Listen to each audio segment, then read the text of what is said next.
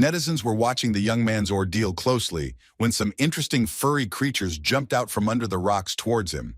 The brunette closely watched their movements and tried to imitate the furry ones while they were jumping merrily around the huge glowing boulder. But their round dances stopped.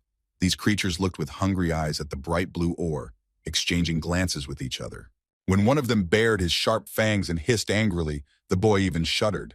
In an instant, the toothy one moved from his place and jumped high into the air, along with his comrades. Kneeling, the boy watched in horror as these fluffy creatures began to diligently gnaw on the large stone around which they had previously danced in a circle. These pulpoy managed to surprise him considerably, and he did not know what to do now.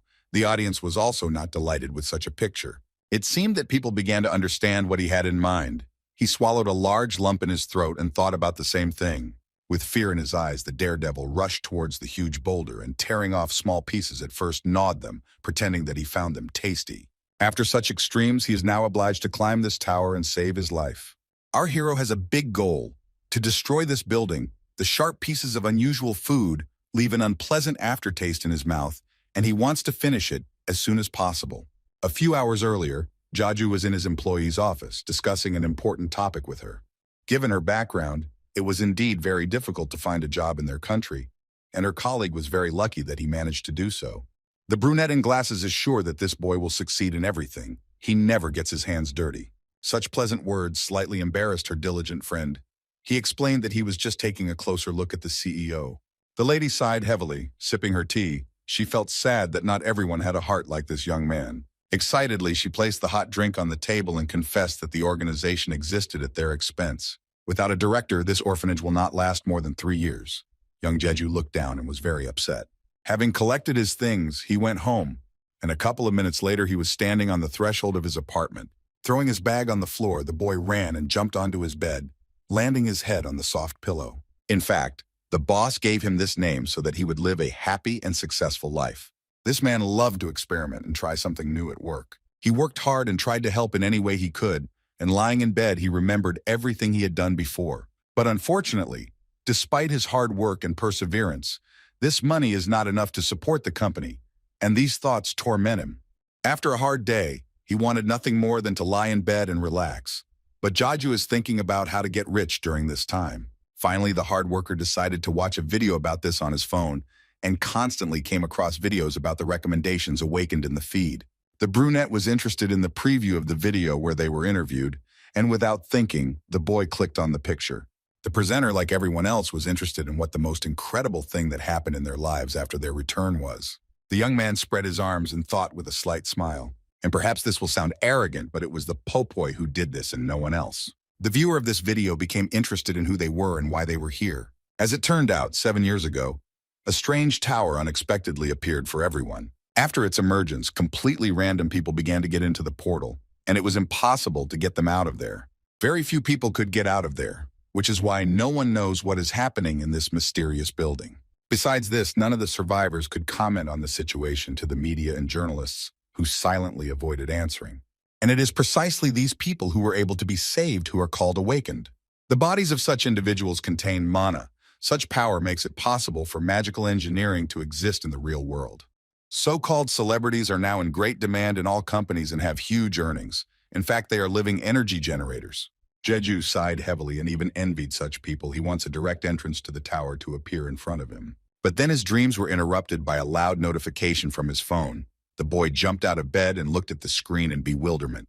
The messages contained some strange files that he was afraid to open, thinking that he had been attacked by hackers. The brunette wanted to remove them from the notification curtain, but missed and clicked on one of them. He became afraid that he might be hacked, and the boy in a panic wanted to turn off the phone. As soon as his finger approached the right button, he heard a familiar voice from there. On the screen, he saw himself, frightened and eager to return to work and his usual duties. His eyes almost popped out of his head from this sight. It seemed he recognized who it was. There was no way that Kim Jaiju could be mistaken. It was definitely him, his face, his speech, his clothes, and his physique. There was no doubt. The brunette saw himself diligently fighting someone with a heavy, cold weapon and could not understand what was happening here. The young guy really can't comprehend what he's doing. There's nothing like that in his memories, and he looks pretty strange. Suddenly, a strange furry creature with blue eyes appears, seemingly friendly. In the video, he shuddered and screamed that these were pulpoy, This name seemed familiar to him. Yes, he did not disobey. That is exactly what the guy mentioned in the interview on the internet. It bared its sharp teeth. Such a baby can easily gnaw through even metal, but its main food is stones. A lot of questions arose in the head of the young, curious worker, to which he could not find answers. He was given information about awards. The next window was dedicated to this. Pictures and videos showed our hero the right path. It was only now, after Kim had thought it all over, that he realized that this was a video of himself climbing the tower in the future. There is no strategy in the world on how to do this, because none of the awakened ones say a word about it, but now everything is in his hands. The portal to that world is set to open in exactly 2 years, and he is already beginning careful preparations for this event. It is very important to keep himself in much better shape than what he saw himself in the video, and so he joined a gym and trains hard under the guidance of a trainer. In addition, it was no less important to learn how to clear the tower. Our hero diligently took notes on all the videos and learned new material. Kim also got a new job. He became a cashier, and all for the sake of achieving the main goal. With a wide smile and confidence in his soul, the brunette communicated in a friendly manner with the customers. Every time he came home, he prayed that a portal would appear in front of him right now. For this, Jeju left his job a month ago. It is important for him to wait for the opening of the second dimension. He needs money. But for some reason, it seems to him that he has incorrectly interpreted the meaning of the video itself, and he is tormented by many doubts. All his thoughts were mixed up, and the boy himself didn't know what to think about in this situation. If this was just a mistake, then his shelter is facing a dire situation. He doesn't want to allow this. Biting his lip, the boy was ready to cry. The young man tries not to think about it, but worries that he doesn't know the exact time. There's no need to think about it too much and overload yourself like that. Jeju is going to do some stretching and relax. As soon as our workaholic turned to face the door, a strange spot of pale purple color appeared in the air. A light breeze blew at his back, which made him turn around. Very interesting, because all the windows were closed. The hole continued to open wider and wider. A draft blew from it, and the room became slightly cool. Her strength grew rapidly. There was a feeling that a real hurricane was about to begin. Our hero looked at this with misunderstanding. In a couple of seconds, the small spot turned into a huge one, almost as tall as Jeju. It seems that he guessed that this was the very portal that the boy had been trying to achieve and wanted. From right within, he heard a voice echoing, inviting him to come inside. A slight smile appeared on the hero's face. He was very happy because he was going to do this. His foot moved from its place and headed straight there. The brunette would never back down now and was ready for everything. A system appeared in front of him, asking him to choose a difficulty level before starting a short journey. He couldn't believe that he would end up in a tower right now. Since the rewards depend on his decision, he chooses the hardest one after a short deliberation. This is exactly what he needs. Jeju is ready to do it right now. It became dark in his eyes. After a while, he slowly began to open them and could not see what was right above him. As his vision adjusted to the slightly dim lighting, the boy noticed a stone ceiling above him. The young man lay on the cold floor and came to his senses. But then he suddenly jumped up and got scared. He couldn't understand where he was and began to look around in panic. Having calmed down a little, he realized that this was the same cave from the video. He was not mistaken, and looking at it, thoughtfully rubbed the back of his head. As soon as a notification window appears behind him, everything will start for real in exactly an hour. Then the stream will start. The guy studied everything carefully. He needed to make sure it was exactly like the video. But when he put his hand in his pocket, Kim didn't find the phone in it and was a little disappointed. Even if that were to happen, our daredevil is confident that everything will be fine since he watched them non-stop for 2 whole years. And the time that is given to all participants of the test is allocated for communication with the audience, so you can get your first coins.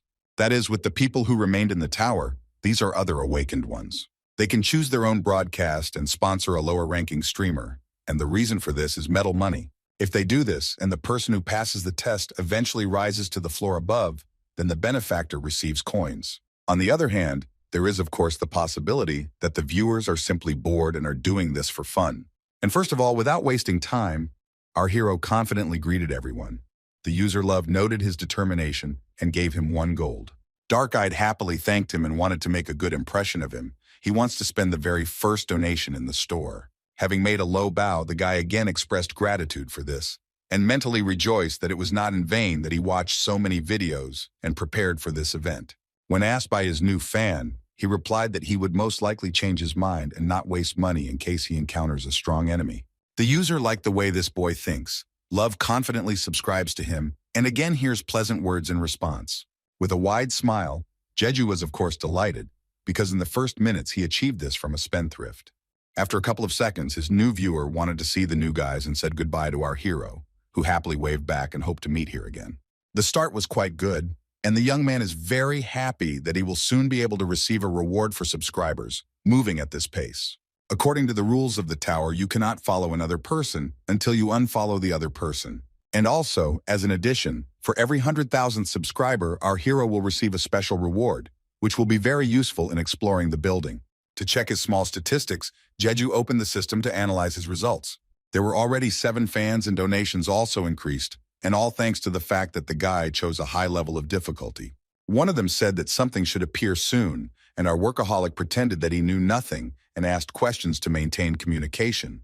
This cannot be discussed directly. It is all because of the admin who controls absolutely everything here.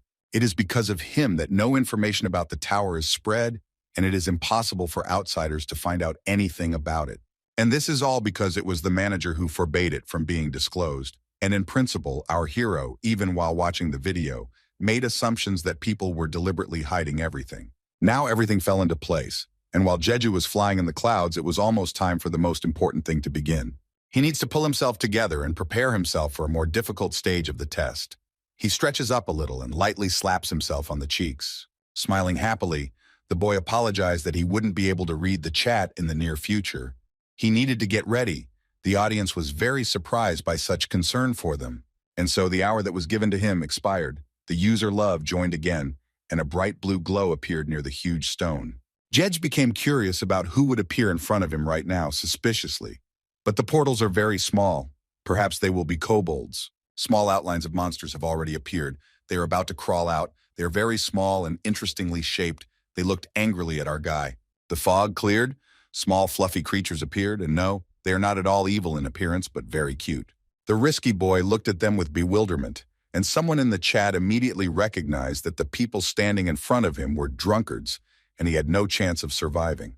Although these furry creatures are kind-hearted in appearance, their teeth, when attacking, resemble a shark's jaw, which is capable of chewing through the strongest metals.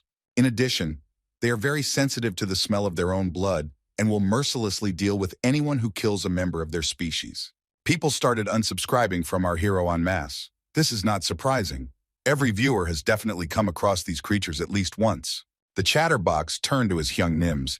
He couldn't believe that these weirdos were so dangerous, and as it turned out, you couldn't even attack them with a sword when their fur got tangled. His very first fan went to check other rooms, but it is unlikely that he will return here again in principle. For Jeju, it is not very important. He was lost in his thoughts. It was very strange that 3 pulpoy appeared on the first floor at once. It shouldn't be like that. It was too many. Without hesitation, Kim began to remember everything about these cute mobs. They never attack first. It is also important to remember their behavior, communication, and other things. But there's one point here. Why did these creatures not react to the dark-eyed guy? The fluffies seemed to ignore him. Our hero decided to take a risk and touch one of them with his foot, the one that was closest to him. It was a bit of a surprise, but Pulpoy walked around his leg and galloped on with the others, looking askance at Yeya. And yet it can be concluded that these monsters are aware of his presence, but are hesitant because of him. It seemed that a slightly strange but possibly effective idea had matured in his head. The boy sat down opposite them. In his opinion, perhaps if he imitates the behavior of these fluffy creatures, they will perceive the brunette as their ally. It sounds crazy to everyone, and many viewers have lost interest in watching. He has no chance of winning, but still, maybe it will work. There is no point in fighting them now. It would be unnecessary at the moment, and it would be wiser not to cause a stir. The user Love watched everything that was happening from his device in a separate place. One student from Seoul University has already fought with various monsters to the fullest and tried very hard. Leaning back from his chair, he wanted to give him his subscription for his resourceful character. But a notification appeared in the system that this was impossible. Since the user was already subscribed to another streamer, he sighed heavily. The man added Jeju to his favorites, and according to the rules, if he dies, he should automatically disappear from this list. But this did not happen. He jumps up from his chair when he notices that there are now many more viewers than there were at the very beginning, and he becomes interested in what the matter is. Without thinking, he joins the stream again and sees the priests jumping around the stone as if they were dancing in a circle. The little furry creatures seem to be very cheerful and not aggressive. Looking at this picture, fans and outside observers were surprised and even touched by these mobs. But Kim Jae-ju's behavior made everyone laugh even more. He tried to imitate their behavior and jumped on all fours, making the same sounds. And at that very second, his system appeared to him. The very first fan returned to watching and even sponsored him for as much as 10 coins. After watching many videos, our hero knows that this glowing stone has powerful mana, which allows you to satisfy your hunger. This is their favorite.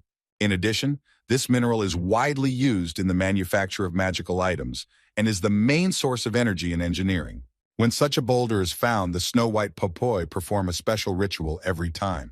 And when a stranger comes, they circle around their food and do not begin their ritual. And at this time, the fluffies have already recognized the stranger as their own and invited him to the meal.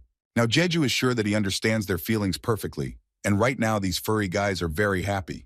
But for some reason, our quick-witted hero was very excited, so much so that he started sweating. A single small drop of sweat fell from his face with a soft sound onto the stone floor. 3 shaggy mobs turned around and stared at one point, and not with a kind look at all. The one standing in the center bared his fangs with a nasty hissing sound, and the spectators created chaos in the chat. Seeing their evil faces, the young lad felt disgusted to look at them, and deep in his soul, a growing unpleasant feeling also appeared. This monster suddenly jumped up from its place so unexpectedly that our hero shuddered. But it turned out that everything was fine. These scary guys started eating and did not touch the young guy. Jeju looked at them and their food with fear, and it looked like he was about to join in. With an imitative gait, the boy approached the blue cobblestone and lightly touched it with his hand. It was cold and rough to the touch. Swallowing a huge lump in his throat from worry, he exchanged glances with the priests, and one of them already looked at him suspiciously. In order not to say goodbye to his life, he will have to accept everything as it is, and also indulge in a not very tasty dish, which is what the brunette actually does. The audience was shocked by this madman. While he swallowed his first chewed piece of stone, chaos reigned in the chat. But only at this moment did he feel its true taste. It melted like chocolate, and the second bite truly filled him with energy and refreshed him. He ate quite a lot, and one could say he was full. He couldn't eat more, and he leaned his hands on the cold floor in the tower. Suddenly, a bright blue light appeared, just like this same cobblestone. Our daredevil rose to his knees and saw that he himself was glowing, and looked at his hands in surprise. All his furry friends gathered around him and joyfully jumped, dancing in a small circle around their unusual companion. But then the guys in the chat started to worry. It seemed that their behavior was similar to preparing for an attack. One of them jumped up and got closer. Soon the cute mobs jumped onto his shoulder, squealing happily and rubbing their cheeks against him, and even purring slightly. Everyone watching this broadcast was perplexed as to how this could be. Such an event was actively discussed in the chat, and in the meantime, the hero received a notification on the screen. He was able to complete the first test and was ready to move to the second floor. Jeju laughed slightly. It felt like a weight had been lifted from his shoulders, and he fell to the floor in a faint from worry, having just sighed with relief. It is very interesting that this young man was able to pass the test in such a way and survive. Many still could not get their heads around it. Waking up, Jeju sees all his new friends in front of him, looking at him excitedly. The boy got scared and screamed loudly, and the fluffies jumped with happiness. They were glad that everything was okay with their friend. The unusually large butt now looks around and cannot understand what happened. It looks like he passed out. The little white ones, like clouds, did not take their eyes off their new friend and squealed sweetly. Kim immediately thought that they were worried about him and decided to ask them about it themselves. The pulpoy began to jump even more energetically, and it was not difficult to guess that this was actually the case. The brunette watched them and smiled slightly at them in response. Deep down, he was very glad that he was able to make friends with these creatures. He leaned over to one of them and gently stroked their head, finally thanking them for their concern for him. The baby smiled cheerfully and let them scratch his shaggy head. The chat reaction was surprised. It all looks funny. But it was possible to say goodbye to life. It's very good that everything ended well and even fun. Jeju rose from his knees and, clearing his throat slightly, greeted all the spectators present. The chat was updated so quickly that the guy didn't have time to read everything and respond to his fans. There were already 127 people in his stream, and the boy was very surprised to see such a large number. He screamed so loudly in shock that it seemed like every monster in the tower heard him.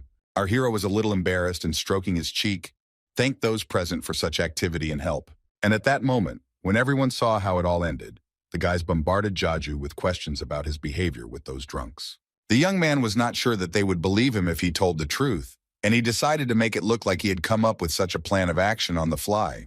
He managed to justify his actions. The brunette lifted one of the toothy creatures into his hand and said that he initially wanted to befriend these creatures. The guys on the air started talking to each other because the description of the test said to eliminate the enemies. Yes, that was true, but the smart boy came up with the idea of making them his allies, and he succeeded. The fans were amazed by such intelligence. They are faced with the most terrifying luck. Not everyone could have come up with the idea of repeating all their actions while drinking, but our hero did a great job. And even if that's the case, he still needs to pretend to be a newbie.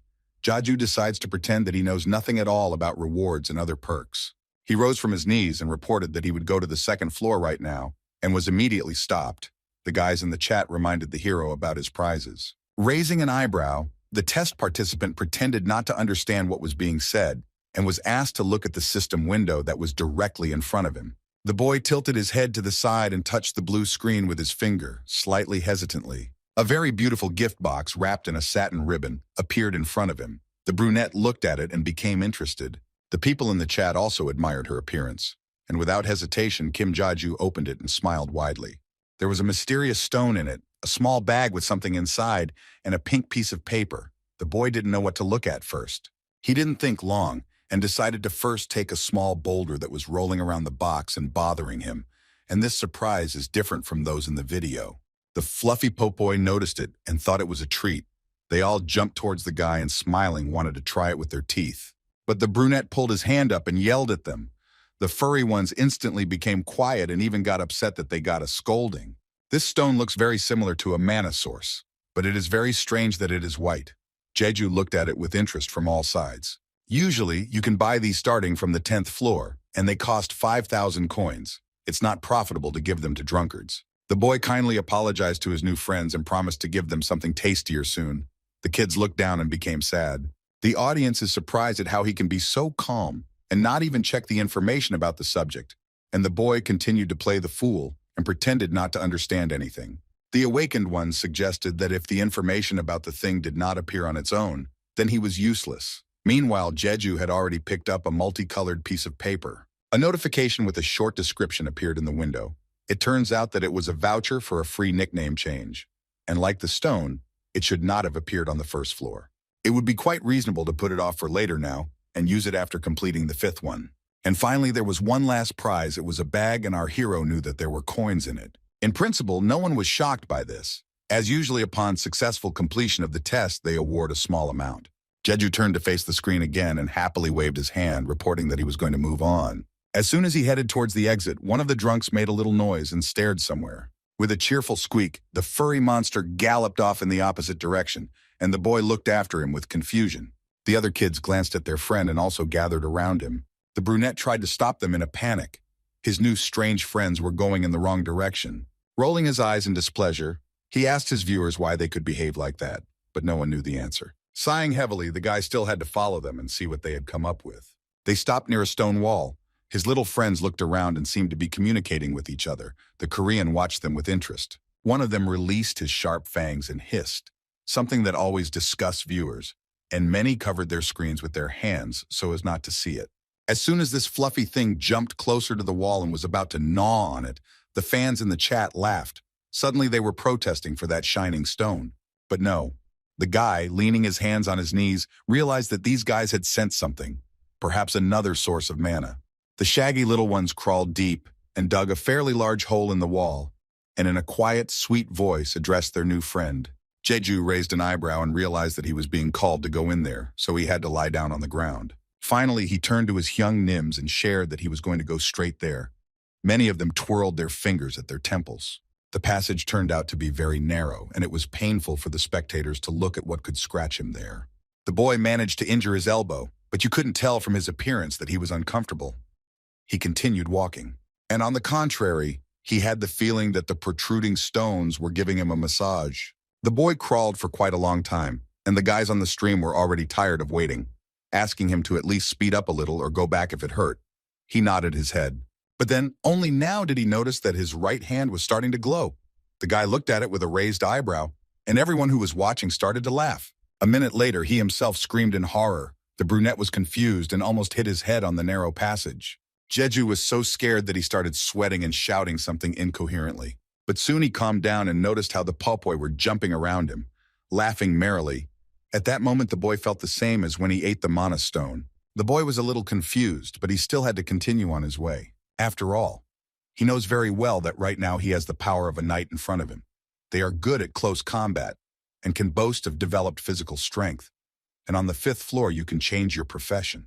And magicians specialize in a wide range of communication magic and are proficient in these skills. You can also become a sorcerer engineer, which is useful in any field, but you can only choose one of these 3 options or non-combat specialties.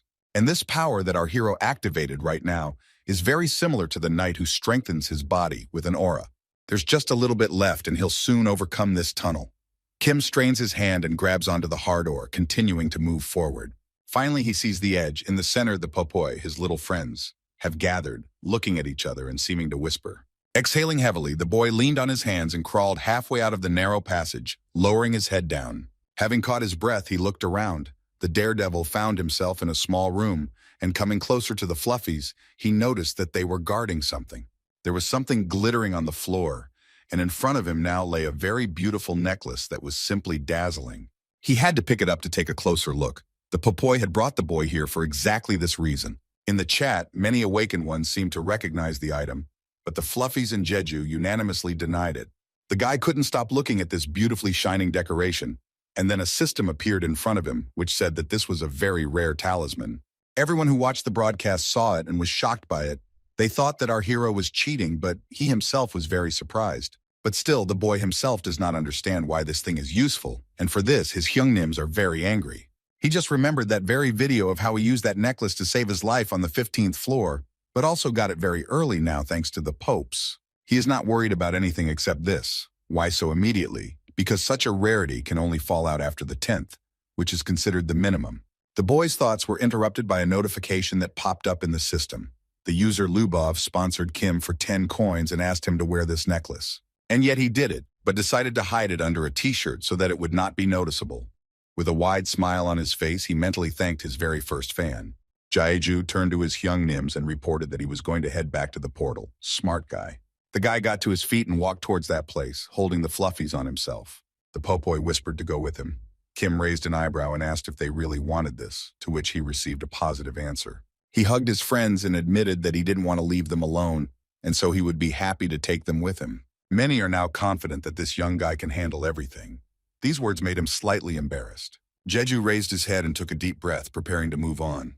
The guy took a step forward along with the fluffies and walked forward. A portal has already formed in front of him and he is ready to go through it. And now, our hero has already entered there and is ready to exit from the other side. When he almost crossed over to the other side, a strong wind was blowing there, so much so that it blinded him. The fluffies also tried to hide behind it and hold on tighter. Soon everything calmed down, and Jeju could look up. Lowering his hand, he began to look around the new place. In front of him stood a huge tower, so tall that it could be called a skyscraper. Dark-eyed and his friends looked at her and everything that was around. There was so much, their eyes ran wild. But it would be more logical now to look around and start everything in order. The first thing he noticed was the hieroglyphs on the wall, and the system immediately gave him information about the translation into their language. After reading this, he became a little scared. It seems to him that they want to scare him right now, and the guys from the chat advised him to turn around. The next proverb had a meaning. All efforts are not created equal, this made the guy think. And indeed, the same efforts do not always lead to the same result. He understands this perfectly well. Jeju speaks about this with such confidence because he himself was born in his own world with a dirty spoon, in his words. He is driven by his philosophy that it is better to try to do something than nothing.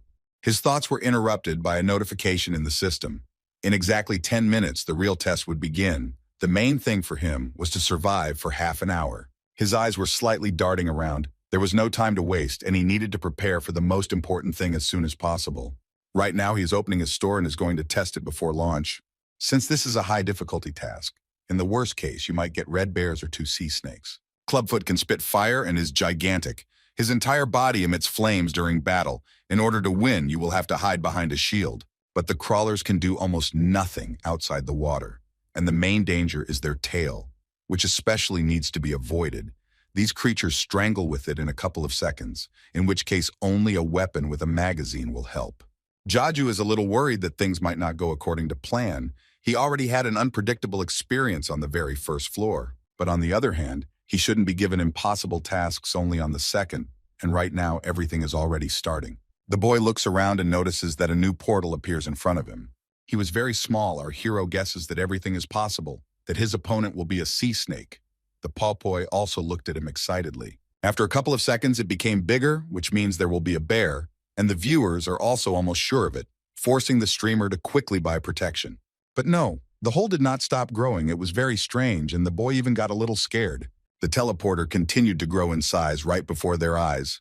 Pulpoy and Jeju were very surprised and could only watch. Soon it became so huge that the guy had to run back several meters. It was taller than a 10-story building. The brunette looked at him dumbfounded, and his legs began to shake. An incredible sight. His furry friends were also in shock. As here, at one moment he turned pale, looking closely at what was inside. Something began to appear from the portal, large, green, and with scales. And so, the first limb of this monster stepped onto the ground with a loud roar, so loud that our hero almost fell from the shaking of the ground. A few seconds later, a huge, toothy creature emerged from the hole, ready to destroy everything in its path. In front of him stands the dragon turtle, in person, and now everything falls into place, and the awakened ones who are watching this understand why he was given the talisman so quickly. The worst thing that could happen has happened. Our hero is nervously browsing the store in search of a more or less normal weapon for his modest budget. He'll have to buy a one-handed axe. Maybe it will help him in battle. The chat exploded with indignation. It was hard to believe that he wanted to fight alone with a creature that needed at least 3 people, but it was too late to retreat. In addition, if he destroyed monsters during streams, he received hidden rewards.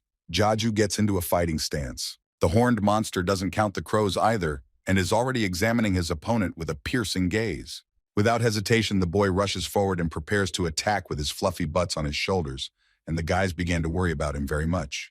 When he ran as close to him as possible, the monster slowly raised its paw up, and then a loud roar was heard, and the spectators were almost certain that this daredevil would not survive. A huge layer of dust rose up near his foot, through which almost nothing could be seen except a strange silhouette, and the scaly creature looked around. Jeju was able to hit the turtle's soul with his axe, and it seemed to be quite powerful. Here it immediately becomes clear that it is impossible to defeat her with one touch. His plan was to climb onto her back from the very beginning, but then the monster lifts its leg up and looks at its opponent, placing it at eye level. 1 second and the mutant opens its mouth, releasing a powerful blue flame. Fortunately, our hero managed to dodge the attack and jump to the side, carefully watching the enemy. It's a good thing he's learned the turtle's behavior just in case and knows how it will act. Jeju jumps to the ground. He quickly raised his head, and it seems that the boy is confident that he can defeat this monster, and of course he will receive a hidden reward for this as he wanted. The big turtle frowned and looked at him with a displeased look, slightly tilting its head to the side. Our daredevil was able to notice this and quickly ran in a zigzag pattern under her, reaching her hind legs along with his weapon. It seemed like he had already formed a small plan for attack, and he clutched his equipment in his hand as tightly as he could. The purple-eyed guy made a strong swing of his arms and prepared for the next attack, while the pulpoy giggled cutely. In the blink of an eye, he was able to seriously wound the monster in the hind leg, and at the sight of blood, one of the furry friends released his teeth. The huge creature screamed in pain, and the viewers of the stream even felt a little sorry for it, to the point of tears. While she wanted to try to strike again, the brunette was able to slip under her along with his little allies. Everything seems to be going according to plan at the moment. The savvy boy can't let her know what his next move is.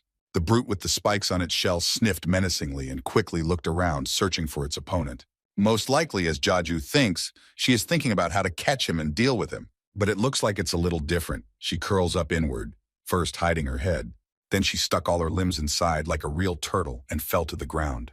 In the chat, people began to get upset that she was again using this nasty technique to heal even the smallest wounds. And this is the biggest problem. She starts to treat herself, and you have to wait until she finishes and gets out of there. New users started joining the viewing, and everyone immediately had a question about where this creature came from. Only on the 2nd floor. Many even thought that he was on the 11th. Meanwhile, our hero thought about his next steps and made a confident jump upward. Jeju ran very fast like lightning, and while the turtle was licking her wounds, he climbed onto her back as he wanted. Just in case, he grabbed one of the spikes on her shell.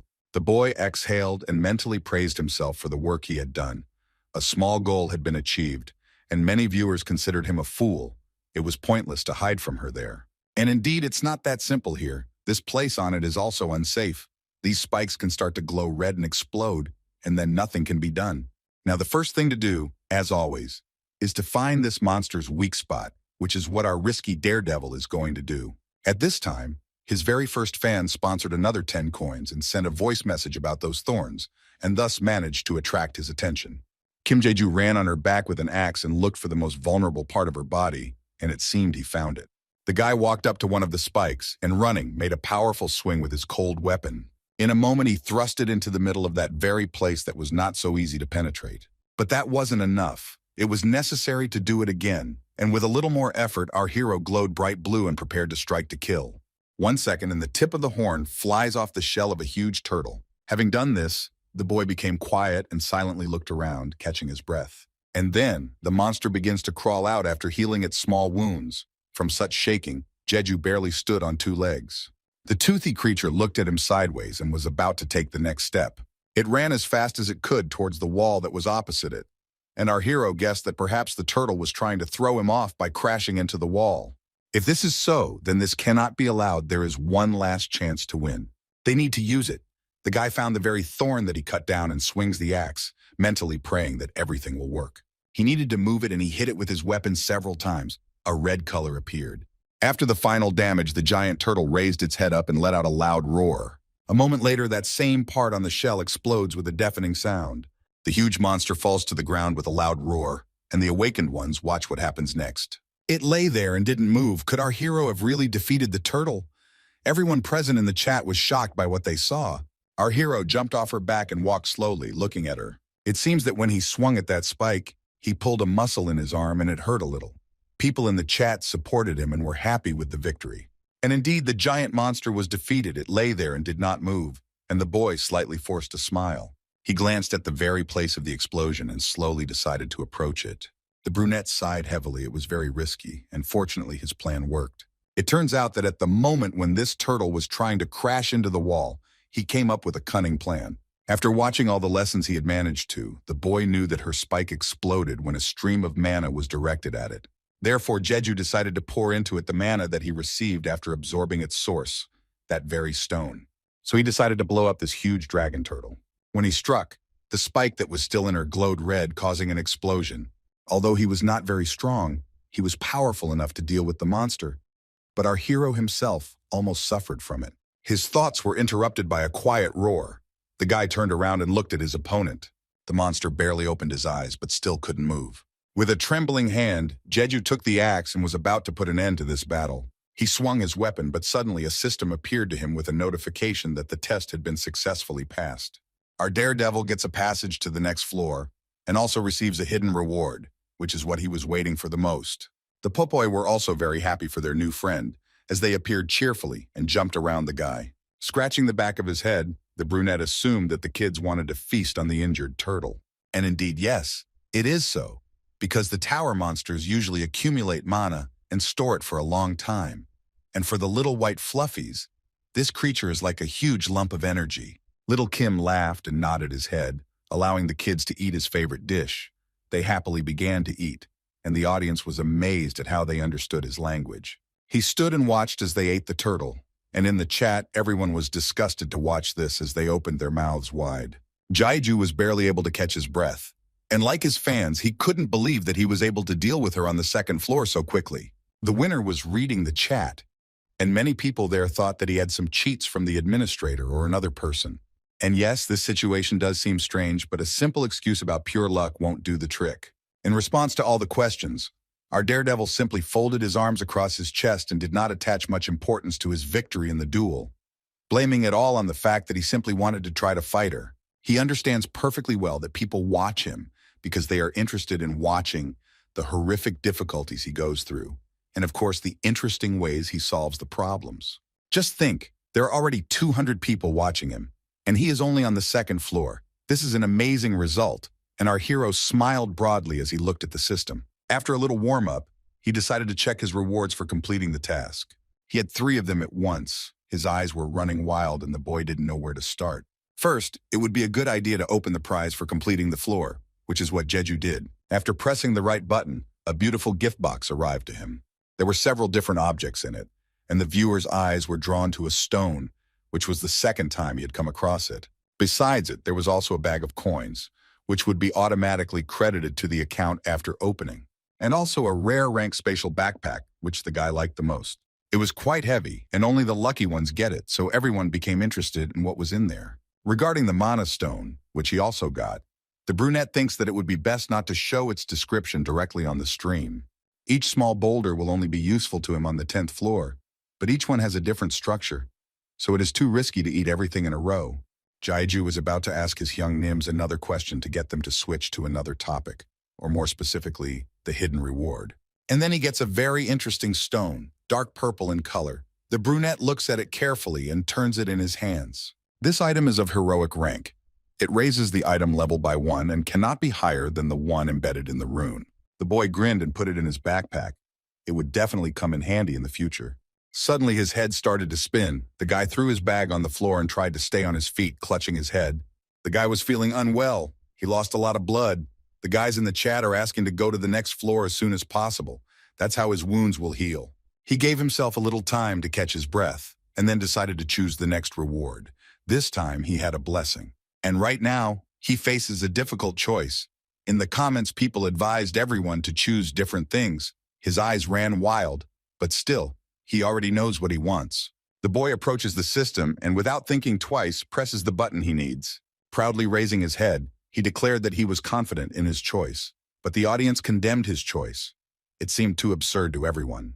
He knows that the path of magicians and knights is very simple and has almost no obstacles. But magical engineers encounter obstacles and puzzles. And despite their efforts, the class's skills are not always applicable. Usually, such people are always perceived as crafters or supporters of the company, nothing more. But Jeju is pleased to think that he is only at the very beginning of his adventure. Besides, he clearly remembers the guy from that video where he fought with a pack of wolves. He had an iron hand which he used in battles with all the monsters. This man is a brilliant magical engineer on the battlefield. After watching the video with him, the brunette began to admire him. He likes it when explosions are used in battles like he does. The young worker of the shelter was very sorry that he would not be able to create his own magic weapon. The pulpoy saw that he was sad and came to him. The boy picked up one of the fluffy creatures and was touched as it ate the rest of his food. After hugging all the kids, he thought that he could, in principle, imitate the inventions of this magical engineer. The boy laughed slightly and spoke sweetly to his tamed monsters. He praised them for how well they had enjoyed their favorite dragon turtle shell, and the guys in the chat were amazed at how these little guys could eat so much. With a heavy sigh, Jaju decided to move on right now. His strength was already running out, and he was very tired. The people watching the stream literally begged him to do the same. With a sluggish gait, our hero was able to reach the desired portal and pass through it to the next floor of trials. Upon entering the new place, he saw an incredibly beautiful palace with large statues of guards. Having breathed in some fresh air, he immediately felt an incredible boost of energy and good mood. He felt much better. The boy smiled broadly and began to examine himself. His wounds had indeed healed and nothing was bothering him anymore. As soon as an important notification appeared in his system, the most important condition of the test is not to leave the territory of the Garden of the Forgotten God. If the hero fails to do so, he will be stuck here forever. It is not difficult to guess that this floor is basically no different from the previous ones, although the previous ones were much more difficult than in the video, the guy thought. But his thoughts were interrupted by an unknown voice. Some cheerful person was talking to the young Nims and thanking the awakened ones for the donations. He also made it to the 3rd tier of tasks and was very happy. Jeju looked at him and seemed to begin to understand something. The unknown short-haired guy glanced at him too. It seemed like he didn't understand what another participant was doing here either, but it was possible that they would have to go through the test together. The guys stood and looked at each other for a minute and didn't know what to say, but the green-eyed one was the first to break the silence. He extended his hand forward to greet our Jeju, and he noticed that his friend was trembling. The shelter worker greeted him back, looking at him intently. The boys shook hands firmly and smiled at each other, looking into each other's eyes. The new guy looked at him and asked if his new friend was a streamer. Kim raised his head and proudly confirmed it. And then the modest boy flinched a little and asked Jaju for forgiveness for his excessive curiosity. This is not surprising. He was probably meeting a person in the tower for the first time. The green-eyed man teared up slightly and admitted with a little shame that he had no experience in testing. After clearing his throat, he smiled broadly and introduced himself, wiping tears from his eyes. His name is Hayon Seok.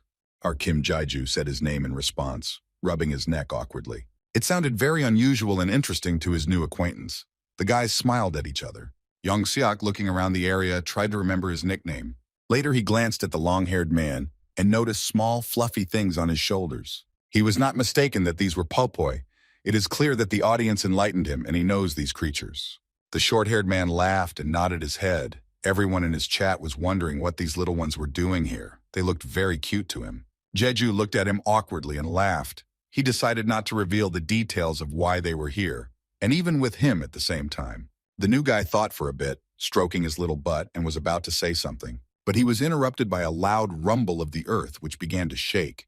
The guys nervously looked around. And right in front of them, a couple of seconds later, those same huge statues appeared, which literally came to life before their eyes. Hyun-seok instantly turned pale with fear. Now is not the best time to continue the dialogue. The guys have serious problems. One of the stone knights slammed his weapon down on the stone floor and looked at his opponents. The time to prepare for the test was exhausted. It was time to start what they came here for. If you think about it, the difficulty of the floors is relatively the same, which means the weaknesses are the same.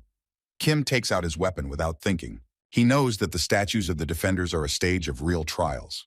On low difficulty, there will be only one enemy, and on medium difficulty, there will be two. And on as high the same, you need to try to apply the same strategy. Jeju tightly squeezes the axe in his hand. The boy looks at them together with his butts and remembers those same lessons from the video. The difficulty of passing the floor is that you need to defeat them at the same time. Otherwise, they will come to life without stopping. One of them was about to attack his opponents without delay, swinging his spear. The first blow landed right next to them, and a large crack formed in the ground from the impact. From there, a huge layer of dust immediately formed, which flew in all directions. Yong-seok fell and screamed in fear. He had never seen such strength. He was screaming in panic, trying to find out where Jeju was. He was silent and did not answer. Fans thought that he had died, but the stream was still going on. But he was found almost immediately. Two monsters were about to attack him, and the boy confidently rushes forward. One of the statues tried to crush him with a shield, and our daredevil ran right under it. In a moment, he found himself pinned to the ground by it. The sound was so loud that the floor here shook. His new partner was very scared for him and started screaming loudly, trying to find out if everything was okay. The warrior raised his fence and was about to look at the results of his work. He stood in shock when he saw that there was no one underneath him except cracked earth. Jeju was behind him. He swung his axe and ran straight at him, trying to repeat the previous plan. Coming as close to the monster as possible, he pushed off with his foot and made a high jump upward. He managed to fly up to the knee level of this huge statue, and it seems that this time he is glowing much brighter than on the second floor. The audience noticed this. The boy swung his arms and hit his leg with the blade of the axe as hard as he could. The damage was so severe that half of his leg literally flew off to the side. His friend Yong-seok covered his mouth with his hand and watched everything that was happening with great surprise. The stone friend saw that his ally was wounded and extended his hand. The audience was slightly amazed by the fact that these monsters help each other and support each other. The victim leaned his hand on his assistant. Jeju doesn't have time for unnecessary actions. He needs to deal with the second statue before the wounded one comes back to life. He exhaled heavily and mentally encouraged himself they couldn't be allowed to be reborn. Taking a deep breath, the boy breaks forward and runs at great speed straight towards them. The brunette got to the two-legged giant and pulled a dirty trick, striking the surviving opponent in the leg. He puts in a lot of effort and literally drives a huge axe into his limb, but it's not enough. Dark Eye makes a second powerful swing with his hand and is about to double the force of the blow. One jerk and the sly one copes with him. His leg, just like his comrades, flies off to the side. The two grabbed each other even tighter and tried to find some kind of balance. However, to no avail. The Knights of Stone fall to the ground with a loud crash. The guys could barely stay in their places. A thick layer of dust rose around them, making it impossible to see anything. After a while, the sandy fog began to dissipate, and Jeju saw the silhouette of the giant's leg. It stood in the same place where he had struck. The boy looked at the result of his work with shining eyes. It seems that he has won. Two giants lie and do not move in front of him. Suddenly, the guy heard a familiar voice behind him, and Yong-seok, who was very worried about him, was running towards him as fast as he could.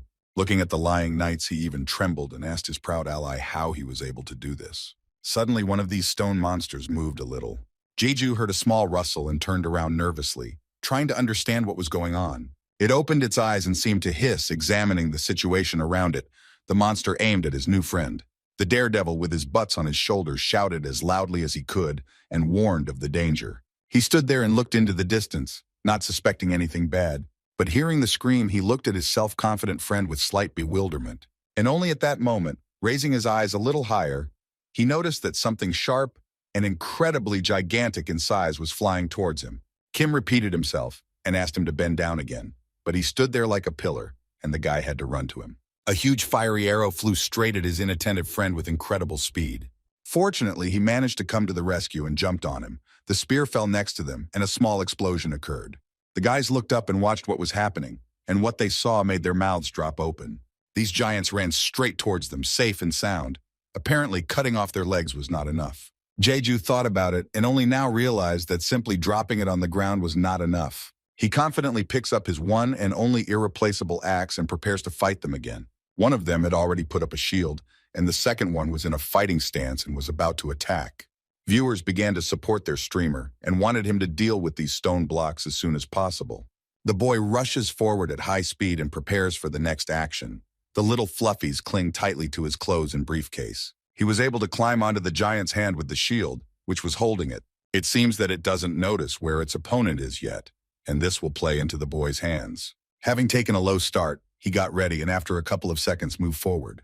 Having gotten close enough as he needed, he confidently jumped as high as he could. The daredevil made a powerful swing with his hand and the axe, and the knight raised his head at the very last moment and looked at him.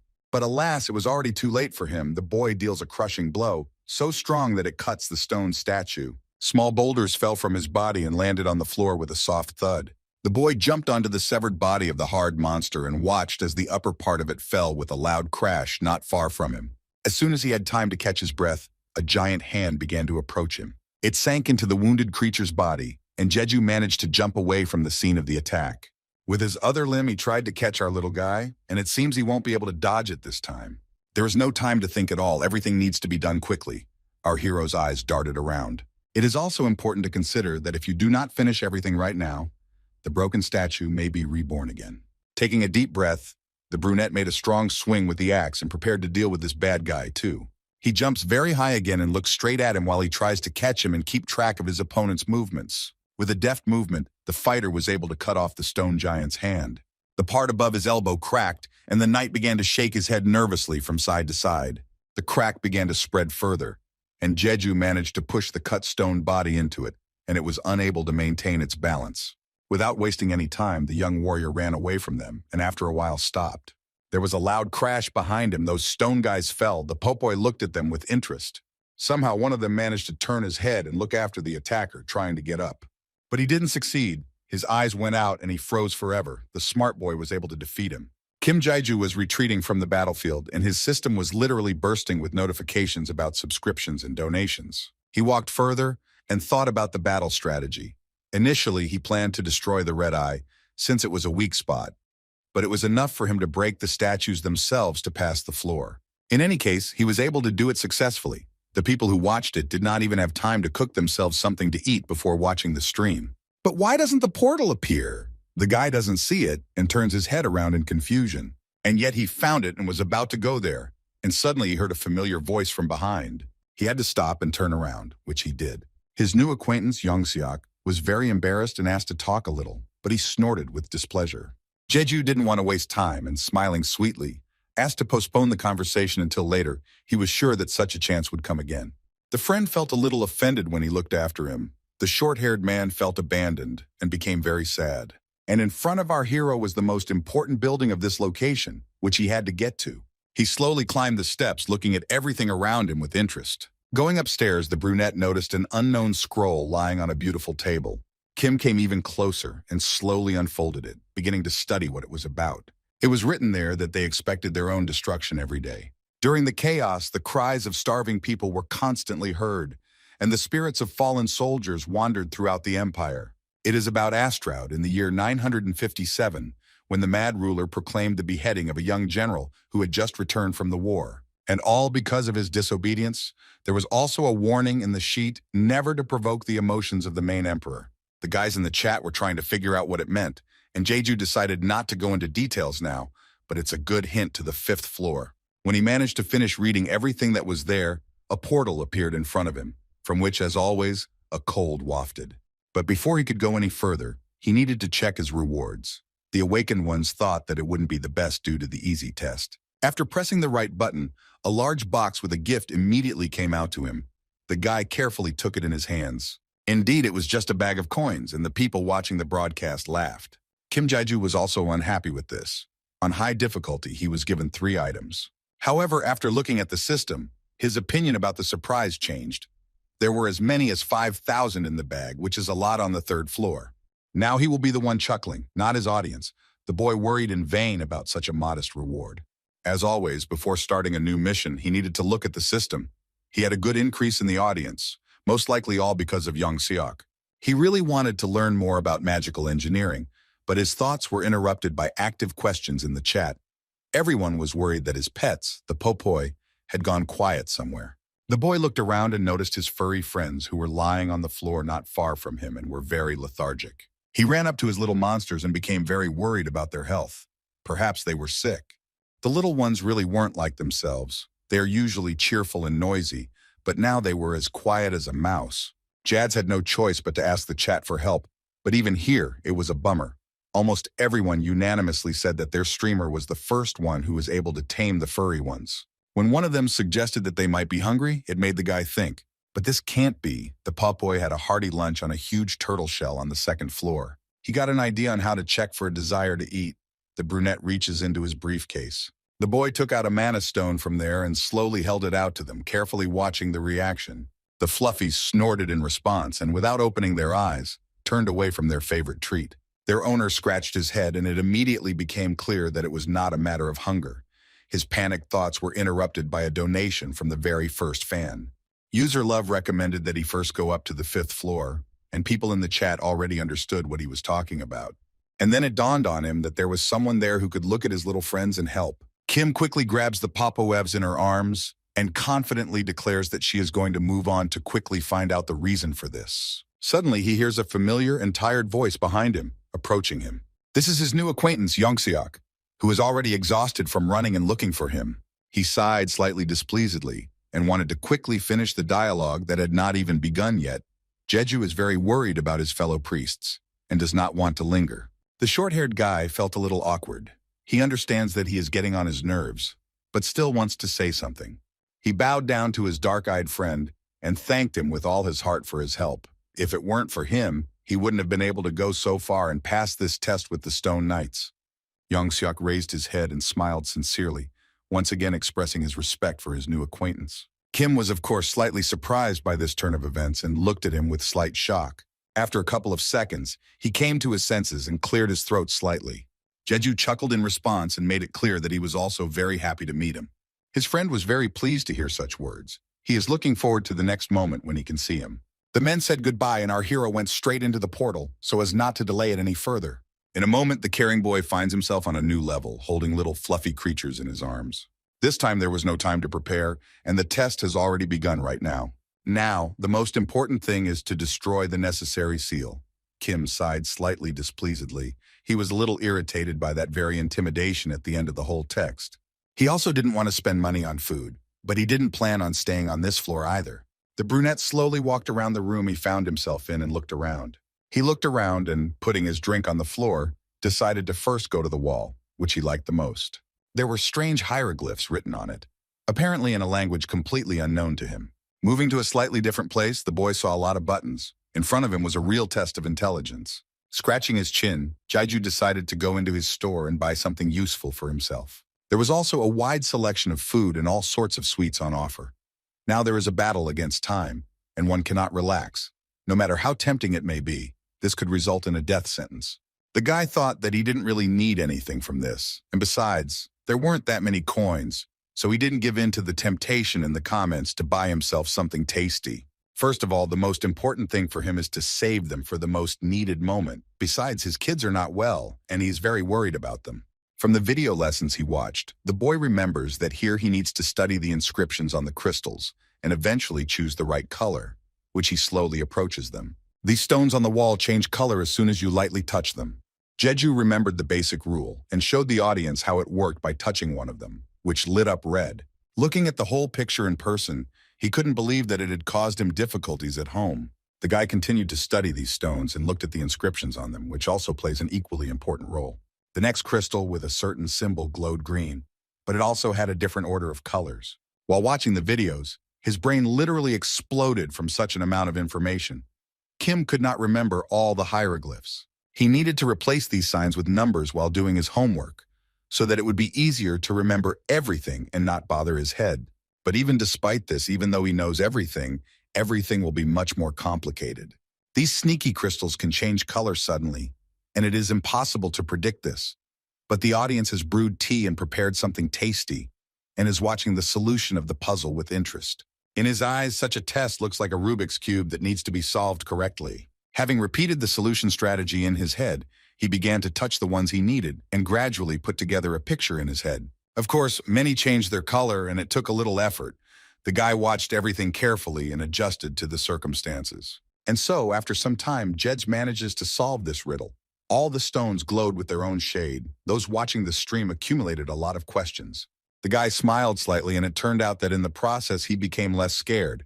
If he continued in the same spirit, he would need a maximum of half an hour. Only 7 minutes into the test, the resourceful brunette was able to speed up and work faster. People watched his movements and thoughts. Everyone had already decided that he would be able to climb to the next floor without any problems. Kim Jae-ju's eyes were running wild, but he still coped with the task perfectly. All the puzzles even made him sweat. And finally, he managed to make all the crystals blue, except for one, which suddenly changed to green. Touch, and the last stone acquires exactly the same shade as the rest. Great, the test was passed, and our hero has access to the next floor. And then a man donated him again for as much as 200 coins. He was amazed by our hero, and asked if he was a member of the Mensa. Scratching the back of his head, he denied it. His very first fan sponsored the hero for 500 gold and praised him for the work he had done. Kim smiled and decided to check his rewards before the next start. And again, he only got one prize. The audience can't believe it. It's a bag of money again. Jeju was very happy. Thanks to the accumulated amount, he would be able to buy a heroic rank skill book. While he waits for the coins to be credited to his account, he looks at his furry babies. The pulpoy are not feeling well. You need to hurry to help them. The guy runs up to them and picks them up. They purr painfully. And he doesn't even want to overtake a guy who is already at level 7 and surpasses him. You need to do everything calmly. The brunette, along with the sick mobs, hurried to the next floor.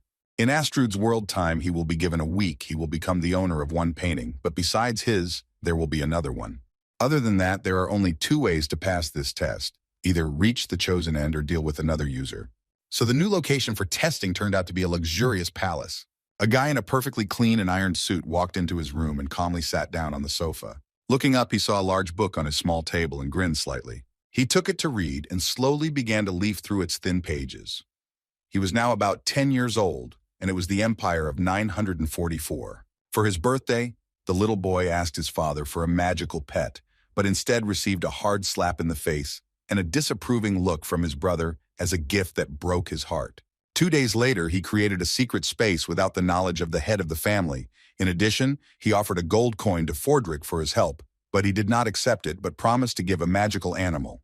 Looking at the book, he exhaled and was surprised at himself that he knew who he was copying. It was the second heir of the Astrud Empire, Naoli Dutoprox. The emperor noticed how the prince was raising a pet, and he was ordered to burn it with his own hands. Plus, he got the nickname of the executioner. The guy closed the book with a bang. This kid copied this character about whom he mentally read a short history and was given the task of becoming an emperor. But taking the throne by force will not be considered completing the task.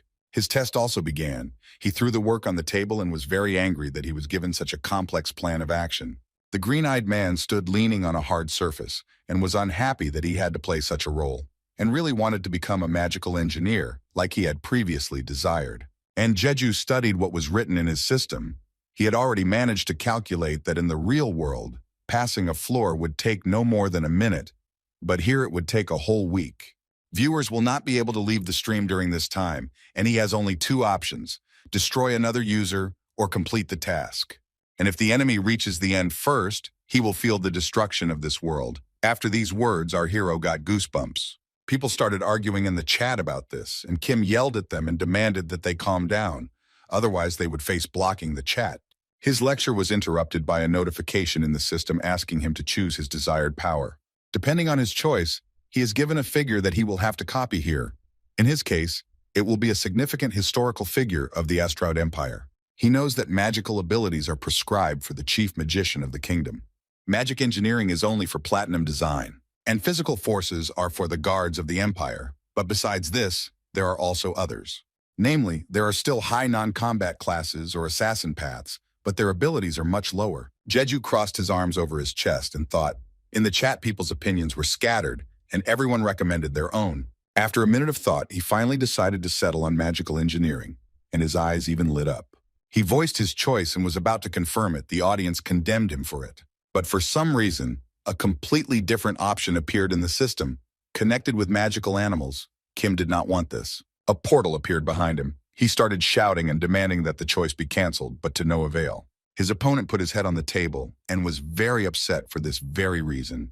He wanted to choose the same direction. He sighed heavily and realized that it was too late to get carried away now, and tried to calm himself down in every possible way and think about his next steps. He believes that if the final goal is not difficult, then he will easily achieve it. He also has another option, to deal with another player, and this seems to him to be the right choice. On the first day, he got used to his new body and read the character's diary to know the situation and get information about him. Just then he heard footsteps behind him, turned around and saw a dark-haired man standing at the entrance. Green-eyed, playing the role of his character as a true heir to the empire, demanded to call Fordrick, who obediently nodded his head. After reading the book, he has to understand what this man is planning. The audience even shuddered from such an incredible game. A couple of minutes later, he himself came, bowed, and asked if he had been called. The red-haired prince nodded his head. This man came to him just in time. In a calm and docile tone, the bearded Fordrick Domeran called his subordinate and prepared for such a sudden visit, bringing a magical animal from the north. He brought with him something that was under the white cape and slowly walked into the room. The man put it on the table and with a slight movement threw off the sheet. And underneath it were the butts, those same fluffy ones that Jeju had to look after. They were in an even worse condition than before. He completely forgot about them because of all the commotion. But the prince carefully examined these pets, and it was suspicious that their energy was at 0. The subordinate suggested that perhaps these small creatures had eaten too many mana stones, and that was why they were acting like this. The green-eyed man listened to him and was not too involved in the dialogue, when suddenly the man thought and shouted out his name. Fordrick ran up to the prince and holding him by the shoulders, nervously shook him. He did not understand how mana could come out of his body. Something definitely happened in his opinion during the month of absence. The boy in Naoli Dutoprox's body snorted in displeasure, and removing his hand, said that he was fine, without revealing the truth. The brown-eyed man didn't stop raging. He couldn't believe that everything was as simple as he said. Usually people explode from the mana inside them. It turns out that she actually got into his head. At the moment, she does not threaten him until he starts to get angry or nervous. There is a great risk that he will get out of control. Just thinking about it made him feel a little panicky. He even had to breathe through his mouth. He was asked not to absorb mana. In order not to spoil anything, he lightly patted his comrade on the shoulders and promised to listen to his advice. The man looked at him with concern. He wanted to continue the dialogue, but he could not contradict him, and bowing, was about to leave. But before he did this, he, with his master's permission, reported that the first prince had recently begun to behave very strangely, and finally asked him to be careful. The green-eyed man smiled and thanked his subordinate for such concern, and declared that he would send the drunks to the basement himself. Fordrick bowed again one last time and slowly left the room. He was the only advisor to Kaeli, and was also his mother's personal knight. But it all ended when she, his mother, left this world, and after that he specifically became the young man's advisor. The red-haired man walked around the room and thought that most likely it was all about the magic stones. In theory, he should have been shaking with fear at the moment when he fought with the dragon turtle. But most of all, he is worried about the words that the first prince is up to something. He thought about it the whole way while carrying the cage with the sick fluffies. He has exactly 1 week to defeat him and become the emperor. Of course, it is easier to deal with him, but if you reach your goal in another way, the reward will be more pleasant. He walked and looked around the room, putting the mobs on the table. He looked for the right book and slightly moved it towards himself. At that very second, there was a loud rustling sound and the cabinet she was on began to move. As it was said in that very work, in front of him there was a secret passage underground, which opened up to him. Now the red-haired guy carries the Popoev there, slowly descending the stone steps. He entered a slightly dark room where there was a light but pleasant smell of dampness. There was silence all around, and only his own steps could be heard. Having moved a little further, the boy noticed other pets. They were not at all scared, but on the contrary, very happy to see their owner. These are the creatures that Kaoli was guarding. When he placed his babies next to the others, they opened their eyes and looked at him with slight resentment. Our hero couldn't hold back and started crying. He really didn't want to leave them here. The kids also started crying and were depressed. It was for their own good, their safety, even if it was so. The Fluffies could not calm down and squealed, sadly looking after their friend. He would have liked to buy a skill book for the pulpoy, but he couldn't find anything useful for them. So he bought one for himself and created the skill of basic animal magic. The guys watching the stream were wondering if there were any changes. Jaju smirked and said that he didn't feel anything special. Besides, he already had a small trip planned to another place. He tried to quickly close that secret passage with a heavy wardrobe. It seemed that the green-eyed man guessed that his opponent had more likely chosen the knight or mage class, judging by everything. If you think about it from a rewards perspective, as he does now, it becomes clear that the guy needs to hinder this streamer as much as possible. At the same time, the pumped-up brunette took out a large sword, and it was clear that he was fighting with someone. He swings his sword and in an instant cuts the enemy into pieces. Standing up straight on his feet, he grinned, looking down as the mutlock fell from behind. This fighter is named Lee Sungjae.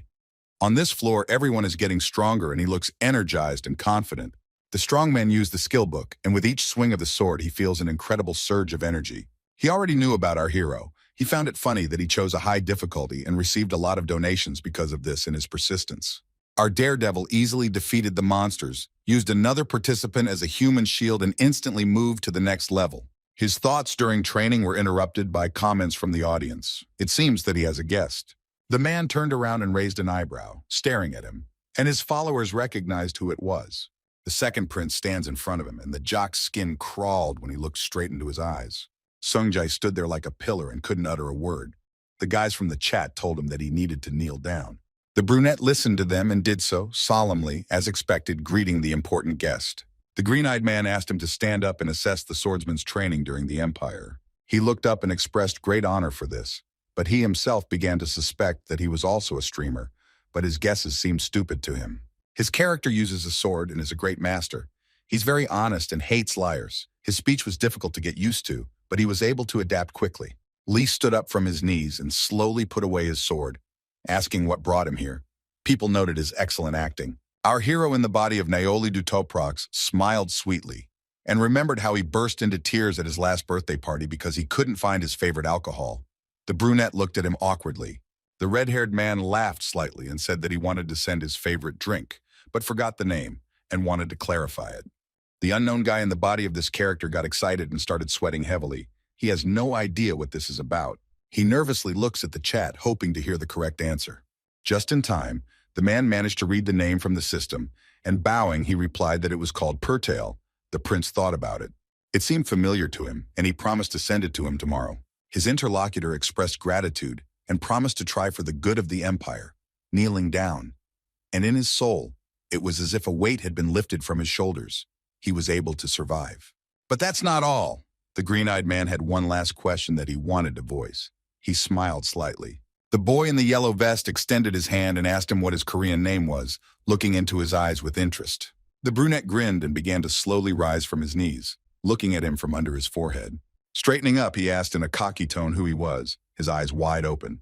But his interlocutor did not tense up for a second and continued to play his role.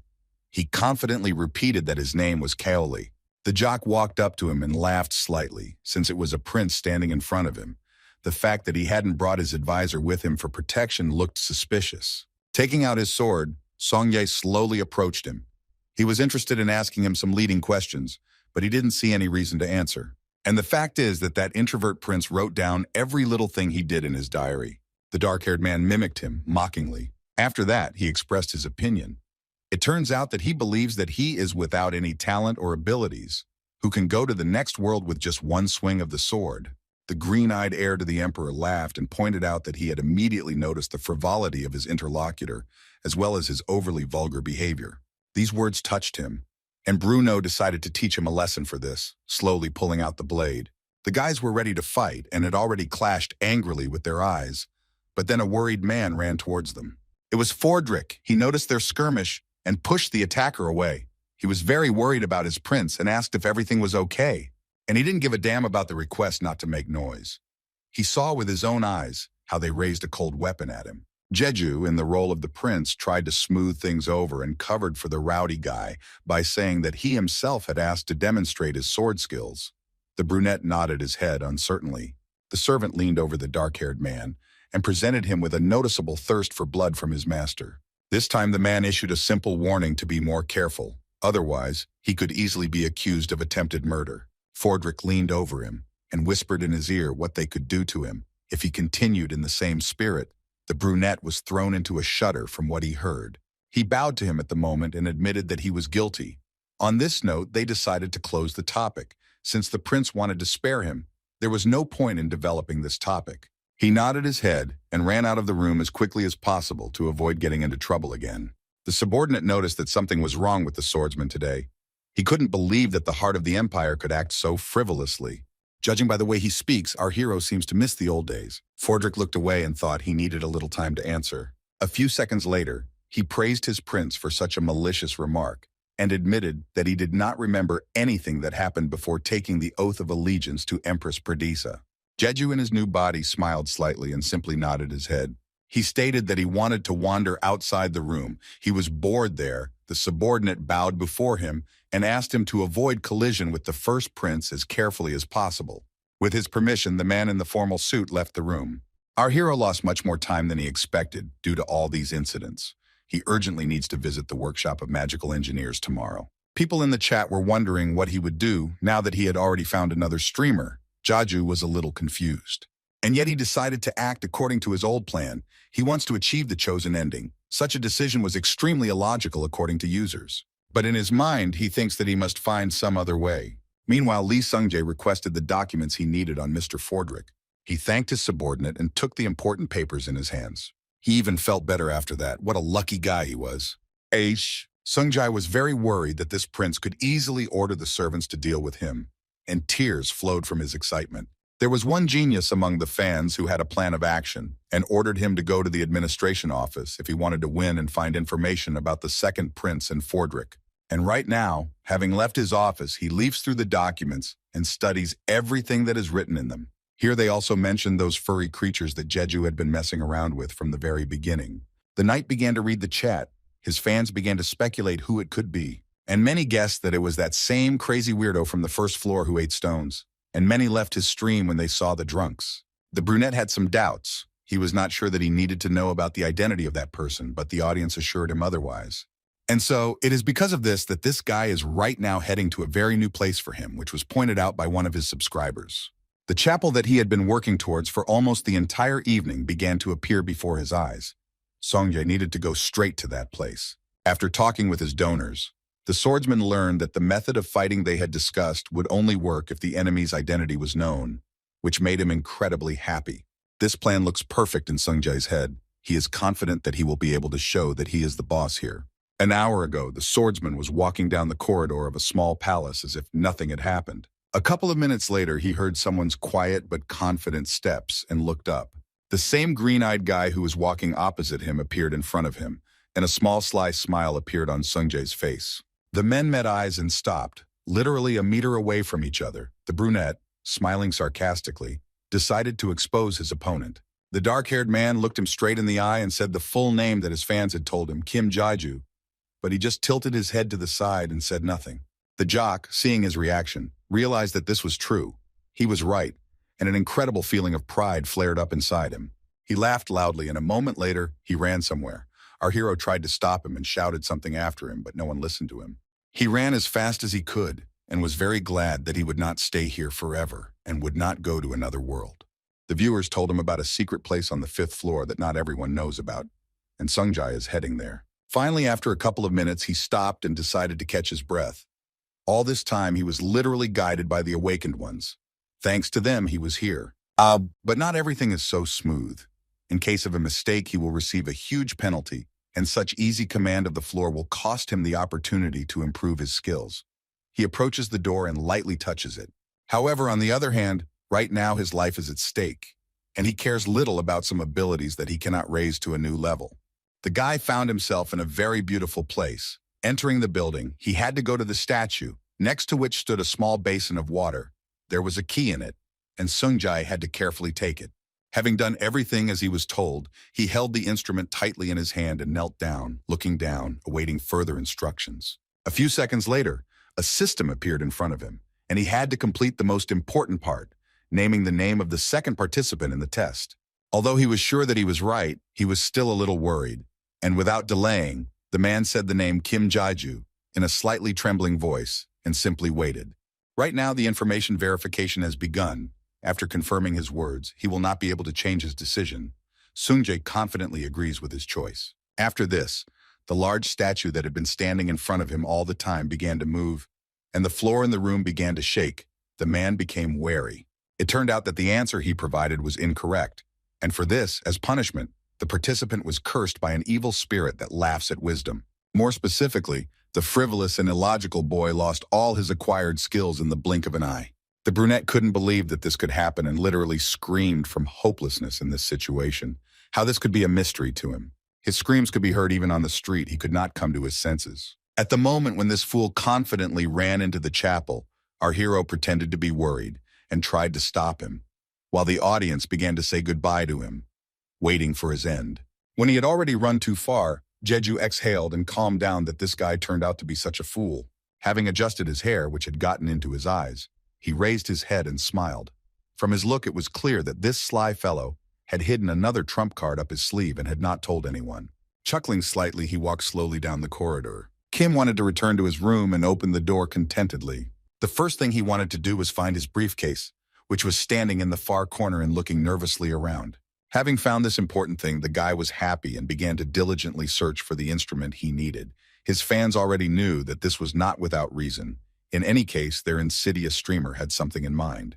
And yes, our resourceful hero gets hold of that very coupon for a name change that he had saved for the most force majeure moment. To begin his small changes, Jeju activates it by tearing a multicolored piece of paper in his hands. A system window appeared in front of him asking him to choose a new nickname, and the guy, flexing his fingers, began to come up with something unusual. That's what his viewers thought. This genius decided to add a number at the end and nothing more. The brunette knows perfectly well that the swordsman must learn the necessary sword skills. Before he carried out his plan, he was aware that failing a wisdom check would result in all of his opponent's skills being nullified, and after that, the player will be forced to buy training books again. But if there is no major sponsor among the spectators, then he will not be able to reach the ending. And our hero is almost certain that there are hardly any such fools among his people. After the operation, the boy closes the briefcase. But Jadzu was a little upset that his followers didn't like the new change and criticized him. Such massive criticism towards him slightly upset the guy. Even his very first fan did not appreciate such a hasty decision. His thoughts and conversations with the awakened were interrupted by strange and loud screams behind the door. Many guys on the stream recognized whose voice it was. To calm everyone down, the red-haired boy went out into the corridor and indignantly asked what was going on. Two guards looked at him in confusion. The men in armor were holding back the rowdy guest, who introduced himself as Sir Royance. It was already late, and they could come tomorrow. But he persistently continued to row. Chuckling nervously, the brunette looked at him and asked to talk alone for just a couple of minutes. The green-eyed man did not torture him and still decided to let him in for a while. The audience was surprised that he agreed to this so easily. The guards left, leaving these guys alone, entering his modest office. The enemy, looking angrily at the prince, began to slowly approach. He looked at him with such a fierce gaze that he was ready to deal with him with his own hands. Sungjai is haunted by the thought of who this guy is. Jeju smiled widely and didn't want to repeat what he had already said and simply stared at him. The only thing separating the two boys was a small chair that stood nearby. The swordsman grabbed it as he approached his enemy. He couldn't calm down that they were playing with him like that, and that all his skills were canceled because of the curse. He throws the seat right at his interlocutor. Kim was able to easily dodge by jerking his head to the side. The viewers on the stream were amazed and laughed that the security guards standing behind the door were not worried about Kaoli. In any case, this test must end somehow, and enraged Sungjai decides to stop everything with his own hands, slowly drawing his sword. The brunette decided to check which of them would be the first to fall in this battle, and literally declared a duel. He tried to inflict at least some damage on our green-eyed hero, but most likely due to the loss of all skills, he cannot even move normally. It was not difficult to intercept his hand waving in unpredictable directions, which is what the red-haired Kaoli did. To stop him from swinging his blade as much as possible, Jeju, in someone else's body, deftly wrapped it around his back. It was quite painful, Sungja screamed and demanded to be left alone. Kim squeezed his hand even harder. Many viewers noticed that the guy really was superior to this psycho in fights. From such strong pressure, the brunette let go of the sword from his hand. After this, our hero came closer to him and whispered that he had saved his life only because there was a good profit to be made from him. In this case, mercy for fear should not be accepted. Songjae was trembling with fear and begged the prince to let go of his hand. Slightly, the green-eyed man did this, and with a light movement, he pushed the ignoramus. The bully fell to the floor. Just think, after losing his skills, he can't even stand on his feet. Jeju shook his hands and, looking at him, demanded that he get out as quickly as possible. The yellow-eyed bully slowly stood up and, limping on one leg, ran to the door, closing it behind him. The boy understands that this time he pressed too hard, but this proud swordsman will finally stop bothering him. He only has 6 days at his disposal. And it's a good thing that another streamer is no longer a problem. He can be dealt with at any time. He was tired of the whole tense situation, and the first thing he did was jump face down into the pillow. He was slightly calmed by the thought that if the current emperor does not die, then there cannot be a next one. But even if this happens completely suddenly, the next one will be the first prince.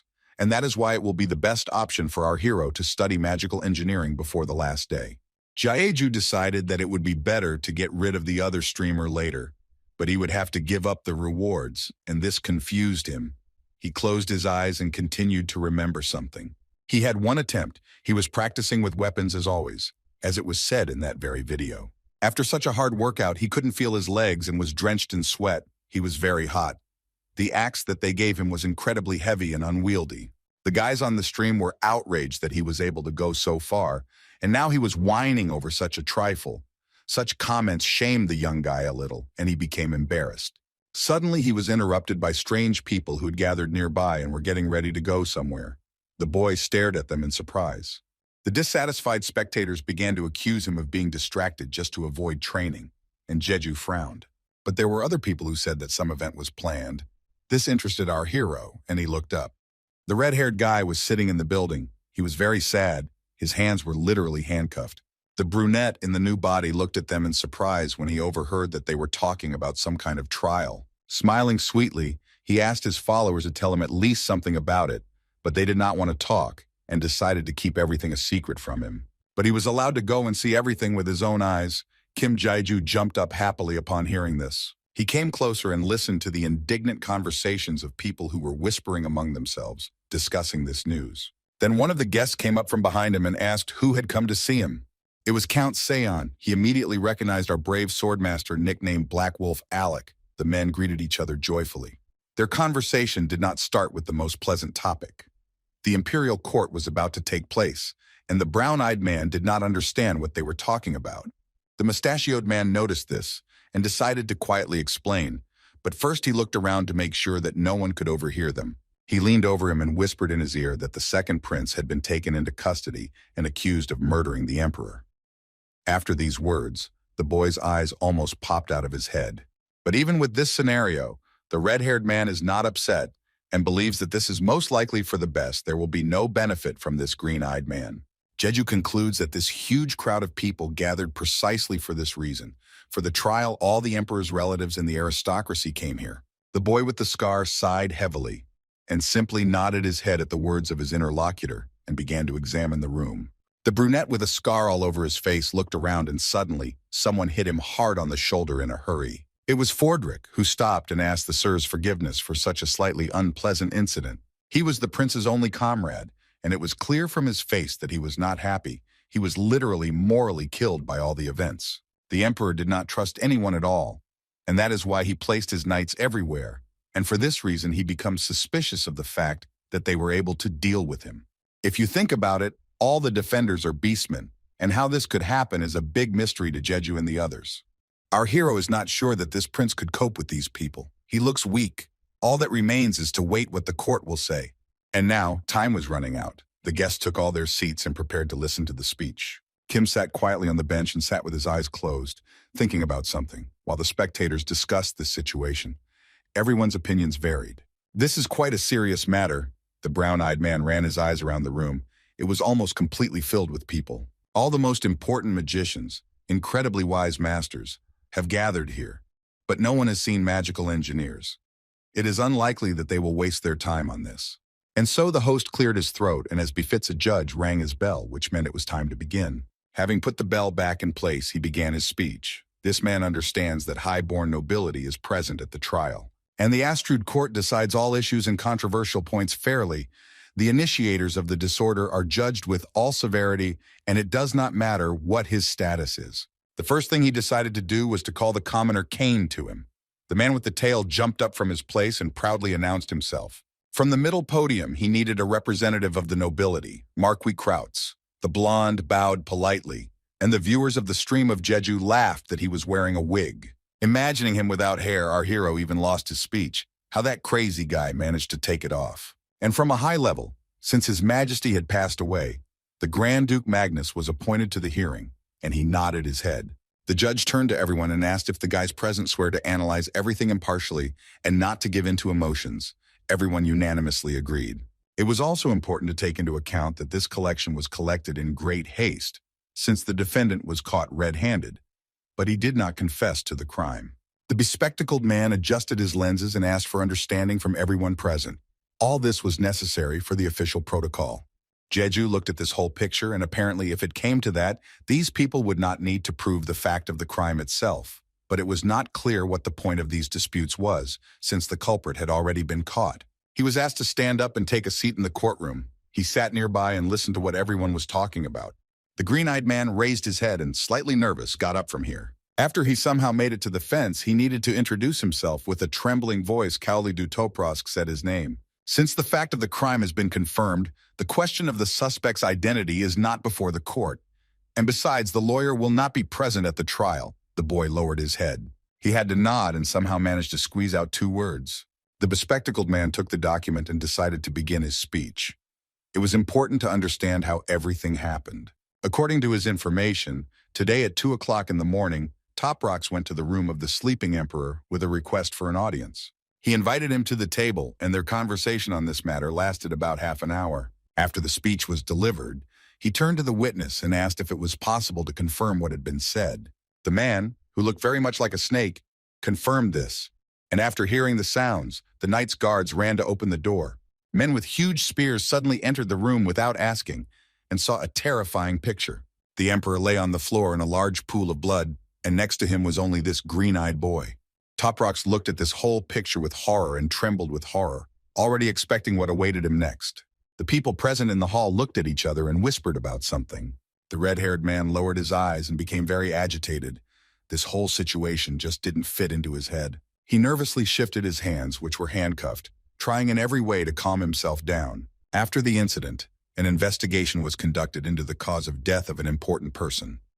Powdered lapa leaves were found in his tea, which he drank with great pleasure. And it was this substance that was found on the prince's clothes. This flower is very poisonous and has neither smell nor taste, and is actively used for such methods of reprisal. The judge glanced at everyone present and was ready to listen to any possible objections or additions to the story. Toprox, overcome with nerves, could barely refute this, his voice trembling. Since no one wanted to say anything, the bespectacled man declared the small but urgent meeting over. This decision without any rules did not please anyone. There was a noise in the hall and indignant cries of people could be heard. Jeju was also unhappy with this conversation. He couldn't believe that everything would end like this. Trying to think it all through, he still couldn't find any logic in such a trial and looked at the others in confusion. But then Duke Magnus asked everyone to shut their mouths. The gods who look down on Astrud must be laughing at such a farce. He gives the order to tie the second prince to horses and drag him to the empire to clearly show everyone what happens to those who attempt on the life of the ruler. In conclusion, the green-eyed man will have to beg for forgiveness and confess to what he did. The old man looked up and asked if everyone agreed with him. Cain jumped up happily and agreed with this turn of events. The blonde guy, who actually wears a wig, was also not against it and considers it a reasonable decision. Only Fordrick objected. The man shouted at the presenter and declared that such behavior was the delirium of a speckled mare. The man who was sitting next to him wanted to ask where the court could have made a mistake since such harsh statements came from his lips, and he was slightly confused.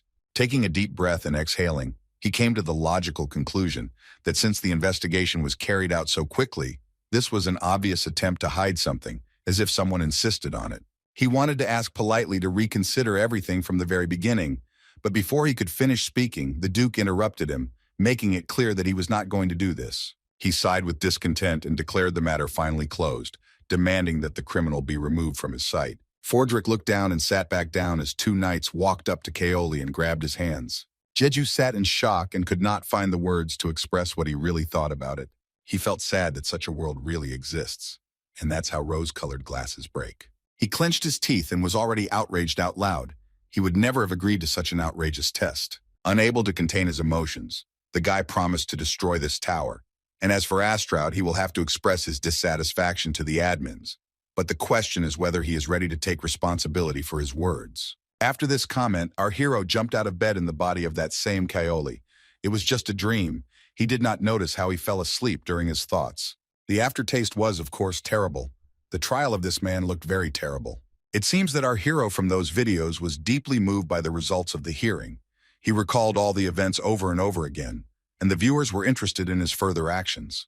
Kim Jae-ju had no intention of dealing with his opponent, but he had already made his decision. He knew what he should do now. In fact, the guy knows one loophole that can play into his hands, and that is why he feels so confident. He stood up and went to the shelf, starting to study the books he needed.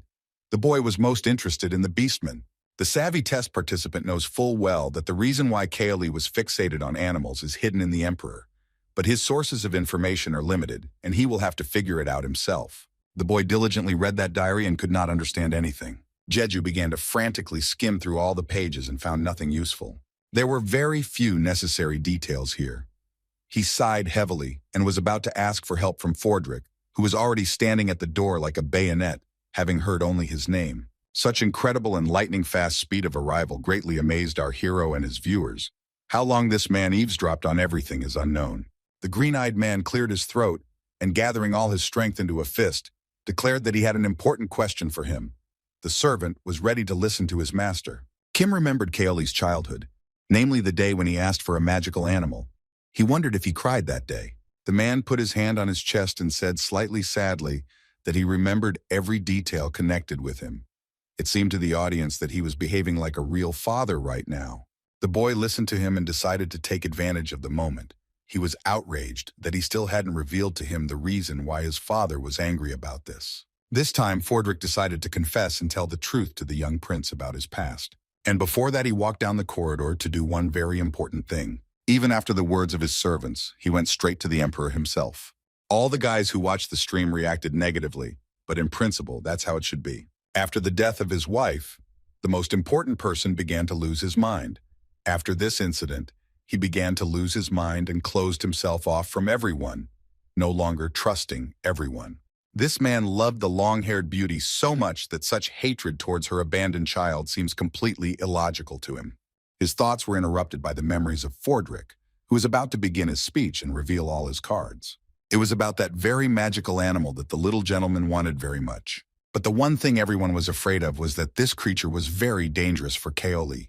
But this did not stop the baby. At the same time, when he was approaching his so-called father, he seemed to be a little stuck, and the spectators advised him to be more careful on his territory. Right in front of him, there were already two guards, watching everyone who passed by or entered the most important door. Before heading straight there, our hero decided to turn off the chat for a while to improve his concentration, although many were against it. Smiling sweetly, Jeju asked the boys not to be angry. They would still be able to see everything that was happening with their own eyes. Now that nothing is stopping him, he needs to prepare and fully get into the role. He sets himself up that he is Kaoli. And in the end, instead of a shy and timid boy, a self-confident one will come to the Emperor, who will certainly amaze with his behavior. He turned to one of the guards and praised them for working so hard from early morning until late at night. One of them stared and listened attentively. Coming closer to the matter, Jeju directly explained his desire to ask for an audience with His Majesty. Right in front of his nose, they blocked his way and said that right now it was impossible. But really, even for the Prince of the Empire, our hero did not retreat and insisted on his own. The same man responded no less menacingly that there are no exceptions here, even for such an important person, unfortunately. The green-eyed man exhaled indignantly. These beastmen clearly do not show emotions, which means we will have to act a little differently. Taking a deep breath, Kim, in the guise of Kaoli, shouted so that the Emperor would hear his request and express everything in this way. Its loud echo could be heard in the corridor of the palace, and the guards looked at each other and shrugged their shoulders. A couple of minutes later, the door that they had so carefully protected began to slowly open with a slight creak. Another servant of the Great Majesty approached our hero and asked him to wait a little in the reception room. Jeju was very happy in his soul. Finally, half of his plan had come true. Two people led him inside, politely indicating where he should go. The boy sat down at the table and waited with a smile for the most important person. The guard stepped back so as not to disturb the young prince.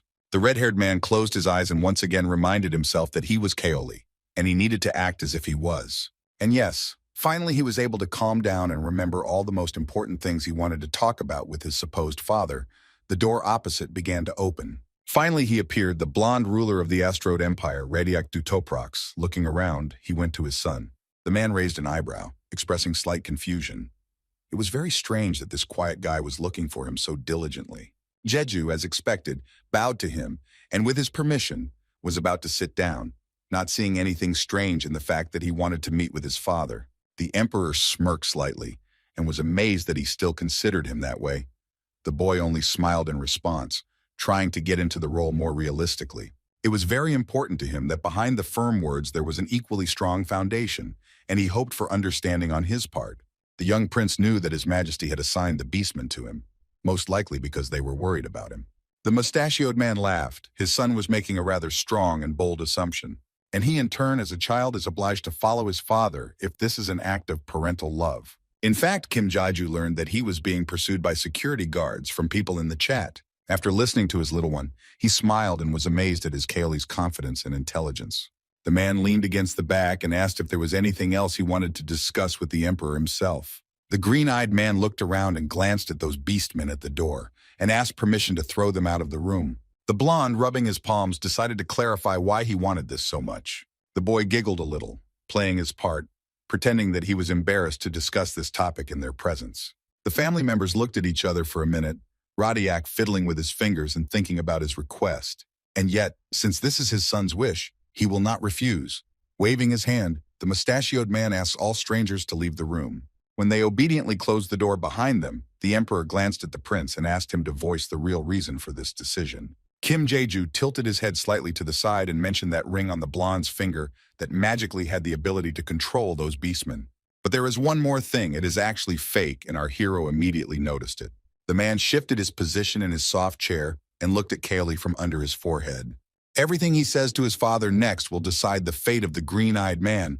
This time he needs to provide compelling evidence. Having cleared his throat, the red-haired man decided to speak directly. He knows that his father supposedly has 2 such rings. According to his data, the first prince received recognition and approval from the emperor himself 3 years ago for his leadership and bravery, which was the victory in the battle on the Lawalik Plain. However, during the celebration, an unpleasant incident occurred. Under the influence of alcohol, he spilled an intoxicating drink on the emperor. Radiak Toprox interrupted Jeju's speech, raising an eyebrow and making it clear that he was not particularly interested in quoting stories from documents. Our hero picked up the piece of paper and confidently declared that this was not the end. He had something to say from himself. The father looked at the boy with curiosity. It turns out that he knows that this sly fellow, wiping alcohol off His Majesty with his handkerchief, managed to secretly steal the very ring that he always carries with him. After this, the scoundrel exchanged it for a fake, hiding the original in a handkerchief. The emperor frowned and demanded real evidence, not empty guesses without confirmation. Kim began to worry and tried to calm himself down mentally. He was sure that Kaoli's father had no reason to be angry with him, so he just wanted to say that he knew about everything too. This did not make the man emotional, but rather the opposite. It made him laugh a lot. He laughed so loudly that the guys behind the door heard everything. The guy can live a little longer. Radiak didn't know that his son had such an ace up his sleeve. He pretended for so long that he didn't know anything. If it came to that, it was obvious that Kaoli wanted something from him, and Jeju made no secret of it. He rose slightly from his seat and declared that he wanted to take his throne. Blue Eyes did not appreciate this idea. In the Empire, there is only room for one emperor. Kim knows this very well, swallowing the lump. He was about to say the last thing. The boy smiled broadly and, looking up from under his forehead, asked Radiak to say goodbye to life. At that time, one of his fans was watching everything that was happening and laughing loudly. This streamer is clearly not an ordinary one. Everyone who was present was also surprised. It doesn't seem like he's an ordinary newbie, since he has such intelligence and strength. The brunette watched the broadcast from beginning to end and was amazed by it. It seems that this little man has no equal, an incredible participant. He was exactly what he needed. User Vanpatch sponsored Jeju for a whole 1,000 coins and asked him in a voice message to deal with all the villains. Money for this test from the Awakened literally rained down from the sky. He felt awkward about it, but pleased. Finally, he turned on the chat and was able to communicate with his audience. The sounds of donations interrupted each other. The guy had already lost count. After everything that happened, it was time to continue. Fans asked what he will do next. He thought for a bit. Kim Jae-ju smiled cheerfully and expressed a desire to have a snack. And then the plan was to learn new skills and improve. The weather was pleasant outside. The sun was shining and a cool breeze was blowing. Our hero was heading to a very important place for him. After some time, he found himself near the entrance to the workshop, and finally he could begin to fulfill his main goal and dream, to study magical engineering. His hands were full of things he needed. It was quite heavy to hold them when he heard a displeased voice behind him. In front of him stood the first prince of the empire, Elephant, who looked down on the boy and asked what he was doing there. The so-called Kaoli also had the same question for his unloved acquaintance. The long-haired man noticed a change in the manner of communication, not for the better. This man must have received information from those under his control with the help of that very stolen ring. It is not difficult to guess that this sneak was interested in what he had talked about with his father then, and most likely came here out of impatience. The boy scratched his chin and agreed that he had indeed seen Radiak at dawn, pretending to be innocent. Jeju directly concluded, saying point-blank that Elephant had deliberately received such information from an unknown source, and he immediately blushed and bit his lip. This really angered the young prince. He couldn't believe that he had changed so much. Kaoli did nothing but hide behind Fordrick's back, trembling with fear. The blonde couldn't stand such an attitude towards himself, and was going to teach the impudent boy a lesson. He was going to hit him in the face with all his heart. But he was stopped by a rough voice behind them. It was the master of the Imperial court, known in these parts as Bran. Holding the cradle in his mouth, he raised an eyebrow and expressed indignation at what these two were up to, and in front of his workshop no less. Elephant Dutoprox rudely untied himself, but immediately received a response. Such behavior is unacceptable, sorting things out right next to his workplace. The man asked him not to behave so rudely. Even if he was the first prince, he had no right to treat even a simple master in the yard like that. He only gritted his teeth. This little man is not yet an emperor, but he already demands to be treated with respect. The audience was glad that this bully was finally put in his place. If this young boy really wanted to get his praise, he shouldn't have made a scene in such an inappropriate place. The elephant got very angry. The proud son sighed with displeasure and looked at him angrily. Blue-eyed will never forget such humiliation towards him from some commoner. He cannot believe that he was scolded in front of Kaoli. But the bearded man didn't give a damn about his feelings. He just chuckled slightly. And as his last wish, Bran would like to write a few kind words on his grave addressed to this cocky young prince. He literally laughed at him. Jeju looked with slight bewilderment at him, then at his so-called little brother, who stood with his hand clenched into a fist. When he becomes emperor, he swears to himself to cut off the head of this ignoramus. Right now, he has nothing to talk about with him. The elephant turned around and walked away with a quick, firm step, calling the smoker disgusting, which he did the same in response. Kaoli thanked him for his help, but Bran only grinned. He only stood up for himself. The work schedule is very important to him.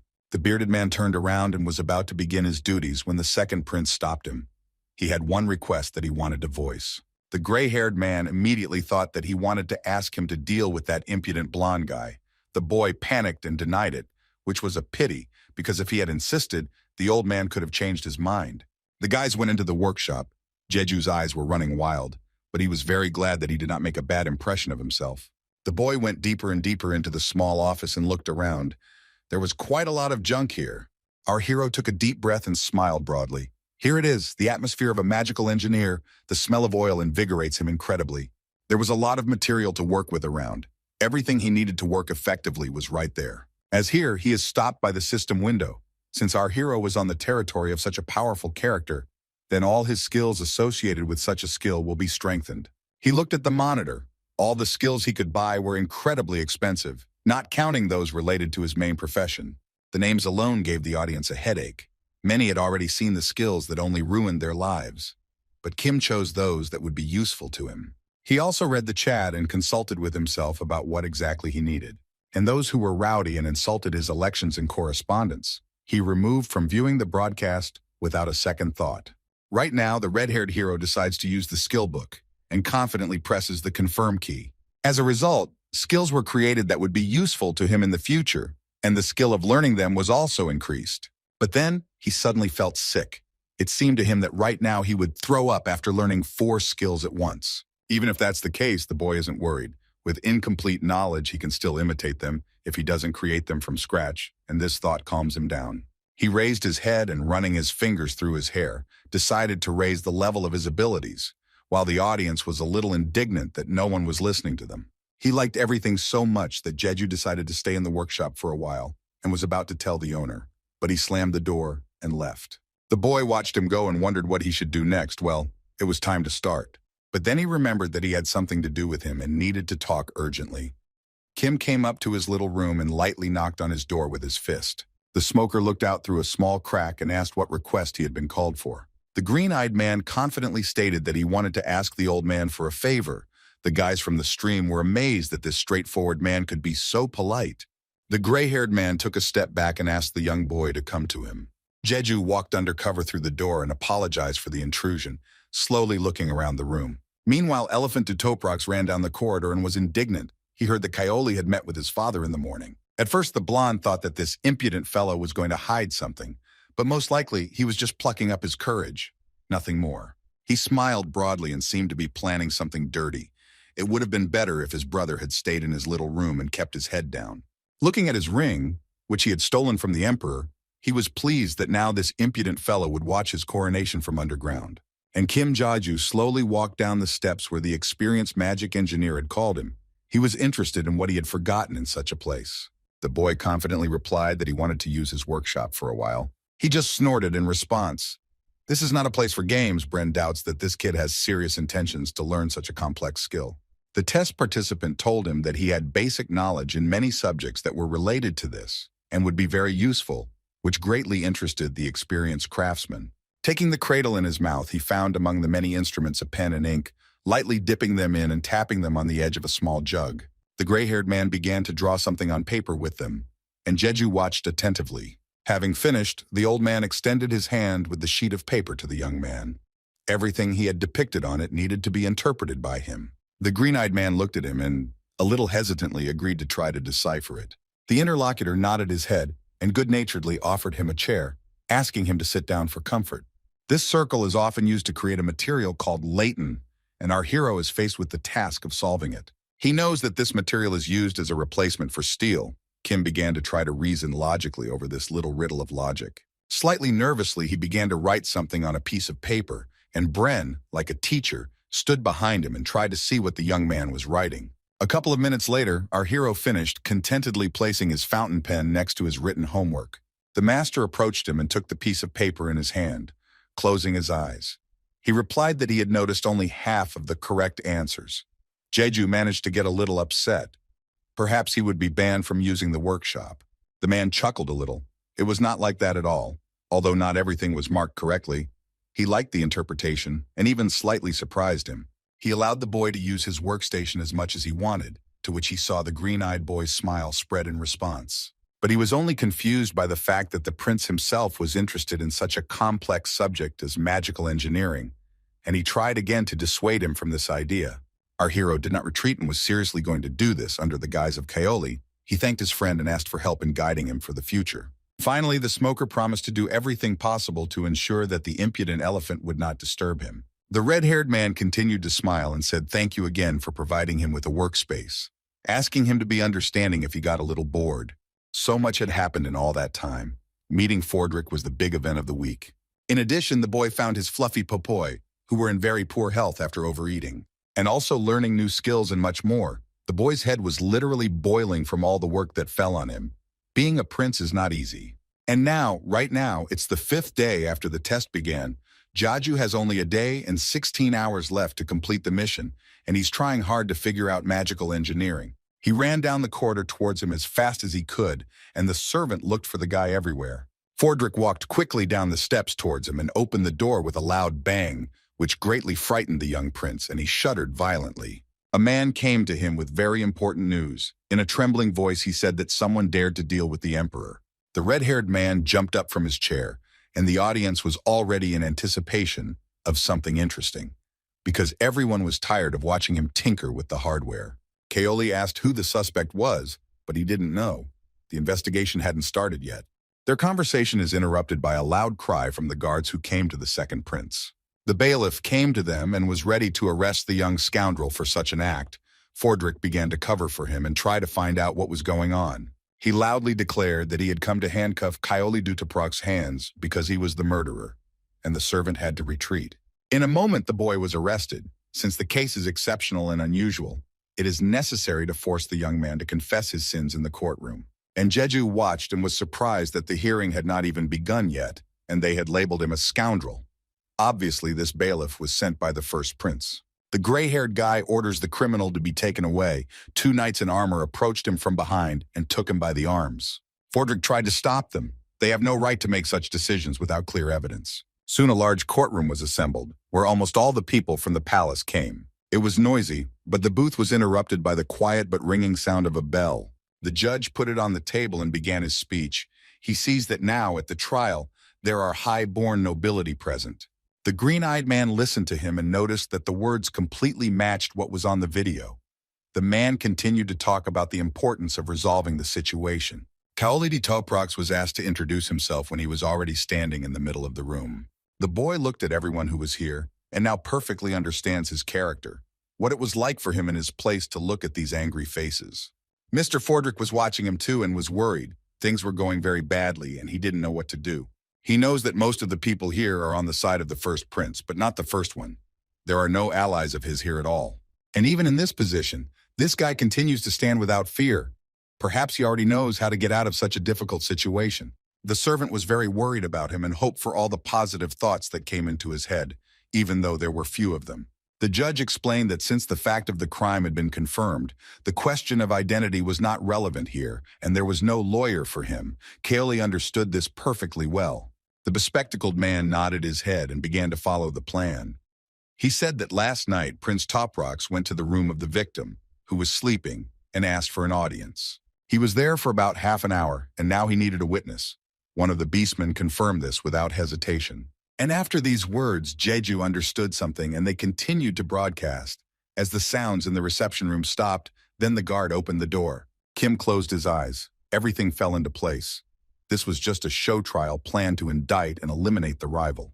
The guy was addressed by name, and he raised his head, looking at those vile faces. After investigating the cause of death, his men examined the room and settled on the tea that the emperor drank with pleasure. They contained powdered lapa leaves, which was also found on the clothes of the second prince. The bespectacled man glanced at the suspect and asked the audience if there were any objections. The green-eyed man made it clear that it looked like they were indeed present. The judge, in a calm tone, but not as confidently as before, asked him to continue, giving him the right to vote.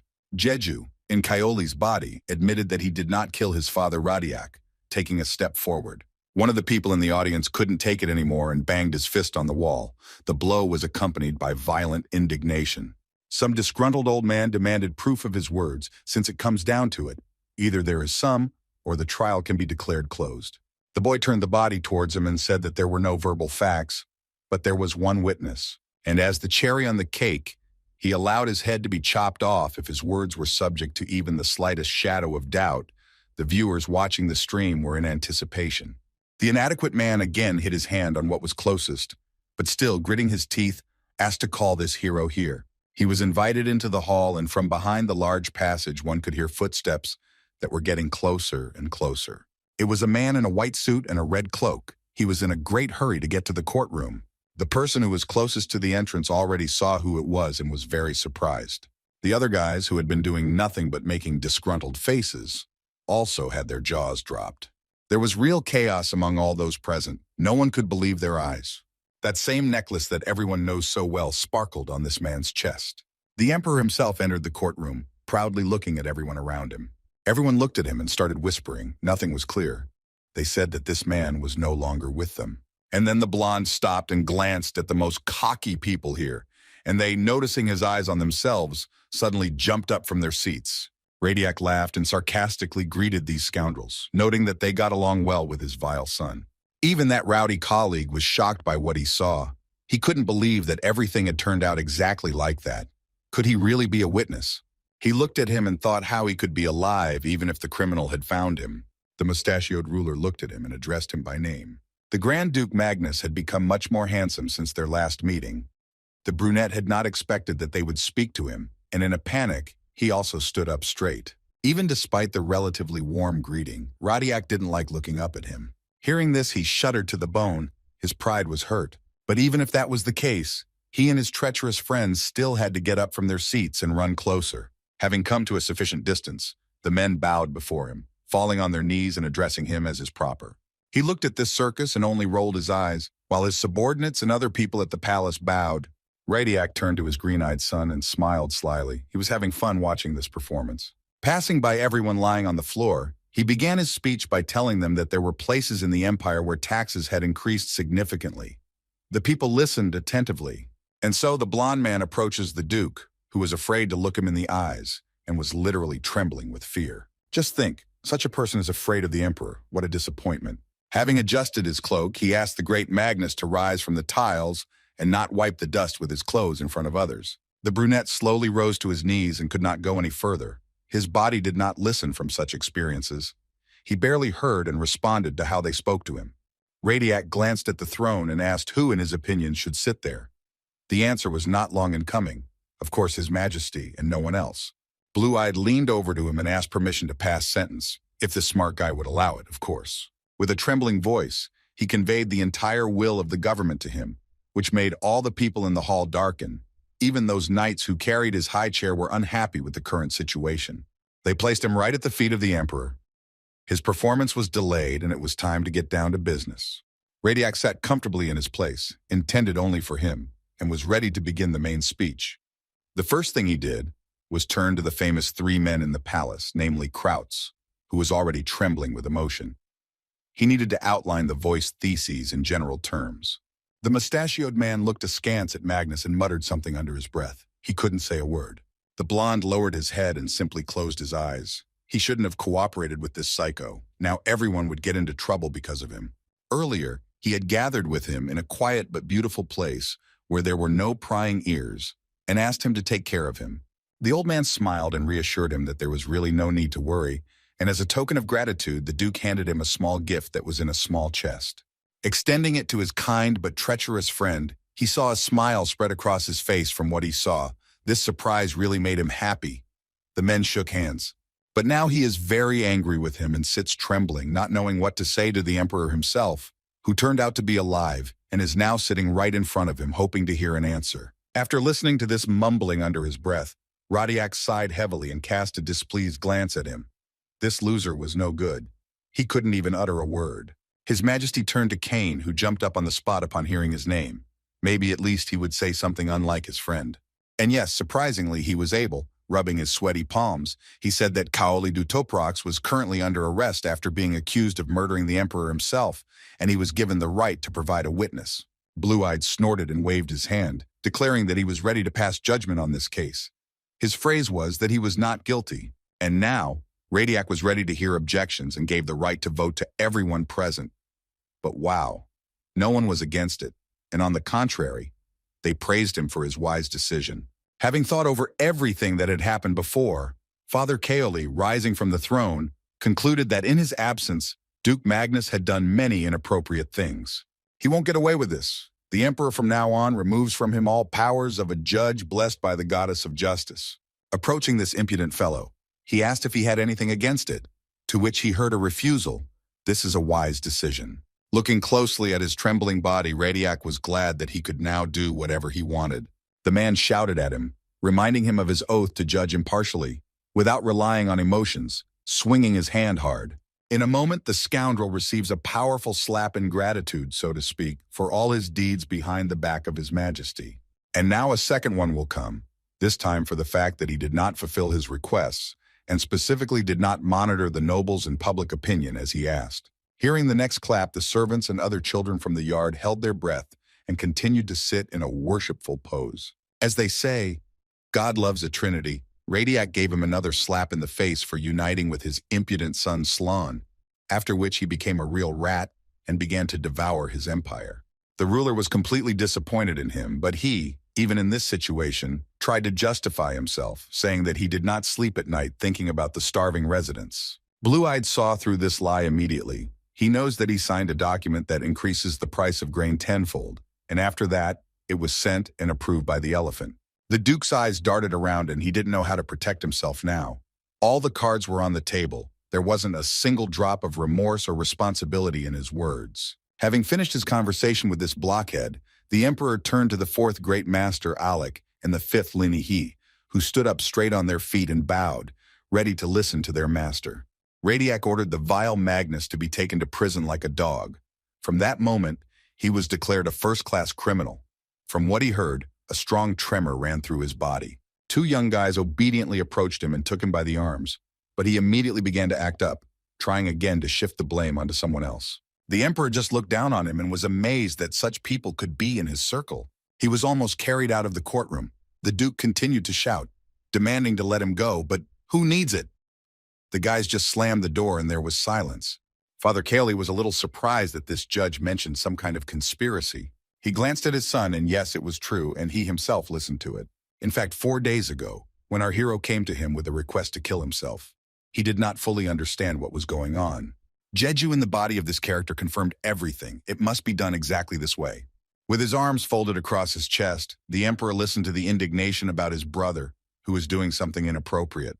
Radiac leaned back on the sofa and still did not understand why his death, which his son wanted to arrange, was here. The boy explained everything to him clearly. If something happened to the ruler of the empire himself, then this impudent elephant would definitely try to eliminate him. And all simply because he was like an eyesore to his relative. The green-eyed man lowered his gaze. Having explained everything, the Emperor still did not understand what it was all about. Jeju did not back down and said that he would publicly want to humiliate him and blame him for the incident by holding a secret hearing.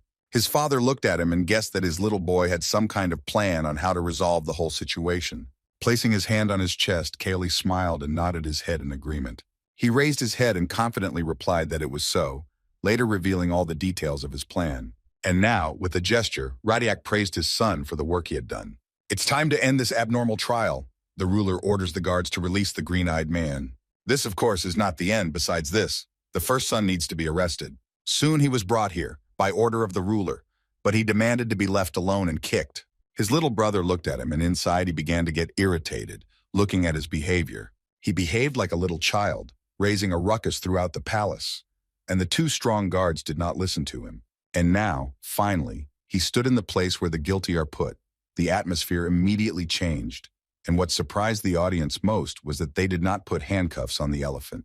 Nothing had even started yet, but the long-haired blonde began to make excuses, shifting all the blame onto Kaori, citing the fact that he had something planned. Hearing this scoundrel call the Emperor father, Radiac gritted his teeth. It didn't seem like that was the case at all. He scolded the elephant for treating him disrespectfully and felt a little ashamed. He shuddered and asked for forgiveness, bowing before the ruler. All the spectators laughed at how scared he was. Jeju didn't react to this in any way and patiently waited for his time to come, while the first prince looked at him sideways with a displeased expression. Then he received a notification in the system that one of the fans had sponsored him for 1,000 coins, asking for forgiveness for the time when he had been rude. Our hero just chuckled and simply closed the pop-up window. So it was time to begin. Radiac was about to declare the court open, but his second son interrupted him. It was important for him to say that he felt offended and insulted after he was put on the defendant's stand. The people in the hall whispered among themselves and could not believe that he had interrupted the ruler's speech. But he didn't seem to mind and asked to continue what he had started. He thanked him and expressed his desire to personally prove the guilt of his little brother, Elephant du Toprok, asking him to publicly explain his innocence and bring the criminal to justice. After listening to his son, he crossed his legs and, smiling slightly, gave permission to do so. Those present and onlookers looked at this picture with wide-open eyes, not understanding how this could be. The red-haired man raised the corners of his lips. It was really hard to believe. If the emperor everyone knew was in front of him, he would most likely have thrown him out of here for his liberties. And so it was time to begin the most important thing, the hearing of the case of Elephant du Toprok. Our hero declared the meeting open. Cayley asked his little brother his full name, but he just looked at him and gritted his teeth. However, according to the law, if he continues to remain silent, this may lead to a decision without consideration of the case, and therefore it is better not to play with it. The blond boy, hearing this, clenched his fist tightly. His pride was hurt. As much as he didn't want to, he had to answer, blushing deeply in front of everyone who was watching what was happening. The green-eyed man looked at him and decided not to drag things out and get straight to the main question of the day. It was quite banal, but it was still necessary to ask whether the second prince had accepted the attempt to deal with the emperor. The elephant looked at him silently and did not know what to answer, swallowing a large lump in his throat. Since he did not deign to squeeze out a word after minutes of deep silence in the hall, our hero decided to ask the same question again. Unable to withstand such strong pressure, the criminal prince slammed his fist on the table. His eyes widened. He couldn't believe that some pathetic little brother was interrogating him. This all seemed like some kind of nonsense. He asked if he had evidence that could refute the accusations. Kim asked this specifically. He knows how he will react to this. The long-haired blonde just laughed. The people in the chat panicked, and it seemed that everything would not go according to plan. After a couple of seconds, he did it so loudly that the room echoed. He glanced at his little brother and mocked his pathetic attempts to imitate the emperor. Wiping away the tears that had been released after such a sudden outburst of emotions, he turned to Kaoli and looked him straight in the eyes. It wasn't hard for him to guess that this little impudent fellow wanted to take his father's place. Grabbing him by the shoulder, he thought that someone had put the boy up to this. Even in such a losing position, he demands that she fall on her knees before him and beg for mercy before it is too late, laughing hysterically. The boy stood there like a pillar of steel and wasn't going to tolerate this. Jeju shook his hand off and reminded him that a trial was going on right now. The green-eyed man looked at him point blank, if it were not he who stood in front of him now, but that same innocent and timid Kaoli, who was easy to manipulate, then he would have believed his only brother even now. He remembered those very notes from his book. It was the Empire in 944, on February 19th, his birthday. The kid was very sad that his father had been in a bad mood lately. He would really like to somehow cheer him up and raise his spirits. That day, he asked his brother about it, but he only smiled broadly and said that Daddy loves magical animals and would be very happy if he asked for such a gift for his holiday. At that time, he was only 10 years old, and as the second prince had said, he expressed a request for the animal, for which he only received a slap in public. This answer could not fit into the head of the timid boy. Even 3 days later, he cried, and Fordrick noticed this, who promised to find out what happened and went wrong. The boy's tears flowed even more from attempts to calm him down, and the next day, the green-eyed man created a secret space under the room. The red-haired birthday boy offered his servant a coin, but he did not accept it, but promised to give him many magical animals in the future. Yes, that's what happened. The space gradually began to fill with them, but he asked not to tell his father anything. But the kid didn't understand, because his brother said that Radiac loved them. After several months, his secret hideout was noticed by him. This greatly angered the ruler, and he ordered them to be burned with his own hands. Kaoli cried and could not understand how he could recognize a place that was carefully hidden from everyone. He didn't tell anyone about him except the elephant, and the first thing the young prince suspected was Fordrick. These thoughts tormented him so much that he tried to avoid them, and no matter how cruel it was, he had to burn all the fluffies. Out of the heartbreaking pain within himself, Kaoli went to a commoner's bar and dressed like them. He didn't care what his father and others would say. He got drunk and promised himself to raise the animals again, but not to tell his brother. Next to him sat hunters of magical animals and boasted about the results of their work. After hearing this, the green-eyed man screamed without noticing it and threw a mug with an intoxicating drink. When the beatings were over and the baby woke up, Fordrick was standing in front of him and trying to bring him to his senses. And so, after such a cruel incident, the young prince could not trust or open up to anyone, so he simply sat in his secret lair and spent most of his time in it. He no longer liked people who broke his heart and hurt his soul. It seemed that animals were much better. But in this life now everything is different. In the body of this character is the person who can teach a good lesson to the offenders. He now insists on continuing the trial. In a dissatisfied tone, the elephant agrees, but asks to call the beastman into the reception room as a witness. Jeju in the alien body agreed and asked the guard to take his place where he was supposed to. The yellow-eyed man stood still and waited for further instructions. The long-haired blonde turned to him and was ready to voice his question. At the same time, while he was speaking, he put his hand in his pocket and quickly looked for something in it. And finally, I felt what I needed. It was a handkerchief in which the control ring was hidden. Pretending to need to wipe his face, the first prince asked who he had seen with his own eyes in the emperor's reception room. Victory in his pocket with such a powerful tool. The elephant was very pleased and smiled. He has something that can control the beastman. And now all you have to do is look at him and wait for an answer. Controlling their speech is as easy as pie. Now he glanced at Kaoli. This time he was definitely finished. He couldn't win. The guard cleared his throat quietly and was about to start speaking. Raising his head, he loudly and clearly called out the full name of the first prince in the empire. Let's look him in the eye. He immediately felt a pressing feeling in his chest. Maybe he misheard. It couldn't be that his plan didn't work. But he was not mistaken. When he repeated his answer, the elephant's eyes widened.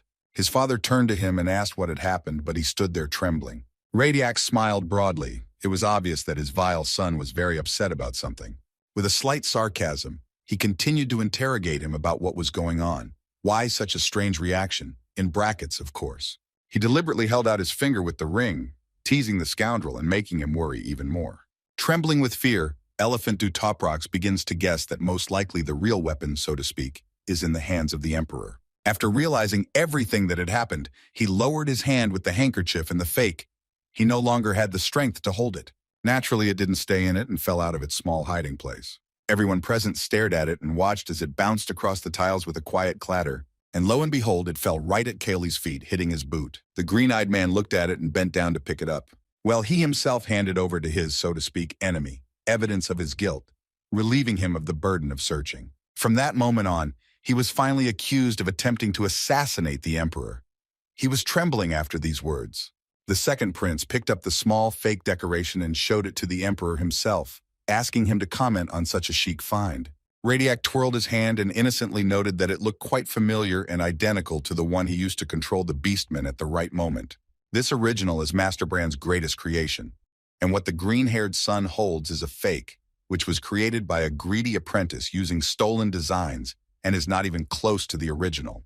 His own father no longer perceives him as his son and asks him to stop tarnishing his majestic name with his inadequate actions. Jeju turned to him and politely asked him to make the final decision, with his permission, which was not necessary to wait for. Hearing the ruler himself address him and allow everything, the elephant felt sick. He couldn't stand it, and raised his voice at both of them. The blonde doesn't want to accept this. He believes that such a court doesn't adhere to any rules. The bully pointed his finger at his brother, who, he said, had no right to judge him. Then at other people who sit with their mouths shut and behave quietly and docilely like innocent lambs, although they themselves took money from him. Kim Jae-ju, in the role of the character, concluded that he had lost his composure and had unknowingly confessed to giving bribes, and therefore asked permission to ask the audience. It was important for him to hear if anyone wanted to speak out on the side of the defense of the Elephant du Toprox. Those present began to exchange glances with each other. There was a deathly silence. Everyone was silent and tried not to make a single noise. No one wanted to stand up for their ally. They turned away from him at the most crucial moment. Even though he gave them money, it's time to make the final verdict. All the charges of attempted murder were confirmed, and also eyes were open to additional factors that are unacceptable in the Empire. This is enough to arrest the scoundrel. But before the elephant was taken away, Kaylee asked Radiac for permission to pass on a message, and he raised an eyebrow and asked for what purpose. He had a moment when he was falsely labeled. Now the boy would like to get some revenge. He sighed slightly and agreed through a smile. The long-haired man even blushed from anger, but he couldn't move since he was already being held by security.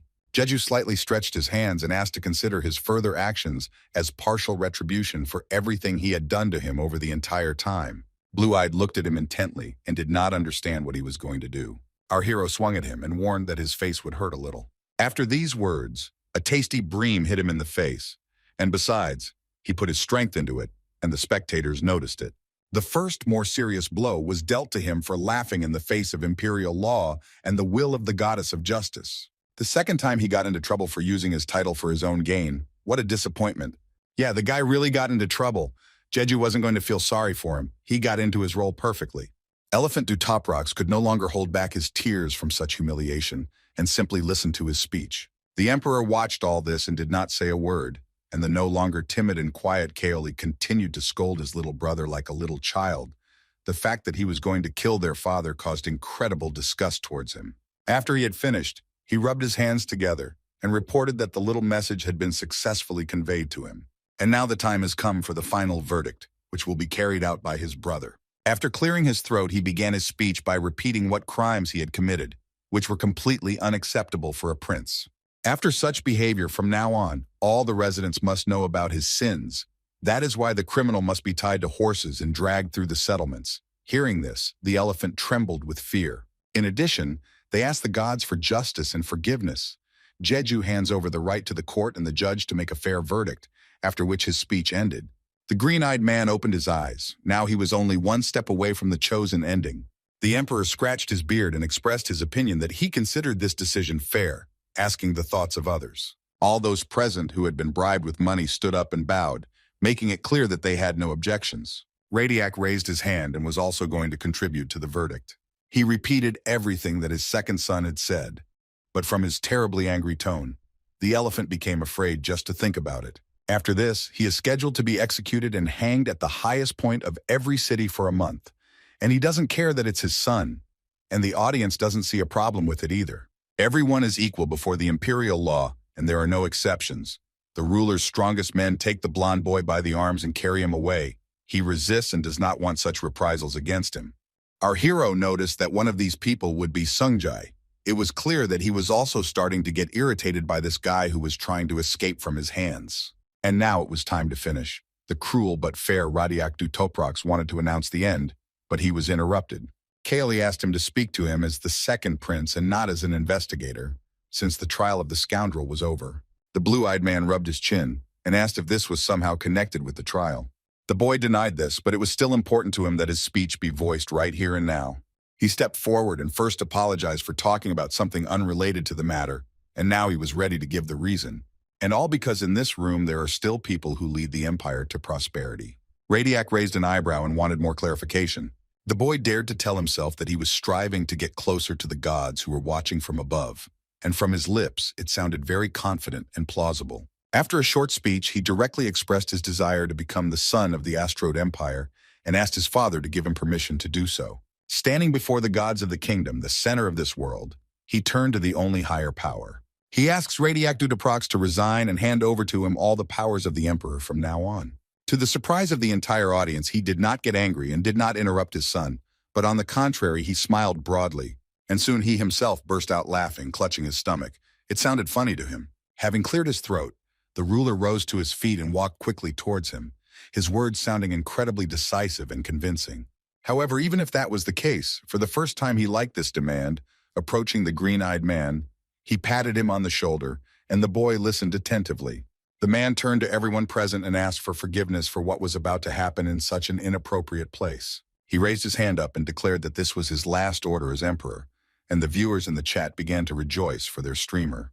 Radiac came closer to him and put his arm around his shoulders like his son, and loudly began his speech. And so from that moment on, he officially handed over the title of Emperor Astrud to the second prince, who confidently looked somewhere into the distance. Finally, it was all over. The boy was very happy with this ending and smiled widely.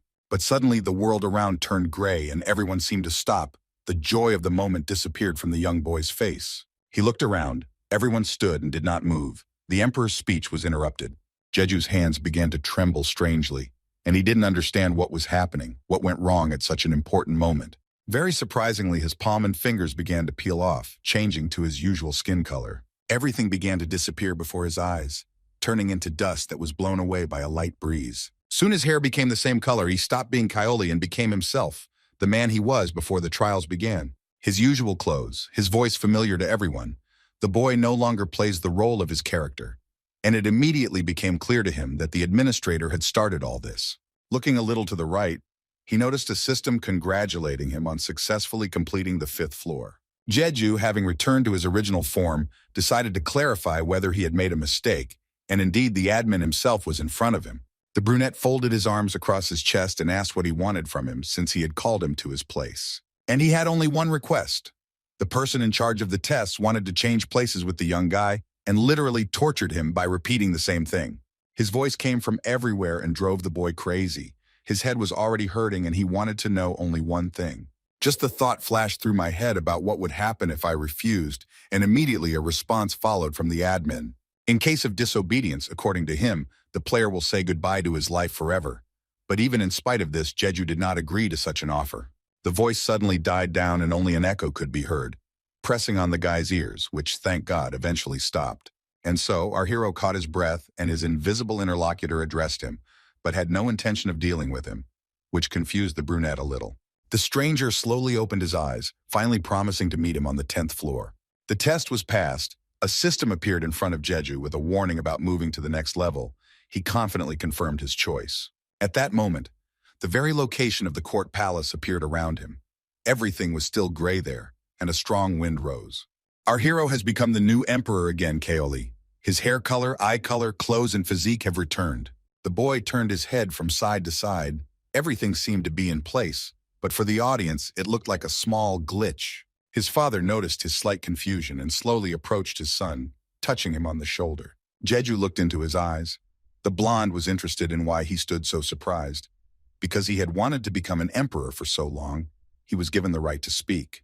The green-eyed man still couldn't get over that conversation with the administrator and felt out of place. He shook his head and sighed heavily, asking for forgiveness for such behavior. Radiac turned away from him and reminded him that from now on it was beneath his status to apologize. It was not befitting of a new ruler. Father chuckled a little and hinted who was now the most important person in this empire, starting from today. Hearing his name, the boy looked up and looked at him with slight absent-mindedness, but he only smiled. Finally, our hero plucked up his courage and promised to take this into account in the future and move forward. After some whispering, his father turned to everyone present and invited them to a small banquet. No one could miss such an opportunity. Everyone in the hall unanimously agreed to take part in such a wonderful event, and it was already evening outside. The guests of the court had already sat late. Meanwhile, Songjai was quietly leading the impudent first prince, who still could not believe that the death penalty awaited him, into the dungeon. After the little messages from his little brother, his whole face hurt. The elephant did not find any sense in what happened. The jock watched his hysterics and giggled a little. Blue-Eyed couldn't help but hear this and slowly turned towards him, looking at this guy with a devouring gaze. The proud boy wanted to teach him a lesson for mocking him and was going to punch the thug in the face. But it was not to be. The jock got ahead of him, and a tasty bream flew at the blonde guy. The brunette didn't have time for this empty-headed person. He was much more concerned with dealing with his opponent, Kim Jaiju, who had really fooled him that day. All the viewers are already waiting impatiently for his boring stream to end, and he tried to somehow calm them down by hinting that something interesting would happen soon. How he was distracted from his conversation with the young Nims by a notification in the system about the test failure. He looked there in surprise and did not know how to react. His opponent reached the goal first, becoming the Emperor of Astrud, while the elephant grabbed tightly onto his arm while he looked around in confusion. And since he couldn't reach the end, he will feel the end of the world with his whole body. The long-haired man looked at him and smiled widely. It seems that Songjai will come to an end now. The brunette had not yet had time to digest everything in his head when the accused attacked him, and he was unable to resist the force. But in the Emperor's Hall, they were still more happy about Kaoli's new post than he was himself. This is the most interesting stream of all that exists in the world. Many subordinates solemnly greeted the new ruler, bowing respectfully to him. Jeju seemed to be not there. He was wandering around the room and flying in the clouds. Had the holiday really already begun? He got permission from Radiac himself, but before he could go all out and have fun, the boy had to finish one important thing and then join in. Moving away from the panoramic window, the young emperor walked further towards the door unhurriedly with a slow step. Right at the entrance, he stopped and languidly touched the handle, pressing lightly on it. He found himself in a beautiful, luxurious hall, looking at everything that came his way. With a light step, he walked further, to the opposite end of the long corridor. And finally, he reached the place he needed so much. The boy looked up. In front of him was a large portrait that hung on the wall. This is the mother of that same Kaoli, the character that our hero plays for. He had to visit this place. And all because he was still at home, sitting on the couch and was very sad, holding the phone in his hand. He watched the life of this same unfortunate green-eyed boy, who was very worried at the trial. Watching everything that was happening, he couldn't hold back his tears. He's a very sensitive guy. At that moment, wiping his eyes, he vowed to himself to help this little boy by going out to support him on the 5th floor. Remembering this, Jeju felt a little sad, but at the same time, he was proud and happy for himself that he kept his word. That was all he wanted to do. After that, Kim turned around and went back to the celebration room. Everyone there was already waiting for him. As the viewer said, this world in which the player finds himself is not real. It does not actually exist. And our guy is not Kaoli at all, but a simple citizen of Korea. But he is still very happy for his character and really hopes that after everything he has done for him, he will be happy. Finally, it's time to go back. Jaiju walks up to the door and slowly presses the handle. His friends were already waiting for him. Radiac was smiling broadly. There was also Fordrick, who wanted to meet the new emperor again. The boy confidently walked towards them. After a small party, our hero slept like a log. He literally threw all his things around the room and passed out. Kaoli slept for a very long time. Soundly, it seemed that his snores were heard by the whole palace. And now he has already woken up. The first thing he wanted was to drink very much. All the awakened ones laughed at him, almost clutching their stomachs. It looks like yesterday someone went a little overboard, or more precisely, was unable to refuse alcohol in time when it was offered to him.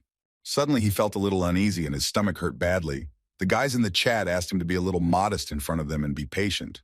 To bring himself back to normal, Jeju had to turn on invisible mode for a while. A couple of minutes later, he came out of the bath a little red and was glad that no disasters had happened.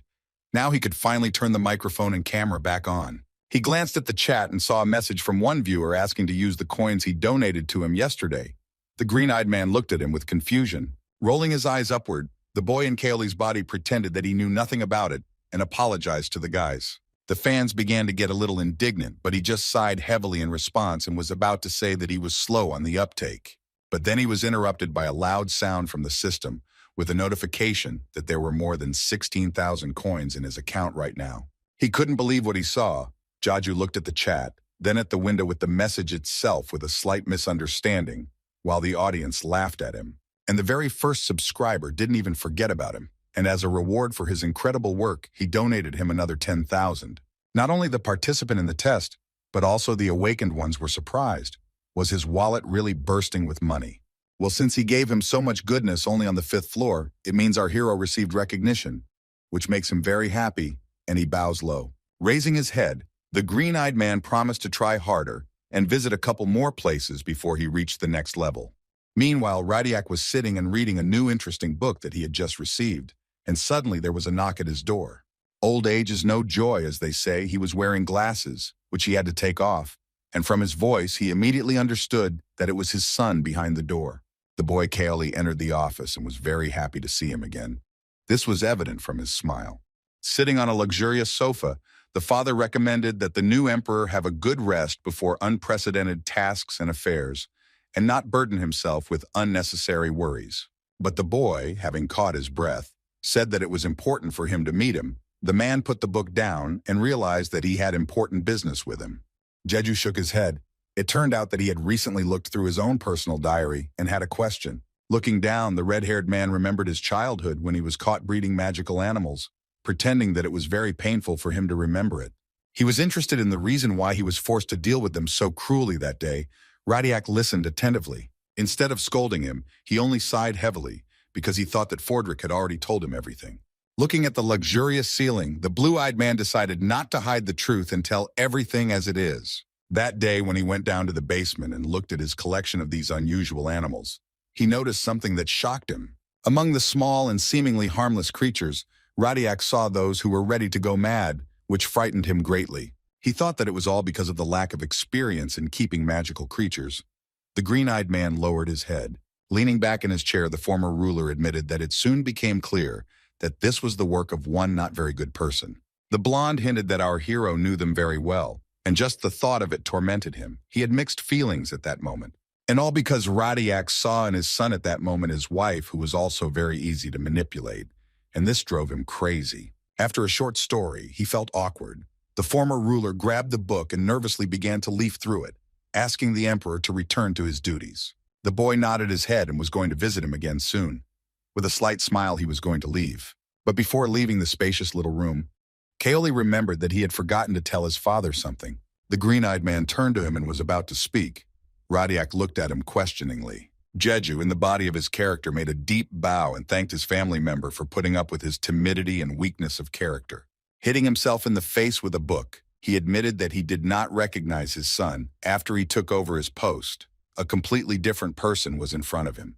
This young guy still has a lot of work to do, and his caring dad is going to help him and teach him everything he needs. After that office, Jeju came out irritated and stamped his feet menacingly. Finally, another hole was closed, but this is not the end. In the chat, people offered him to take the knight's weapon with him, which could be very useful to him. But our stubborn man refused, shaking his head in displeasure. As he walked to his next destination, the young emperor sincerely shared with his viewers that magical engineering was a very cool thing. And now he had almost arrived and noticed that very kind smoker. This was Bren, smiling sweetly, holding his cradle in his hands. As always, he couldn't help but greet the son of the Empire. In fact, our hero came to thank the master and asked how he was feeling. But even in such a situation, the old man did not want anyone to worry about him, and now it was important for him to get to the most important thing. The gray-haired man reminded him how the kid had lost a drinking battle to him, and now he was asking about his well-being, which embarrassed the boy a little, and he apologized with a slight smile. It seems that it's time to end with the lyrics. Kaoli came for those very gloves that he made. The guys went in the right direction. But before our hero gets them, his friend gives him a little warning that they are slightly unstable, although they have great power, and you need to be careful with them. He has no idea why the young emperor needs such a dangerous thing. But what can you do if that's what he wants? Jeju thanked him for his concern. Such excessive politeness slightly embarrassed the master, and he turned to face him. The boy bowed to him and again expressed his gratitude for everything he had done for him. He sincerely wants to see even more cool and useful inventions from him in the future. After hearing this, the old man felt a little awkward that the emperor himself was bowing before him, and he blushed slightly. Our hero himself was very pleased to hear that he was respected. He just lowered his gaze and smiled sweetly.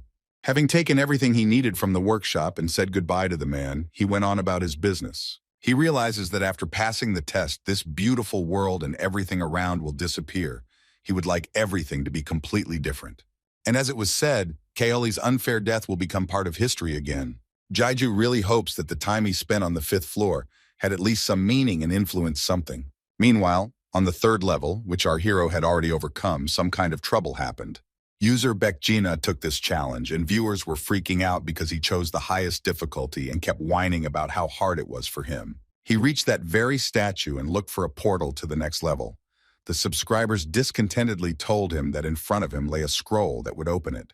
The blonde was also unhappy with such fans who did nothing but scold him, because he was the one risking his life here, not them. In the 957th year of the Asteroid Empire, for the first time in history, the most just ruler sat on the throne, without any dark deeds. He was very wise and full of courage. He was liked by absolutely everyone without exception. Civilians always praised him and greeted him with loud applause, and his nobles expressed deep respect and bowed before him in fear and incredible honor. But why is everything like this? The viewers noticed that it was a completely different story. Something had changed. And finally, there was a message to the travelers never to play with the emperor himself, although he has a kind heart. But if you anger him, it is better for no one to know what the consequences might be.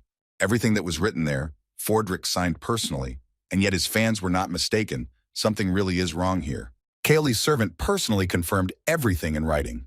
Since our hero has completed all the tasks so quickly, then it's high time to visit his old little friends right now. And now he needed his old friend, whom he began calling loudly, so loudly that he frightened all his fans. The man immediately rushed here as fast as he could, bowed before the emperor, and asked how he could be of service. The green-eyed man asked if he had found out why the pulpoy were in such a depressed state right now, and as it turned out, no. But according to his observations, the kids do not have rabies. They are completely calm. There are no anomalies, which means the prince can move towards them. He thanked his assistant and let him go. The brunette bowed before him once more and walked on with a quiet, calm gait, going about his business. Since there are no more problems and obstacles, the boy can calmly run to the basement to his cute little fluffies. All the spectators missed them very much and were glad to see them back. And so, finally, he arrived at the place after a couple of minutes. Now is just the time that all the animals, including them, are fast asleep with a quiet snoring. Jeju found the right cage with the poops and admired them. He was very happy that the babies were safe and resting. Hearing quiet steps, one of them slowly began to wake up and open his cute blue eyes. As soon as the fluffies saw their old owner, they literally glowed. After deep dreams, they definitely felt much better. Kim noticed this, but still decided to ask again, just in case. Fordrick took good care of them, it was obvious. Finally, our hero will be able to hug them. He eagerly opens the cage. As soon as he put his hand to the cage, one of them sweetly licked it and beat against the bars to be released quickly. As soon as the lock clicked, all three little bundles of happiness, pushing each other, jumped up with a quiet squeak. The kids cried with joy. Finally, they were next to their unusual friend again.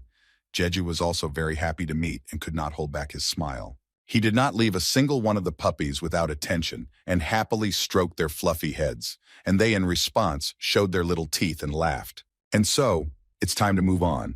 The guy climbs back up the steps and reads the chat. He would like to quickly finish what he was doing, and the fans suggest making a fuss since he is now the emperor. Coming out of his room, the green-eyed man released his unusual animals onto the floor, since they would interfere with what he was going to do now.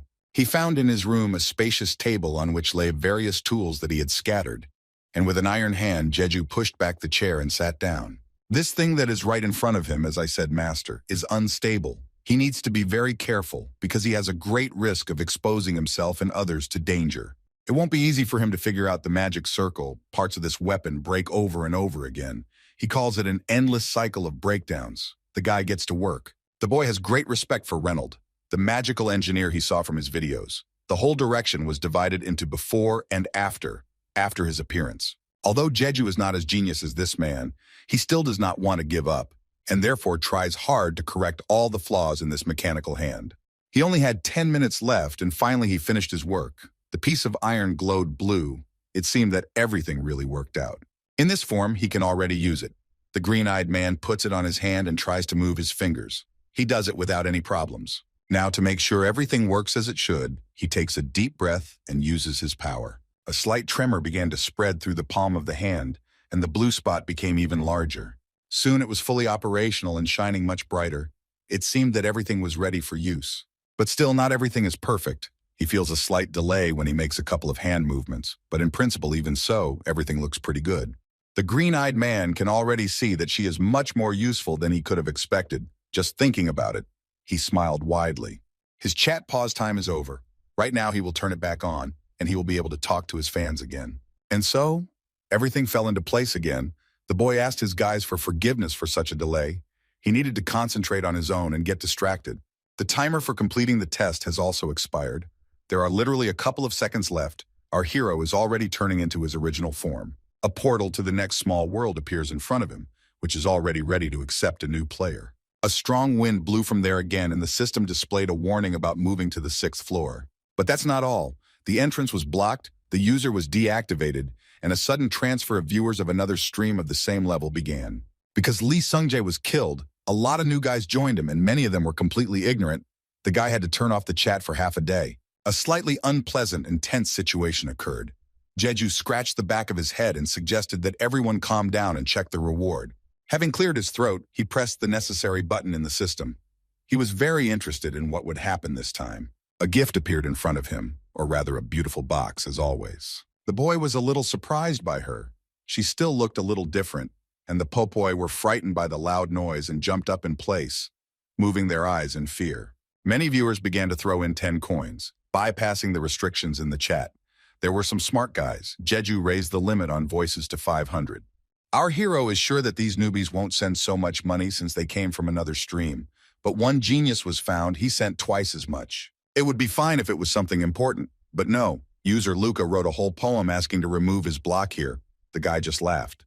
He was very interested in the reward, and he immediately opened the box. Inside, it were ordinary clothes. Seeing that there was nothing special about it, as there was no option to get additional information about the gift, he was a little upset. But later he smiled broadly. It seems he was deliberately provoking him. It was easy to guess that this was all the work of the administrator, who was trying to prove that the brunette was the same Jeju as in the video. Perhaps this is also a hint that our hero cannot do whatever he wants in his space. A small pulpoy came up to the clothes that the boy had already placed on the floor, thinking that it was something edible, and began to chew quietly. But to his regret, Kim yelled at him, forbidding him to eat the cloth, and besides, it was not tasty at all and did not resemble his favorite mana stone. While the fluffy one was sad, the guy wanted to check the next box that caught his eye. And it looks like this time, there will be something really interesting. Opening it, a bright light shone in his face. Indeed, the brunette came across a pair of heroic rank Lotanto leather shoes, made from snake skin, which retains its abilities within itself. Without delay, the guy decided to put on these boots and test them.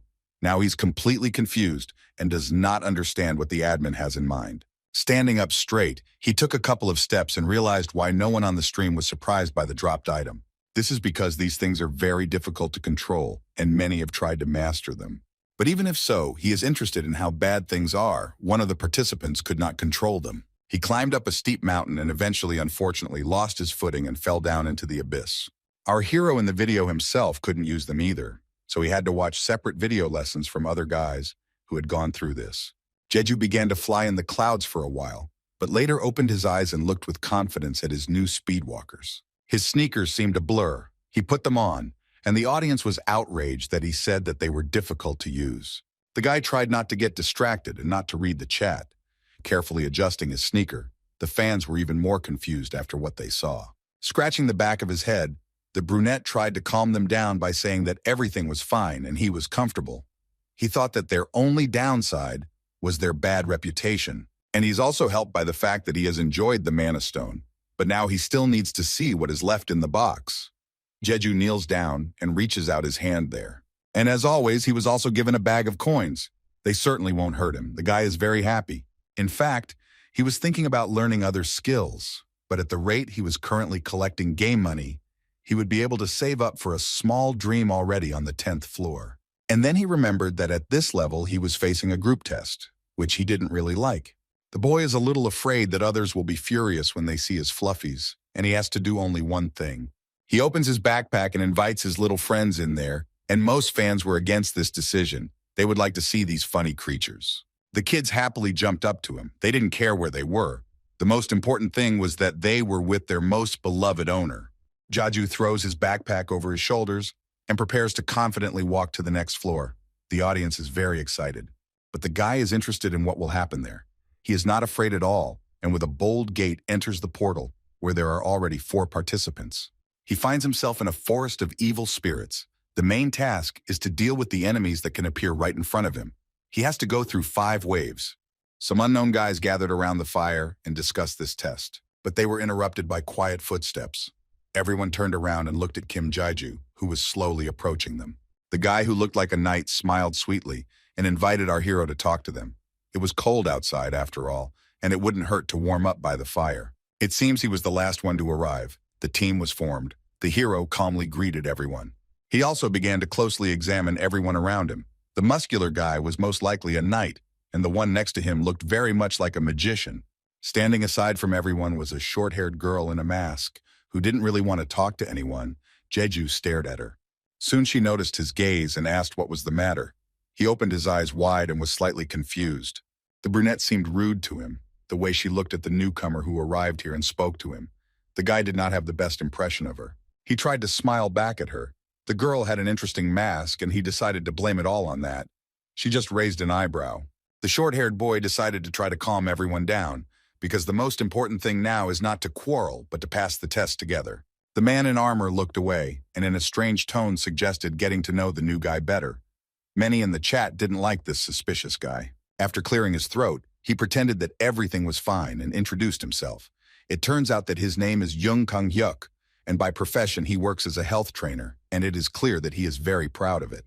As you can see, he is now a knight who got the role of a great swordmaster for choosing a high difficulty level. With a wide smile, he assures that his skills can be relied upon. A man with a light beard peeked out from under the hood. He doesn't like to talk much about himself. His name is Park Jinsu, and he is a magician. Our hero Jeju assumed that there had been some disagreement between them before this, since he so badly wanted everything to end quickly. The short-haired girl also did not remain silent, and at the request of her ally, she identified herself. This is Lee Seha. She does not really want to reveal her profession, and therefore decided to remain silent about this for a while. And now it was the turn of the owner of the pulpoy. Having heard his name, he became slightly confused and looked thoughtfully at everyone present. After clearing his throat, the boy said that in real life he works as an ordinary salesman in a store, but by profession in this world, he is a magical engineer. Hearing this, all the guys condemned him. Blind Kanhek knows that these people are not fighting on the front lines. He can't understand what this new guy was thinking. It seemed to him that his parents were villains, but he denied this, saying that this decision was made independently.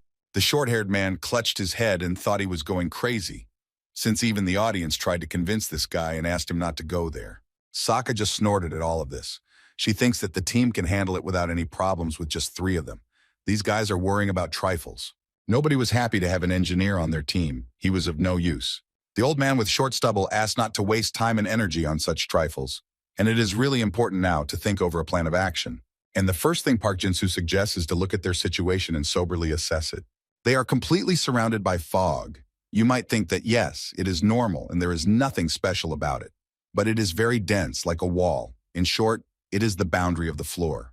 He suggests that Kanyuk and Seiya fight on the front lines, as they are very good at close combat, and the old man himself wants to support the center, just in case.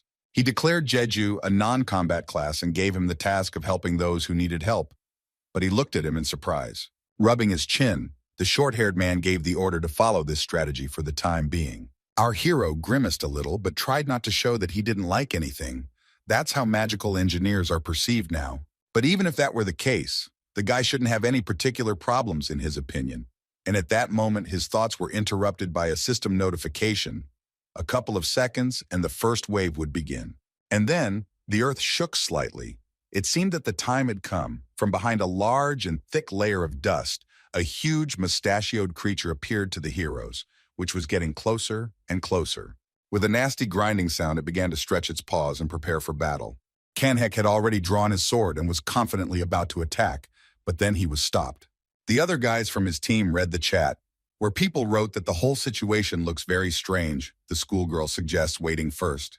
But the frivolous guy did not attach any importance to this, and proudly recalled how he was a great master on the 5th floor, 6th on the list, by the way. He is sure that the one who strikes the monster first will be the winner.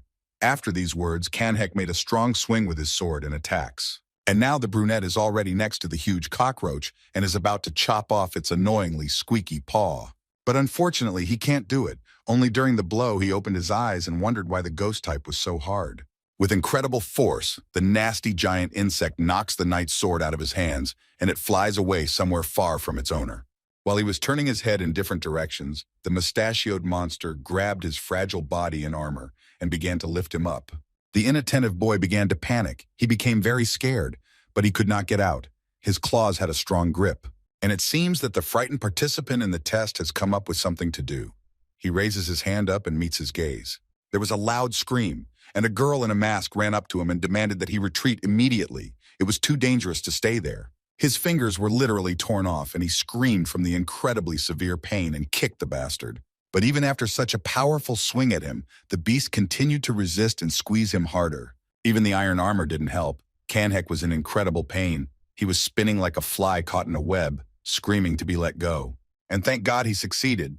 The monster loosened its grip and the short-haired guy fell to the ground, hitting his butt hard. As soon as he came to his senses, looking up, the man saw something terrifying. The same big guy was coming at him. It looks like the health coach was really scared. This time he couldn't even move normally from fear. The strange thing about this whole situation is that this cleaner shouldn't appear on the 6th floor, even though these creatures are low ranking, but they should be at least level 25.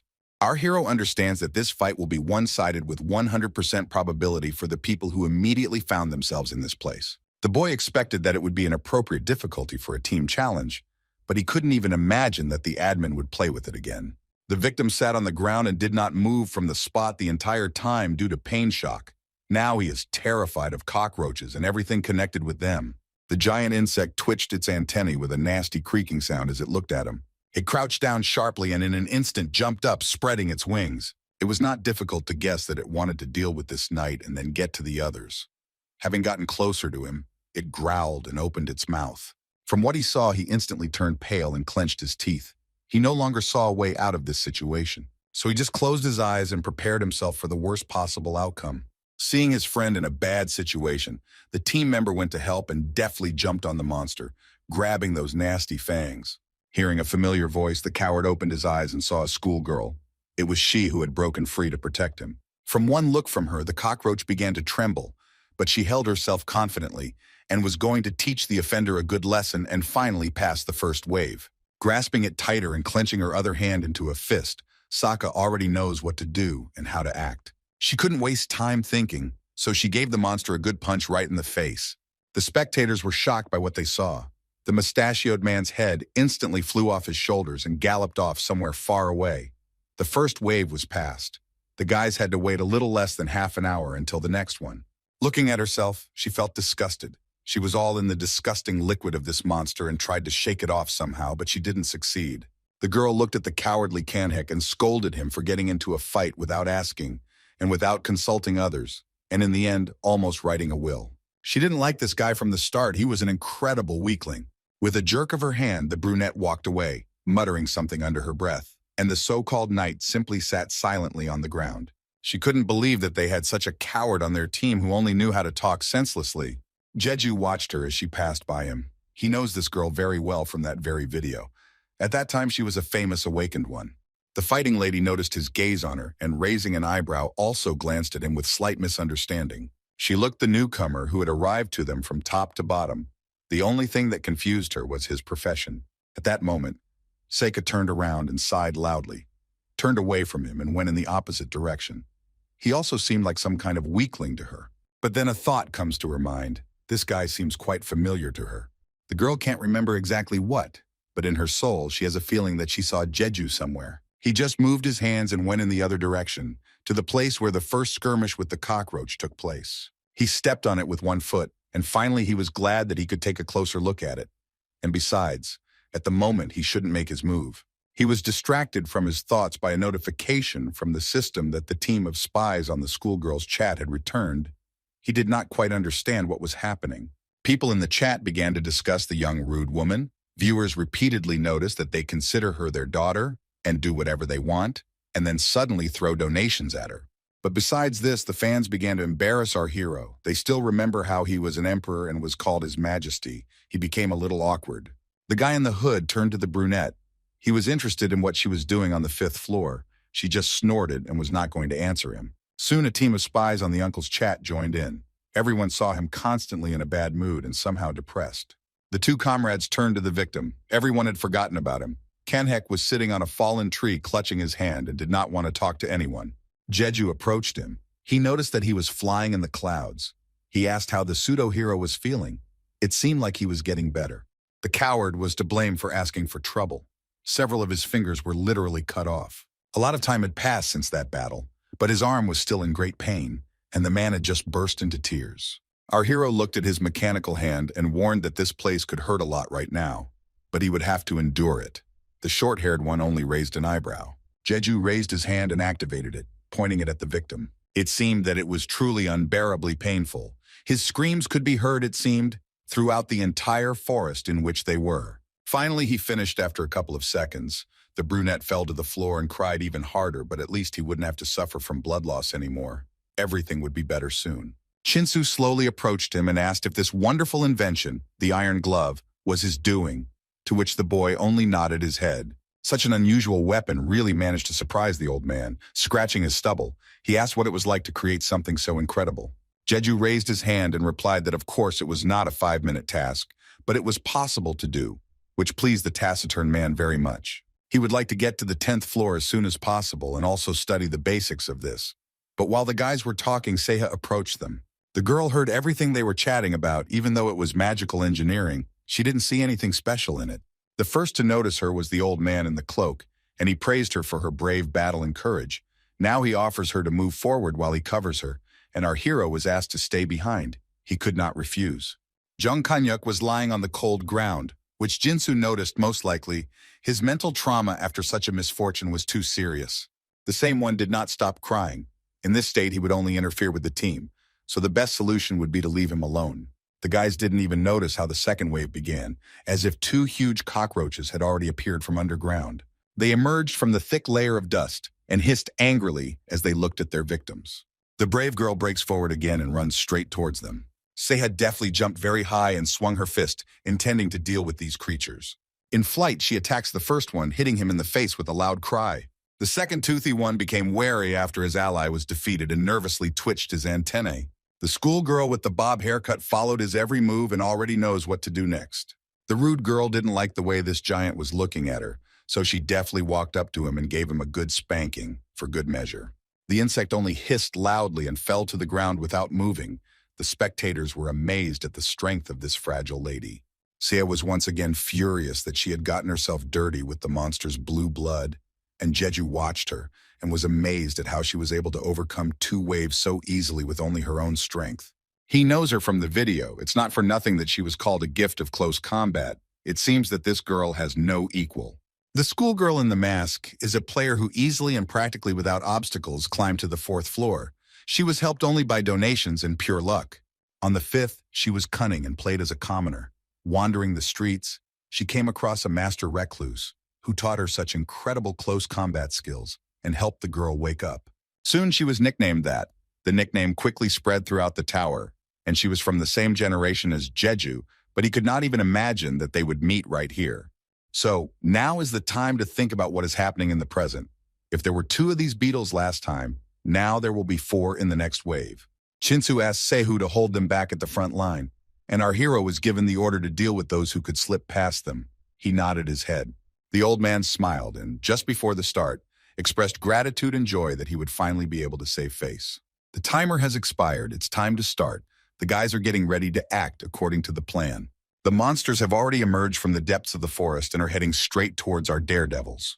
But the only thing that confused Seika was that now there is already a 3rd wave, but there are only 2 of them. Something is wrong here.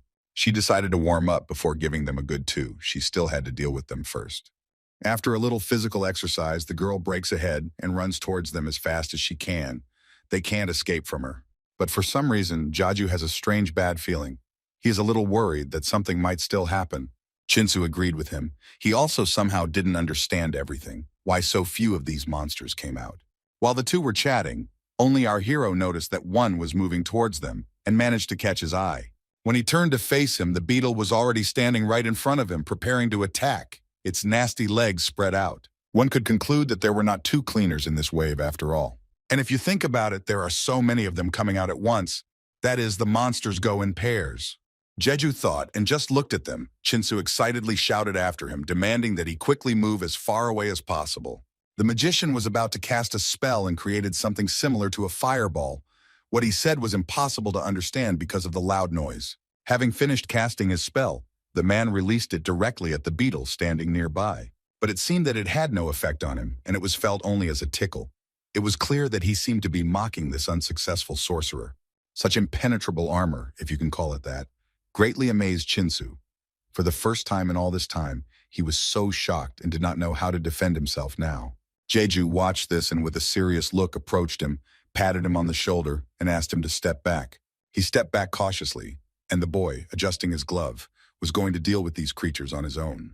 Seika also did not sleep and fought with all her might with the opponents who appeared in front of her, not giving herself or them a minute to rest and catch their breath. As she jumped away from them to cool down, she immediately remembered her team and was worried about all the people being alive. Hearing Chinsu's cry of how his spell failed in such a situation, the girl became wary and turned back. The brunette looked around the small battlefield and also realized that there were more than 2 cleaners next to them. She definitely couldn't be mistaken now. There was no time to be distracted either. One of them was already about to attack. Brave Seika turned sharply towards him and was slightly frightened. He was very close and approached so quietly that it was impossible to hear his steps. The girl came to her senses too late. Now it is impossible to counterattack and try to win. She has no choice but to defend herself. Somehow, she needs to be more careful next time and not lose her vigilance from extraneous distractions. Bortsuka put her hands in front of herself, but for some reason it suddenly stopped. Seika began to slowly open her eyes because she did not understand what was going on. The enraged creature stood motionless and simply stared at her, raising an eyebrow, and she stared at him too. Unexpectedly for the girl, the beetle's head began to slowly fall, and behind it the familiar hair of the test participant was visible. It was Jeju, who looked at her with a slight smile and apologized for the fact that the monster's blood accidentally splashed on her face. Before he could hear an answer from his new acquaintance, Shinsu approached him, but he also did not say anything because he heard more steps that were getting closer and closer to him. Mages can become easy targets when going into battle against the creaking cleaners who are already running straight towards them. This time our hero will have to act. He prepares to attack, swinging his hand with a mechanical glove. It's time for him to make his small contribution to this battle. He knows very well that these creatures are capable of flying at high speed and in a straight trajectory. In addition, their hard shell cannot be penetrated even by steel weapons. Our hero has hit the monster hard and is preparing for the next step. The boy knows that these are the only advantages these beetles have for them. Nothing more. And that is why he activates his glove. It lights up bright blue. In one moment, it pierces right through the annoying cockroach, leaving him no chance of victory, much less survival. But for some reason, this creature is still standing on its feet, even though he gave it a good beating. This really pissed off Jeju. It was not appropriate for him to waste his energy on just him now. Finally, the second time he succeeded, twitching his hand, he looked together with Shinsu at the results of his work. He was very glad that he was able to deal with him. The boy turned to his other allies and had already managed to rejoice that the clever girl would quickly deal with everyone now. But it seems that not everything is going smoothly. This monster was about to attack Sehu, and she did not have time to answer him. Our hero was scared for her. If he didn't do everything quickly, it might be too late. The brunette was far away from him. He has no choice but to connect the acceleration from the boots he received recently. Jeju immediately jumped up, his heels sparkling, and rushed to the rescue at top speed. Literally a couple of seconds later, he found himself behind this huge beetle, which was about to attack the schoolgirl. Without thinking twice, he flexed his fist where the metal glove was and literally thrust his hand into it. It froze and could not move, but due to the injuries it received, it began to slowly fall. When a huge obstacle in the form of a giant insect fell to the ground and finally our hero saw his ally and asked how she was doing. She just looked with her eyes wide open and couldn't believe what she saw. Sokka didn't notice anything at all, but fortunately the third wave was past and she could rest. After a while, Jeju sat there, slightly depressed, and could not utter a word. And the girl in the mask was depressed and also not in the best mood. He had to turn away from her to avoid making eye contact for fear of getting a good spanking. To distract himself a little, he decided to change the subject. Since the guys were going to warm up by the fire, why not get to know the old magician better? He unfortunately does not know particularly strong spells, and what he showed in the fight with the monster was the best he could learn. Shinsu was also interested in how an ordinary magic engineer could have such incredible speed, even higher than a knight. But the boy avoided answering and said nothing. The injured Kanhek, as always, put in his 2 cents and asked not to worry about the current situation. He considers his allies strong in any case. The boys looked at each other and laughed awkwardly, but the schoolgirl was slightly irritated and could no longer stand this guy. They didn't have much time left before the fourth wave, time to get into position and get ready. Jeju reminded everyone of this.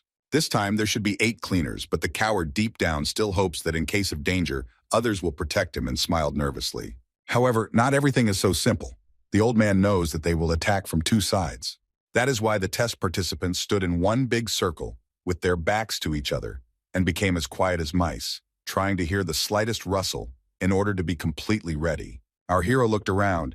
He was a little worried that the number of monsters had not doubled, but had been squared, which was a little suspicious.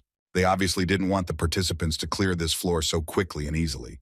The guy gritted his teeth at such injustice. And now the first beetles have already appeared, coming from different directions, and Jej immediately gave his a good slap in the face. The girl also does not sleep and tries to fight them off and hit to kill. But the cowardly Kanhek runs away from them with a childish squeal and does not try to defend himself at all, for which he gets a scolding from the schoolgirl, who is already tired of watching him and pulling the not independent guy out of a difficult situation. And this wave was passed as always. All the boys decided to rest before the next one, sitting down by the fire. Nobody was happy about such victories. They were all very tired and afraid to imagine what would happen next, when the next crowd came. Judging by all the logic of this floor, we can calculate that this time there will be as many as 256 cleaners. Old man Shinsu seems to be going crazy soon, and his viewers are also in shock and even sent a bunch of complaints to the administrator, which remained unviewed. Kanhek immediately yelled at him for this. He didn't like it. Everyone was on edge, and so the man didn't keep quiet and was rude in response. There were literally a couple of seconds left before the real nightmare began. He should prepare himself. While Jeju was adjusting his hand, he remembered only one way he could help them. The boy stands up straight in front of the guys. The most cowardly member of the team stares at him and asks what's going on. Without explaining anything, Kim orders everyone to step back and lie down on the ground just in case, and he himself goes somewhere forward, and so confidently. He insists that they listen to him, if they want to live, of course. The guys looked at each other and just shrugged their shoulders. A huge crowd of these nasty bugs with which he needs to fight has already appeared in front of him. The guy heads straight towards them, without any fear or doubt. When they began to hiss and attack, he activated his unusual glove, made with his own hands, and pointed it straight at them. Seeing that something was brewing, Seha fell to her knees and lowered the head of your ally Kanhek, or rather pinned it to the ground and watched the actions of the newcomer. He also did not sleep and at one moment released all the power he had. Their armor was very difficult to penetrate, and the boy had to give it his all, so much so that he himself began to slide along the ground. It seemed as if a spark would light up right now beneath his feet, but he was not going to stop. As he unleashed all his power on these vile creatures, he noticed that the backlash was incredibly strong. It could be felt. He looked at his new friends and decided not to delay this. Jeju wants to defeat everyone with one blow. The boy acts according to his plan and attacks so strongly that it seems he really won't be able to stay on his feet, while the guys look at him from behind in surprise. A huge crowd of mustachioed cockroaches glowed white and began to disperse into small particles of dust. After a couple of seconds, he finished his work. The dust cleared, the ground around them burned like magma from a volcano, and the allies looked at each other and simply remained silent. The magician and the young girl were amazed by what they just saw. Before their eyes, this magical engineer was able to defeat all 256 cleaners with just one blow. Just think about it. Jeju was trying to catch his breath and pull himself together after such a difficult move for him, and Seha couldn't get up from her knees and just looked at him. With a heavy sigh, our hero began to turn over that very weapon of mass destruction and examine it. But then, unexpectedly for everyone, the boy threw off the mechanical glove from himself. It fell to the ground with a quiet, muffled sound. The boy himself fell to his knees and began to cough violently. He suddenly felt ill and blood began to flow from his mouth. The audience couldn't help but praise their clever emperor, but he doesn't consider himself as such, because he wasted much more magical powers on a crowd of pathetic monsters than he originally expected. In advance, he placed a magic stone in his glove just in case, but even such incredible power was not enough. He spent everything he had on the blow. If it weren't for the blessing, Jeju would most likely have passed out before he dealt with them. But fortunately, it's all over and he's alive. Sitting on the ground, completely immersed in his thoughts, he heard someone's footsteps behind him, quiet and unhurried. He turned his head with slight confusion to find out who it was. There stood his new friends who were very worried about him, although they didn't really want to show it, wiping his face. The boy nodded his head as a sign that he was okay.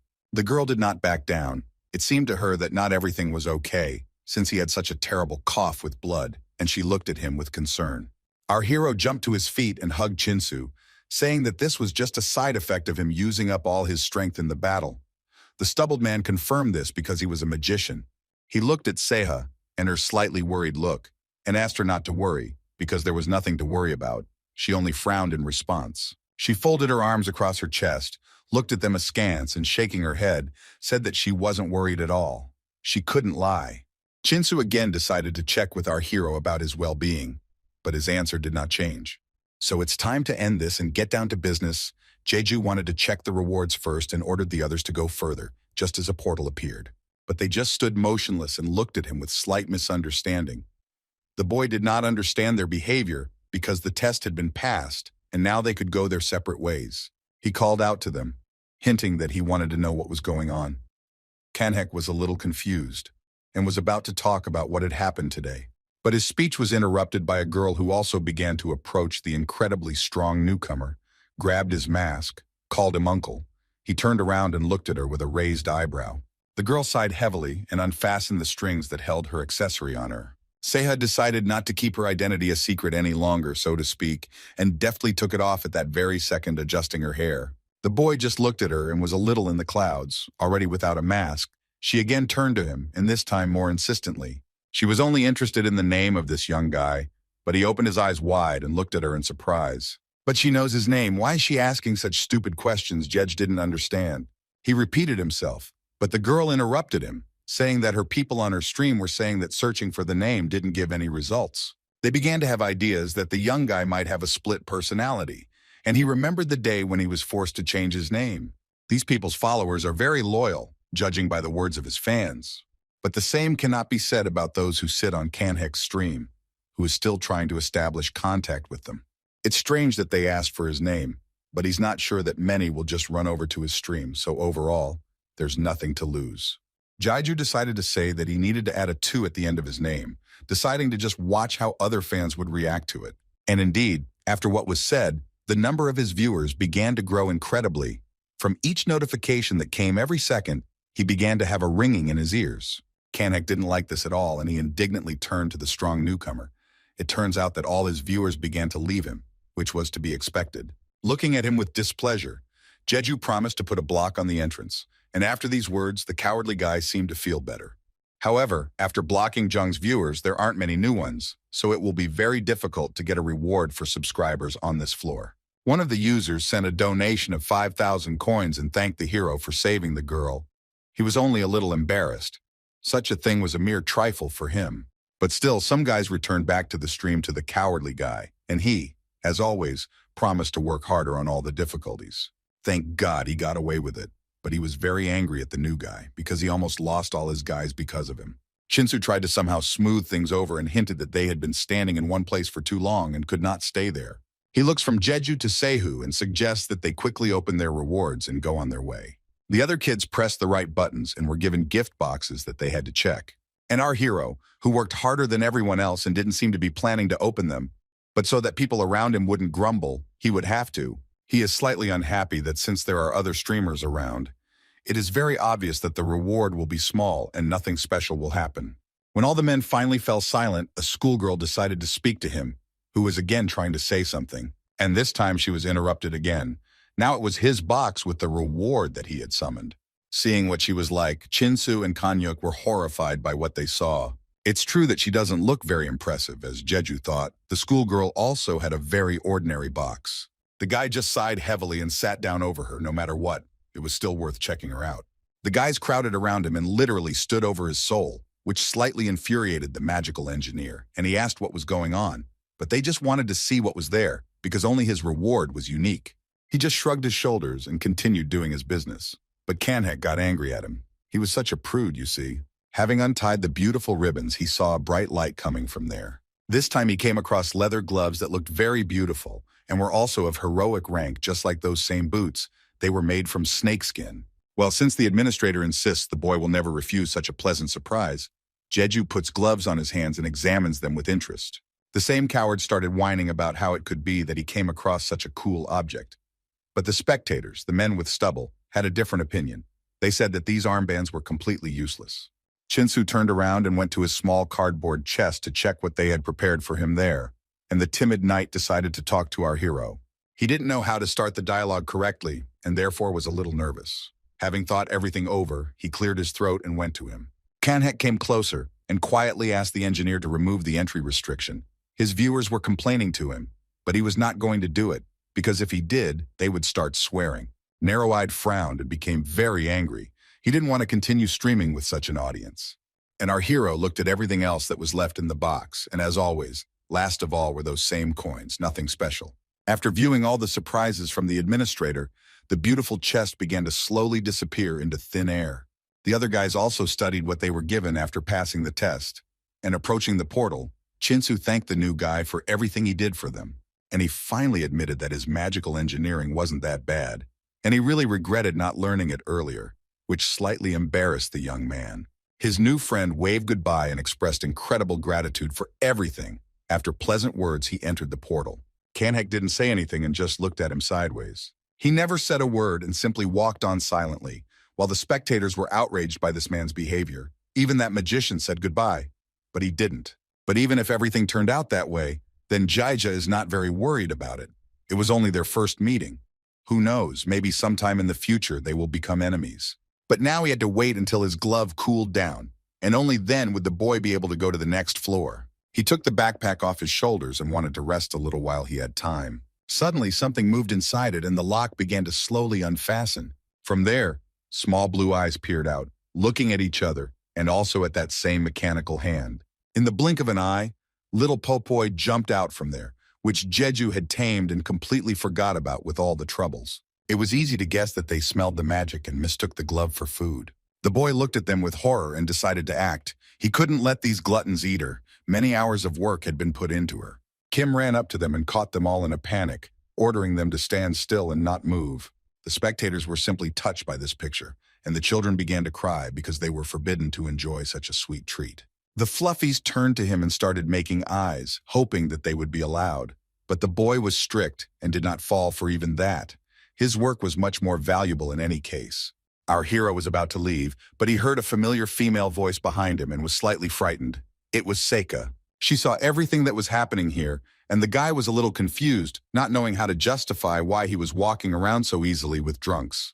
The brunette stared at these kids and just remained silent, not responding to the words that Jeju was telling her, and blushed slightly.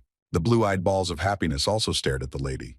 They looked at her with interest, sitting in their owner's arms and seeming to purr. It was very sweet for her, although she didn't like to openly show her emotions and feelings. But it was impossible to hide something like that. Her emotion was interrupted by Kim, who noticed how she stood as if she were a stone staring at one point. The sharp remark slightly frightened her. She didn't know what to answer him.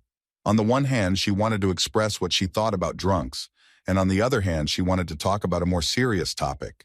The schoolgirl's thoughts were completely confused, and she couldn't put a word together, so she quickly ran to the portal, promising that they would meet again soon.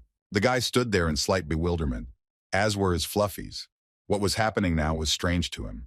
Well, okay, now is not the best time to linger. The guy urgently needs to hurry up to the next floor. Finally, the glove cooled down, and he was able to pick it up and put it in his backpack.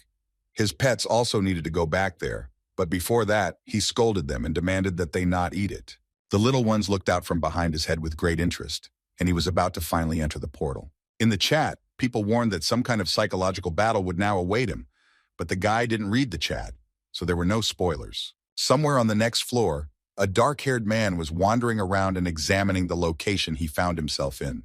He knows what will happen now, what a test it will be, and he was very interested. For him, this seems like a mere trifle, and he is confident that he will easily defeat his opponent without any particular difficulties or hassles. Our hero slowly extended his hand into the portal and began to remember everything about it. He had watched a lot of videos about it, and he understood perfectly well what awaited him. There was a strong wind blowing as he entered, and his long hair made it difficult to see what was ahead and kept getting in his eyes, which irritated him a little.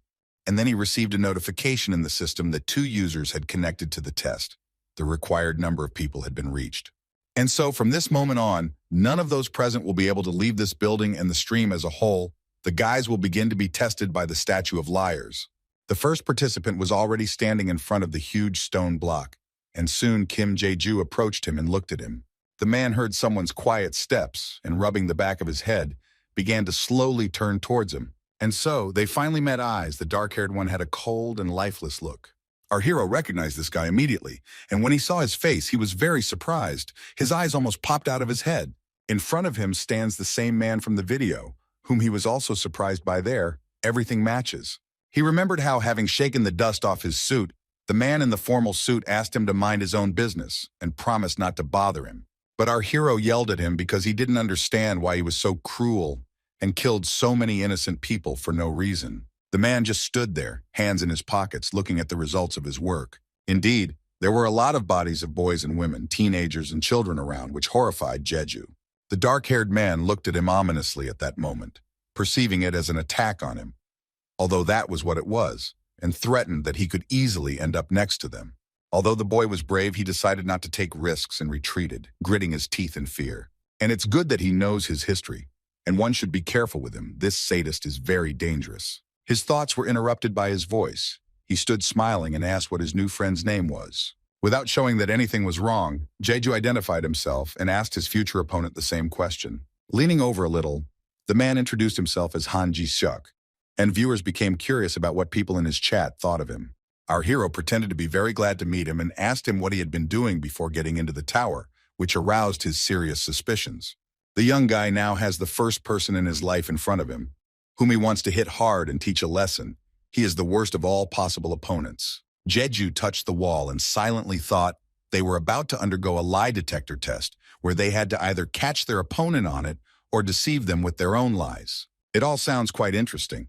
A system board appeared in front of him with a list of all the rules that need to be studied before starting. And so, it was time to begin. Kim asked his opponent whether he had gone to the tower of his own free will or had been dragged there by force, to which he froze and did not want to answer.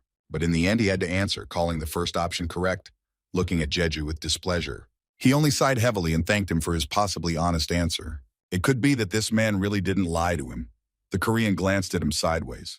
Ji-seok is not one of those people who is so easy to catch in a lie, and our hero will have to come up with a plan to ask him something in order to catch him in it. After a minute of silence, he turned to Jade and said that he was going to go to the other board, just as its color had changed as well. The time for preparation was already over and it was time to begin. The statue raised its hand up and moved. She pointed her finger at the very first member who arrived here, Ji-seok. He was given 1 minute to think and ask his question. The man rubbing his chin thought. He asked his opponent if he knew him before entering the tower, a tricky question, of course, which made our hero a little nervous. The boy was confused and couldn't understand how he had guessed. Clenching his hand into a fist, he began to set himself up for a positive mood. Well, at least he tried. And his final answer was a denial. Jeju was sure that his opponent couldn't know all this for sure, so it was best to remain silent. Without thinking at all, Ji-seok presses the button and claims that his opponent lied, with a slight smile on his face. The statue's middle eye, which was located on its forehead, lit up blue. The awakened ones who were watching the stream sat and did not understand why this happened. Now the huge lump of stone pointed its finger at Jeju, giving him the right to voice his question. And he asked about killing people. If even the test did not require it, there was nothing to think about. A confident answer came from his lips. He was ready to do it, even right now. The statue appears to have stood motionless and nothing has changed in it, and viewers suspect that this is the work of an admin. Taking the stone ball with the silhouette of a circle inside, Ji-seok was about to clarify the next thing that interested him. Whether his opponent knew what the 7th floor test would be like would be revealed right here. Jeju started to play the fool and pretend that he didn't understand what kind of nonsense this man was talking. Without waiting for a specific answer, he again inserted the ball into the right hole, saying that this was a pure lie. The result was checked and the statue's blue eye lit up, which again meant that our hero was lying. Jeju didn't expect such a turn of events, but that sly fellow managed to lure everything out of him in such a short period of time. Now he begins to completely doubt himself. Were his emotions during the meeting with him really so obvious and understandable, suspicious? But on the other hand, no, as soon as he entered the 7th floor, he most likely did not notice anything. This is his mistake. He turned his head towards him and asked if he would dare to do so if he had to deal with his own wife. The brunette became a little nervous and looked at him sideways, calling such a question pointless, but his opponent still insisted on hearing the answer. He only tried to run away from the answer, but Jeju did not back down and demanded to speak directly. Ji-seok, lowering his head, replied that he couldn't do that to his beloved, trying to pretend that he was very sorry and even sad to think about it. Our hero also fell silent and looked down, lowering his head. He confidently raised his hand up and pressed the button on the desired ball, declaring that it was a lie.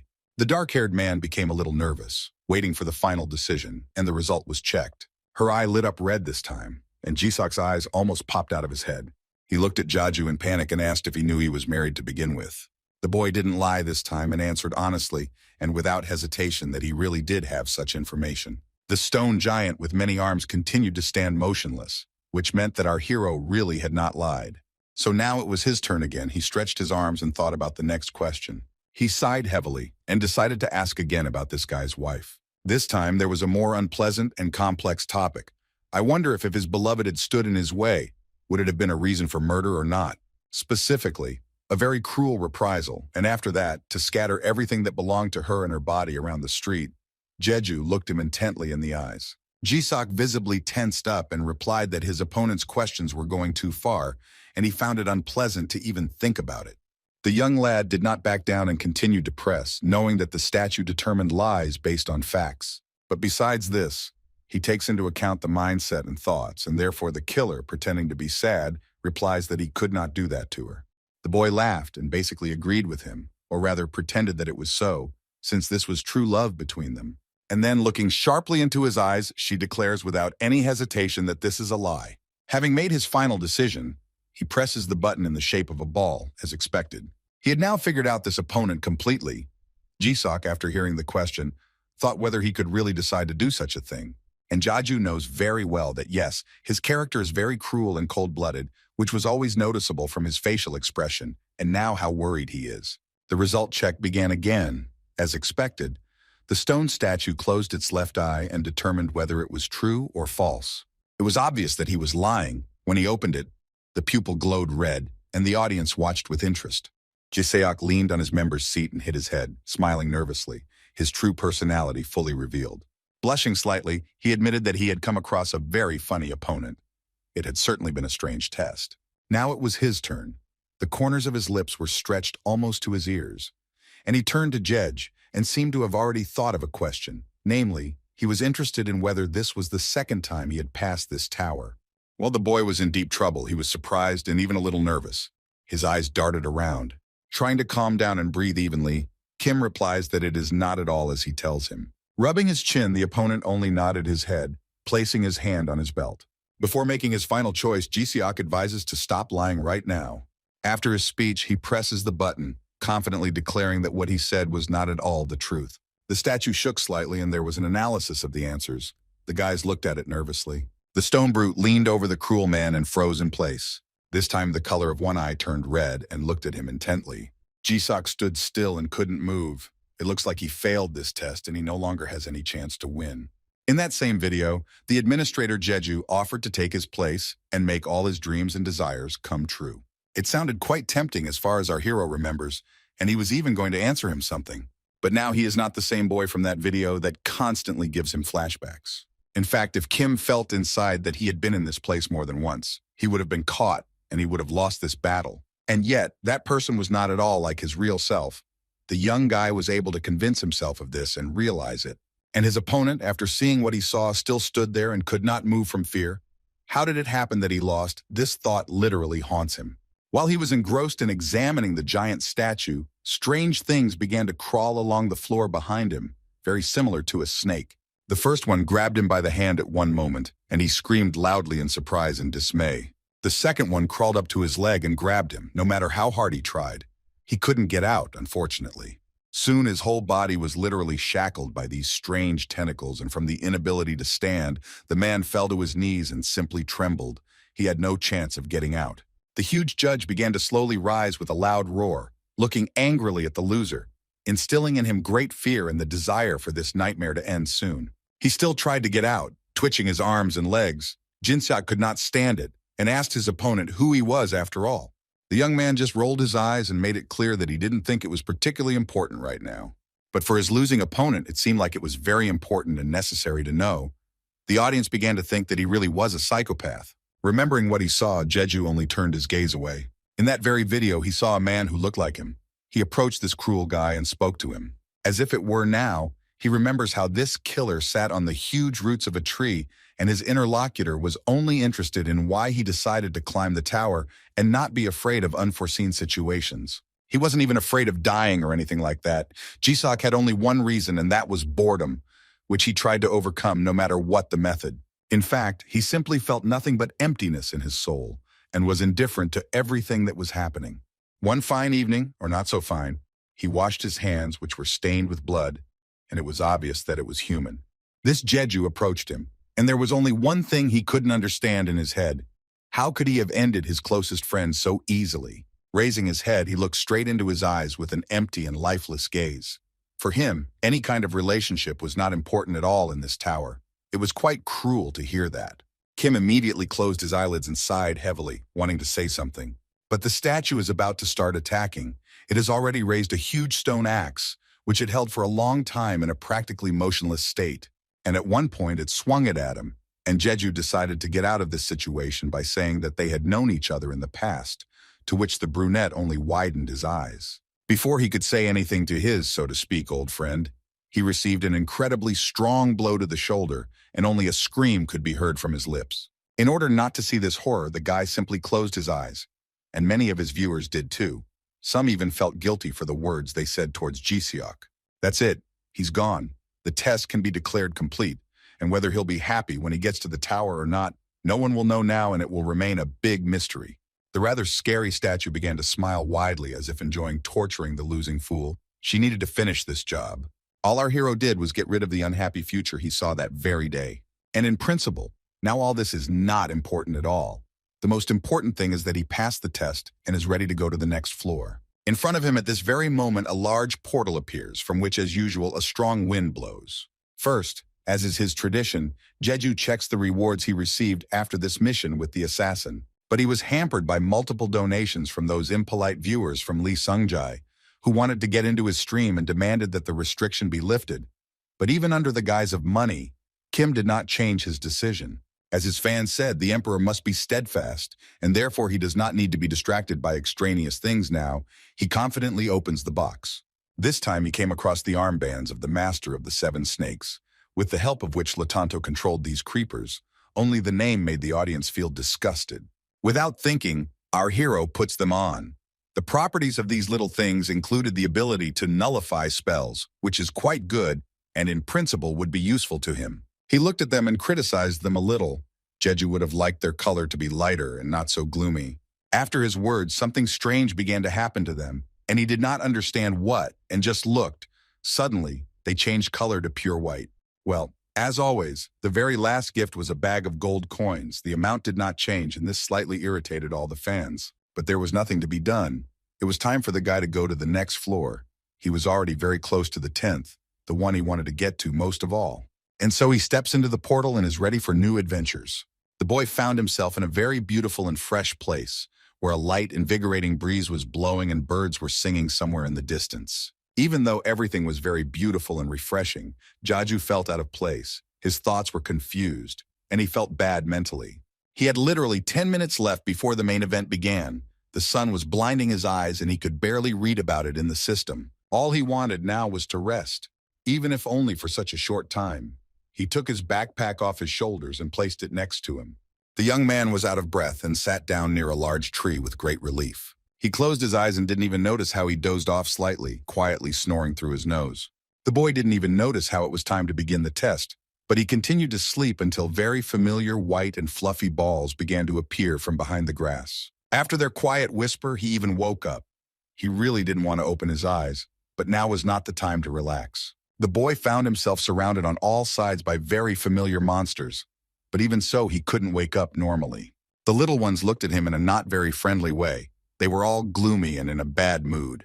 They were arriving from all sides, a huge number. Our hero was still able to open his eyes and look at the whole picture around him. Suddenly, one of them rushed at him with a nasty squeak. His other comrades followed him and rushed straight at Jeju, who jumped up from his place and simply watched them.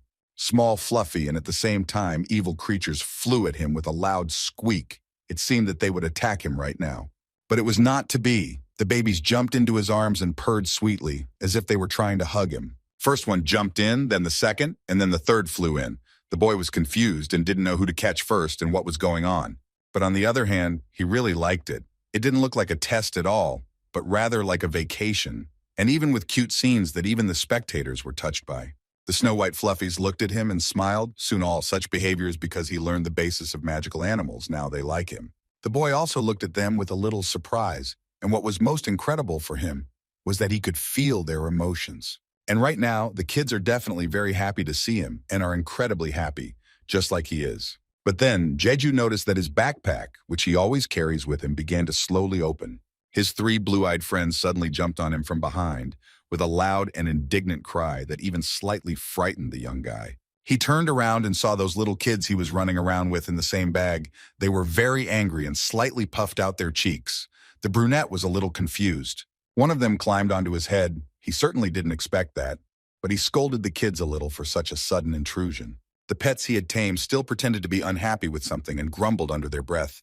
He looked at them and tried to figure out what was going on. And only when he calmed down a little, he realized that his little unusual friends began to be jealous of others. Thanks to such a useful skill, this was his easiest victory. In all the time he had passed the floors, the path to the next level was open to him, and a portal appeared. Kim let go of his new babies who live on this lawn and kept only his own with him. And it seems that they were very happy that he put them in their place. He really knows how to show jealousy towards those he loves. It was obvious that right now the situation was the same as it was at the very first stage of passing this tower. Everything turned out very simply. And since these little ones do not show hostility and do not have such an evil aura towards him, the system considered this as getting rid of enemies and gave him victory. As always, according to tradition, before going to the next floor, the boy wanted to check his awards. This time, some kind of portal appeared at the bottom again, and something began to crawl out of it. This unusual thing fell right at Jeju's feet, and he and his puppets looked at it with slight bewilderment. The boy bent down and saw a golden scroll. Without thinking twice, he decided to read its contents. The blue-eyed kids also looked there with interest. It had an unusual but beautiful tree drawn on it, with various quotes about life written on it. Our hero studied everything carefully. After he read everything and understood the meaning, the piece of paper literally scattered into thin air in his hands. There were mentioned the names of Foreign and Fortin, which are known as the name of the world tree. That is one of the factors that confused the fate of the world of Astrud. His fans did not quite understand what was being discussed. After this important object that suppressed the devilish spirit fell, this realm fell into complete chaos. This is the test matter of the 25th floor. Kim Jeju walked around the lawn with his pants down and thought that the brave man saw his fall as an opportunity to grow. And before he began to further conquer the tower, he asked his viewers for forgiveness because he decided to take a little nap as he was very exhausted. When he had settled comfortably on the soft green grass, the boy closed his eyes, trying to fall asleep. He was surrounded by fluffy creatures who did not want to leave him, and some chewed his clothes. He slept so soundly, but after a while the noise began to wake him up, Jeju really didn't want to get up from his place. A lot of these little monsters jumped on his chest and couldn't sit still, which touched the fans. This made our hero wake up and suddenly rise. Rubbing his eyes, he saw these Popoevs who had already flown away from him in different directions. Most likely, Jeju took a nap for about an hour. Immediately, he got to his feet and picked up his bag, getting ready to continue on his journey. His furry friends jumped into his arms and went with him as always. The brunette headed towards the portal. But the only thing that stopped him was that the other blue-eyed little girls were right now looking after him and were very sad, almost crying. Although his audience asked him to take them with him, he could not do so, and so he simply asked them to take care of themselves as he said goodbye. Finally, he just waved his hand at them, smiling sweetly, together with his pets from the first floor. And so, he entered the portal with his butt, and they shouted something after him, as if they were also saying goodbye. Meanwhile, Jods has already been given a new test. There will only be 2 people at this level. The main task is to break the main seal to open the exit from here. He wandered around the room, looking at it closely, but to the audience, it seemed a little suspicious, since there was only 1 wall for everyone, and not 2 as it should be. I read the chat. Everything becomes clear to the dark-eyed one. The admin is being naughty again. He just won't give him any peace, and the time was also cut in half. And finally, he sees a second person who is already studying the same space. The brunette approaches him and tries to greet him, to which he hears this kind of female voice, a little distracted. The girl turned to him and, smiling slightly and awkwardly adjusting her hair, greeted him in return. To avoid looking too mysterious, she removed the hood that hid half of her face. The long-haired girl smiled sweetly and immediately noticed those same popoys that were sitting on his head. She was a little surprised at how this man was able to get along with them and took his hand in a friendly manner. The guy felt a little awkward, and he asked to first pass the test, blushing slightly. He noticed that some interesting aroma was emanating from her. Seeing that he felt out of place, the brown-eyed girl removed her hands and asked for forgiveness. The brunette gave his name at her request. She really liked it, and the girl's name is Heir. She smiled sweetly at him, looking straight into his eyes. In fact, this cheerful lady is very famous, especially under the nickname of a witch, rather than under her real one, and in fact she is incredibly cruel. The girl didn't even raise an eyebrow at the unusual complexity, but the first thing she noticed was those very fluffy ones. Many people were waiting for a sad end after being charmed by her beautiful appearance and look. Viewers immediately saw through her fakeness after she admitted that her opponents were helping her. It was not clear that anyone liked this lady. Our hero basically remembered the whole scheme. Everything is the same as it was on the 4th floor. But there is one problem. It is Jin Hyeon herself. He had a little less than an hour and a half left to complete the task, and he decided to just click on what was needed. Almost 40 minutes passed, and so to speak, Allie was still puzzling herself over this task and could not understand how to complete it, or at least pretended to, as our hero thought. Most likely his not-so-best guesses were true, and so he confidently told the long-haired girl that he would speed up right now. After a couple of minutes, he finished. All the buttons were lit up in the same color as they should be, and he was really tired of waiting for her to decide whether to do the task correctly and whether she would decide at all. So he offered to do everything for her. The charming witch pretended to be a little embarrassed to accept help, but Jeju had completely different plans. He quickly dealt with everything.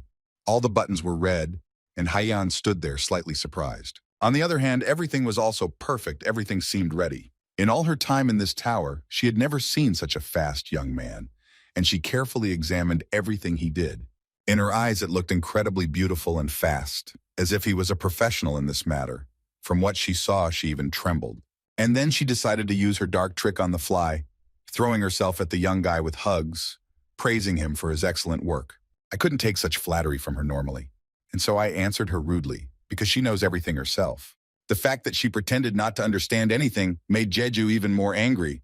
He couldn't stand it and pushed her aside. Even the little popoy looked at this woman with suspicion, and Kim asked if it was true that an hour would be too much for her to solve all 4 walls. Looking up at her, he saw only her wide smile that said everything for her.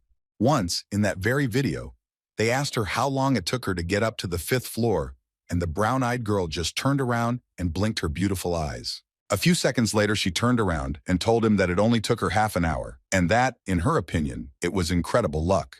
An unknown guy approached them and asked Hain not to lie. In fact, it took her less than 10 minutes to complete the task. And now such a question from her new acquaintance made her laugh incredibly. Putting her hands on her hips, the girl asked who Jeju really was, and whether he had really passed this tower more than once. to which he frowned seriously and clarified that such a thing was completely impossible.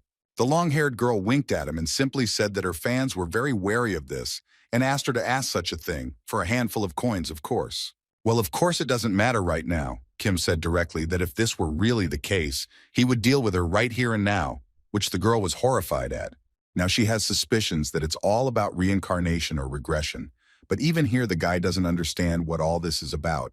Maybe she has reasons to think so. In fact, her boyfriends gave her a coupon for a replay, and Ha-young was able to watch his test on the 7th floor. Well, for the second time, the guy doesn't look like someone who knows anything about the tower. It was like our hero just knew very well the person he fought with on the lie detector. We are talking about Ji-seok. The brunette knows that this woman is a witch, and she's known for the fact that if she falls in love with someone, she will pursue them to the end of the tower, and the guy does not want him to fall under such a distribution. He cleared his throat and decided to tell her what she wanted to hear, but correctly, and he himself asked for something in return. The brown-eyed girl walked up to him and looked straight into his eyes, looking at the boy with a sweet look. Jeju turned away from her and, gritting his teeth, demanded that she give him her cape, which she always wears. The lady took his request a little differently and became frightened, thinking that perhaps he was joking. She frowned a little and warned that after something like that she definitely wouldn't leave him alone. Hyeon began to fulfill his request, which was very unexpected for everyone. Having done what he said, the girl held a dark green cloak in her hand and puffed out her cheeks as she looked at him. It turned out there were a lot of inadequate people in the chat. The boy didn't understand what she meant by the fact that he should look at something, and again demanded that she simply give him that cape. She was not happy with this and looked at him with frowning eyebrows. However, her curiosity was stronger, and she extended her hand with this large piece of cloth, announcing in advance that it had a mana-enhancing function. Our hero knew this very well, and that's why he demanded it, and without wasting time he tried on the new useful accessory. The lady crossed her arms over her chest and asked him to fulfill his part of the deal, stamping her foot on the ground. The guy immediately opened her eyes to the fact that it was not about the second time in time travel, and not even in reincarnation, but in something completely different, which she may not even suspect. He knows more about the structure of this tower than anyone else, and this is his little secret to easy victories. Its entire structure defies logic, and besides, all the information about the streamers is in plain sight, and without viewers' donations, it's very difficult to advance each time. Well, it turns out that all the fans are a group of overwhelming force, and the guys on the ground floors can only pray for mercy. A simple example would be if a guy screws up, then the audience who enjoy watching death or failures will gather together. And so our hero confessed that he is an ordinary person who simply knows everything about this tower. She snorted in displeasure and asked if he knew the user's information. Jeju didn't want to answer her question and looked away, giving her the opportunity to think about it herself.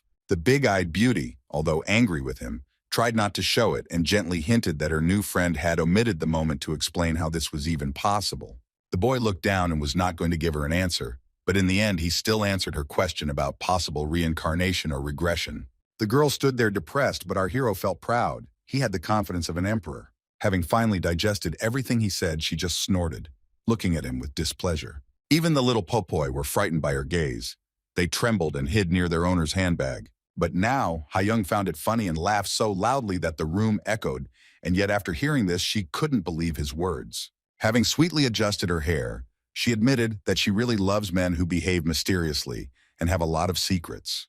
Jeju, looking at her, said that he was glad about this. He sat down near his little pets and took them in his arms, seeing that they were nervous. Now no one should have any doubts that she was a witch. And now, since this conversation was over, it was time for him to go.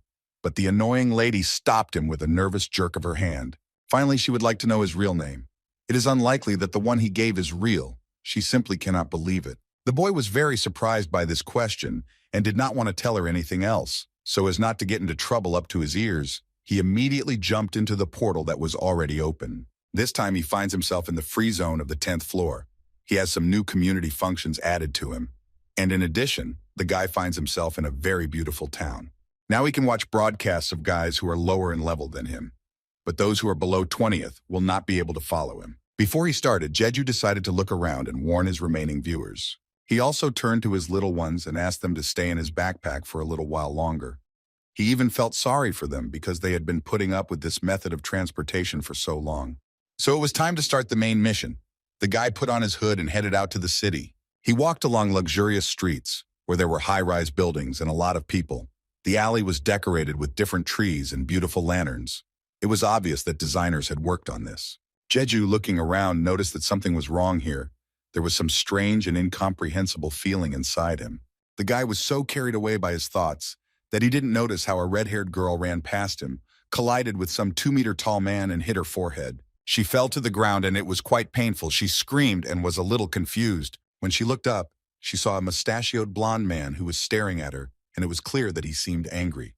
People around started whispering. Some commoner touched a nobleman. Most likely, it will be almost impossible for her to survive. He scratched the back of his head and swung his hand at her. The residents watched everything that was happening with fear. The girl thought that she was about to get a good beating, and she closed her eyes so as not to see it. But surprisingly, the man smiled and asked her to be more careful next time in crowded places, gently stroking her head, to which she smiled. He helped her to stand up. It turns out that nobles are not so scary. The mustachioed man gave her advice to try as hard as possible. She has every chance of taking a post higher than him.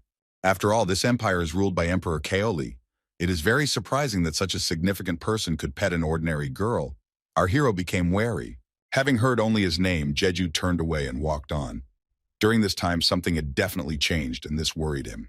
After some time, he found himself in a beautiful park where there was a huge fountain, the sounds of which were relaxing and calming.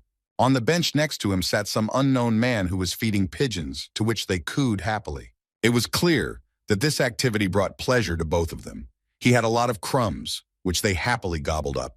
But at one moment, his sweet smile disappeared from his face, and some strange shadow appeared next to him. It was our hero who approached him, looking intently into his eyes, and it was clear that this was not a good sign. Without removing his hood, he asked permission to sit next to him, and the old man didn't seem to care. The brunette remembered how in that very video he met the administrator right here, in this very park, and now he needs to figure this out. To avoid an awkward pause, Jeju asked how long he had been living there. But the man didn't remember. It must have been a long time ago. When asked if this bald man was happy, he, scattering seeds and crumbs through the air, could not give a specific answer to this question. It is unlikely that he has emotions. And yet the two fell silent and simply watched the water flowing from the beautiful fountain and quietly rustling. Immediately, for some unknown reason, our hero had a flashback to how he was offered to take the role of administrator in that very video. A positive answer came from his lips at that moment. As soon as our hero's memories ended, the man dropped a bag of bird food on the ground. The pigeons suddenly scattered in all directions. They were very scared. But one bird was caught right by the throat and held, and it looked around fearfully. Turning his head towards him, Jeju asked what the administrator was thinking about. The bald old man looked at him angrily, as if he was ready to kill him, and simply remained silent, holding the poor bird tightly in his hand. At one point, strange silhouettes began to appear in the guy's eyes. It was very similar to a vision. He had definitely just spoken with the leader of this tower. He found himself in some strange snowy place, where a man in a white cape stood, whose name was Taruk. His warriors were below him and simply shouted something loudly in response in his support. Looking at this whole picture, Kem was dissatisfied. His soul became somehow scared. He was sure that this was a destroyed Taruka. More specifically, we are talking about the location where the 15th floor is being tested. Its history began with the place falling to demonic monsters who took over this level. Each of them was at a rank that no user could even scratch, and there were an incredibly large number of such monsters there. Brave knights fight them, or at least try. The battles here are almost never ending. People are trying to win over these scum. The guys are divided into groups, but everyone fights for themselves. There are an incredible number of them here. Some fall without any signs of life, and some are reborn, and again point their huge and sharp fangs at people.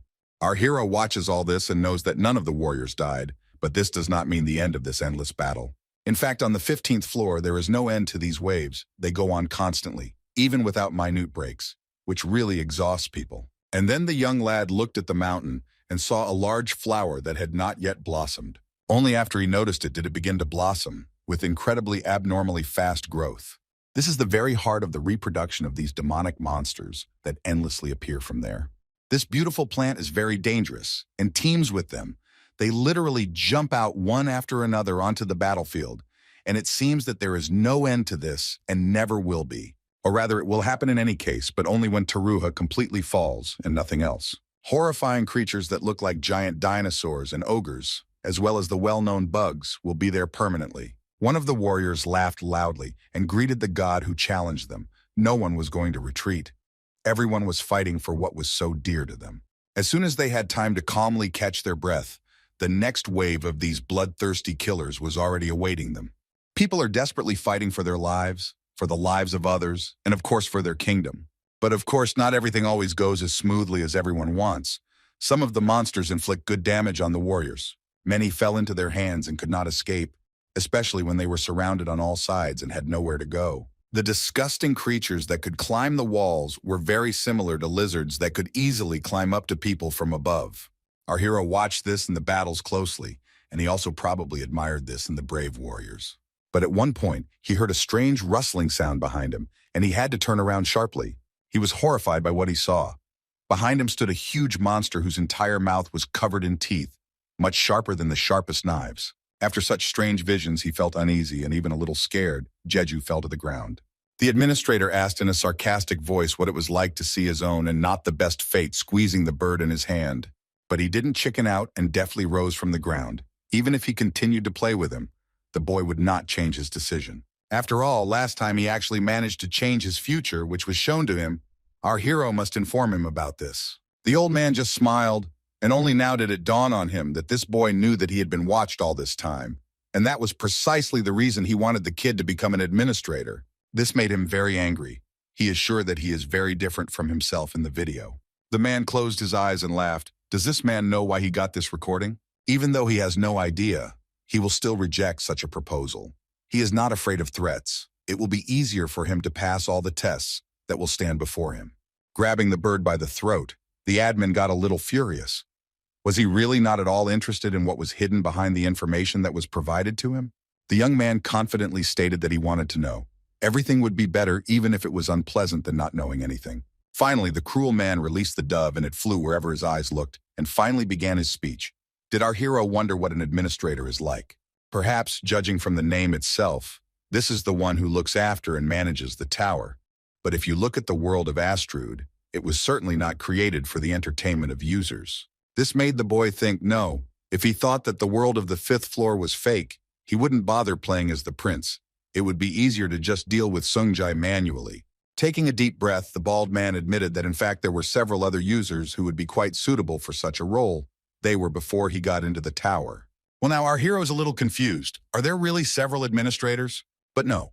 The old man claims that only one can take this position. The nails. Whoever surrenders them lose their life. He did everything during his, so to speak, reign. But every time he put the world of Astrud in order, he was overtaken by failures. He was constantly destroyed. This infuriated him so much that he could no longer restrain himself. His nerves were at their limit. He kicked the ground. The impact was so strong that it was as if a small blast wave had passed through and a strong wind had risen. But in one moment it stopped.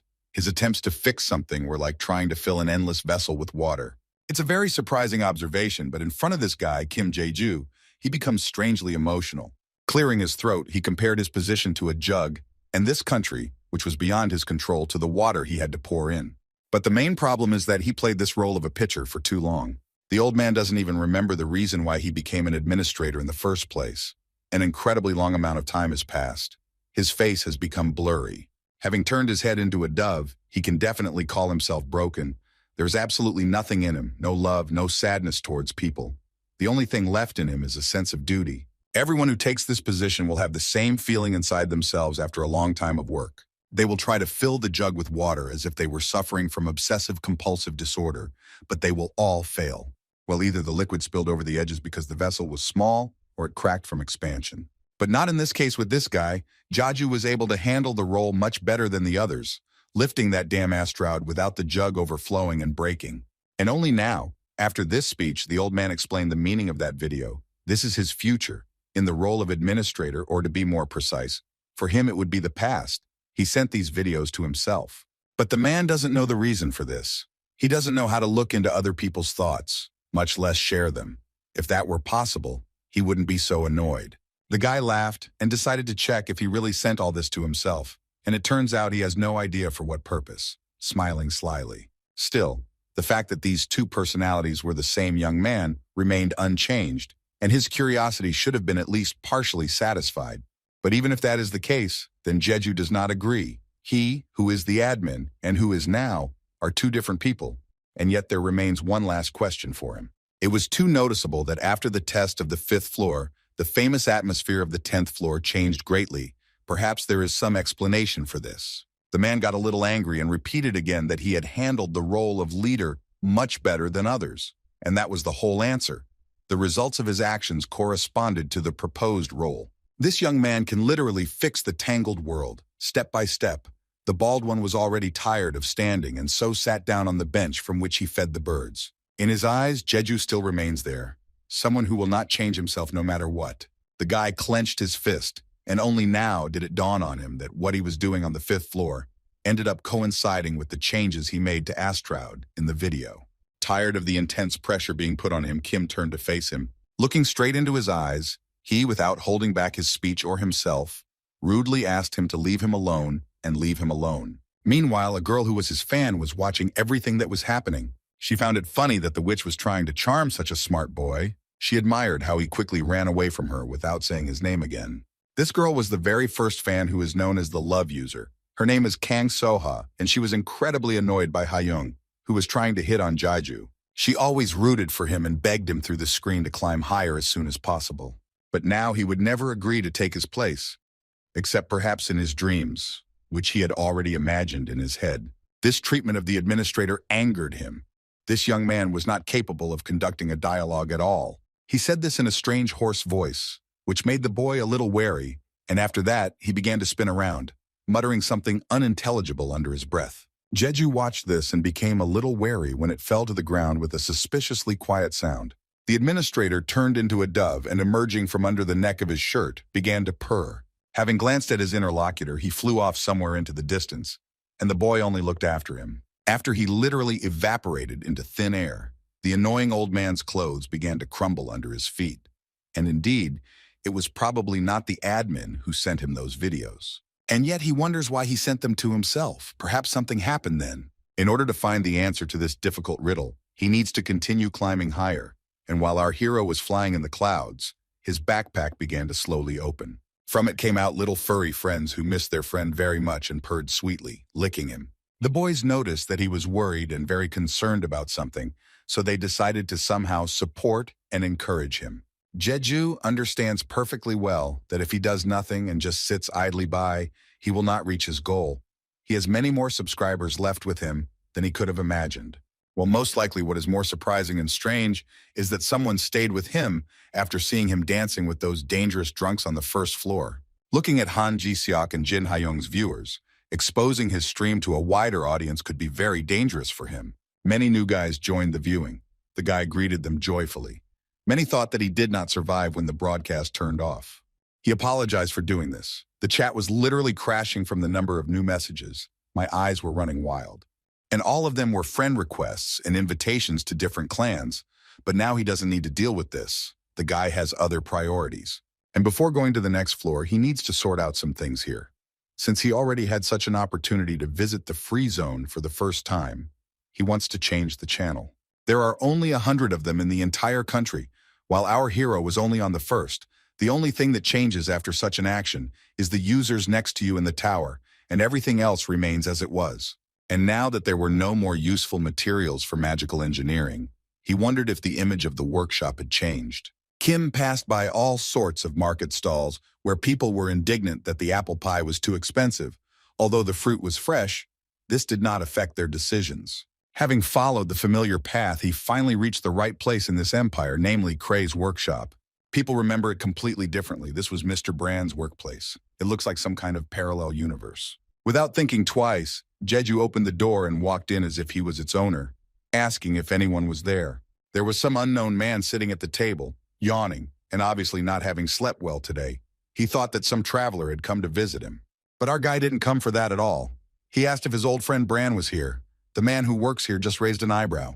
Scratching his chin, he wondered why this wanderer was looking for the best master of the empire here if he needed to go to the palace. And of course, that's not all. The brunette wanted to fix something and asked the man to use the workshop and its materials, telling him that he had knowledge of magical engineering. The unexpected request surprised him because usually travelers are not interested in such a complex science. He really liked this guy, and they shook hands, introducing themselves in a friendly manner. It turns out that his new acquaintance's name is Cray.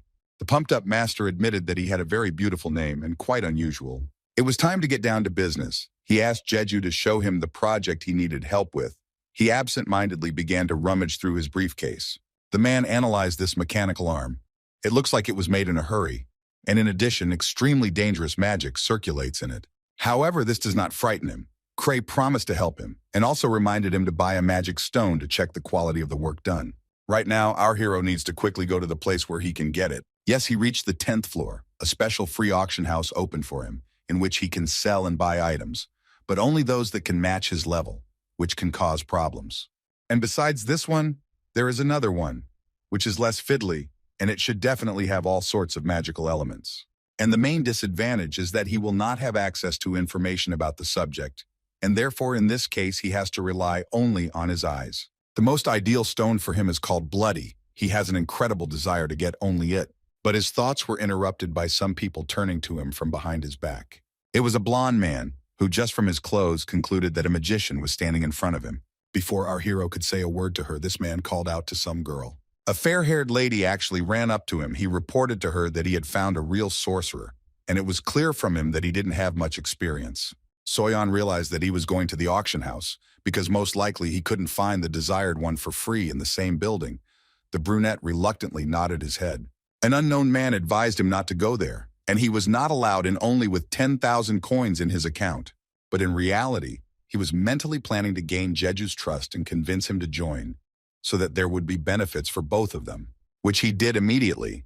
With a friendly look and hugging his beloved, the blonde guy told that they easily passed this floor and moved to the 12th without any obstacles. Kim frowned. It sounds very plausible. After all, you can return to that same free zone after the 10th level, and it's not hard to guess that they are looking for party members here.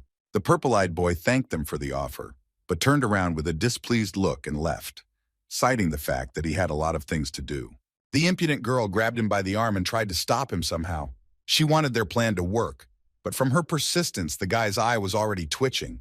He gritted his teeth, pushed her away, and removed the elbow that she had grabbed. Everything was fine with him, and Jeju admitted that he was not a magician. Soyeon was frightened by such a sudden movement and screamed loudly. Her lover ran up to her, who was watching everything. The man hugged his girlfriend and scolded the guy for such careless behavior with the girl. Rolling his eyes in displeasure, the young participant in the test apologized for his rudeness and, in order not to stay with these strange people, immediately said goodbye and left. The sweet couple began to whisper behind him, thinking that he would not hear, but they did not try to speak more quietly. They let him go so easily only because our hero is not a magician. They don't need people like him, and they are also rude. Meanwhile, our hero had already arrived at the appointed place. The entrance was guarded by guards who asked him to prove his worth since he was a traveler. Looking down, he pressed the necessary buttons in the system to display his account balance. The number of coins he collected exceeded 42,000, and so he was automatically allowed into that very auction house. The strange man and woman's jaws almost dropped from what they saw. They couldn't understand how this was even possible. Jeju just turned to them, hearing a scream behind him, closed his eyes and walked through the guards. He walked down the corridor and looked at it, looking for the door he needed. And soon, the boy arrived at the place. He entered a luxurious hall and came closer to that very main table in the center. The friendly worker asked Jeju with a smile whether it was his first time in Silenon, to which he merely nodded in response. He was given a small sign that he had to pass to identify himself. The young guy took it in his hands and began to carefully read what was required to be indicated there. And the very first point, as always, was to state your name. How trite, but he got stuck on this and didn't know what to write. The audience laughed at him in the chat, which pissed him off a little. A minute later, the piece of paper was filled out, and he gave it to the long-haired man, who thanked him. Now there will be a check. What he wrote in it had to be scanned through a special device, which immediately indicated that the data was invalid.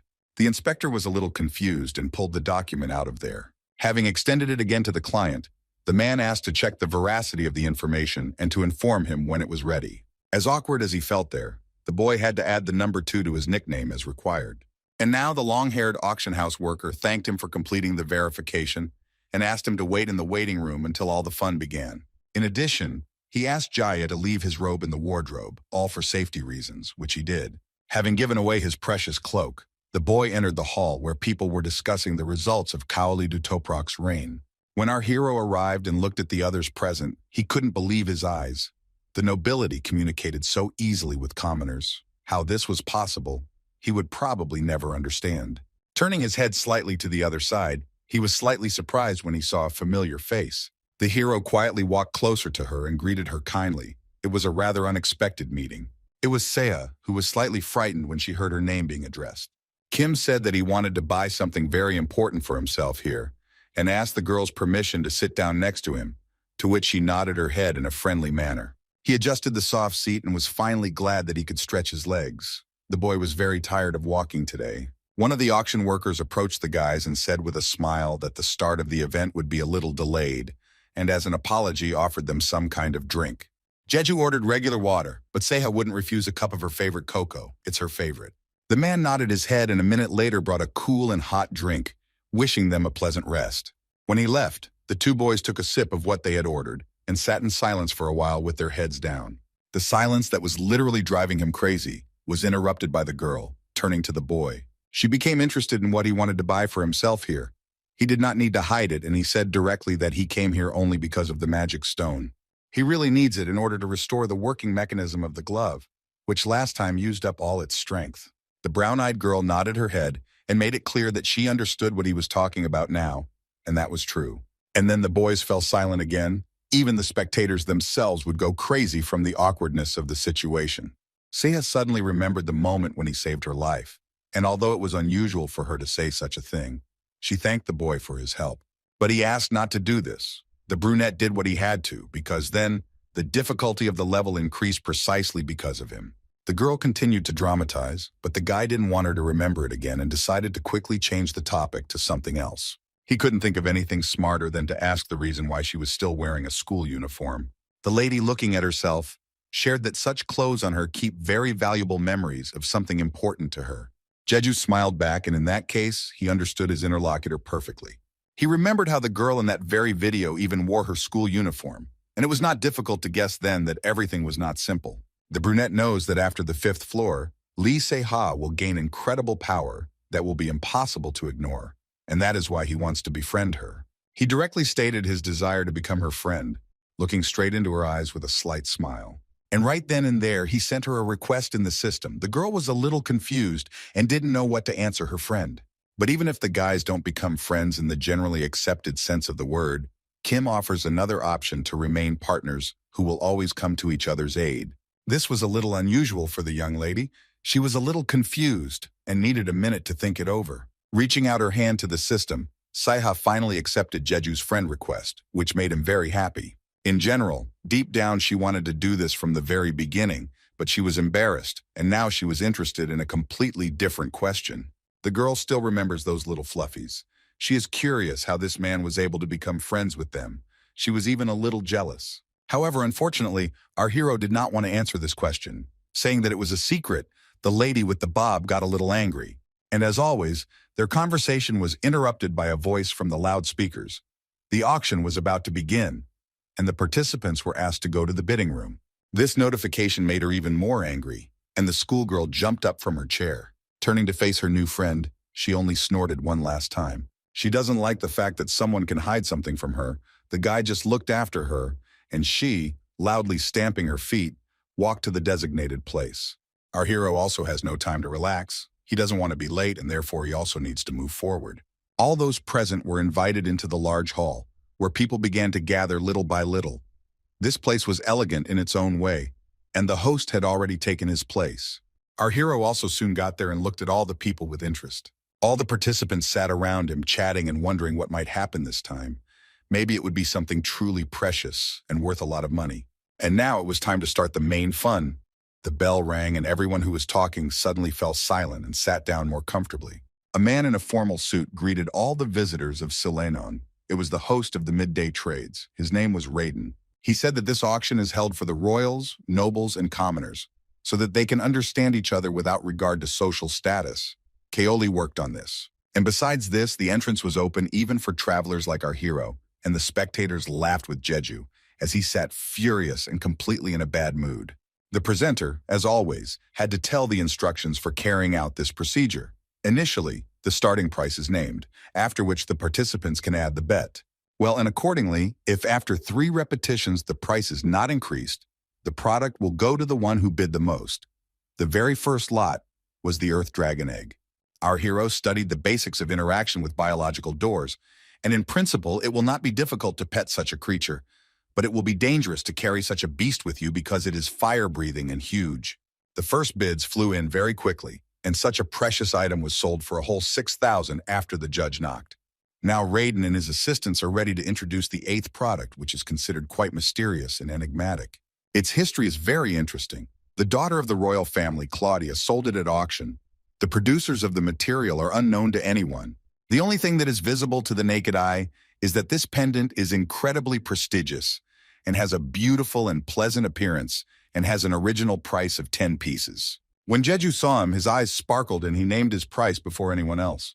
Proudly taking his number in his hands, he looked confidently at the brunette in the suit.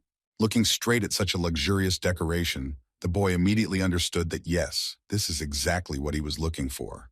This pendant contains the very red stone that our hero needs so much. He must get it at any cost. Repeating his price once more, he looked at the presenter. The audience naturally condemned the guy for such a choice. He wants to throw away too much money on this trinket. Of course, a stone expert will not be able to determine the material. Everyone knows this very well. And all because this bloody little boulder is not precious, that's all. The auctioneer has decided that the minimum bid increase is 1,000 coins, so others must bid as much as 11. And yes, such a person was certainly found. Player number 47 made such an offer. It was a blonde. She was known as a great lover of jewelry, young Lady Graytell. She is the youngest daughter of a family that owns a business related to such stones and other valuable trinkets. She has never been interested in the family business at all. Meeting Jaiju's gaze, she only winked sweetly, covering her face with a fluffy fan. Our hero took this as a challenge, which meant that this young lady wanted to play with him. He had to immediately raise it to 12,000 in order to at least try to beat her smoothly. And each time they did what they did, they endlessly raised the price. But once the bet exceeded 20 pieces, the judge was very surprised and finally asked whether visitor number 71 would raise it again. He felt sorry for his money. It was almost half of everything he had on his balance sheet. In principle, nothing as terrible would happen as he thought if he didn't receive it now, but a little later. He had no choice and the guy decided to give in, lowering his expectations. But then a response came from a completely different participant from the audience, who raised the price by another grand. Now there was 21,000 at stake, and it was his new girlfriend Lee Siha. No one in the chat understood why she wanted him so suddenly. The yellow-eyed one grimaced slightly, although she hid her face and glanced sideways at her. The girl in the school uniform also glanced at her, but said nothing. A heated battle ensued between them. Even the judge was a little tired of it, and now, finally, he is ready to announce the winner. And it was the girl number 70, hearing about herself. She smiled broadly, because she had bet a whole 30,000. At this point, their interesting test was over. Raiden thanked everyone present for visiting the auction and wished them a pleasant evening.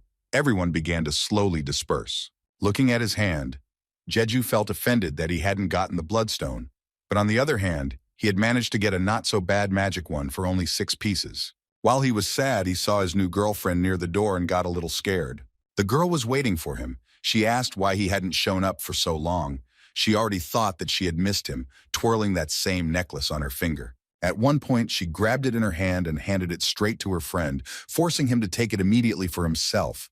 The boy's eyes darted around. He looked up at her and asked why she was giving it away so easily. The schoolgirl only raised an eyebrow. She was tired of watching such a brave and courageous guy hesitate, so she simply grabbed his hand and forcibly handed him the jewelry. Seiha immediately realized that it was a magic stone, since he suddenly started making bets, not paying attention to other jewels. Our hero was only embarrassed by the fact that she spent a lot of money on him, but since she agreed to be his friend, then this could be considered her first gift. Such warm conversations put her in an awkward position in front of him. Blushing, the girl wished him a good day and a quick meeting. Her last request was that he not pretend to be a stranger the next time they met after this. It was important to her. After these words, Kim thought, maybe she really wants to be friends, but because of their past experience together, although it is too suspicious, she does not seem like that kind of person. In his opinion, 30,000 is not such a big price to pay for saving her life. But still, it is possible that this is not so. Unfortunately, Jeju cannot get into her head. When Sokka went outside, she decided to stretch a little after standing by the door for a long time.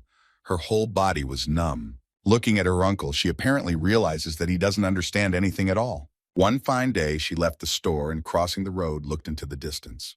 Having decided to review her list, she was very indignant about why school uniforms were so expensive. With a heavy sigh, the little girl walked on and was about to open the door.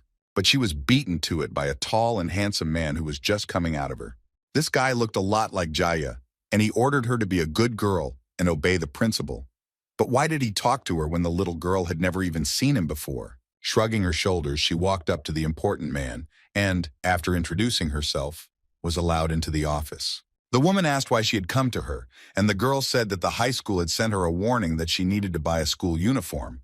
It was obvious that Sokka was very worried, and so the sweet aunt from the shelter promised to buy her a new one. The short-haired woman placed a white envelope with money on the table. This man left some currency for the students for this very purpose and asked to keep everything a secret. For the little schoolgirl, this sounded very strange, and she asked who this hero was. And only after the question was asked did she begin to understand everything herself. Could it really be that same uncle she had bumped into at the entrance?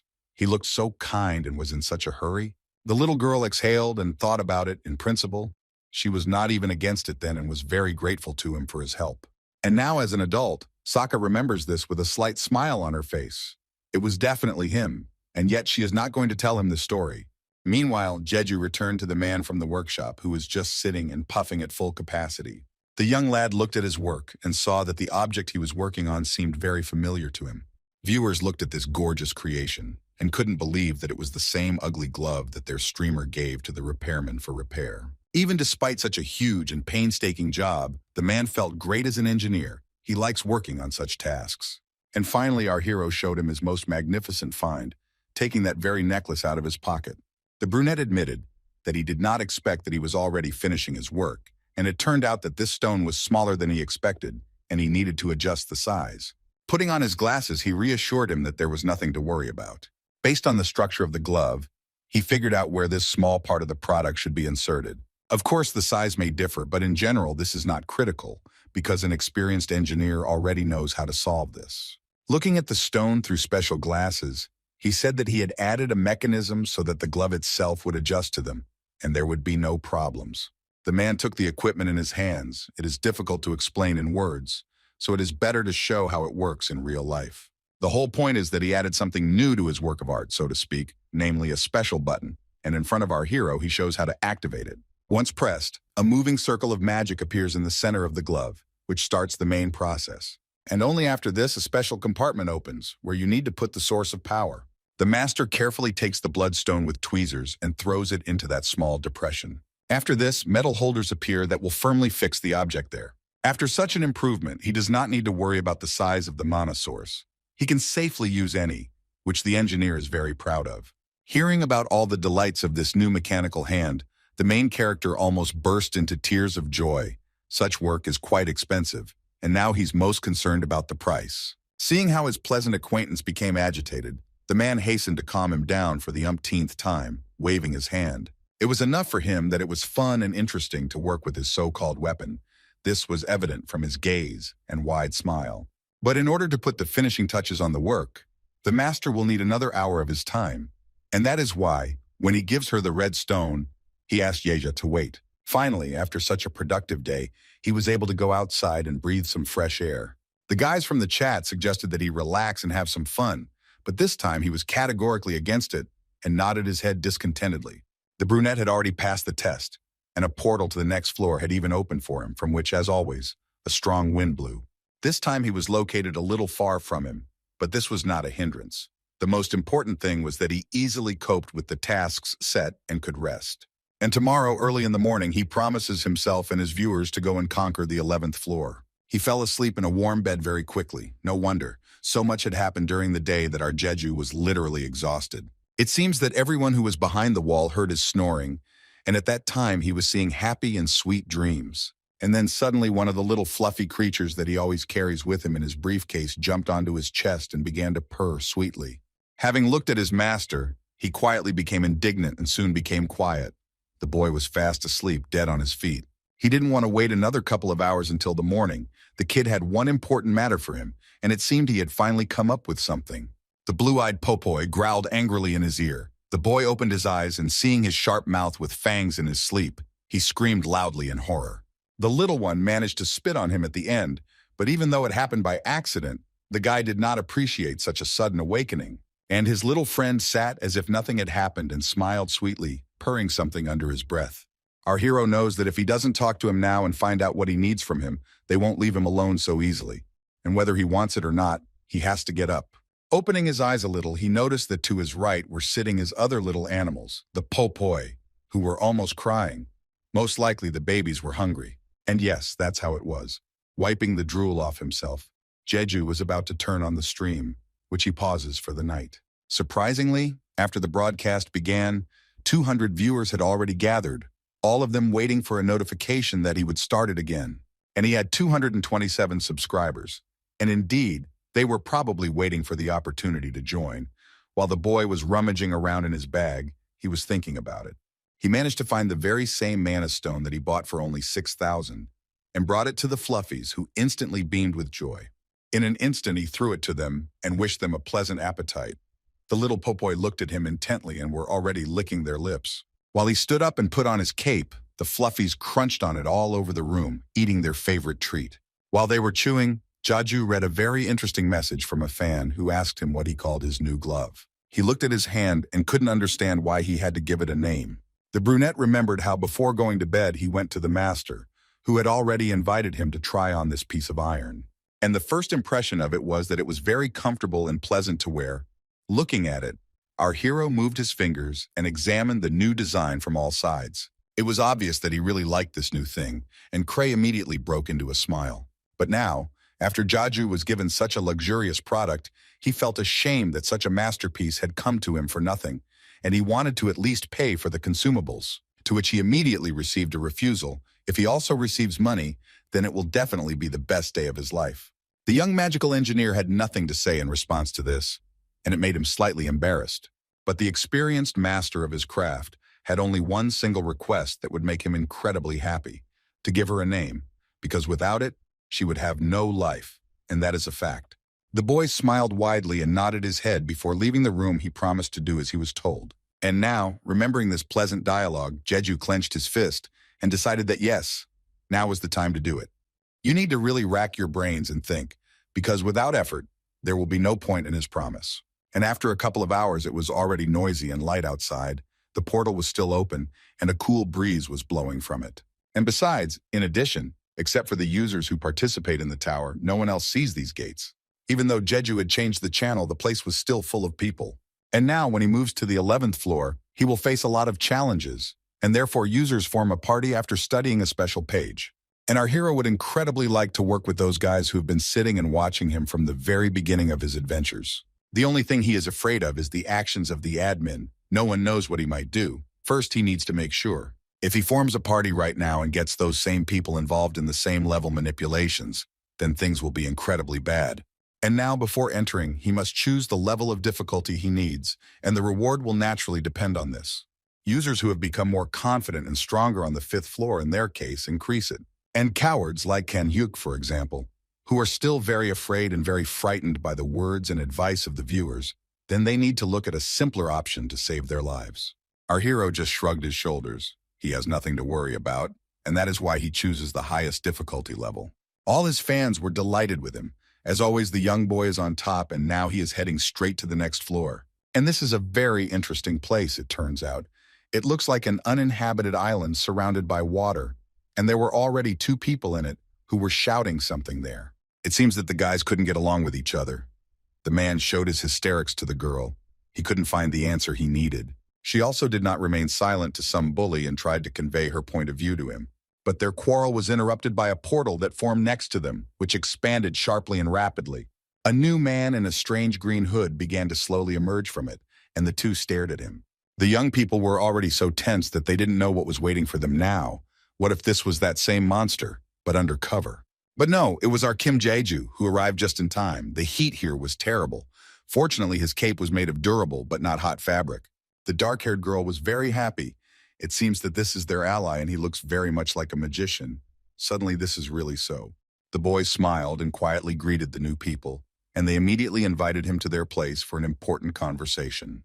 The brunette looked at them seriously and began to examine the landscape. In front of him stand a two-handed swordsman and a spear wielder. Very nice guys, and it immediately becomes clear why they were happy to see a man in a magician's costume. The first thing, the guy unknown to him stopped him, because he immediately noticed the glove. Now he has some doubts that a real sorcerer is standing in front of them. Jeju was a little tired of answering this question more than once, and he said that he was a magical engineer and nothing more. His answer so surprised the man that he even opened his mouth wide. But at one point, it dawned on him that from all this fuss and the incredible heat, his brain and thoughts were literally melting. The girl tried to appear friendly and asked how many items the new guy had for the support role. Knowing that he could only wear up to 20, the guy raised an eyebrow and boldly replied that he only had one. The lady sighed heavily and was obviously very upset. But there was no time left for talking. By the time it started, there wasn't even a minute left. Immediately after this, the sea began to seethe strangely behind them. The small crew turned around and watched closely to see what would happen next. It seems that the cowardly guy has already begun to understand what awaits them, and he really does not want this. It is better for him to endure a battle with 10 sea snakes, but not with this creature. Meanwhile, the sea began to act even more naughty. With each passing second, the splashes increased and foam appeared. The girl was no less afraid than that boy and grabbed the spear. Most likely, she also realized who they would have to face right now, and that young brunette was already trembling with fear and was literally preparing to write a will. He only wanted to safely escape from the clan, but in the end, he could already say goodbye to his life. Jeju stood and looked at them. These guys had bad reactions, but he wasn't too worried about the whole situation. Although no, he was only worried about one thing, that perhaps this was again the work of the administrator. Perhaps he did something that scared the young people so much. The water in the sea began to darken with every second. Soon the small team would see who they would have to face right now. And only at that moment, Kim Jeju listened and realized that he had heard that sound somewhere before. It was so familiar. The face of this monster and its huge, hate-filled red eyes were already beginning to appear. And yes, our guy was not mistaken, and he really is familiar with this monster. This is the same huge dragon turtle. The young people tensed up. The boys grabbed their weapons tightly and watched as they roared so loudly that they could go deaf. Just the sight of him made them start to tremble, while our hero stood there in slight bewilderment and even slightly irritated. Attracting unnecessary attention is not a good idea for him right now, so Jeju is going to use his glove. However, even if so, he can't control his power, so he can accidentally break it. He created his favorite weapon, which he fought with last time. Now it's time to move forward and finish this quickly. He pushes the two guys away and heads straight for the dragon turtle. So that no one bothers him, he asks them to step aside and away from him. I promise to deal with her myself, since he already knows what to do. But these two stood and did not move. This was already starting to irritate the brunette, and he already yelled at them, repeating his request. The brown-eyed guy couldn't resist and wanted to tell him in response. But our hero swung his weapon and jerked it down sharply. The coward in armor looked at him a little scared and finished his sentence, but decided not to get involved anymore. Meanwhile, the dragon turtle was going wild as best it could, preparing to attack its opponents. Jeju was already tired of listening to these two guys talking. He didn't have time to explain everything to them, and he demanded that they step back so that they could save their lives. The girl stood behind him and seemed to be flying in the clouds, while the red-eyed monster headed towards them. His first blow created a small explosion on the spot, and a large dust of sand rose up around. When the unpleasant fog began to dissipate, the toothy monster examined the result of his work and slightly raised his eyebrows, which in fact were not there. The first thing her gaze fell on was the two cowards who were running away as far as possible on the orders of their new team member. Our hero watched this picture and could fully assume that these two were acting like bait and most likely were not even distracting him for him. Well, it will be even better for him. Activating his boots, the daredevil rushes forward with his axe. In less than a minute, he had overtaken her and was almost right in front of her nose. To make his first strike, Kim swings his newly created weapon, aiming at where he has already spotted it. And this place turned out to be the leg of a huge turtle, into which he plunged the sharpest part of the blade. But here's the problem. The weapon broke in an instant, and only a stick was left in his hand. When he pulled it out of his leg, the blade flew in a completely different direction from him. What a strong animal, apparently impenetrable. The sharp part of the axe flew back and got stuck in the ground, while the huge monster roared from the injury it received, although it was not very serious. The boy looked at what was left in his hand and was a little confused. Most likely, What he had created was not very durable. But he does not lose hope and activates his glove again, holding this iron stick in his hand. The blade of the axe began to move in the ground, gradually emerging from there. Another second and it crawled out and flew up, heading towards our hero. The audience watched as he was able to independently and, so to speak, remotely restore his weapon. The dragon turtle fell to the ground with a loud thud and looked at its opponent from under its forehead. At that moment, for some reason, she decided to go into healing mode, and besides that, our hero needed to deal with her quickly, faster than on the second floor. And all because there is water nearby, which restores it in a matter of seconds, so you need to act quickly. The monster completely hid in its spiny shell, leaving only its tail and part of its head outside, which began to glow with a slightly greenish color. And the guy understands perfectly well all the risks that are here. Thank God she was not able to go into the water. If she had gone too deep, he would not have been able to follow her.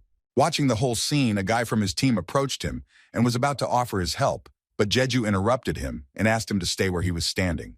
In an instant, he activates his speed boots and jumps onto the back of this huge creature, while the young people's mouths are wide open at what they see. And you can immediately see how much progress our hero has made.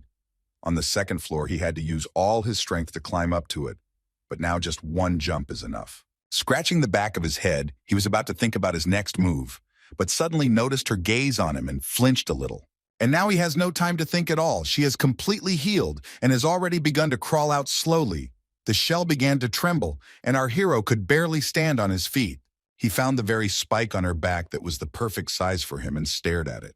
In a moment, he flies off her strong armor, then cuts it right down to the root. The turtle twisted and turned its head and could not find this clever fellow, having lost sight of him. But after a while, she found it, and that very place lit up red. It was hard for me to guess that she was now furious. The audience was amazed at his calmness and coolness of mind. He had to hurry. He wanted to do everything he had planned before she exploded, and so he rushed forward and ran as fast as he could.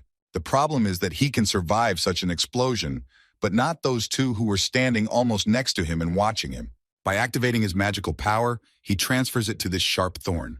In an instant, he threw it as high as he could and looked at what to do next. When the thorn had flown a sufficient distance away, Jeju broke forward and ran towards it. Having reached the edge of the shell, the boy gave it a strong push. A moment later, he jumped high into the air, looking straight at that small object. When he got close enough, he did a small flip and stared at the glowing spike. Now he knew what to do.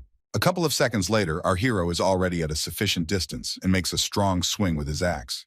But before that, he obviously needed to activate his power and, in addition, remember his baseball experience, which was actually in arcade games. He needed to find the right moment to make the decisive blow, and finally it came. Holding his cold weapon in his hands, the daredevil strikes the blunt end of the spike, applying as much force as he can. It all happened so quickly that the guys who were standing on land could not make out what he was doing, and in the meantime, the barbed wire was already flying at full power to the designated place. Gaining incredible speed, it flies straight to the place where the turtle is hiding in its shell. It didn't take even a second before it pierced her skin and glowed red, starting to heat up very quickly. At the same moment, a strong explosion was heard, which completely engulfed the entire island. There was smoke all around. And Jeju, having finished his part of the work, deftly landed on his feet on the ground. As he said, he stayed alive. And now he is interested in what is happening to those guys. The young man looks at everything that was around him. As he had predicted, his plan worked. The turtle lay seriously injured and did not move. He won. This test was passed. The way to the next floor opened for him. He sighed heavily and was very glad that he made it just in time. 2 portals opened behind him. Finally, he could put his axe away, dissolving it back and hiding it for the next necessary moment. The strange liquid has finally cleared all of his hands and he is ready to move on. The boy was about to leave, but he was stopped by these 2 guys who quietly approached him. The brunette and the girl expressed incredible gratitude to him for saving their lives, without even knowing who they were. When they raised their heads, they simply broke into smiles. They really thought that this was the place where they would end. Our hero, as always, was modest and did not want to accept such solemn thanks. For him, it was some kind of nonsense. He still had to pass this test. The young man, rubbing the back of his head, wanted to hear only his name in response, if he didn't mind, of course. But Jeju instantly turned cold at the mention of this topic and demanded that he quickly go about his business. That's what the audience thought, but in reality, he didn't drive them away because of that.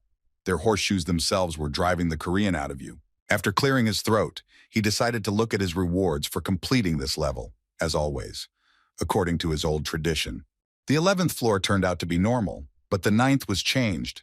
It is clear that the admin played with the difficulty. He would not want to attract attention again with a huge reward. With a heavy sigh, the boy presses the necessary button in the system. 2 whole boxes fell out of thin air. One of them was very similar in material to wood. And the second one was, of course, ordinary and not particularly distinguished by anything.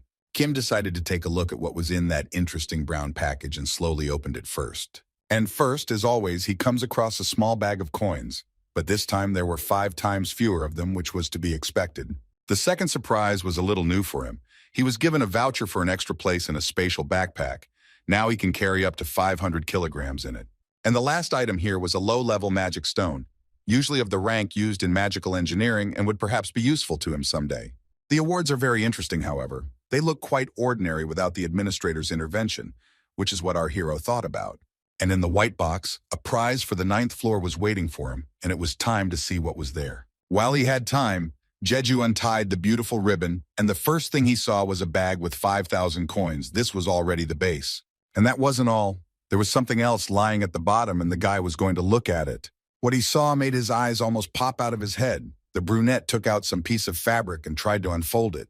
He was given a leather cloak of the Master of the 7 Snakes, heroic rank, a very useful thing that will help him in self-defense. Without wasting his precious time, Kim decided to try it on right away and see how he would look in it. He looked in this cape as if his mother had bought it for him to grow into. It was too big, although the fabric was very pleasant to the touch. The leather coat is too noticeable. The texture needed to be changed and the length adjusted. Thank God he had that available.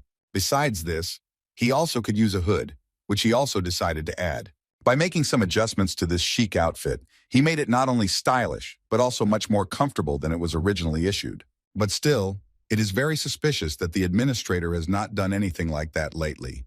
The viewers have already begun to miss his tests, and therefore our hero wants to check it out. Namely, Jeju is going to go through the 11th floor again. Maybe this bastard was just playing with him. He returned and again, using the same principle as last time, defeated the huge dragon turtle, inflicting fatal damage on it. The new people who arrived with him were incredibly impressed with his fighting skills. And surprisingly, through his little experiment, he noticed that the difficulty remained the same. At one point, a large wave rose up, which was about to cover the island, and immediately the cloak turned out to be very useful to him. The brunette covered the other participants and himself with it. And again, but the new guys asked him to at least say his name, and he, as always, ran away as quickly as possible to a quieter place.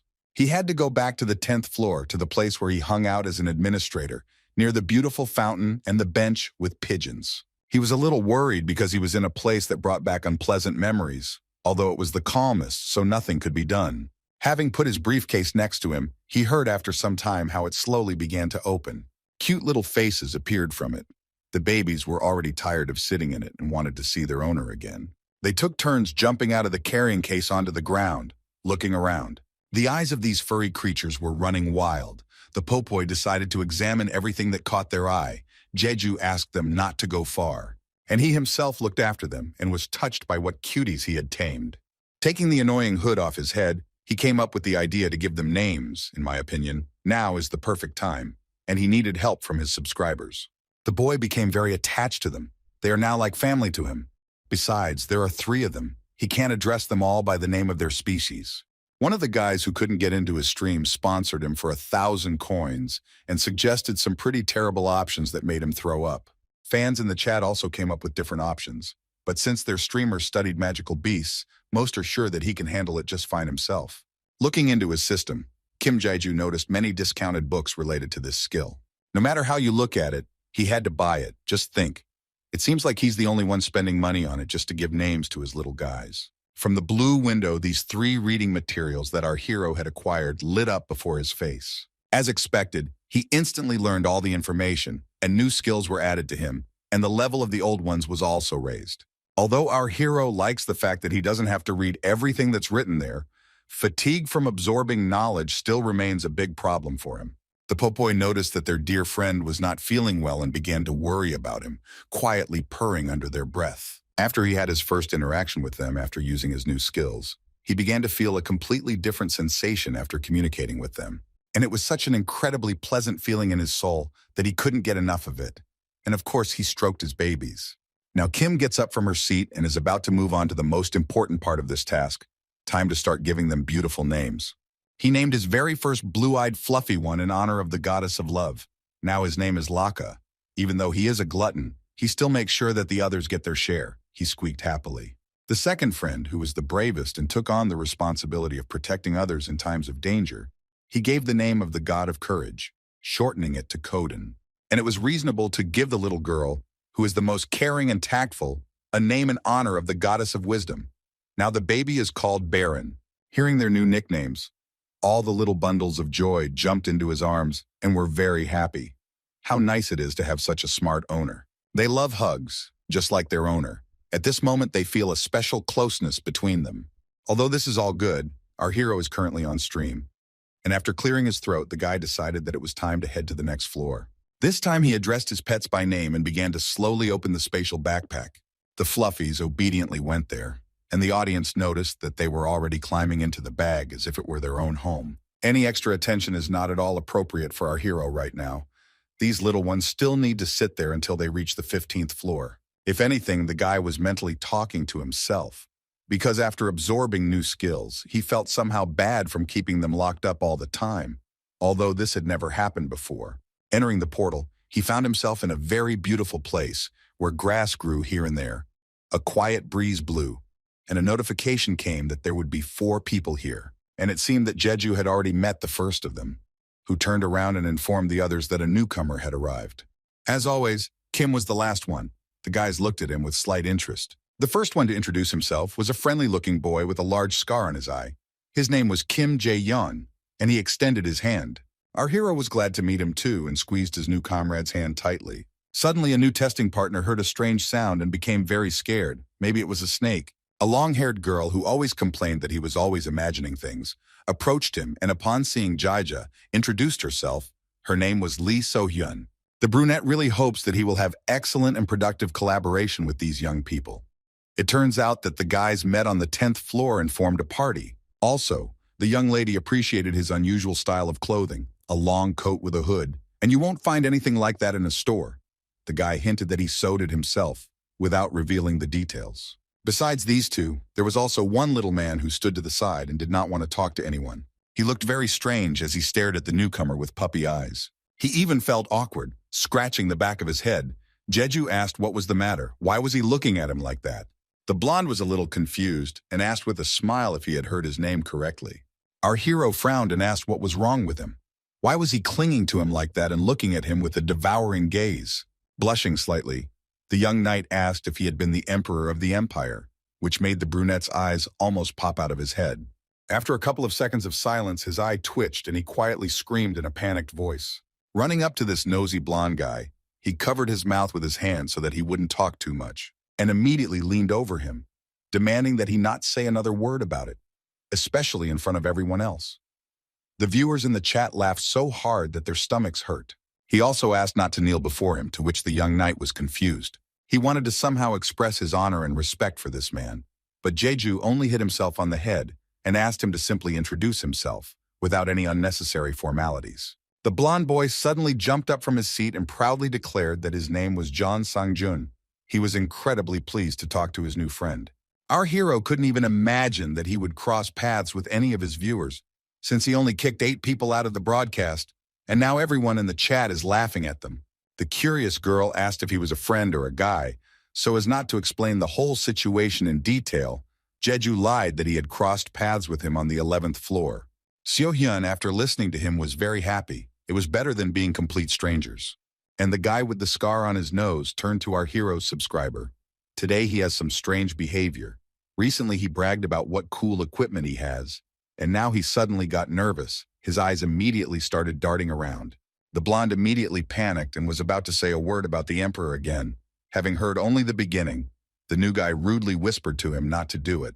After clearing his throat, Kim asked if the 2 guys were in the clan, looking at the girl and the guy in turn. The lady laughed awkwardly and said that life inside such a place was not for them, and her friends sighed heavily and said that they did not help them at all, although they asked for donations from the treasury, and because of this, they were forced to leave there. Also during the conversation, our hero found out that they were conquering the 12th floor for the first time. Well, at least they were trying. As for streams, things were much worse. Jane decided to share that he didn't even have 20 viewers, and those who were there were talking nonsense, and besides, they didn't donate. Jeju guessed that most likely the guys had already partially given up, since it was very difficult to obtain information about this level. Because he is the one who is a tough test for knights and other melee classes, and since there are two of them, it will be extremely difficult for them to cope together for the first time. The guy asked his fan, whom he met in real life, how he managed before he got here. The blonde looked at him with interest and thought, but he had a completely different situation. He was literally thrown out of the clan, so he wandered around the area and looked for newcomers and in principle any allies. And after that, he soon came across a stream of an amazing newcomer, that is, the Emperor, and when he was mired in wealth, he began to donate to him and was able to buy equipment. Well, of course, he got here and got stuck on the level with inexperienced newbies. The brunette nodded his head and didn't even know whether this guy was lucky or not. The man with the scar on his eye interrupted their pleasant conversation. There was very little time left before the start, and therefore it would be very important to discuss the plan of action now. The fanatic obsessed with the Emperor began to defend himself for the object of his affection, and here he simply asked him not to show excessive emotion. Now this is really the main thing. His joyful cries were already beginning to irritate our hero, in which case he instructed Sanjun to decide for himself what they should all do. The guy with a broom on his head started making fun of him a little, which the blonde didn't like very much. He was being humiliated right in front of his idol. It's time for the boy in the dark cloak to reveal that he specializes in magical engineering, which no one liked, and it already sounds like a failure from the start. Well, the owner of the drunks didn't care. It was the first time I saw him react like that.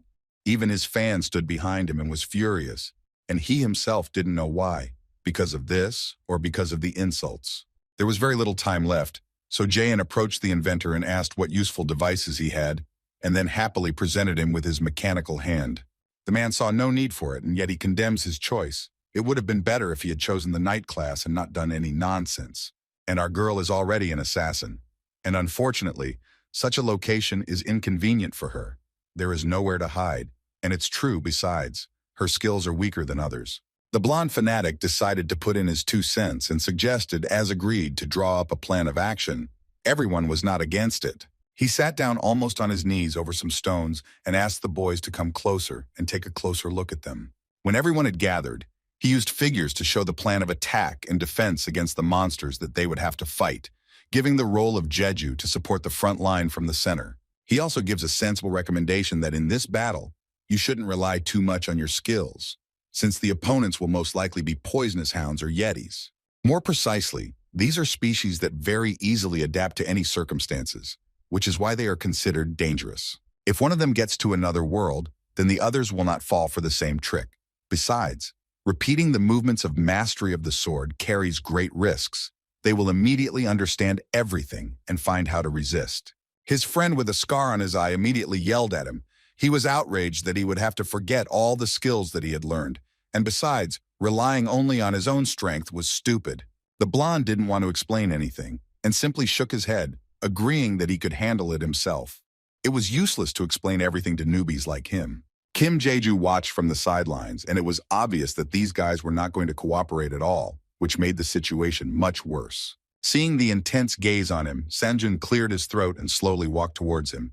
He wanted to ask something. He initially thought that this emperor could easily clear the level alone, but he deliberately stood aside, and here he only snorted, because he didn't think that completing group trials alone would be a good decision. The blonde-haired man again felt like he was showing off in front of him, and he almost called him a forbidden word again, which was already starting to irritate him, and he threatened not to meet him again if he continued. He laughed and nodded his head, and now it finally seemed to get through to him. The system started beeping. Jeju looked up and saw that there was literally half a minute left until the start. He was overcome by a slight panic. This time passed almost unnoticed, and he ordered everyone to stand in their places and prepare for battle. And now it was time to start. A cold wind blew from afar, and a crowd of black silhouettes was visible, which were getting closer and closer. There were various creatures. Their skin was purple, their teeth were sharp, and their eyes were incredibly angry red. All of them were scarred from brutal battles. And there were a lot of such vile creatures. And that's when the nightmare began. The beasts were shouting something. It was hard to make out what exactly, but it sounded pretty creepy. The creatures are called yetis. Sanjun immediately guessed who it was and ordered to raise the weapon. His hands were shaking. He could hardly hold the sword, and all because he hadn't fought for a long time, and besides, this was the entire 12th floor. Our hero decided to calm him down a little, because if he worries, then someone will definitely get hurt. He is sure that everything will be fine. The guy believed his words, and indeed, feeling such support made him feel much better. And Jayan stood and laughed, looking at them. He couldn't get his head around how they could be afraid of creatures that didn't even have weapons.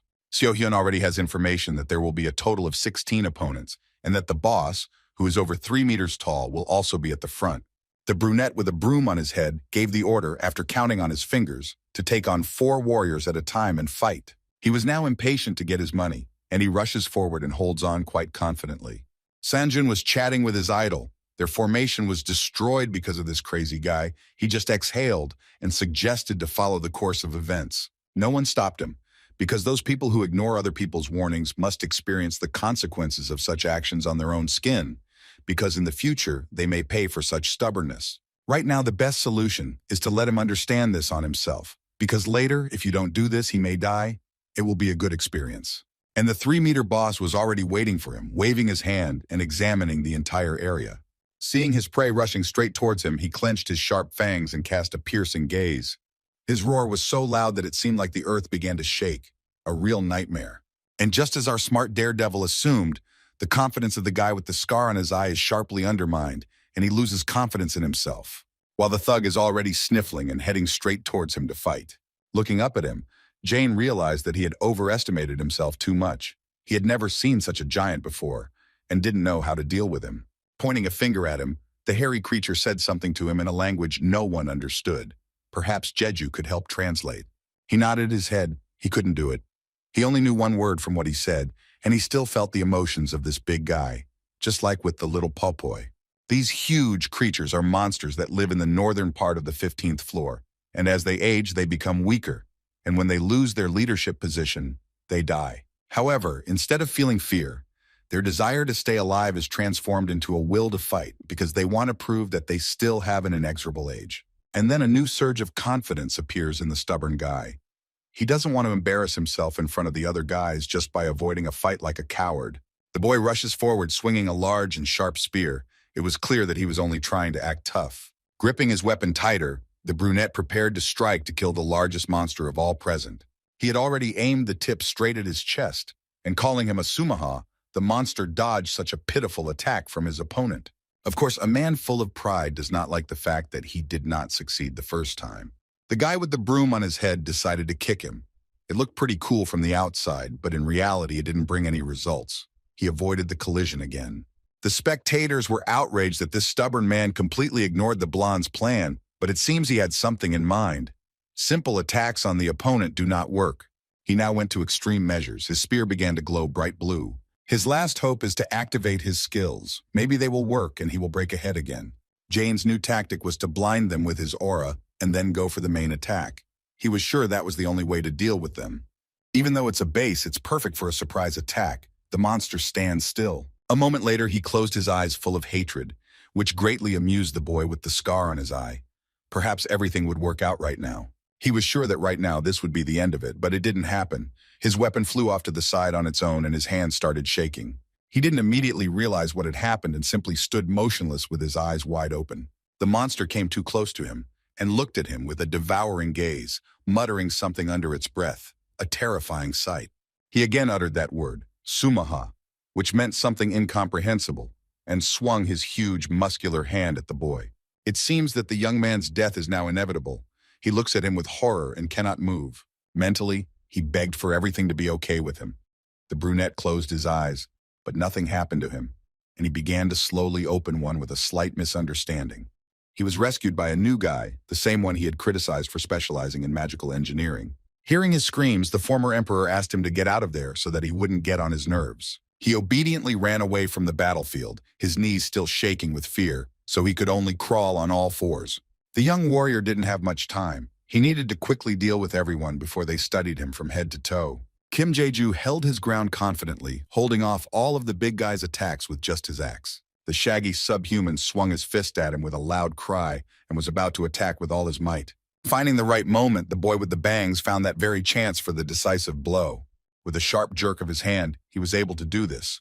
Only he alone was able to catch this giant.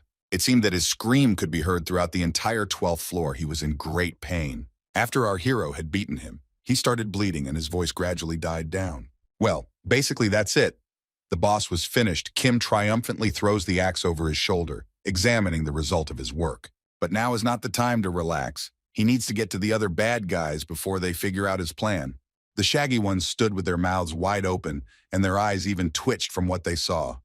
Now it's not our guys who are afraid, but they. And in principle, this is logical. After the death of the leader, their Yeti spirit has weakened greatly. This is an excellent chance for a winning position. 1 blow, 2, 3, and a few more repetitions, and the whole crowd was defeated. Finally, the guy was able to stand up and catch his breath after such a warm-up. When his breathing calmed down, he and the boys examined the results of his work very quickly and deftly. The test was passed. At that very second, 2 portals opened, one to the recreation area and the second to the next floor. The dark-haired Korean turned to his allies and thanked them for their excellent work, although the audience was outraged because he did everything for them and so unfairly. The girl was very happy, and she already had suspicions that this so-called newcomer was already at the 19th level and then simply went down. Even though it wasn't true, she found an excuse for why Sanjun acted like that when they first met. The modest Jeju only lost his cheek and nodded his head uncertainly. He still didn't want to say anything or comment on this situation in any way. The long-haired girl beamed with joy that thanks to this man they had passed the tests and even survived. But this partner was nothing but trouble. The guy didn't answer them, but simply watched the two of them as the lady dragged this loser, who almost lost his life, on her back. And finally, Jane decided to ask the one and only question that tormented him the most. What does that word mean that the boss of the Yeta kept saying Sumeha? He couldn't get that same cold look out of his head that he saw when he stood in their way, and for him to know such a small thing was incredibly important. Jeju also remembered that this was the very first thing he heard from that very video. It means child. It turns out that the boss called this stubborn guy a child, and his eyes almost popped out of his head when he heard that. He felt very ashamed that even such a monster had shamed him in front of his new friends, but he still thanked him for the answer. He couldn't look any of his acquaintances in the eye, and so he quickly moved on so as not to be caught in their sidelong glances anymore. So Hyun, turning to our hero, expressed great gratitude for such a pleasant meeting, and suggested that the next time they crossed paths they should eat something tasty at some establishment, and without thinking twice, she jumped into the portal. The guy just looked after them and stood there a little perplexed. Just like his fans, he thought that it was a couple in front of him, but he had already been invited to breakfast. His admirer ran up to him immediately and was incredibly happy, so much so that one could say he fought side by side with him. Sanjun asked if he was currently broadcasting live, because he felt awkward about being stuck on the 10th floor, and it seemed like it was time for him to run away. The blonde had some kind of premonition that Jeju's audience would now scold him, and without delaying, he approached the portal, but his interlocutor stopped him. Our hero became interested in what floor he was watching him from, and clearly not from the first. It all started with the fact that the blonde man became interested in how this newcomer would deal with the dragon turtle. After listening to him, the brunette thought about it and still decided to thank him one last time, namely because he watched it so diligently and donated, most likely. It was difficult for him to do so. But still, no matter how annoying he was, they are grateful to him. Such warm and pleasant words brought a wide smile to his face, and he didn't know what to say. Before going further, he knelt before him like a true knight and wished him success in reaching the 100th floor and starting to live a happy life. He felt a little awkward and repeated that he had asked not to be treated like an emperor or an important person. But then our hero suddenly screamed and opened his eyes wide. He couldn't understand what was going on and just looked at his interlocutor. He made some strange face and literally broke into a smile with a girlish squeal. At that moment, the blonde guy jumped up and jumped into the portal, mentioning the Popoevs. Jeju now stands in complete bewilderment and does not know how to comment on this. His friend lied, and it turns out that he is still from the first floor. When he came to his senses, he somehow didn't care anymore. Now he needs to check the awards as always according to tradition. This time there was nothing special. It was obvious that since the difficulty was normal, the reward was appropriate, in the form of a bag of coins. In principle, our hero had nothing more to discover. That was where all the surprises ended. It was obvious how upset he was. The brunette threw the backpack on his back, and turning to face the red portal, declared that this was not at all the case. Everything suited him, and now he needed to change the channel and move on.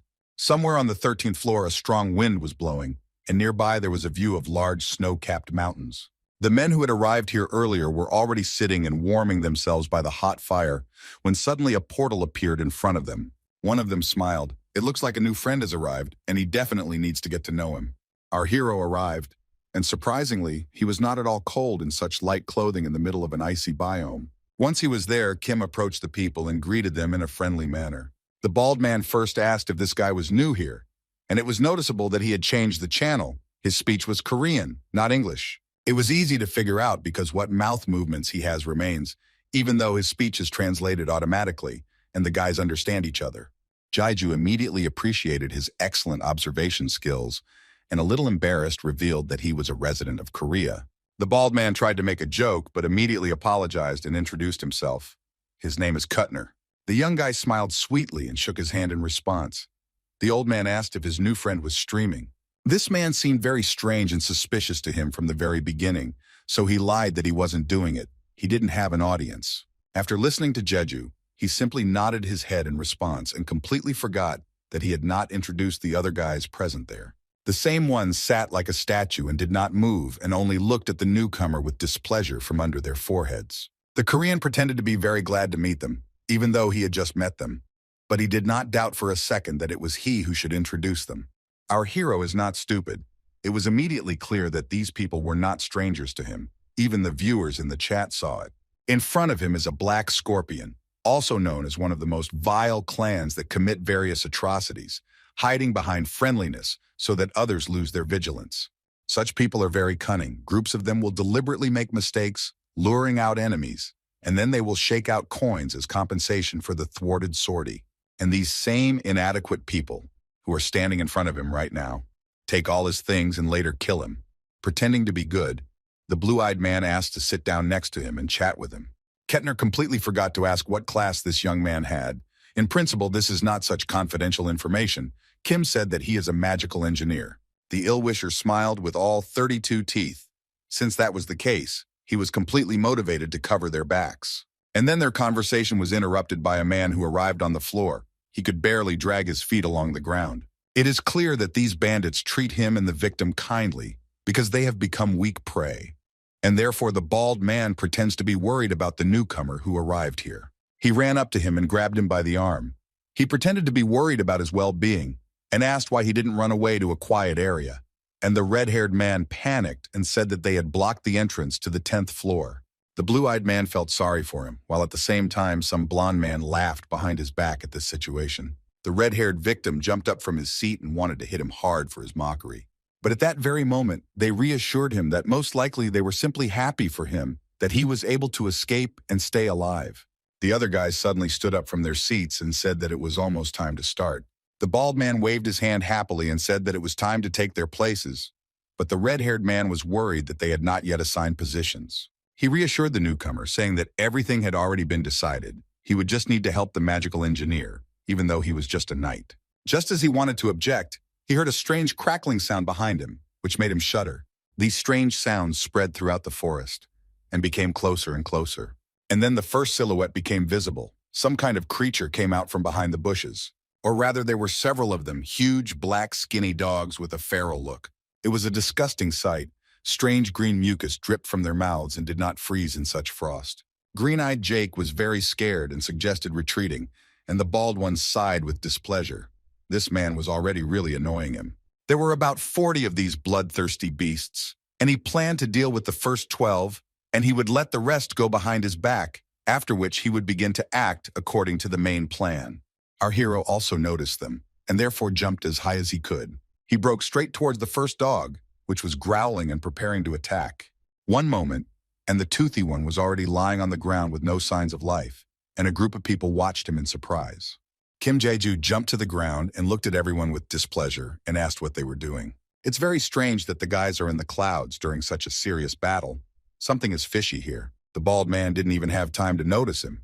He was a little confused because the young guy was behind him, and now he somehow ended up in front of them, but now it doesn't matter.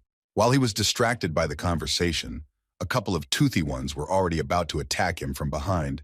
Cunning warned him in advance, pretending to be worried. And now, one of the dogs is right next to his ear, breathing down his neck, showing its insanely sharp fangs. But it was not to be. The attempted attack was unsuccessful, The brunette dealt with everyone in an instant and remained safe and sound. And finally, the smart guy concluded that these guys have no particular desire to fight. Instead of swinging a sword, he only indulges. The bald man got really angry at him, and the magic engineer tells him this. Now he's worried about what kind of cloak he has on his back. Jeju smiled and spread his hands. It was just an ordinary object, nothing more. His invisible eyebrows twitched, and he told all the boys to gather around him. This guy who stands in their way is clearly much more dangerous than these poisonous dogs that are growling in front of their noses. Our hero was surrounded, on one side by these unkind people, and on the other by these vile creatures. The animals have very good intuition. They immediately sensed that he posed a great threat. The situation on the so-called battlefield became more tense. Everyone literally rebelled against the young guy. He got tired of this, and the daredevil asked directly what these scoundrels were up to, looking at them with a piercing gaze. Even these disgusting dogs began to be afraid of this kind. Some began to slowly retreat back but not give up their positions.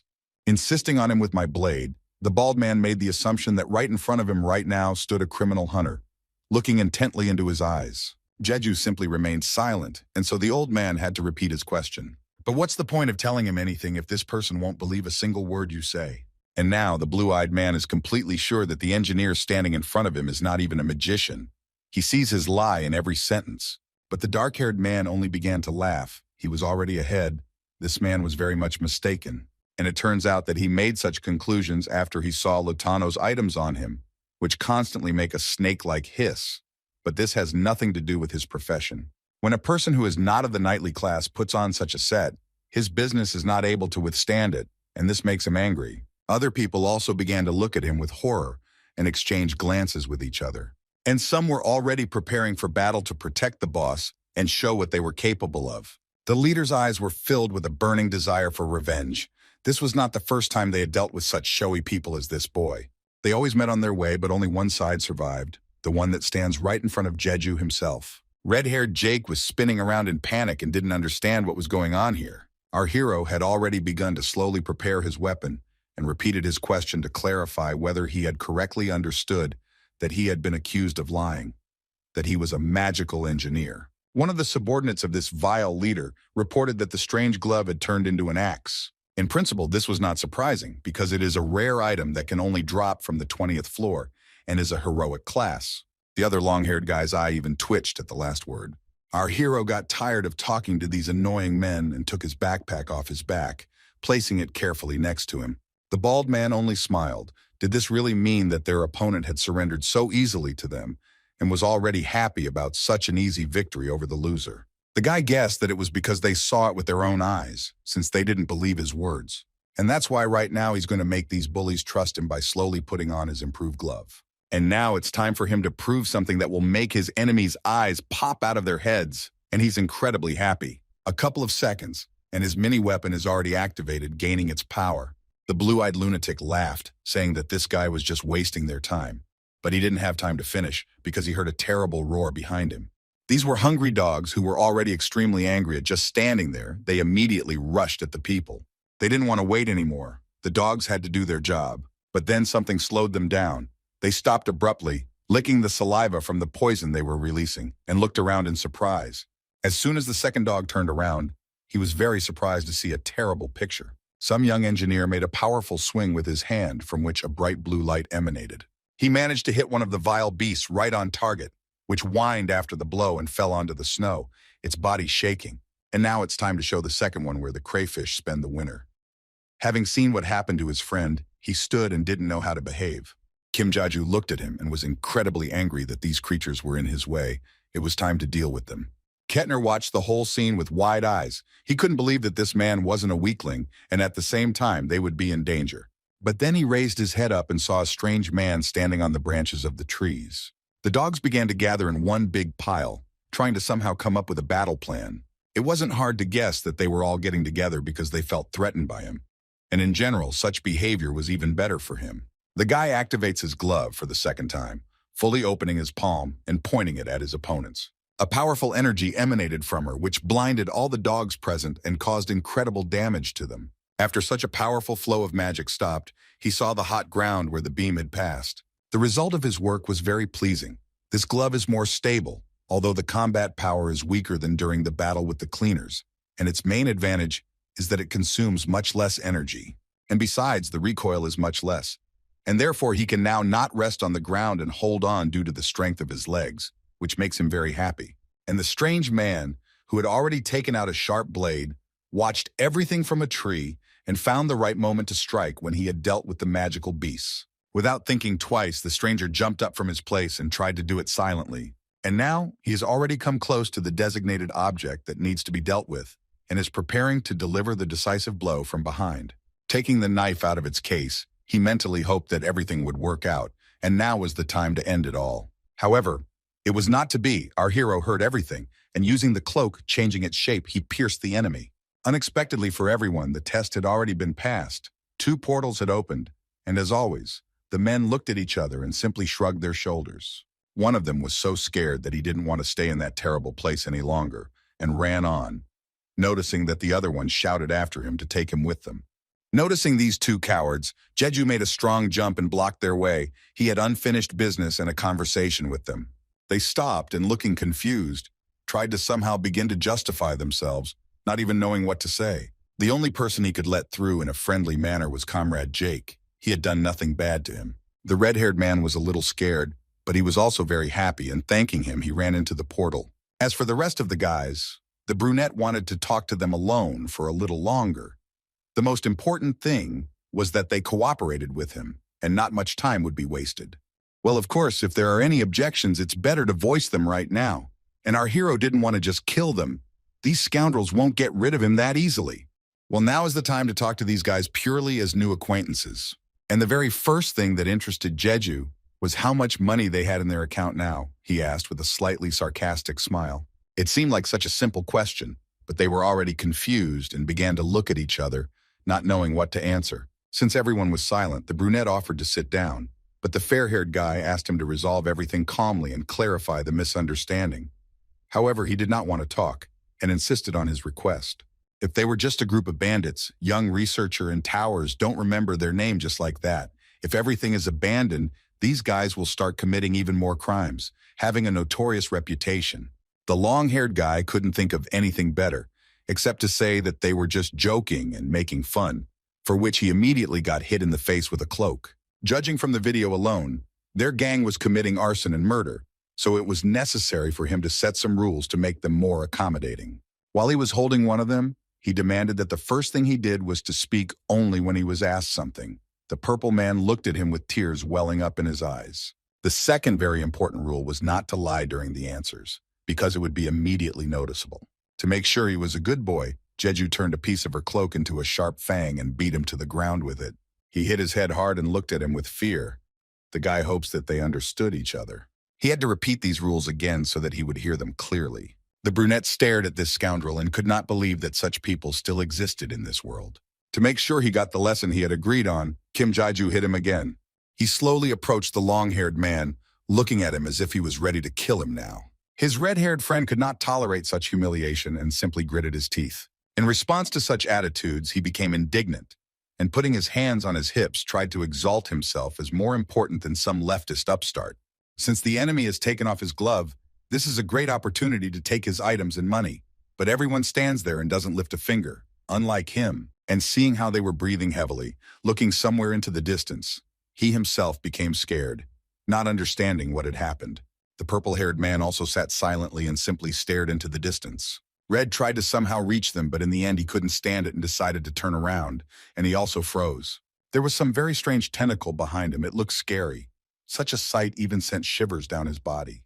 The monster grabbed his tongue, and Jeju, in an angry tone, promised to show them right now what happens to those who break the rules he dictates. At one point, without feeling any pity for him, the wicked boy tore out his tongue and in response heard a loud scream and terrifying looks from the others. For him, offenders are those who should not be treated like people.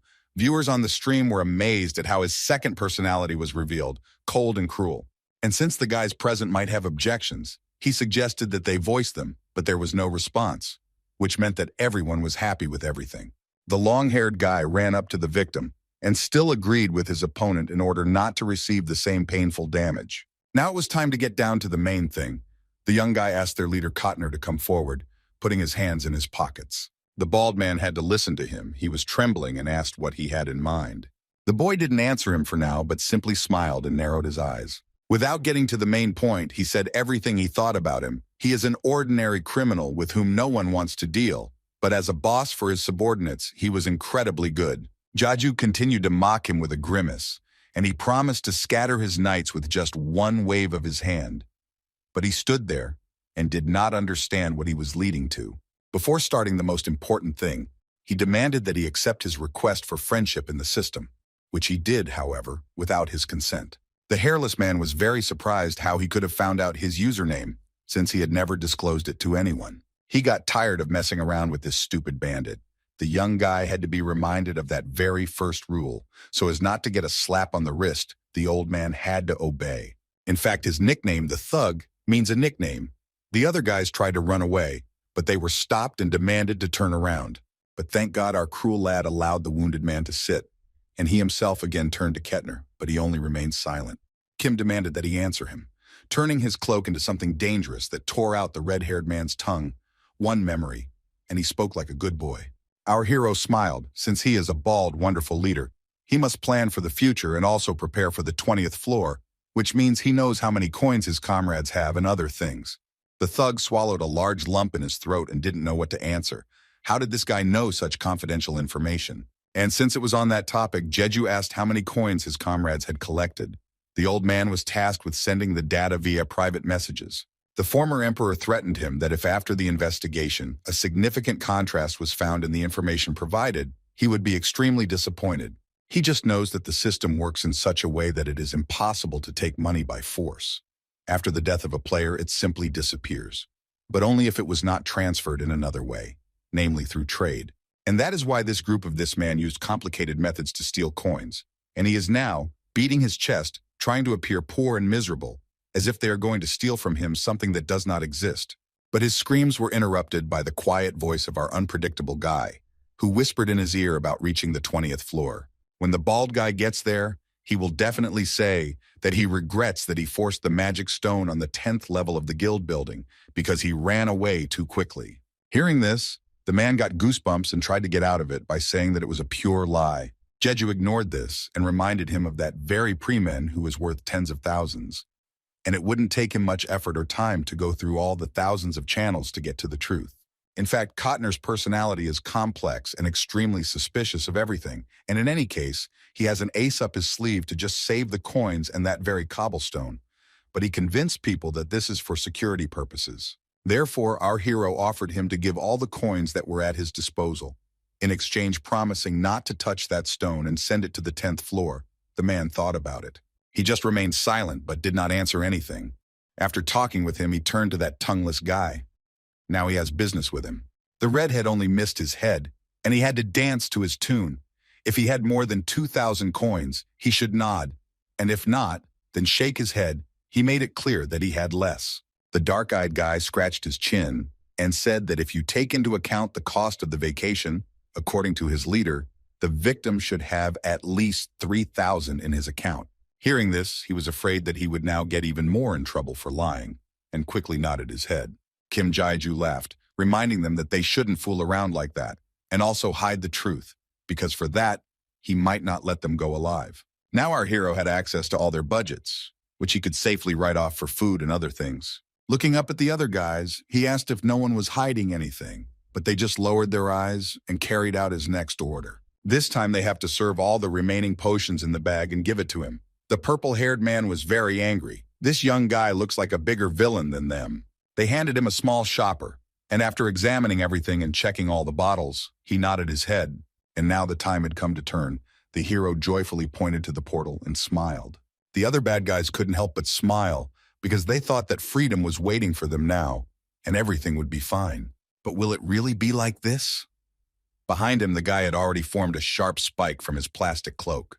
Not sparing anyone, he dealt with everyone at once in one moment, leaving no chance for the serial killers, thieves, pedophiles, and other individuals who were hiding in this small group to survive. After rummaging around in his new bag a little, the guy found a special potion that removes traces of blood and used it. But the leader remained alive. Slowly rising from the ground, he looked around, not understanding what this meant, hearing the voices of his comrades. Our hero stood over one of them and grabbed him by the collar. He told the uninformed guy that the 14th floor was a labyrinth designed for 6 people, which made Cunning wary. It makes sense that these guys had already foreseen this and formed the necessary group of the necessary number of people, and since that was the case, Jeju was going to help them. One of the guys tried to stop him, but then he just pushed him. Yes, our hero promised to send them straight to the 10th floor, but there was a condition for this, that they would not hide a single coin from them, which they did not do. After looking at his system, the Korean thought, despite the fact that there was unaccounted money left, no one even thought of giving it away. The blue-eyed leader of the whole gang yelled at him, the liar, and was not going to let them go. But he responded rudely, it was not a lie, as she was told.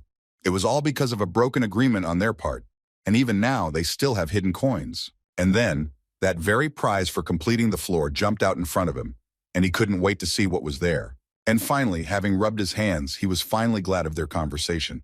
And the spectators begged him to tell them what he had said to Cunning then. The boy just smiled and decided to keep it a secret like a little affair. After a little warm-up, it's now time to get back to the fun part. He turned to those rowdy guys and said that no matter how many times he cleared the 13th level, he would always receive at least a coin as a reward when he turned to face them. Cunning wanted to say something in response, but he was stopped when he was grabbed by the hood. Jeju confidently thrusted into the portal, wishing them luck in passing the test. Now they would all do everything on their own. And besides, the labyrinth without one leg, which miraculously but cruelly disappeared from him, will be very difficult to pass through, even tantamount to suicide. Now the brunette is ready to return to his boxes and finish this. This time the prizes weren't very impressive. Just a bag of 1,000 gold and a normal class magic sphere. Not much of a sight. Even the spectators were a little upset by this sight. One of the guys thought that he could go back to the free zone and sell a couple of items there, but since the backpack wasn't very heavy, there was no need for that.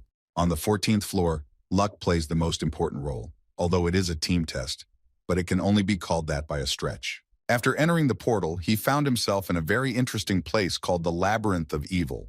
He had a choice to take a starting point from which to get to the center. He made a decision and found himself at the appointed place, holding his briefcase, and began to examine the room itself. Here, other guys were already waiting for him, male knights, who were talking among themselves and discussing the strategy for passing, waiting for the next participant. And finally he showed up, and Jeju was quickly called to them with a wide smile on his face. The man with the beard greeted him and was glad to see a Korean here, as he considered them to be completely unusual and interesting. The cheerful participant in the test joked a little, and laughing said his name, and also wanted to get permission to introduce his comrades to the newcomer. He turned to them and named them all from left to right. In front of our hero stood Fordman, Ricky, Cuddy, and Chris, who smiled amiably at the new guest. It was clear that these guys had known each other for a long time, and judging by the overall atmosphere, our hero was facing an experienced team. The bearded man praised our hero for his intelligence, but the audience, judging by their conversations, does not see any gangster character traits in them. While the other team members were watching them, our hero and the cheerful Robert started chatting about something. They originally had 6 men, but Fordman's friend was seriously injured on the floor below, and so he temporarily left their gathering to get some treatment. Unsurprisingly, their gear is in pretty good condition. The old man said that they wanted to wait for him, but he insisted that they make this decision because he did not want to be ballast, and there was no one to replace him. The brunette asked the young guy not to worry about them being some kind of bandits, and expressed understanding for his feelings, to which he responded with a broad smile and behaved calmly. Finally, the little show was over. Now the pumped-up knight offers to discuss strategy. Before the start, he asked if it was his first time here, and Jeju just nodded his head, and that was already a reason to explain everything in detail. But in fact, our hero knows the format of the test. But since everything changes every time, only luck will help here, and it won't hurt to discuss everything. First of all, this place is very confusing, and if you get to a dead end, then traps or magical beasts will appear. On the tablet that was provided, you could choose the starting point. The man showed with his fingers which ones. And there was only one condition for passing, to get to the center by any possible means, and that's all. Looking up, Robert explained that the path that leads them from the starting point to the destination, as well as the length, never repeats itself. So it is impossible to make any assumptions with great accuracy. And only during the smallest game, players can decide what to do. They can start all together or go their separate ways. Kim raised his hand and wanted to clarify about the last option. He didn't understand if they were on the easiest path, whether only one person could overcome it. The brown-eyed man lowered his head and said that unfortunately this would not happen. There was a huge risk that one could say goodbye to life alone. Since the structure of the labyrinth is random, no one knows what might happen there. And if our hero has to use his glove, other team members in the narrow space may interfere with him. In this case, crossing his arms over his chest, the guy suggested that one should go along one of the paths, and the others should unite and walk together. The friendly man slammed his fist on the table. And these guys aren't so shameless as to do that. Robert couldn't believe his ears that he thought they would let him be in danger, because he wasn't a member of their group. Taking a deep breath, the brunette said that he made this decision because he was confident in his abilities and could handle it himself. Even though he has high fighting skills, the guys can't just sacrifice him for their own good. For Jeju, this sounded too surprising. Unlike the previous team, it was too much of a torment to his conscience and desire to work as a team. But even so, he started to be naughty. The young guy stamped his foot and said that she decided that she would not move another millimeter until everyone left this room. The other guys were simply shocked by such a nasty character. But the leader sighed heavily and gave in. He wouldn't be able to convince him otherwise. Finally, the bearded man handed him some kind of potion in a test tube. There was nothing surprising about it, according to him, but it would definitely help the young boy. Just in case he feels any danger, which could even threaten his life, he will just need to stand still and wait for the guys to come to his aid. Kim smiled amiably and thanked him for such concern. This proposal suited him perfectly. And now it's time to begin. The team of the good-natured Knight Robert is ready to start in the west. One moment, and they are no longer there. They have moved to the right location and are ready to start. The young boy warmed up a bit and decided to start from the north. The spectators were rooting for him and wishing him luck in the chat. Having reached their first dead end, the team of 5 people was already fighting the first monster, which was easily defeated by the group leader. And yet the guy in the straw hat was very worried whether he could cope alone. Having hidden the sword, Robert reassured his comrade he is sure that he will remain alive. But opinions were divided. The blue-eyed girl still had doubts about this, and could not understand why he assumed that this Asian was smart. The old man drew conclusions from the fact that he was able to determine how experienced they were based only on their greetings, and also recalled that there were very few people for testing. And besides that, despite the suspicious situation, he remained calm and smart. Perhaps he has something else besides the cloak and other trump cards. Even if that is the case, despite his confidence, going through the labyrinth alone is very dangerous, as the young lady reflects. The knight turned around and partly agreed with her. No matter how powerful his weapon was, there was nothing wise in his decision, and that was why they needed to get to the center as soon as possible. Everyone nodded their heads. The man made the assumption that perhaps, most likely, he would stop halfway and wait for their help. So as not to waste more time talking, the guys went on. They came across a dangerous monster, although they moved carefully due to their experience, but this made them an easy target, so it immediately jumped on them. This is the strongest monster that can appear on this floor. The sword of one of the participants also became unusable, and all because of the acid that corrodes the metal. The bearded man lowered his head and thought, although they managed to win, the weapons of the knights of the first line of defense were damaged. Now they really need to prepare for at least one death in the group. The black man in the straw hat looked into the distance. At this rate, many would really die, and there was more and more doubt that their new friend would be able to pass the test alone. But then he heard a strange sound, which scared him a lot, and he turned to his guys. They just looked at him in surprise. There was a strange but small explosion, causing dust to rise. The group looked in that direction and were already preparing to attack somehow, with fear and misunderstanding in their eyes. But then they hear a familiar sound, some strange bright light. Stones fly to the sides, and the guys fight back with rusty weapons so as not to injure themselves. Their friend in a cloak appears in front of them, clears his throat, and begins to look at them point blank. Kim Jaiju was a little scared and giggled, asking if they were okay. And this is how it actually happened. After they left, the guy was already thinking about what to do next. Closing his eyes, he thought through several options and still decided to go north. Using a small pocket compass, he determined the direction he needed to go and looked for the best entrance for him. Throwing his backpack over his shoulders, he walked on and had no intention of stopping. After a while, it opened as always, and a small tame monster looked out from there, squealing cutely. It was Baron. Jeju looked at him with a raised eyebrow, asking why he jumped out and at such a moment. Fluffy jumped on his shoulder and began to rub his cheek softly and with his fur. Most likely he just got bored of sitting locked up all the time. And now he asked to go down to the ground, and the guy let him go, but asked for what purpose. The baby began to spin and turn around. Now our hero began to think that he was hungry and wanted to find something to eat. But it seems that his assumptions were not justified. The little one was jumping on the grass without knowing where, and then he came closer to some wall. Unexpectedly for everyone, the blue-eyed one bared his fangs, which scared the viewers of the stream.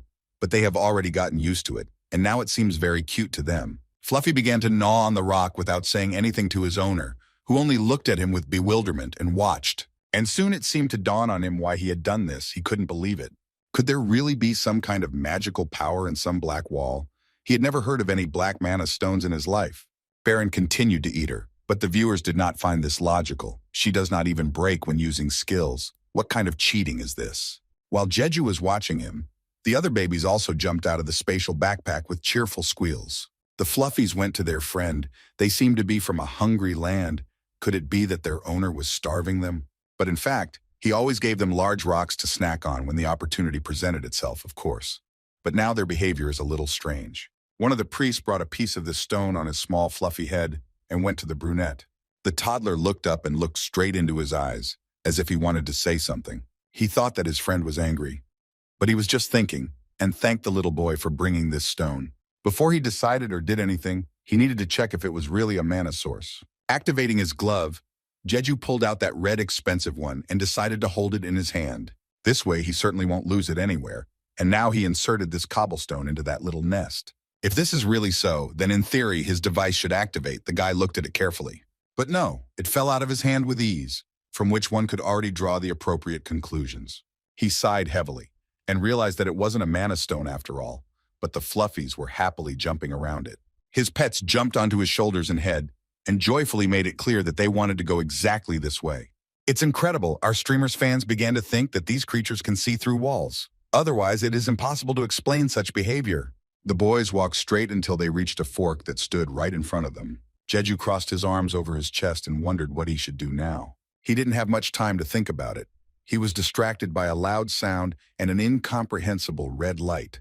The guy took a closer look and realized that it was most likely a bloodsucker, which meant that Robert and his company were there. In order not to beat around the bush, the brunette still had to turn to his little friends and ask what they thought, whether it was possible to get through here by punching a hole in the wall.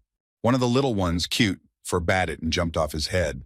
While he was in flight, he frowned and revealed his 2 rows of sharp teeth. Using the boost, the kid literally broke through the wall without much effort. The viewers in the chat were shocked. But then it seems something went wrong. The guy called Lahu, who was flying in the clouds. He turned to the camera where the audience was watching him and promised to go check everything out. The fluffy baby began to run away from him further and further, and Jeju was unable to stop him at all. Most likely, right now in front of them, is the wall behind which Robert and his team should be. He wanted to ask not to break it, but the capricious little boy did not listen to him and did what he was forbidden to do, sighing heavily from the hard work. The guy looked at this sight in surprise, along with the other guys drinking. It was impossible for anyone to see them, and so he grabbed Lahu in his arms and was going to hide them. While the dust had not yet cleared, he hid the fluffies behind his back, holding them with his hands, and greeted his guys in a friendly manner. Robert was very surprised by such a sudden and early meeting. Did this guy really break through walls to get here? He somehow got off by saying that he was worried about the bloodsuckers. But it seemed that no one was seriously hurt. The brunette examined every little person here. And in fact, yes, that was the case. But their weapons were about to break, and the leader felt very awkward, as did the other guys. And that is why the young lad suggests that they just stay and wait here.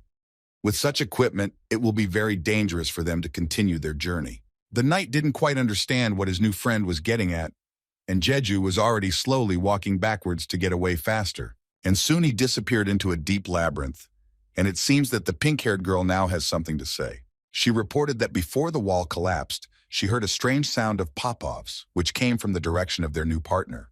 The boy had already moved quite far away. It was good that he had warned them, and now they wouldn't take so many risks. The kids can already walk calmly and also help him in completing this task. In a moment, many walls in a row were destroyed, and now they reached the last one. The guys did their job well. Finally, they are at their goal. This is the center of the labyrinth. Now he only needs to touch the pillar to pass the test.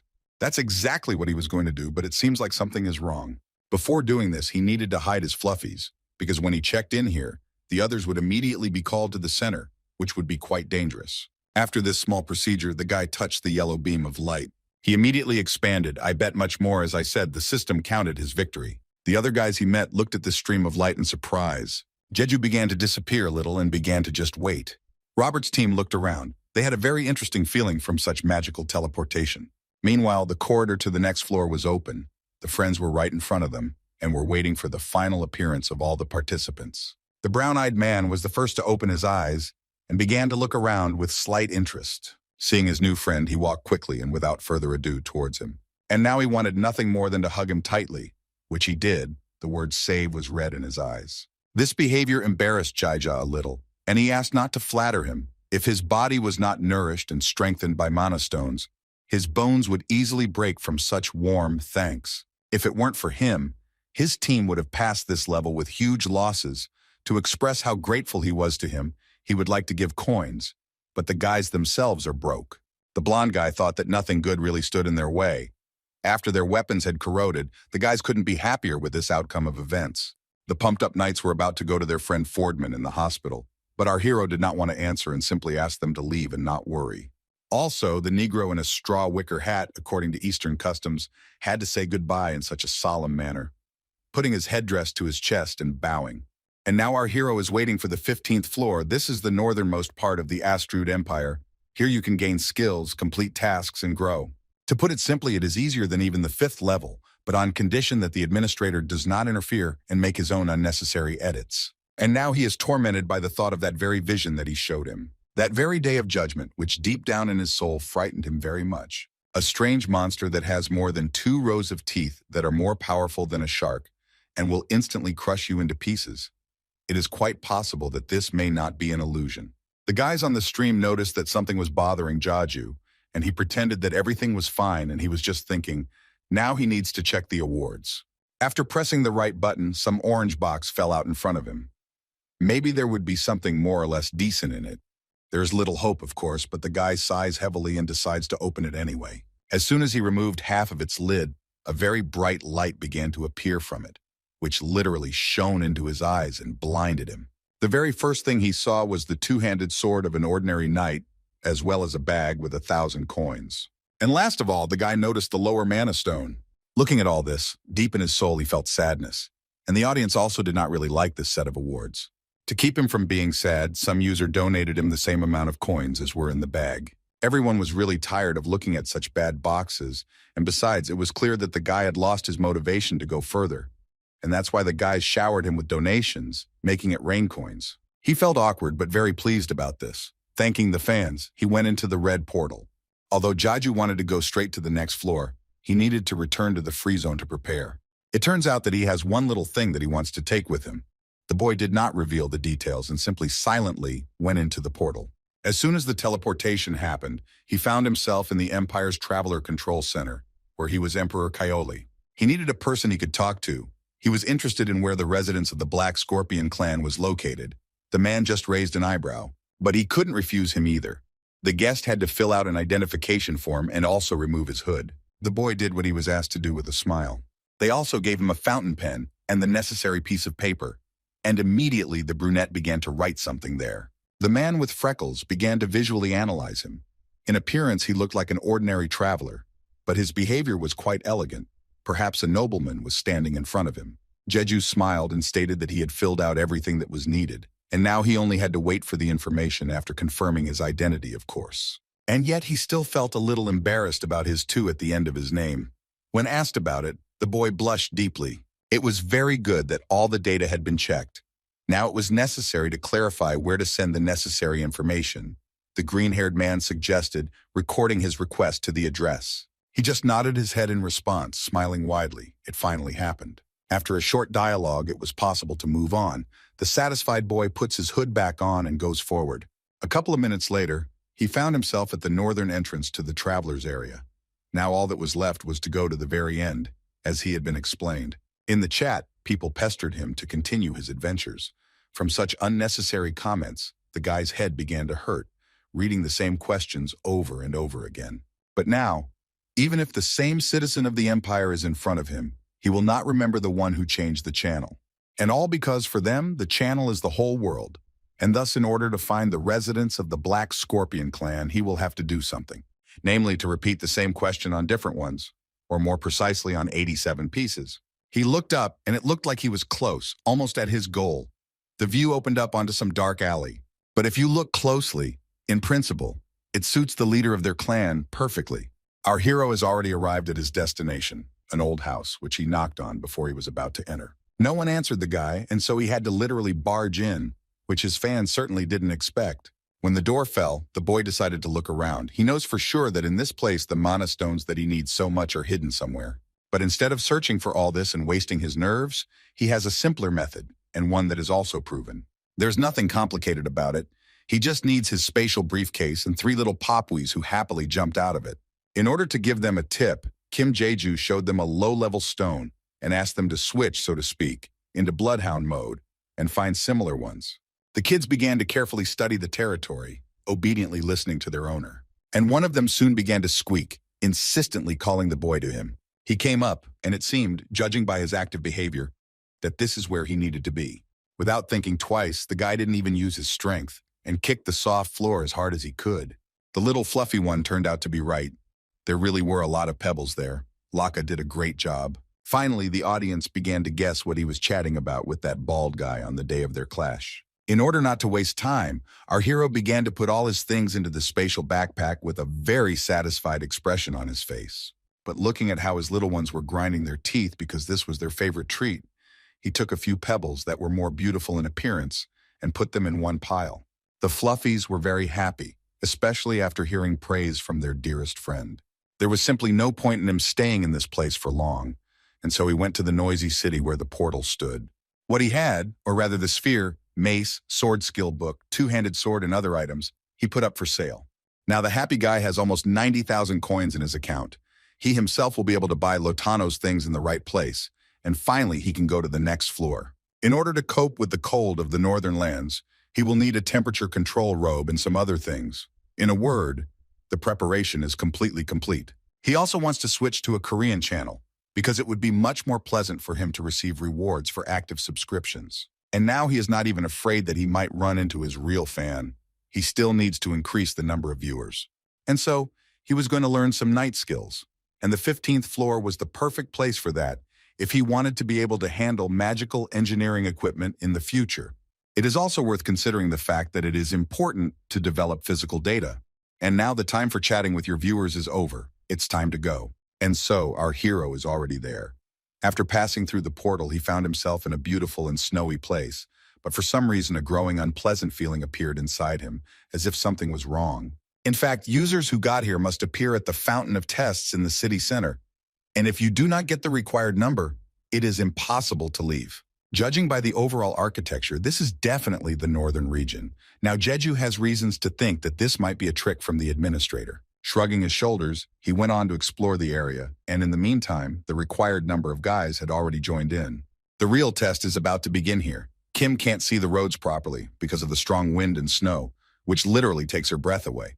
No matter how hard he tried to cover himself with the hood of his cloak, nothing really worked. He ended up in the land of snow warriors, and he and other participants are faced with the task of finding the desired power and completing the task. And also the portal on the fountain will be opened only after passing this floor, and Jeju already sees his first target, entering the spacious room. But then his plans changed abruptly. A strange man stood in front of him, and upon seeing him, the boy was a little scared from surprise. The 2-meter-tall man wanted to ask this question himself. From his things, he determined that a simple traveler stood before him. The brunette tried to be friendly with him and nodded his head sweetly, saying that he was glad to meet him, but his knees were shaking from such a big guy. The long-haired man responded in a rough voice and gave his name. Palaham sounds rather unusual. The test participant extended his hand in response and introduced himself by his nickname. The viewers in the chat begged him not to do it, but he got caught in his strong handshakes and cried out slightly from such unpleasant pain. The boy tried to escape from his so-called captivity, but it was unsuccessful. This giant man had incredible strength. Palakan smiled amiably and only asked how he was able to leave the Fountain of Trials and make such a journey here. He couldn't utter a word because of such a painful grip. His hand felt like it was in a vice, and it was impossible to endure. Not waiting for an answer, the man, showing all 32 teeth, asked if this was his first time here. Having barely squeezed out a couple of words that confirmed his interlocutor's guesses, he was very happy. Could this boy really possess such power? The giant swung his leg at him. He saw in this fragile boy the quality of a true warrior. He didn't appreciate such abrupt movements and immediately noticed what he was planning, but he couldn't dodge it at all. Jeju couldn't even move from his spot, let alone defend himself, and as a result he received a good blow to the side. Watching his reaction closely, Palakan only grinned, very unusually. Staggering a little, our hero managed to stay on his feet and not fall, which looked very impressive in the eyes of the long-haired one. The boy looked up and hinted with displeasure that he had expected a warmer and less aggressive greeting. The men stood and looked at each other intently, and then the giant began to very slowly break into a wide smile. He also asked to consider this as a dedication, but our hero has a completely different opinion about the situation that happened. It seems to him that this man had serious intentions to kill him. The long-haired man only exhaled heavily and hinted that the Korean's tone was reminiscent of the inadequate people from the Empire, and he was really barely restraining himself from doing it. The boy frowned and looked at him. His effect from the Latanto set was neutralized, and this situation looked suspicious. It seemed like talking wouldn't do. There was a strong hatred for the Empire in this man's heart. It settled very deep in his soul. And its only and most important source is the death of his only and most precious child. A small dispute with the government resulted in the death of his own son, who was in the prime of life. This terrifying feeling within him spread not only to the natives, but also to the travelers. Palaham is the most important warrior of the sun. No one could have thought that such a person would stand on the corner of the castle tower.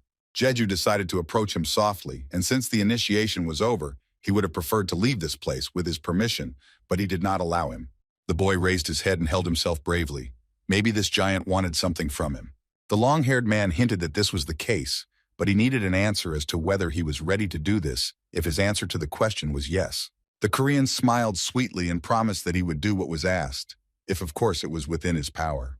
The man looked at him and said that his friend had a pretty good stance. He was confident and straightforward. It all added up, and he even took back all the bad words he had said about him. The jock approached the young guy and asked him to simply repeat after his speech loudly and confidently. It seemed very simple. Our hero asked if this was all that was required of him. The giant nodded his head. Our hero knew that he had the most difficult character of all those on the 15th floor, but not that much, and he began to inhale the air. Palaham shouted an unknown phrase so loudly that it could be heard beyond the building, and perhaps even throughout the entire northern part of the country, and that word was Lalanta. The building echoed loudly, and from the scream alone, Jeju almost lost his hearing and covered his ears tightly. After this, the warrior looked at him joyfully and suggested that he do the same, but he only tried to come to his senses and did not answer. Blue-Eyed stared at his interlocutor and asked him to repeat it so that he could hear it well. But Kim was afraid of the next time and said that he had understood everything perfectly. Clearing his throat and adjusting his hood, he said he was just curious what the word meant. Palaham crossed his arms over his chest and asked not to think about it, but just repeat. His behavior now is similar to those people with an empire, whom he hates so much with all his heart. But our hero did not give in and did not try to bend under him. He was not going to repeat a phrase whose meaning he did not know. The old man gritted his teeth from such stubbornness of the young guy. The 2-meter-tall man turned around and asked to go with him, since he knew nothing about the greatness of Taruka. The viewers asked the streamer to run away, but where to, if there is nowhere? In response, the brunette just nodded his head. Now there was no need to make a fuss, and it was better to listen to him. The warriors who follow this man are not at all afraid, despite the fact that at the beginning it did not go well. He would have to meet him anyway, sooner or later. This is one of Taruha's greatest warriors. He was still going to learn how to break the skill form, and that's why he thinks the beginning is pretty good. If you can break the skill's form, then neither the body will move according to the skill, but rather, it will be able to directly use control of the skill. They walked together along some long bridge. The snow crunched under their feet. Our hero looked around because there was a completely different view here. And so the men came to some kind of cannon, near which a long-haired Mussulman stopped. After shaking the snow off of it a little, he turned to his comrade and asked if he was aware of what was standing in front of him now, and it looked very much like a mana cannon. Palakan smiled broadly. The kid immediately recognized everything. This thing is still being developed in the Empire. In the past, in the previous war, this man threw bait to the people from there, and then wiped them off the face of the earth with the help of this equipment. After this incident, they wanted to create their own version of such a weapon, and it seems they are actively working on it. The heavy snowfall stopped just in time. Why not try to use it now? Far from them stood a large black thing, at which the giant pointed his finger, and our hero looked with interest. This bud which looks very much like a flower, was not always so huge. Before it was no bigger than a mole. And when the warrior came closer, he saw how monsters protected him. After this, Palakan immediately returned, and only because the people accompanying him were in poor condition. Taking the mana stone in his hands, he asked if the young man knew where those strange creatures came from. Jeju pretended that he really didn't know anything about it, but in fact, that was not true at all. The long-haired man put the stone in the right hole and closed it. He sighed heavily and said that they came out of this thing. He himself could not believe it, and in the meantime, the gun began to glow. Its light was so bright that it could blind one, but how would he shoot it, since he hadn't even adjusted the angle? 1 second, and a loud explosion sounded. The charged mana stone flew straight into the very bud that stood innocently. In an instant, there was a large, perfect-shaped hole in the flower. Its petals, which very much resembled tentacles, began to move. He himself made a strange sound after such a powerful blow. If we are to believe Palakan's words, it was this huge thing that destroyed the great Taruk family. The world experiences the same events over and over again, and after destruction, only vague memories remain in its head, which are quite enough to understand that everything is repeating itself. The young guy looked at him and was surprised. Unlike the 5th floor, the people of this country on the 15th remember the fall of their kingdom, which is repeated over and over again. After germination, the heart of this organism absorbs all the life forces around it in order to blossom itself. Well, when the petals finally open, demonic creatures will endlessly burst out of this flower, a catastrophe that leads to the destruction of Taruha. Yawning, Palakan spoke about the greatness of this kingdom. They consider it only a joke. He thinks that he said too much useless. In fact, this man saw the monsters that attacked the kingdom and destroyed it, experienced his own death several times, but still remains calm. This man is really very strong, not only in body but also in spirit. And now he doesn't want to waste time on nonsense, and therefore asks the guy to live faster, figure out what he needs, and leave here. The initiation is over. Our hero nodded his head, and the other one praised him, saying that Jeju had handled everything perfectly. However, the only thing is that his affairs are connected with this man, with the main warrior of the sun. It was not difficult to guess after such a phrase that he knew about this man before he came here, which interested him very much. He was ready to listen to him. The boy looked up and said directly that he wanted to learn from him, to become a strong and courageous warrior like him. Looking at him, Palakan laughed loudly. Someone had pulled the wool over this boy's eyes. And then he smiled broadly and said that he had such travelers too, but most of them did not last even an hour, let alone days. Our hero looked at him intently and asked if he understood correctly that he had just been refused, but he only threw up his hands, making it clear that he was already such a cruel person as other people thought of him. He was not against it, but before starting, he suggested giving the brunette a task. He first needs to get used to Taruha and then return. Without this, his chances of death will increase. Kim Jeju looked at him and said that if he only had vague memories after the destruction, then there was no guarantee that he would remember him next time, and wanted to clarify this point. Longhair asked him not to worry too much about it. Interesting travelers like him don't just fly out of his head. But our hero expressed a desire to start studying right now, which brought a smile to the man's face. The guys from the chat looked at his gaze and got scared. This is exactly how this man looked at one of the fans when he sent him to kill 20 Yetis alone. Seeing his eyes, Jeju also became a little afraid but held on confidently, and he agreed with him to take the task, adapt, and then return back. An excellent choice, and with his current level, Palakan gave him a quest to hunt a red molar of a white boar. But then one thought crossed his mind. Doesn't this young man already have an assignment? The brunette didn't immediately understand what he was talking about and was a little confused. In a panic, he opened his system and asked to wait while he checked everything more thoroughly. And indeed, he already had a task, and that was to extract the heart of the organism. And if he could not do it before it blossomed, then all of Taruha would fall, which scared him greatly. He didn't know what to answer, and just stood there rereading it separately and the same text several times. What was happening in this strange place? The guy was very worried about this before, and now he won't be able to leave this floor until he completes the task. And it turns out that he could die when Taruha falls, since the administrator hasn't shown himself for a long time. The good-natured man noticed that something was wrong and asked what had happened. The boy just nodded his head, and indeed something unexpected had happened. As his viewers said, given the level of complexity of this place, even if all 50 worked together, they would not be able to make even a scratch on the heart of the organism. The warrior Palakan became very worried and offered his help, but our hero refused and asked to come a little later. after apologizing to him for such an unpleasant incident. He just raised an eyebrow and told me to just do what he needed. And to find this man next time, he will need to come to where the brightest light will be after sunset. The boy bowed at the end. Looking after him, the long-haired man realized that something urgent had happened, however. Even in such a situation, it made him even calmer. And he admired this. Our hero walked and simply flew away in his thoughts, thinking about what he now needed to do. He went to some small town and walked along its streets. His steps were rough but calm.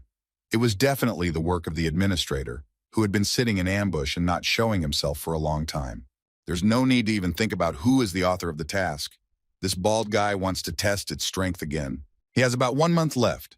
Usually it takes even less time for the body's heart to fully blossom. However, in this mission, his life is at stake.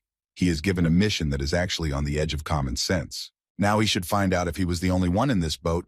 Maybe other users also received the same assignment. If so, then why not make friends with them? He can find the rest of the guys near the Fountain of Trials where he went. And while passing by one of the houses, Jeju didn't even notice how someone looked at him angrily from the window. Very suddenly, the door of this building opened. The guy jumped to the side to avoid being hit on the head. A man jumped out from there, shouting that his savior had finally arrived. Kneeling down at the guy's feet, he began to beg him, but the guy was confused and didn't know what to say, and just watched. The resident begged to prevent the onset of destruction and save everyone, including him, from such a disaster. Our hero stood there, spreading his arms, a little confused, very strange behavior. He sighed heavily, turned around and walked away, hitting him in the face with his cloak, while the man was still kneeling and begging him for help. These people are always like this here. Nothing can be done, because the administrator ordered them to do so, but if he hadn't done it, they would have committed mass suicide. The viewers are sure of it. To save this place, the one who supervised all the tests created a setup. One day, a traveler will appear who will save everyone. Using the name of God, the herald conveyed this prophecy to the inhabitants. Even if the guys wait, the users will eventually help them escape their hellish fate. And it was this hope that was their only source of mental support. And it really becomes interesting to find out if such a person will be found. For users, it is just a part of the tower that they must pass through to stay alive. But in reality, these people should know this too, however. They have no other choice, because they know that without this important piece, they will simply collapse. Kim Jae-ju took a deep breath and then exhaled, for now he needed to focus on the test. And so he sets off to the appointed place, without thinking or stopping anymore. Finally, the brunette finds himself near the Fountain of Trials. In front of him, he can see a beautiful, large building where 2 people are standing. The guys were chatting among themselves, and the girl counted only 49 people here. Although there should be 50, perhaps this is a mistake, but the man is very glad that it is not so cold here. Their pleasant conversation was interrupted by our hero. The 2 of them stared at him. It seemed that the boy looked quite threatening to them. The man got scared and covered his girlfriend with his hand, preparing to protect her. But taking off his hood, the boy asked for forgiveness for the slight misunderstanding and said that he wanted to ask about something. The knight smiled sweetly along with the girl standing next to him. It seemed that this was the last person they had not yet met, and they were glad to meet him. The man's name is Kim Sang-hyuk, and the lady's name is Lee Ju-sung, and the new guy didn't lag behind and introduced himself in response. They had the same names, which surprised the warrior a little, and Madame yelled at him for such ignorance. Laughing awkwardly, the purple-haired girl apologized for him and asked what he needed. Our hero had a couple of questions for them. Lee smiled and asked what he wanted to know from her. After clearing his throat, Jaiju asked the lady to check if she had accidentally received a task. Jusun looked at her system. And really, she had nothing there. The guy lost his head and was even a little upset. She noticed this and asked what was the matter. He immediately put on a smile and asked me to worry about it, thanking me at the end for the time I had given him. Now everything falls into place. If he is the only one who received such an order, then the rest of the people are just outside observers. And Lee asked him to contact him if he needed anything. The man Sanyuk decided to talk to him, offering to add him as a friend, since he had already done so with all the others. And at that moment, the young guy thought, even though it would be difficult to get help with killing the heart, such an action would help him attract as many viewers as possible, and that was a big plus.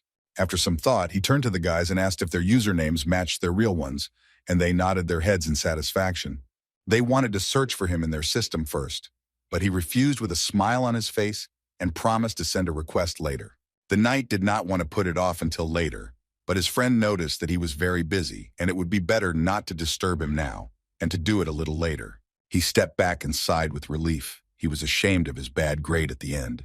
Now he is at a loss, but for now he will have to go back to see that 2-meter-tall pelican. And all he can do right now is become stronger, so he returns to the castle tower, but there is no one there. To meet his new friend again, he needs to go where the light is brightest. And now he has before him your goal. You need to find this place that he spoke about. Looking around the edges of the bridge, he saw a very beautiful view, a very dense forest but high mountains, behind which there was already a beautiful sunset. The sun was so blinding that he had to shield his eyes with his hand and look at the area in this way. Taking a closer look, he saw some small house, and most likely this was the location he was told about. His leg had gone numb from standing for so long, and so his step was very rough. He went straight there. Kim, a couple of minutes later, was already there. In front of him was a huge but beautiful building. Approaching the gate, the boy noticed a dog that was looking at him and became wary at the sight of a stranger. A very beautiful shepherd dog, but angry because it protects its territory. Jeju was not afraid of her at all and entered the courtyard as if nothing had happened. Having skills related to animals, he tried to make friends with her. He found out that it was a boy and quite aggressive. He could not calm down. Hearing the barking of his four-legged friend, the owner smiled, wondering who it could be, and was about to go out. His young friend stood in front of him, and the first thing he did was ask him if he had been able to solve his sudden problem. A little dog, who was always happy to see his owner, ran up to him, and he reciprocated and played with him. Our hero nodded his head. Somehow his plan had to work, and that was why he came to him to consult. But before they started their man-to-man conversation, the caring warrior asked if he had eaten today, and the boy confusedly replied that he had not. Placing his furry baby on the ground, Pelican suggested going inside before starting. He remembered the speech of his ancestors who said that food is the most important thing. He had to obey him, and he opened the beautiful door behind him and began to look around out of curiosity. In front of him was a luxurious kitchen. It was obvious that a good designer had worked on it. The colors were in harmony with each other, as was its style. The very first problem that confronted him was whether to take off his shoes or not, but still, Jeju doubts that it is part of their culture. The man noticed him fiddling around on the threshold and demanded that he come through already. The young guy apologized for the intrusion when he saw the blonde woman. The lady turned to him and smiled broadly, greeting the new traveler, while she herself was cooking something delicious in a huge saucepan. Our hero took off his hood and in response expressed his joy at meeting her. The blonde's name is Chalet, and she was a little surprised that her husband invited someone to dinner. She was very curious who it was. The food was already ready. It was fried eggs together with grilled sausages, which emanated a very pleasant smell, making your mouth water. The guy became a little embarrassed and blushed, turned away from her. The guys in the chat laughed and thought that he fell in love with a married woman. Pelican also saw this, and jerking his fork, demanded that he sit down at the table, after which he literally jumped off his feet. The lady of the house prepared the food that she usually gives to travelers, and they really love to gobble it up. Sausages, sandwiches, fish, whatever your heart desires. When she sat him down at the table, the green-eyed woman looked at her husband with anger. She began to scold him for messing around in the castle tower, and he began to object, and a small conflict arose between them, as always. From the outside, it looked pretty funny. Such a muscular and strong warrior gets a slap on the wrist from such a fragile woman. Our hero didn't even know that he was henpecked. After talking to her, he ran up to his guest and asked him to talk quickly, but he glanced at his plate, making it clear that he had not finished eating yet. He nodded his head and darted out the door, promising to meet her outside after he finished his meal. A minute later, he finally emptied the vessel and praised the hostess for such a delicious dish. She was very happy that her work was appreciated. Kim left the building and slowly opened the door, looking for his friend. And he, as always, was playing with his dog, but it seemed he was a little out of sorts. If it weren't for this little boy and his wife Chalet, he says he would have gone crazy a long time ago and would be wandering around the snowy fields without a drop of hope for anything good. The man saw his guest coming towards him and rose from his knees. Jeju shared his thought that his wife was a very wonderful person. He just laughed. For him, she was ideal. But there is something that he would like to ask the young guy again. Is he really a traveler? To which our hero nodded his head, confidently and without doubt. And now the long-haired man became interested in how they looked to him because the world is coming to an end. But they continue to live their meaningless lives on repeat. Maybe he thinks they are funny. But no, that's not true at all. Whether they cling to the absurd belief that there is a savior or do as he says, they have simply found a way to survive and hold on morally. And therefore the brunette confidently denies his words. Such a simple answer seemed strange to him. Was that really all he could say? Looking him seriously in the eyes, the Korean said the same thing as last time. This made the giant laugh a little, and now he was truly interested in what was going on in this young man's head. And what seemed very strange to him from the very beginning was that Jeju was not a bad guy at all. The 2-meter-tall man expressed this directly, slightly hugging his new friend. Kim decided to share that he is currently in a rather difficult situation, and therefore, it is very important for him to master the necessary skills and become a warrior. The bearded man looked at him with slight interest and guessed that this was somehow connected with his task. Without waiting for an answer, he already said goodbye to him and wished him a good night's sleep. But this slightly surprised our hero. He did not even ask why he needed it. Having laughed slightly, Palakan still stood by his request to go to bed, and tomorrow they would discuss this issue. The owner of the drinking dens watched him go and thought that under normal circumstances, he would have taken advantage of the housing next to the Fountain of Trials. But there was one problem. He has almost no time for any training now, and he can't waste an hour on all sorts of trifles, because right now his life is on the line, and he needs to do everything to raise his level. But his morning turned out to be restless. He was awakened by a loud cry with a question about what kind of power he wanted with multiple possible answers. Only after rubbing his eyes, Jeju asked if they would give him time to wash up and have something to eat, but they didn't even let him spend the night inside. His new personal trainer shared his wisdom that such things only give big weight after a good workout, and the little guy talks like a weakling. He looked at it and shared that he would like to learn the skill in axe handling used in this place. After all, this is the weapon that he is most familiar with, and it is also the one that the warriors of Taruha wield best, and plus Palaham specializes in them. The man crossed his arms and concluded that he had already learned the skills of the Empire, but that was not the case. Although it looks rather strange, it is better not to dwell on it so as not to waste time, but before the start he did not like the clothes of this fighter. He looked at himself and didn't quite understand what was going on, but when he looked up he saw an enraged trainer who demanded that he take it off right now. He couldn't get his head around how this guy could wear clothes that were meant to protect their owner. It would only interfere with training. Taking off his cloak, he nodded his head, and deep down he began to understand that it made sense. Since he could control her, she would automatically react in case of danger, which was definitely not needed now. The long-haired man approached him and praised him for his excellent physical shape, hinting that probably quite a lot of girls were running after him.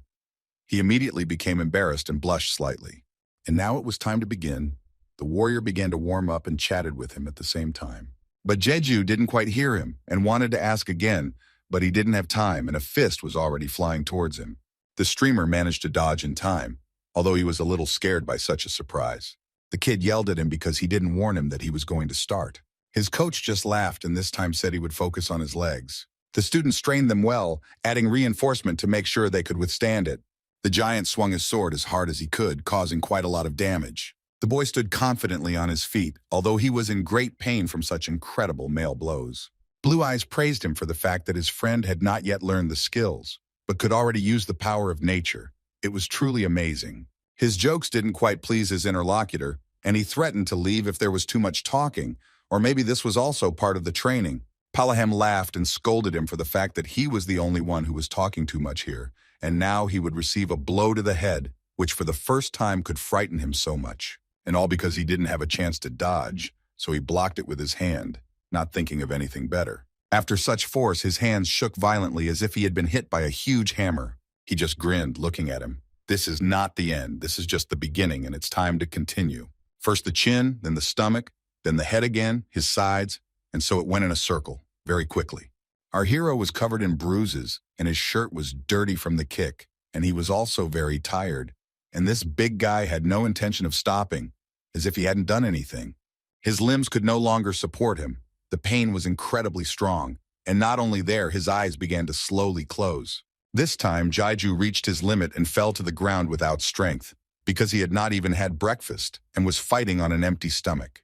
The man approached the man lying there, and again began to remind him of these skills of the Empire. Hearing his voice, he immediately opened his eyes and, breathing heavily, looked at him. After such a good thrashing, all his thoughts were in a fog, and he no longer understood what this giant wanted from him.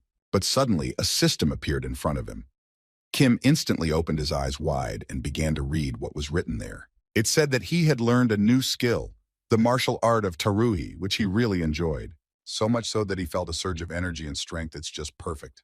The boy literally broke into a smile, and none of the viewers in the chat had seen such a skill before, which is very surprising and unusual. Finally, he found the strength to rise somehow, leaning his hand on the incredibly cold ground. It seems that not only his fans were shocked, but also our hero himself. But how pleased he was. And since our hero received it after being beaten, it is most likely a passive, which is a very good skill. It is also important to know what this wants, and is not indicated in the system. Users divide such skills into two main types. And the first one is active ones, which users need to call. The second one is passive. They allow it to be supported constantly, and are created by frequent use of the first type.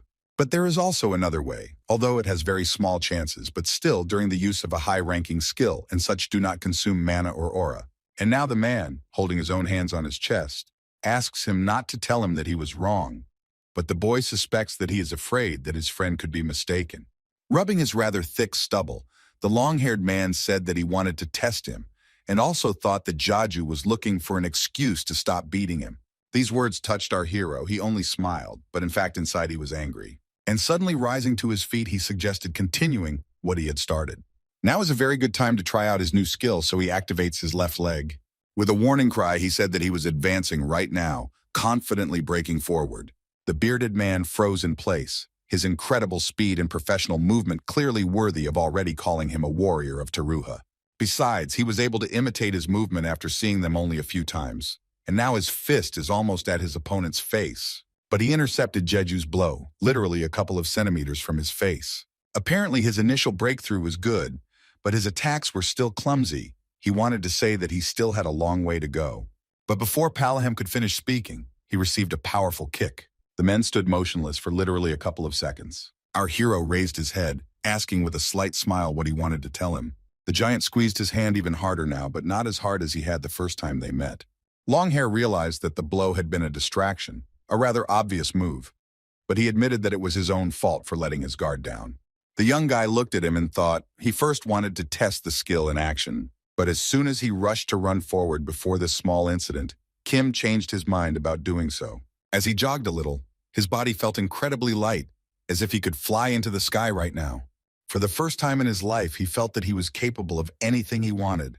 And at the moment of the blow, he was filled with confidence and gave free rein to the desire to do this with Palaham.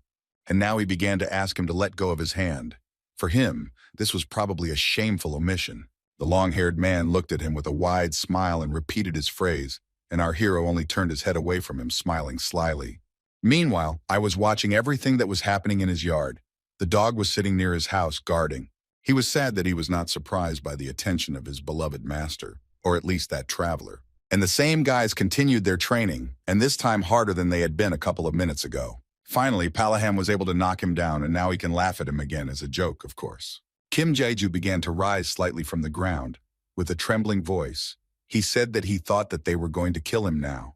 He only laughed and said that he was holding back. His wife was already tired of listening to their battle cries from the window. She herself was angry and was already calling the men for breakfast. Her satisfied husband approached his fighter, hugged him slightly, and invited him into the house. The level of passive skill, as the viewers say, is not so easy to raise. Our guy's fists became more ardent after such training. This man is really an excellent teacher. And I don't know, his fans are already divided. Some consider it a very useful martial art, and some not so much, but our hero just stared at the sky, even though it had been gloomy for an eternity.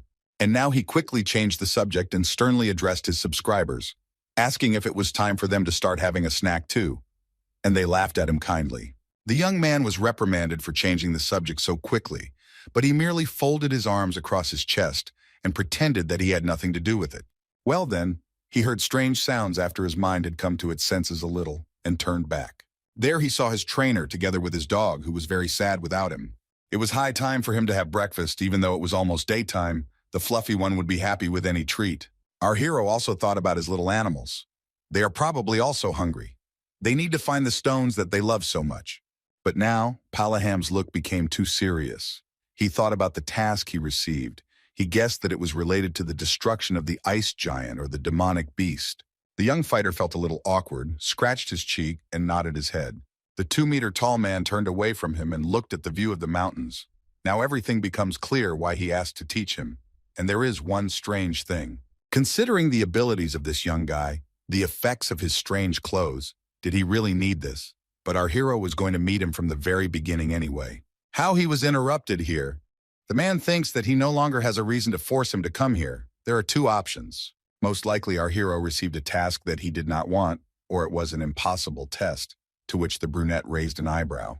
If the latter option is more suitable, then it becomes clear that the whole thing is about that huge flower. The jock guessed that it was this that Jeju had to destroy. And he stood there, and a terrible aura emanated from him. While Palaham looked at him, he clarified everything several times already, whether he was right. At this moment, our hero's thoughts were all confused. He didn't know what to answer right now, whether it was worth revealing all the cards, so to speak. And finally, he nodded his head, which meant that the answer to his question was yes. There was no point in lying.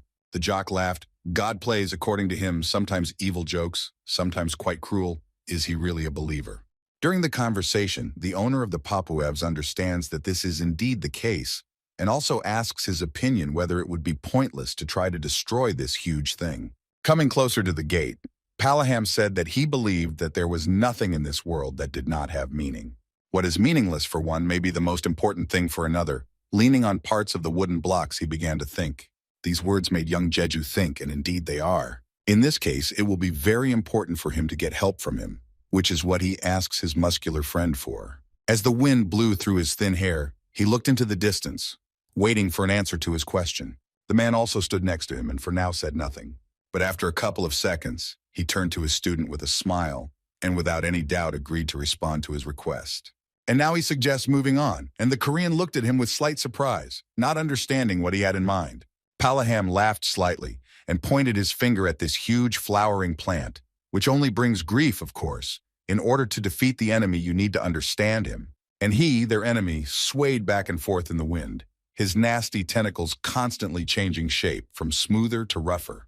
While such a request scared our guy a little, he was worried that he still hadn't learned combat skills. The giant pouted and pretended to be offended, which made him a little worried. The kid agreed to go, but on the condition that if it became too dangerous, they would have to leave this place. It was obvious that he was fired up by this idea, and he promised to get ready and prepare right away. Our hero simply had no choice. He is sure that his comrade would have been upset if he had not offered him to go with him to that dangerous zone. Like a real dog, the four-legged boy senses when one of his especially close people is sad, and came to cheer up Jeju. His furry friends, who are constantly sitting in the spatial backpack, also felt his frowning face. It's high time for them to show up and join in raising the spirit. The kids were very jealous of their new shaggy friend, and one of them looked at him angrily, but the shepherd just walked around the little ones. The look of the little ones made him feel a little scared. Kim laughed a little, hugging his little balls of happiness, and asked for forgiveness from his new friend. Finally, he was able to play with them after a long time. Jeju apologized for not being able to let them out earlier, and at that moment, the door of the house opens and Palaham comes out. Our hero did not notice how he had crept up behind him and asked where he got these strange things from, which made him confused. He couldn't think of anything better to say than that they just appeared here, just like that, out of nowhere. It seemed that the blue-eyed man was not entirely interested in this, and he reacted coldly. There was some awkward pause between them. The boy was holding the pop-off, and the long-haired man was looking at him. The Korean couldn't think of anything better than asking the name of his dog. The man actually forgot to introduce him to him. The brown-eyed baby has the name Kolachanta, or you can just call him Chanta. It sounds very cute. Jeju even blushed slightly and began to feel touched. To distract his attention, he looked over the fence into the distance at the mountains.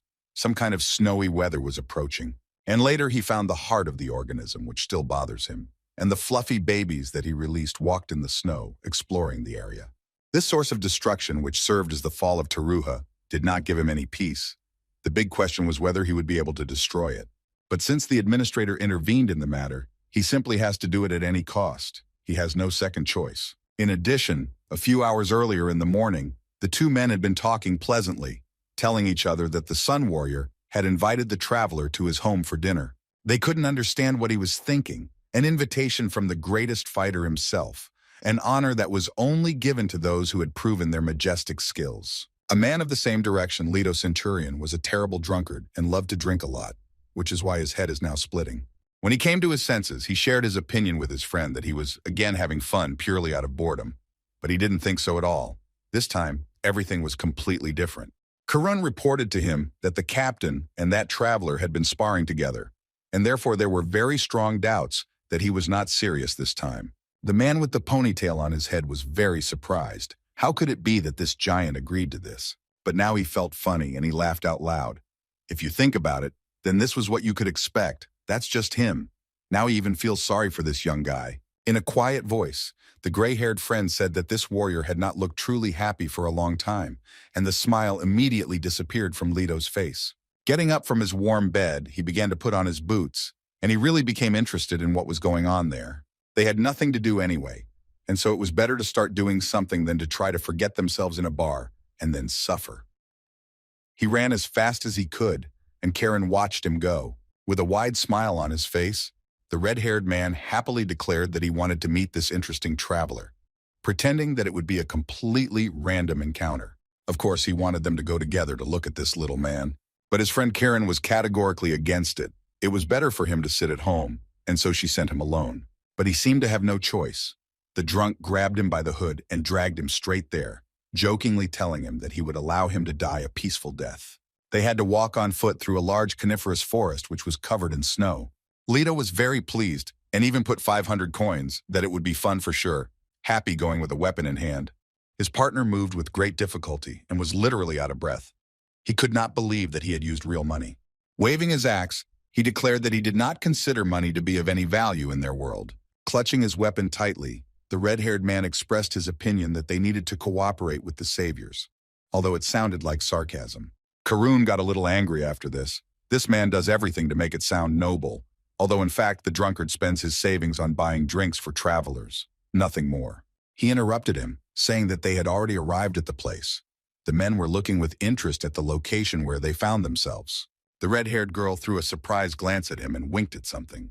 Quietly, bending down so that no one would notice them, they decided to come closer. It was quite difficult to do this silently, as the snow crunched beneath them. Standing near the fence, they saw how this brave warrior was fighting with some young man, and quite hard.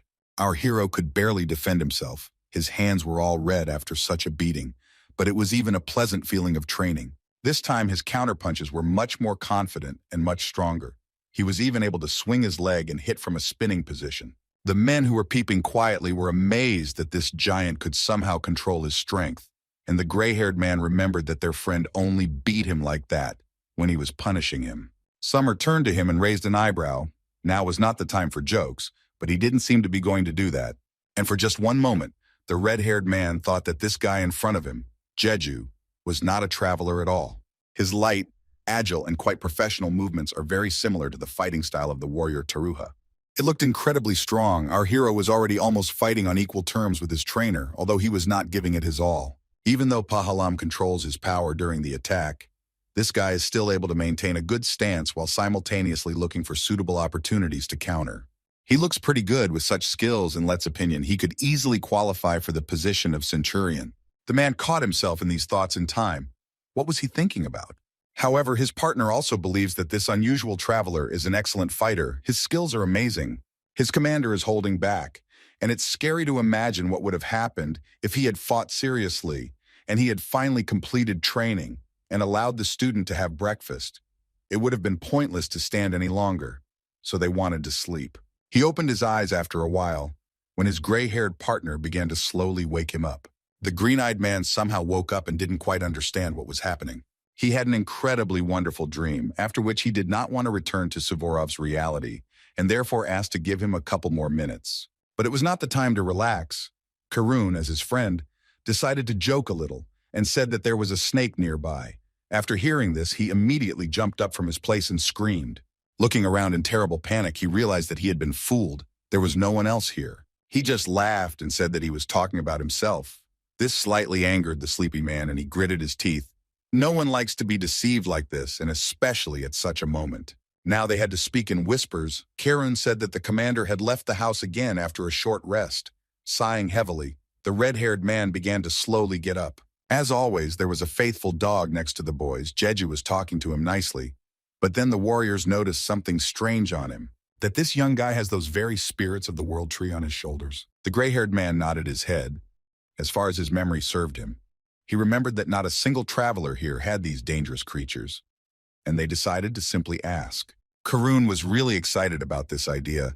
These little ones look pretty cute. You just wanted to hug them, or at least touch them. The viewers in the chat were the first to hear the footsteps and warned our hero that someone was coming towards them, and one of the drunks stared and watched. The strong fighter turned to them and, raising an eyebrow, decided to find out who had come, since no one was expecting anyone. The red-haired man first greeted the commander of the Sun Warriors, expressing his honor to him. And Palacum decided to ask what he was doing there. He was sure that this man, as always, was lying drunk somewhere in a bar. It wasn't hard to guess that these guys had come specifically because of the strange traveler, and yet, be that as it may, the long-haired man had to introduce him. The young man stood and looked at them with a slight smile, and now that they had come closer, he seemed rather strange to them. The bearded man expressed his gratitude for the acquaintance, although he felt a little uneasy. Just a moment ago, he was fighting like a warrior, but judging by his attire, he was nothing more than an ordinary citizen of the Empire. It seemed as if his thoughts were read. Seeing the condemning look, his trainer frowned. And now it was time for him to introduce himself. Leto gave his name and introduced himself as a centurion of the great commander Taruka. Laughing slightly, the Korean told about himself that he was an ordinary traveler. Palaham decided to tell about Karun, who was not himself. He began to praise him. Although he was not a warrior, but quite smart, and in intelligence he was second only to the queen, which embarrassed him a little, and he became confused. The man felt very awkward. He was very quiet and did not like to talk about himself, and could only express gratitude for the meeting, to which our hero nodded his head. And the blue-eyed kids looked at the new kids with great affection, blinking their eyelids and smiling slightly. For some reason, they began to behave strangely, interfering with their owner's dialogue with important people, climbing onto his hands and then onto his head. And Karen began to be so touched that he couldn't even contain his emotions. Up close, these fluffy creatures were even cuter. Looking at them, he could not hold back a smile, and wanted to come closer to them and touch them, at least with one finger. But they looked at him with slight bewilderment. Another drinking party was interrupted by Palaham's loud cry. Everyone present looked at him slightly frightened. He clapped his hands. He was just thinking about knowing how to take more people with him, and it was great that these guys decided to show themselves to him. He turned to his friend Leto and asked about his plans, whether he wanted to do something. He was a little confused and asked what exactly. Pointing at the snow-capped mountains, where it was already snowing and windy, it became clear where they were going. The man was a little scared and didn't understand why it was necessary, but the giant laughed and asked them to relax, because they just wanted to sit there for a while. The brave warrior nodded his head, and no matter how scared he was, he happily agreed, but his gray-haired friend was very afraid. However, he had one condition. Taking an axe out of his pocket, the red-haired man swung it at the young guy. He was very interested in this so-called traveler. He really wanted to spar with him before the start. In his opinion, he was too arrogant. Leto was fired up with the idea of showing to him what such present greatness Taruki. His partner was very afraid. He would really like to just sit still and touch the furry little animals and not all this. The red-haired man continued to tease Jaju. He would not like to go with him and risk his life, and he believes that he has the right to know what this boy is capable of. But our hero could not even imagine that the centurion himself would ask for a sparring match. If he could not get approval from Palaham, then his backup plan was to ask this man to train him. And that's why he confidently took his backpack off his shoulders and placed it on the ground, with a wide smile agreeing to accept his challenge. Fertilizer summer will not be superfluous for him. The caring brunette let the kids out for a walk somewhere far away, so as not to expose them to danger during the battle. It was winter outside, real winter. There was a strong wind, but fortunately, just before the start of the small test, it died down, and we could begin. The muscular trainer asked his student if he really intended to fight in the clothes he had come to him in from the very beginning. Since this was a training battle, the boy was not against it, and his opponent approached them. He thought this outfit was very special for an ordinary traveler. The long-haired man, twitching his fingers, wanted to show that she was moving as if she were alive, which surprised him greatly. This made Summer laugh a little. Was he really worried about him just because of some moving clothes? Now is the time for me to chat and relax. The men needed weapons for a real battle. Jeju has his own, but the enemy does not. He had to ask Karen for help. But suddenly he was distracted by a very strange sound of a snake under his feet. But looking around, he saw no one and only shrugged his shoulders. The green-eyed man looked up at the young guy. Maybe this was his doing. However, he also did not understand anything and looked around a little wary. Now was not the time. Now he needed to create his own weapon, and it was everyone's favorite axe, which the warrior immediately began to find fault with, as if he was copying them, to which Jeju merely shrugged his shoulders, saying that this was one of the functions of his clothes, but he had come across a cocky man. His weapon is quite ordinary, with a large, sharp blade at the end, which is attached to a long handle. Anyone will agree that it is true that you can think so, but it is very convenient in battles. The red-haired man didn't understand everything at all when he saw a similar blade. Now it seemed to him that this man was laughing at Taruka. In response, he smiled broadly, and he really did have interesting clothes. And since this duel was designed to find out his abilities, the opponent promised not to hold back himself and his strength. Leto doesn't have the best impression of this traveler. He considers him too arrogant, and therefore, it's time to attack. He was a fair distance away from him, so he made a small run before jumping at Yaya with a blow. There was an incredible fire of anger burning in his eyes, and the spectators did not understand at all why this was happening. The man was making a strong swing, hoping to split his head, and so the first blow was delivered with a loud bang when he closed his eyes. He assumed that what happened to me during the battle with the commander was an accident, looking at the enemy with an evil smile. But our hero held on tightly. He quickly reacted to his attack and was able to hold on to the axe. Grasping the handle tighter, he was able to throw the big guy aside, but here he just kept flashing his teeth. Without wasting any time, he made a powerful leap upward and prepared for his next attacks. Although he was able to attack deftly, swinging at his opponent with incredible speed, he still managed to dodge his blade. Their weapons intertwined with each other with a loud sound that made everyone flinch. And now, unfortunately for Jeju, Leto manages to hook and knock the axe out of his hands. You just swallowed a big lump in your throat, and the audience didn't understand why he was hiding his true strength, because he had these gloves, which weren't for decoration at all.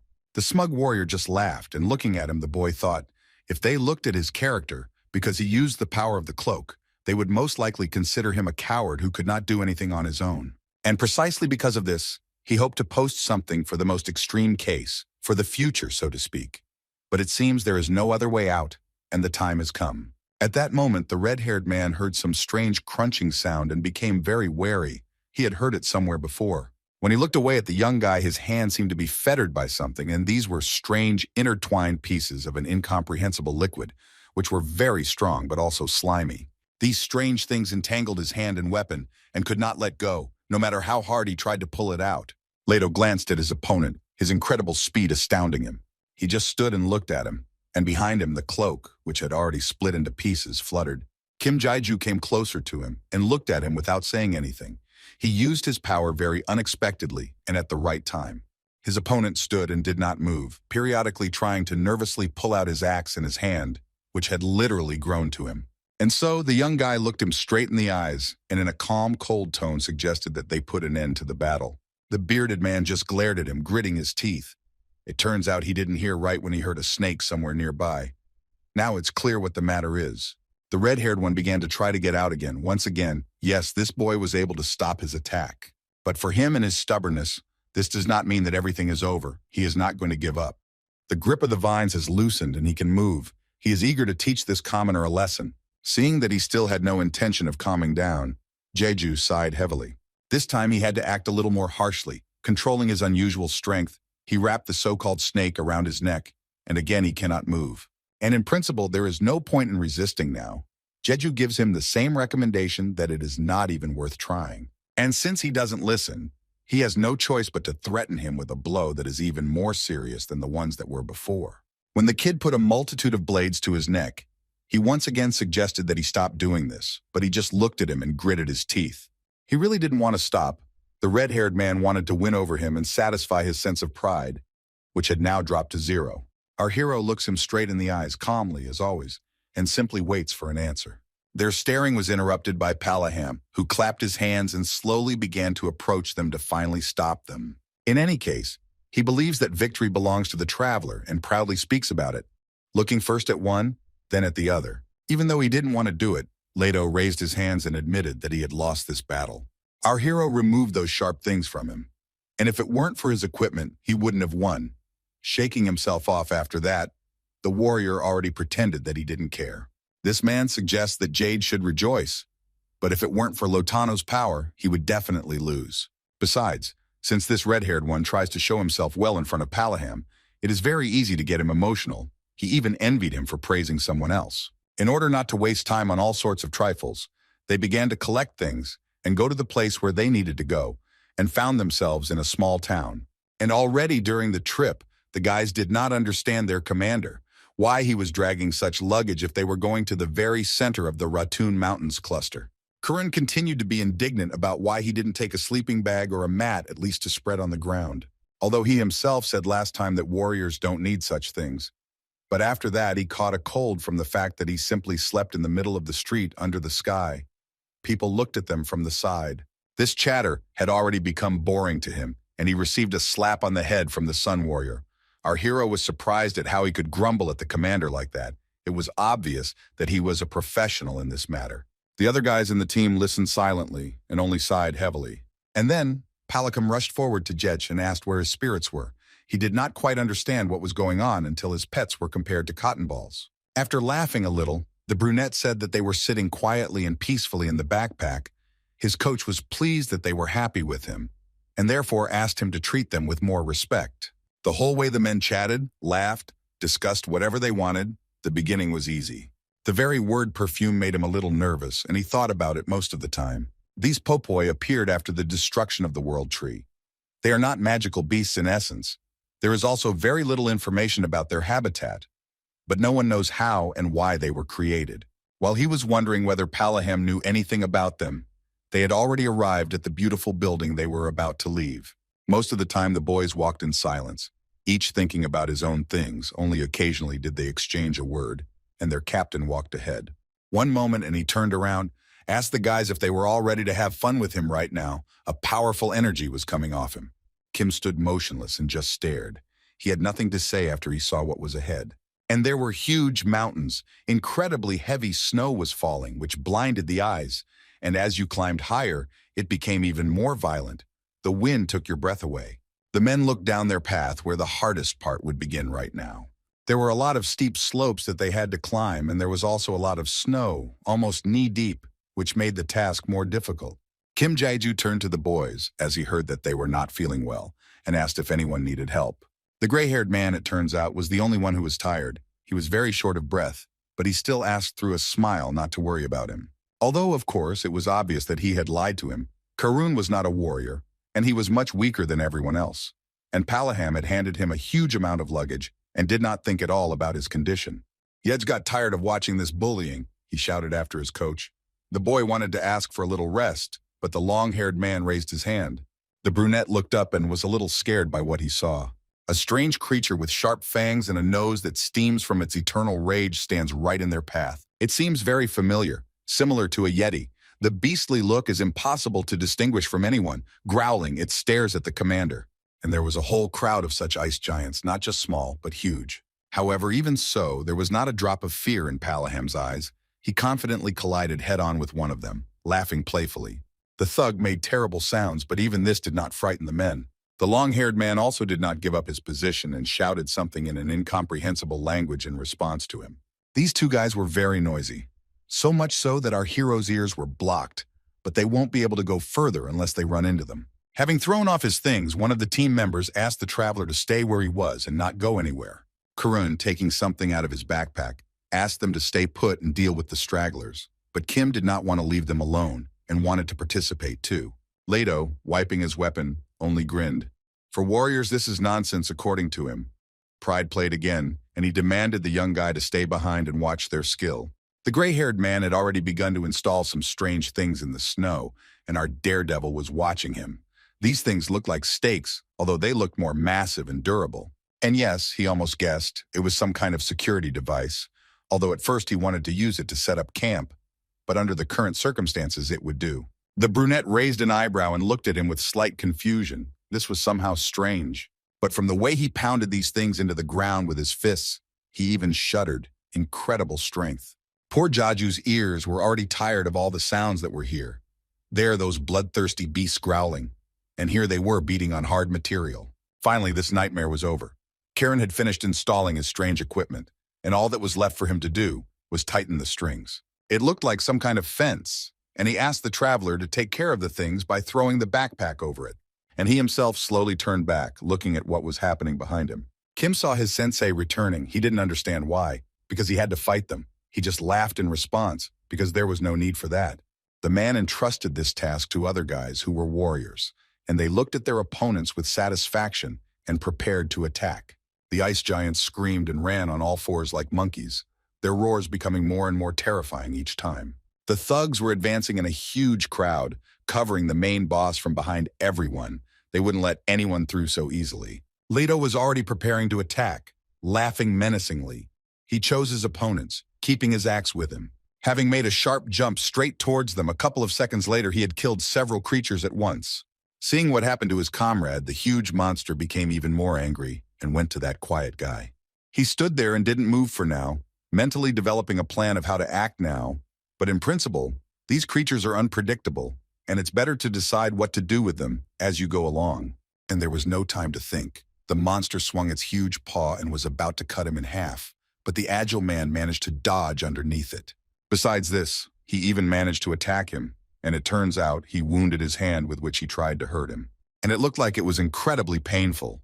The ice giants must have pretty sensitive skin. While he was distracted by his injury, an incredibly brave warrior approached him and grabbed him tightly by the leg. It was quite difficult to get a full grip on this boar, but he managed, and now he just has to move it from its place. With a little effort, the toothy creature was already flying to the ground with a loud roar. Karen was able to knock it down.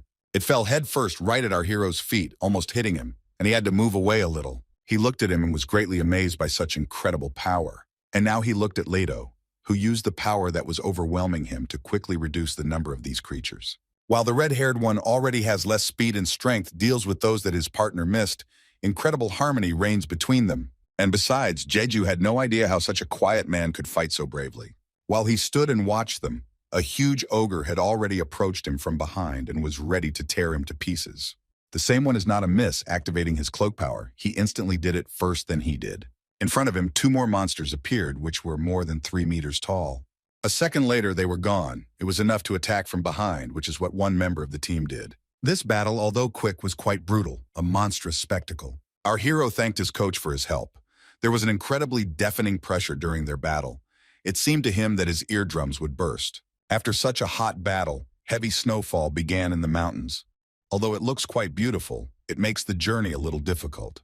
There were traces of their battle all around, a bunch of scattered monsters that would never get back on their feet and would not be able to stop them. The other ice giants saw the results of their enemy's work and began to retreat back a little. Their commander, so to speak, growled menacingly, saying something in an incomprehensible language. It seems he was addressing his subordinates, and they began to talk to each other somehow. Soon they turned around and went about their business without even looking back at those who had come here. Summer and the commander bumped fists, smiling broadly. Karun, however, put his unusual equipment back in place and looked askance at these guys, show-offs. He had nothing more to say. The red-haired comrade turned around and looked at him. It seemed that he had heard everything, and in order not to stir up the conflict, he said that the guys had done a great job. And by the way, these ice giants have completely gone crazy. No one could understand why the hell they came down here. One of the warriors even began to doubt whether they were really descending to the foot of the mountains and not sitting somewhere in the middle of them. The long-haired ones just laughed, rubbing their beard. They haven't gone crazy at all, and such behavior is not something extremely unusual.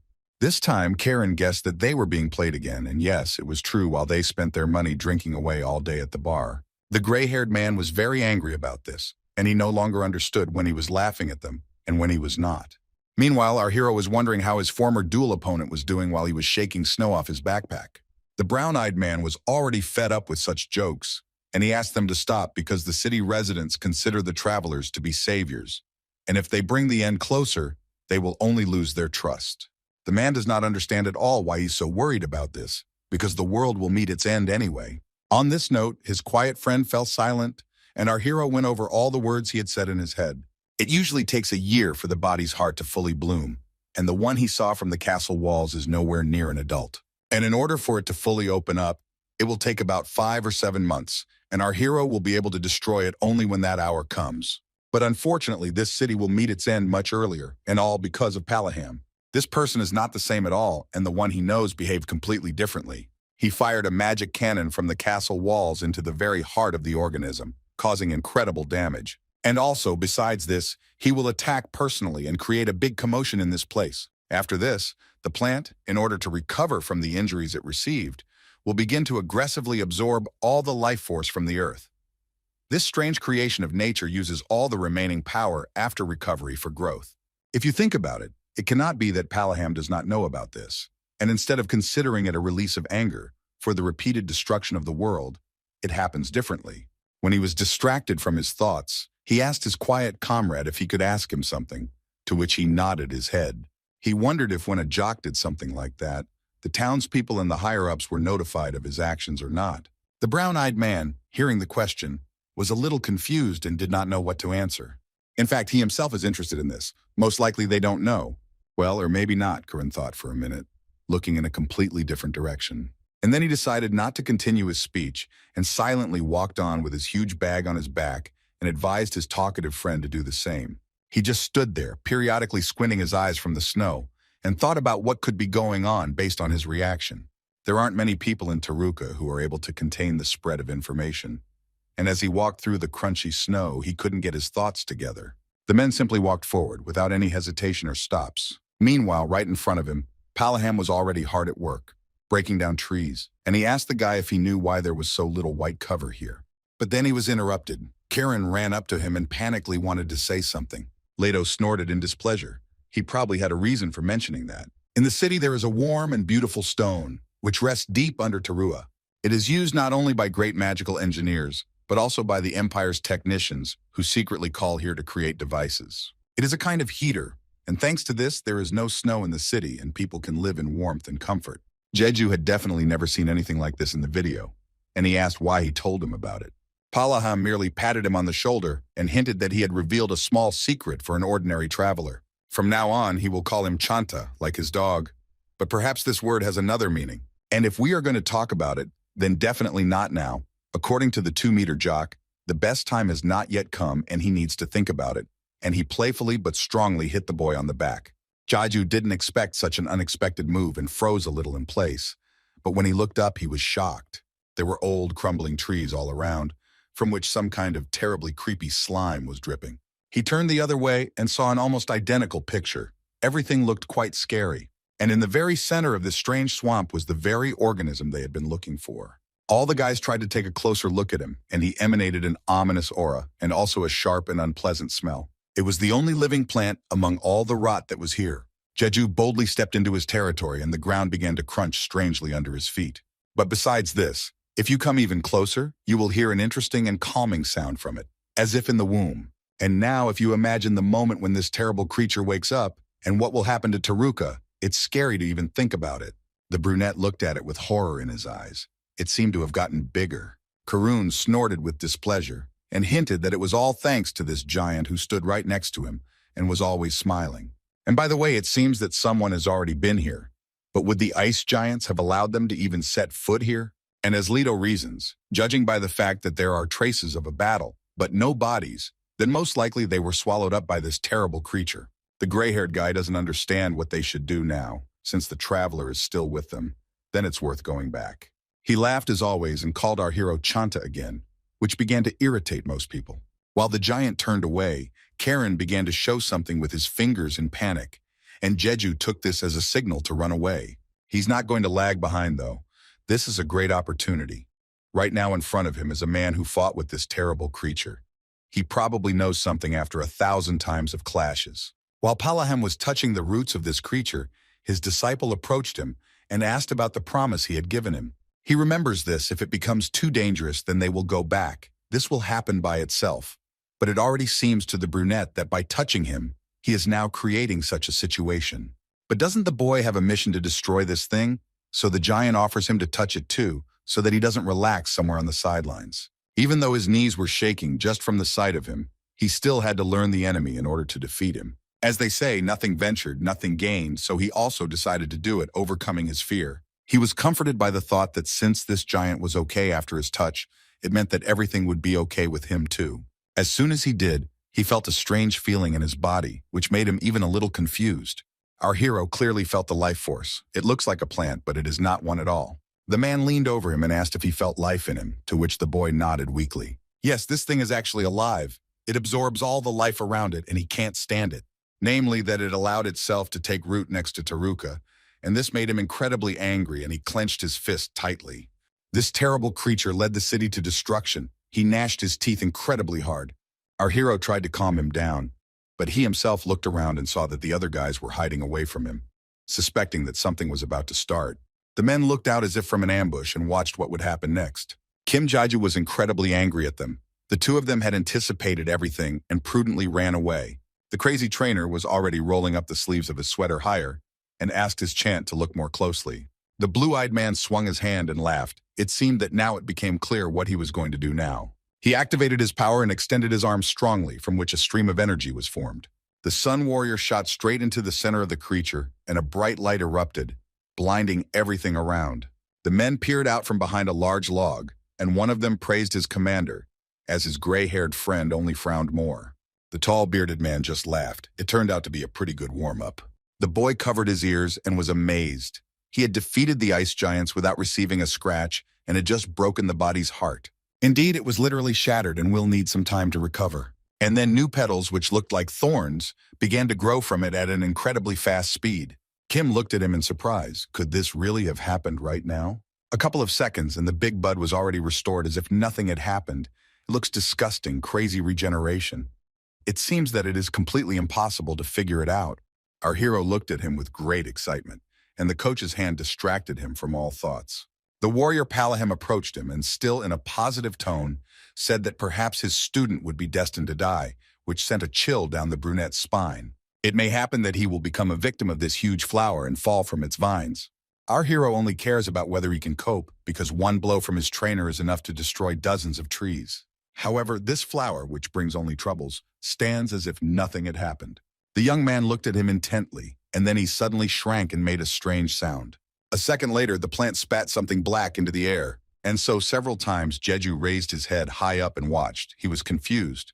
What was happening now was not clear. When these things fell to the ground, they became like liquid, slimy, and disgusting in appearance. Suspicious drops of the same color also began to appear in the air. One of those black bombs landed right at his feet, and he jumped away from it as it began to spread. And yet he was a little slow from fatigue and did not understand what was happening now. And after a couple of seconds, something began to appear from the dark and sticky puddle. These were cleaners, a huge flock and completely different from what they had been before. The entire team was confused and turned to their commander, and Karen promised his 2-meter-tall friend to tell Miss Chalet that he was risking his life again. Palaham turned to him and, looking at him involuntarily, promised to discuss this later, since now was not the best time for this. Turning back, the long-haired man adjusted his clothes and was ready to begin. The cleaners were very strange this time, but they were still just as easy to punch holes in as last time. The first cockroach had already fallen to the ground without strength or signs of life, which is very good. And soon he was joined by more flying kids, with whom the man dealt. Jeju also did not count the crows and fought hard, defeating many of these vile creatures. In principle, everything ended unexpectedly easily, although if you think about it, not quite. Since the commander of the sun himself is here with them, no special problems arose, because his every move simply wipes the enemy off the face of the earth. At that time, the cowardly Karun approached him and asked him to go back, to which he only laughed. Why should they do this if everything was fine? The bearded man turned to Chante with a wide smile and asked if he was pleased. But he stood in place like a statue and did not move anywhere. He was still haunted by this plant that he had to fight, because it could easily suck out all the life force of the mountain just to survive. His friend Palaham continued to rage and suggested going back and having a drink. But even if he does nothing, Taruha will still be destroyed, no matter how much time they have. All that remains is to repeat the events over and over again. And no, Jaju was not satisfied. If he just returned like that, then in the end he would not get anything at all. Just now, when he encountered the flower, he only got a feeling of helplessness, and so he jumped straight onto it. Before he even got anywhere, he felt the thorns, and we're not talking about small thorns, but real giants. Karen was horrified when he saw what this madman was doing, but our hero needed to see everything with his own eyes. When he finally got into a more or less comfortable position, he was able to take out his glove and put it on, even though the big guy was not sitting still. To kill this thing, he needs overwhelming firepower, to the point where he can destroy it before he stops, and he already knows the perfect moment. Our hero plans to carry out his plan right during the opening of the bud, which has just happened. He sat down on it more comfortably and accepted this risk. If he could not destroy it with his magic gun, then the heart of the disaster would grow even faster, and after that, he would only have a week or a day. Right now, there is no way to retreat. If he does, it will continue to gain strength day by day. After that, no magic hand will cause any damage to it. And what's most unpleasant is that monsters will appear that are thousands of times stronger than the cleaners. Our hero is so tense that it seems like he himself is about to explode. And most likely, this is the administrator's way of giving him a death sentence because he refused his offer. He can't lose now when he's already gone far enough, squeezing his attack hand. Boy tried give it your all on full. Near his feet, that nasty slime from which those monsters had crawled out earlier was still appearing. Jeju was ready to do everything he could. Our hero tried his best, and the guys were watching him from the outside. After some time, a terrible sound began to come from the flower, which gradually grew louder and began to press on his ears. Yes, it was so strong that the guy started bleeding, and it looks like his eardrums burst in one place. Despite such unpleasant pain, Kim continued his fight. And now, after a lot of stress, he began to see double, as if he was about to fall to the ground. The second ear also suffered, but this was not a reason to stop. The flower continued to scream, making very nasty sounds, slowly opening its petals. The mechanical glove is quite a powerful tool, however. The output of the magic gun is gradually fading away, and this is very noticeable. If this thing regenerates, then our hero won't have another chance, which is what worries him now. However, perhaps he is destined to die right here, and in such a terrible way, according to the administrator's plan. After a long time of his labor, he finally managed to make a hole right between the hard and rough petals. Right now he looked crazy in the office. The audience asked him to stop, but he was not going to do that, and now he wants to attack from a slightly different angle. But then he was frightened by the sharp spit of this plant and had to be distracted and look up. This time Jeju saw not a black but a brown clot of mucus. His first guess was that it was most likely a protector. Perhaps the heart senses danger right now, but it hasn't grown yet, although it spawns new high-ranking monsters. And if this continues, then it's worth asking the guys for help. And right now there is no time to waste. Our incredibly brave guy is climbing right inside. His fans have spammed the chat asking him not to do this. But he didn't have time to sit and read it now. The opponent's game was already tightening. There was very little space, and he was lucky that he wasn't claustrophobic. And so, after a couple of seconds, Jeju found himself completely in the bud, and the only exit he had made closed without a trace. He sighed heavily, pointed his weapon straight at the heart again, and decided to do something just in case. Namely, with a wide smile on his face, the boy thanked all his fans for watching, in case he didn't have time to say it. One of his guys was watching his stream and was already shaking from this outcome. The guy couldn't take it anymore and almost started crying. This man is crazy. No one would risk getting inside the bud. From the outside, it looked even more creepy. The flower was spitting out a strange liquid, and you could see how Jeju was desperately fighting there. He found one fan who asked him to get out of there under the pretext that he knew how to deal with the body's heart. But our hero is not stupid. If this were really the case, he would have told him in advance. And even though the daredevil still attacks with a cannon, this creature regenerates much faster. Perhaps it is too weak. Because of all this noise, you couldn't even hear how the guy's spatial backpack slowly began to unzip. The little pulpoy jumped out from there. They were all in tears and nervously squealing something, but now they were missing. Our hero shouted at them, demanding that they return to a safer place. The kids couldn't calm down, and it was obvious that they were very worried about each other and their owner, while feeling incredible pain. The babies were able to grow longer fur in some areas of their bodies and cling to his backpack and sweater, and also pulled them higher. They squealed pitifully and tried to somehow stay on it and not fall. They touched the walls of the cramped space, so to speak, and in that place their snow-white fur began to turn black. Their faces turned blue and they became very weak.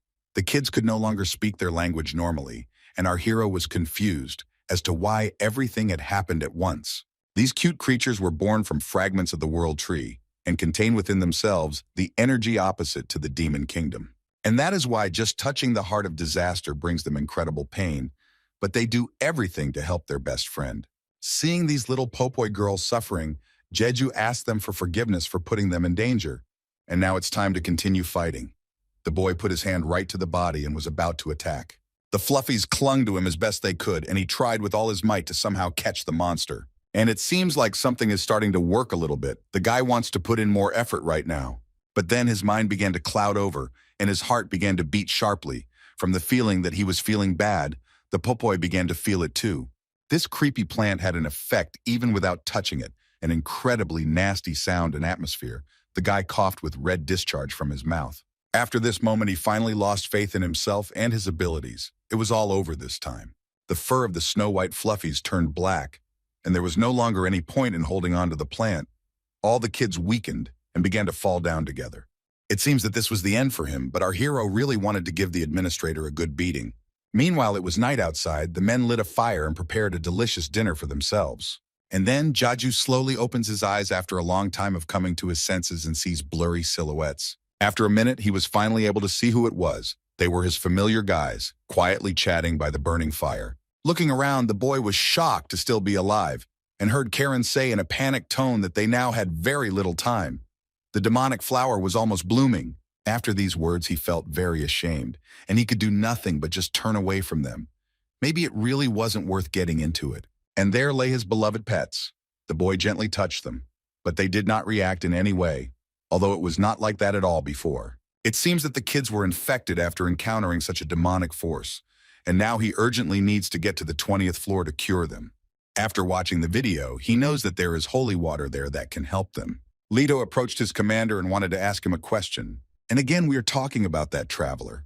He did not understand why the warrior of the sun told him about that very magical sunstone. The jock simply looked at the boy lying on the ground and replied that it was a kind of pure curiosity.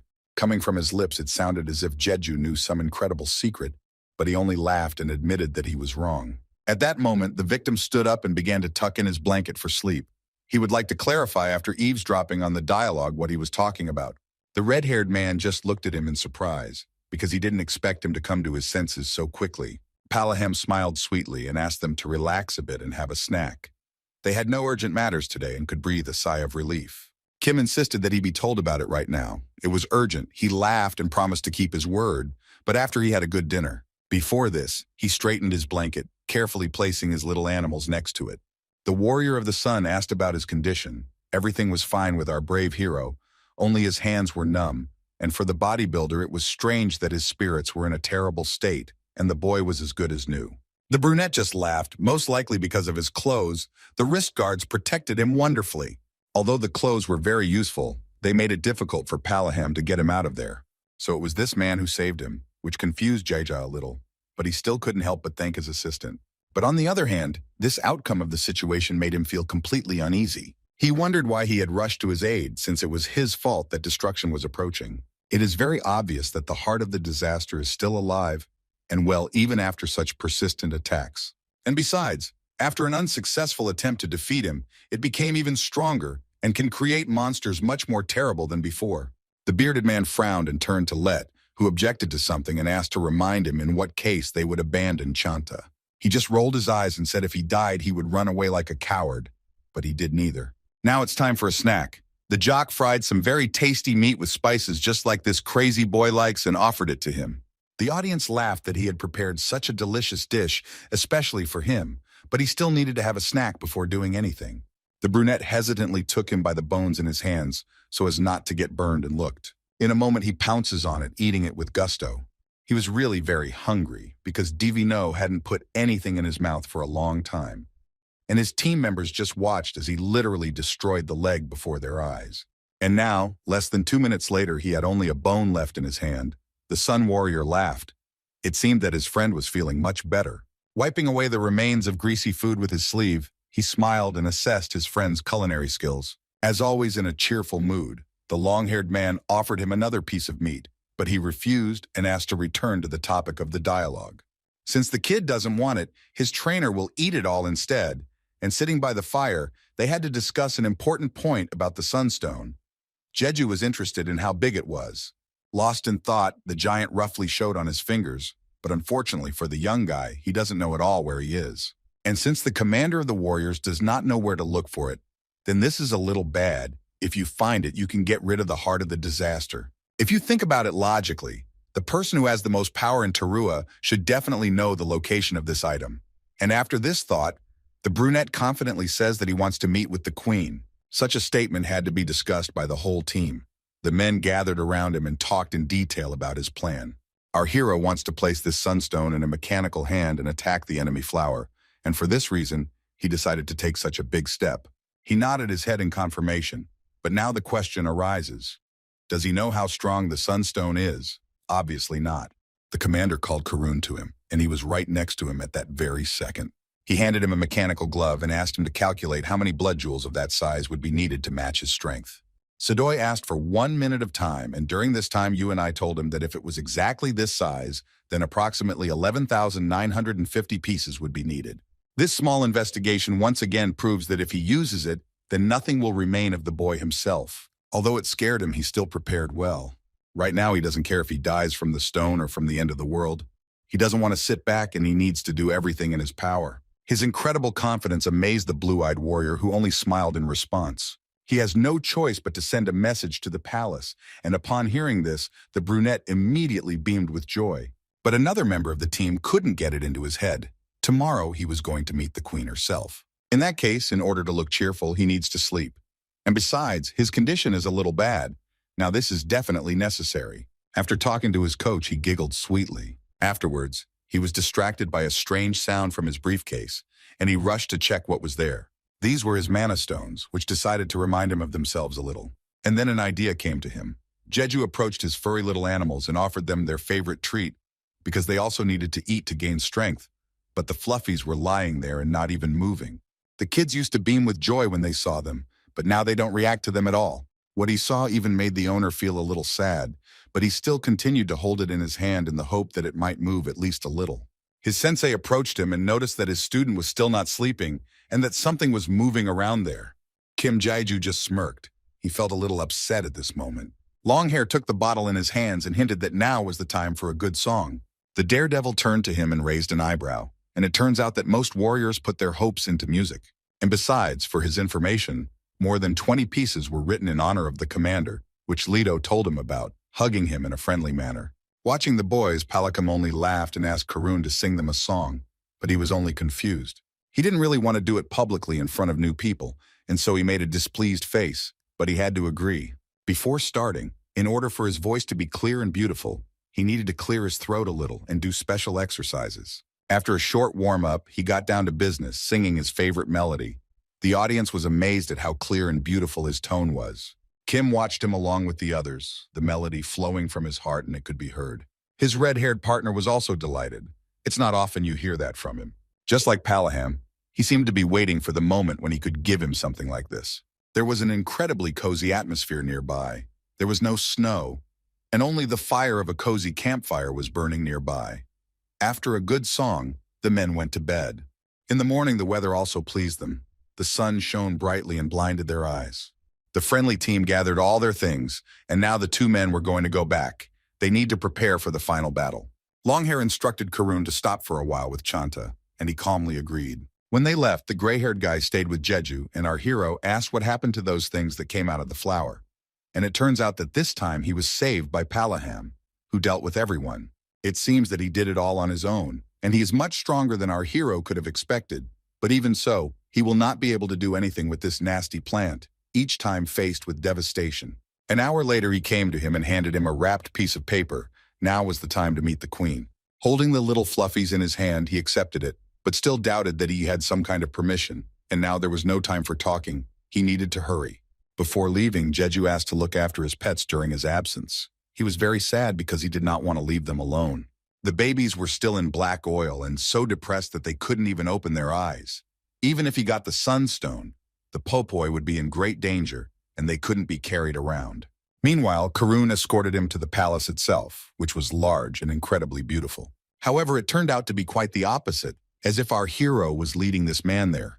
Although he claimed that he had poor orientation in the area, the gray-haired one ran up to him from behind and started digging in because he was walking in front of him.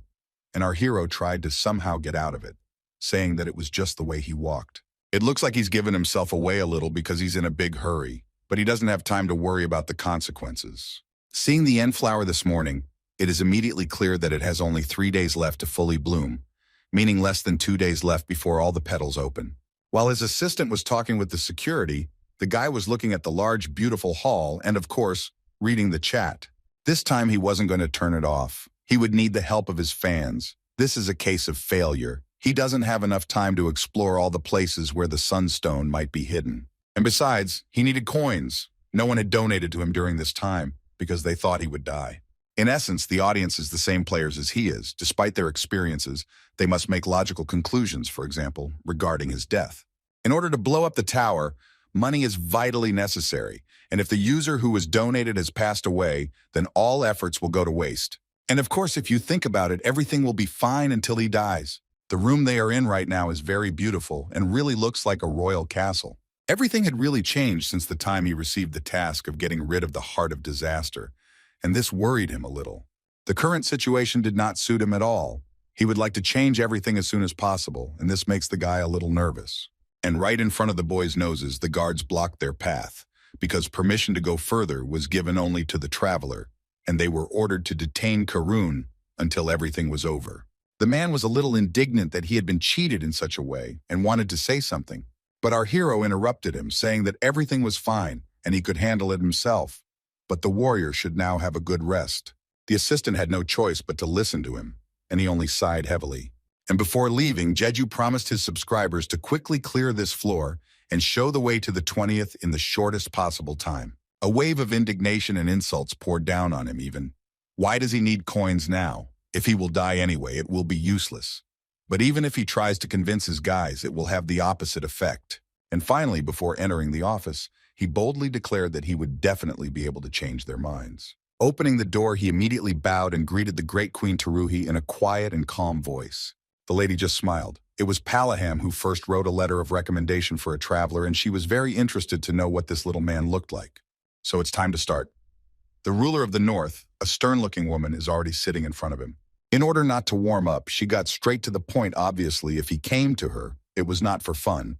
Our hero directly said that he needed the sunstone to get rid of the demonic flower. To which she, without removing the smile from her face, said that it was better not to. She hit the floor with her stick, which scared the guy a little. He wasn't going to get up from his knees.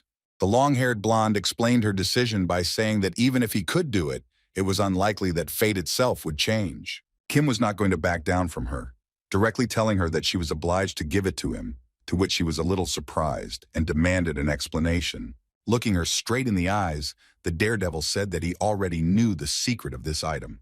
The queen banged her stick on the floor and demanded that he tell her about it, and if he dared to deceive her, he should meet his death right there.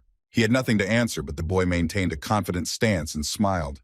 This woman, who leads Teruah with an iron grip, Klein, one mistake, and the traveler can truly say goodbye to his viewers forever. He heard that the sunstone was given by the god of victory, Enian, many years ago. And all because he felt sorry for the people of this country, who are constantly suffering from hunger. However, this is actually all untrue. The rude ruler considered his words as a lie and reminded him of her promise. She immediately called for security, and one of the men grabbed him by the arms behind his back, while the second held a sharp axe blade over which he was bent. He was slightly wounded, and then he simply said with a smile that he knew her son very well. Judging by the ruler's face, it was clear that she was surprised by this. With a heavy sigh, the queen asked the knights to leave them alone. He objected, because it was very dangerous, and she couldn't be allowed to be left alone with a stranger. But since they had taken the guests' things, everything should be fine. The guards continued to object, but when the blonde began to complain that she was not being taken seriously, they saw her menacing look. After that, they immediately jumped out, saying that they would stand behind the doors, and our hero laughed at them. Sitting back down on the throne, she turned to Jej and asked him to continue telling the story, promising to listen carefully. Wiping his neck, he thanked her, and since they had little time, it was necessary to get to the point. And apparently, according to the guy, the Empire has a document about the Sunstone. She started to get a little lost and hesitant. The guy noticed this, and for him, this is a great opportunity to win. And that's why Kim said she is Radiac's biological mother, Dutoproxa. Although for political reasons, she was forced to go to the cold north and stay here. And since she had to deal with savages, her son gave her this item out of pity. Having heard the whole truth about her from a stranger, she frowned and only looked at him intently. Our hero was also a little nervous and mentally asked her to make a decision because he had almost no time left. When her thoughts ended, the blonde said that it seemed he had not lied. The guy had hoped for something good and immediately disappeared. But what if she refuses to help him? Only this phrase upset him. If the long-haired one does so, then Jeju threatens to spread rumors that the Sunstone is a symbol, as well as a gift from the Emperor. But in her opinion, no one will believe this nonsense. And even if the opposite happens, why shouldn't she deal with the guest right here and now so that no one knows the truth? She said this coldly, looking into his eyes with a slight smile. Our hero's very first fan was incredibly angry with her. This woman is too cocky. Jeju, however, did not lose his composure, promising that his friends would not just sit around doing nothing. Silence reigned in her reception room after his words, and she only looked at him with a raised eyebrow. And only after some time The old woman realized that now there was no one here except them, and the brunette asked if she knew that the travelers were actually streaming. Of course, the woman doesn't think he has anyone, and so she was about to call security, but she heard a strange voice out of nowhere. The queen began to look around, but in fact it was that very first fan of our hero who sponsored and sent a voice message with an insult. And just in time, it was as if a weight had been lifted from Jaju's shoulders, and he pressed her that his stream was actually on now. Throwing her head up, the green-eyed girl asked what they had told her. So as not to offend her, Kim smiled sweetly and made up that his children wanted such a wonderful ruler to show mercy. He was very lucky that such messages are not translated. He wants. And I began to suspect something was wrong, because for such a sentence it was too short. The brunette called it an idiom. It seems that an ordinary traveler really managed to corner such an important individual, and she asked the guards to leave. User Love sent a voicemail with a curse again, and this time the guy smiled sweetly again, lying that the queen was wished a future full of glory. Everything went according to his plan, and after such small tricks, the long-haired one will never be able to deal with him as she originally wanted. Sitting back on her throne, carefully adjusting her royal cape, she still became curious about how many viewers were currently watching his live broadcast. Of course, our hero lied to her, naming the figure of 2,000, which is 10 times higher than the real one. He promised that these people who were watching everything would be able to contact the travelers on the 5th floor and spread the story. Jeju wanted to continue to intimidate her, but she gave him his victory in the argument. If this really happens, the queen will have to listen to annoying, endless complaints after her revival. Sitting on the throne, the stubborn woman still agreed to show him where this sunstone is, and after her permission, no one will stop the guy, and plus she promised to heal the wound on his neck. Incredibly, the bet actually paid off. Jeju couldn't stop smiling and was very happy. After he left the office, he tried to find Karen, who was nowhere to be found. He had to turn to one of the guards, and he told him that the assistant had urgent business, and he was forced to leave the castle. And after everything that happened, the dark-eyed guy couldn't help but thank his subscribers for their help and support. If it weren't for them, his plan would have definitely failed, although they think that one girl did it all. At that moment, she immediately showed up, sending a voice message where she said that she didn't like this queen, and yet thanks to her, Jaiju is alive. If his plan hadn't worked, he might have had to run and search the entire city, but then he wouldn't have been able to find what he needed anyway. Suddenly, he heard someone's footsteps behind him, and turning around he saw a familiar face. It was Palaham, to whom he had a complaint. But unfortunately, he had to obey the laws and could not tell him anything right away. It was about the stone. Now that he received official permission from the queen, Jeju asks him to give him what he needs. And since that was the case, the always smiling man turned to him and gestured for him to follow him. According to that blonde, the thing he needed was right in the house of that sun warrior. And he also didn't understand why he didn't give it to him right away when the lives of all the guys were hanging by a thread. Entering the room, Kim first looked at his fluffy pets, who were lying almost at the door. Laka, Koden, and Baron were still unable to even move, and they looked even worse than before he left. The infection worsened their condition. The babies do not respond to petting in their names. And the giant noticed that he crawled a little in the other direction while he was not around. At least this could, in principle, mean that they can move, even if only a little. Maybe it's worth giving them the mana stone again, which the guy takes out of his backpack. At this moment, Palaham, as always, surprised him with his tricky question. Does he know why the spirits like these things? In fact, this is not entirely true, but their instinct is that they store energy in case they ever have to save the tree of the world. But this is just a theory that Karun told him. And so finally, they came to the right door, and before entering, the guy needs to turn off the broadcast, although in principle, this is not so important, because with an extra attempt to enter here, you can say goodbye to your life. For better safety, he had to say goodbye to the guys for a while, because there is a reason why the sunstone is hidden in this house. Palaham opened the door, and the first thing the guy thought was that it was his huge library. There was an incredible number of books here. Your eyes literally ran wild, and the warrior, as always, smiled on the sidelines. It's time to get down to business. The long-haired man opened the necessary cabinet. And a little later, he knelt down near the bottom tier of shelves and began to actively rustle something there. He opened something like a secret passage, which hardly anyone would open except him, and invited the traveler to go with him. In front of them was another door, the handle of which looked like a safe opener. It required a special key, which was also kept in a secret place. Click, and there it was, the passage to his goal open, and it was incredibly dark inside. The guy squinted, trying to see something there until his eyes got used to the wilderness. Having walked a little forward, a very bright light began to appear little by little, from which the steps were wonderfully visible even without any lamps. And the lower the guys went, the brighter the lighting became. And when they arrived in the room, Jeju had to cover his eyes with his hands from such a blinding view. His comrade only smiled. Finally, his new friend would be able to see the real sunstone. It was securely hidden in several layers of hard glass. The light from it was incredibly bright, and the stone itself was golden in color and glittered. To open it, you had to press special buttons that only Palaham knew about, and if you let a stranger do this, they would have big trouble later. The first layer of glass was successfully overcome after a minute, and now a warrior approached him, took a small flask, and asked Jeju again whether he would regret his decision. And since he has already taken on such a task, retreating back will not be appropriate at all. He will only devour himself if he does not even try to defeat this demonic flower. The giant gritted his teeth, hinting that they had done this many times before. Taking the flask in his hands, the guy could not understand that after getting rid of him, nothing had changed and everything was starting again.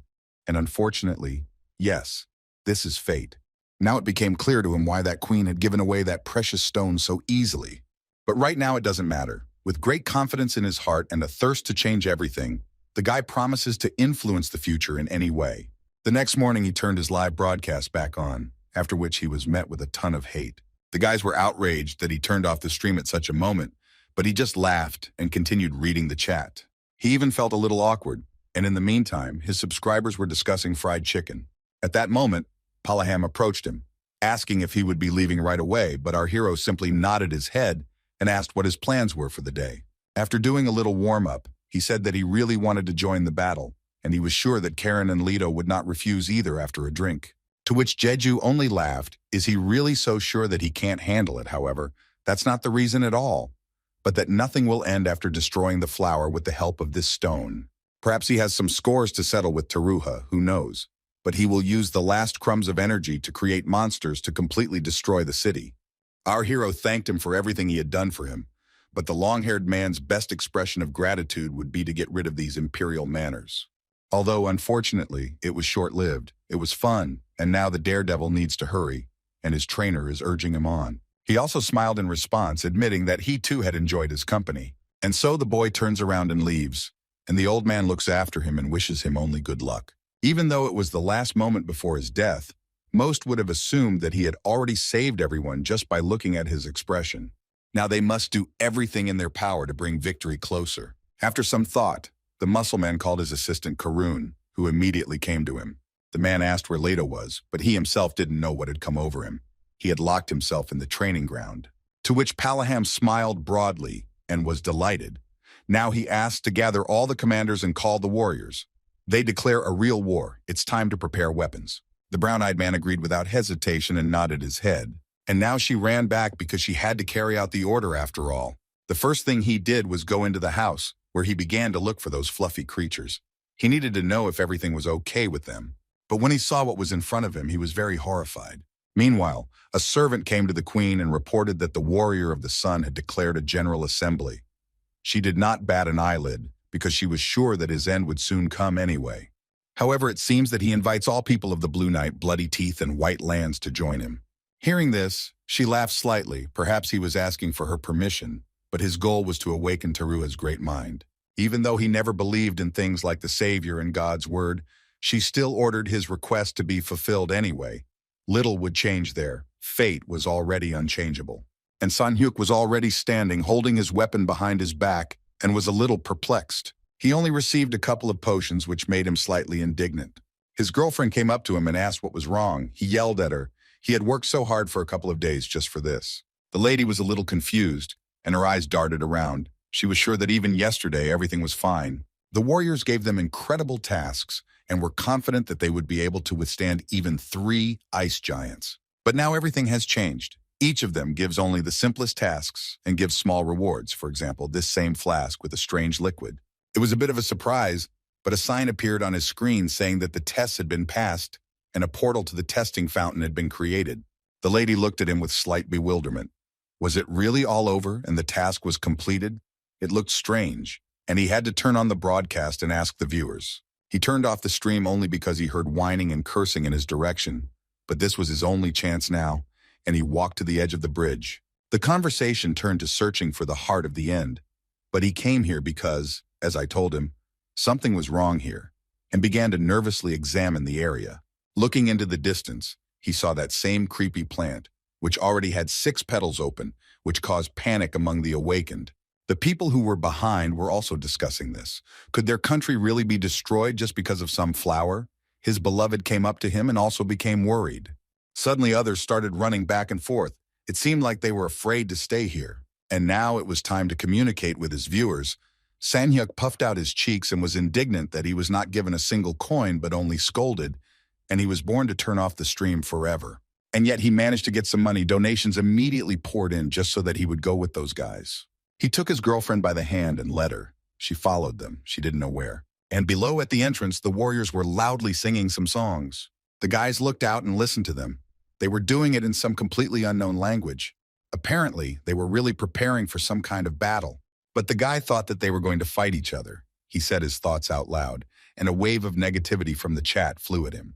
If this is the case, then he is not going to run away if something happens. He is going to become a witness. And after that, he happily promises to watch the battle until the very end, so to speak, risking his life. And in exchange for this, Sanhyuk, as always, hints that they should throw him gold coins. And seeing that they had no enthusiasm at all to do this, he grimaced and was about to go somewhere.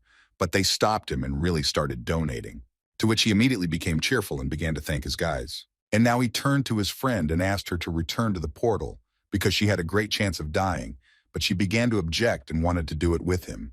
Blue-Eyed again asked to leave this place, demanding to listen to him. The sweet lady resisted again. She didn't want to leave him here alone. The doves looked at each other, and suddenly from the direction of that very plant, a loud explosion was heard. They both got scared and turned around. A very strong wind blew, which seemed like it could knock them off their feet.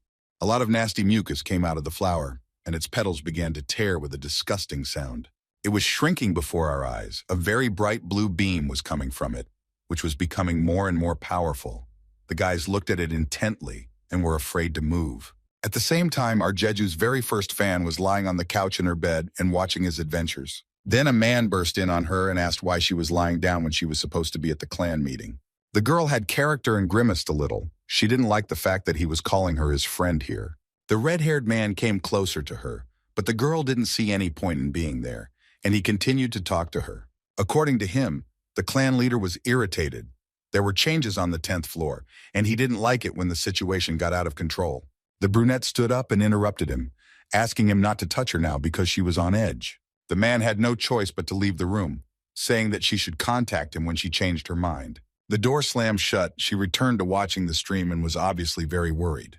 Deep down, the girl begged him to be careful. Kim Jae-ju really was a madman. He was already getting ready to go to the appointed place, and the guy was really ready to do it as soon as possible.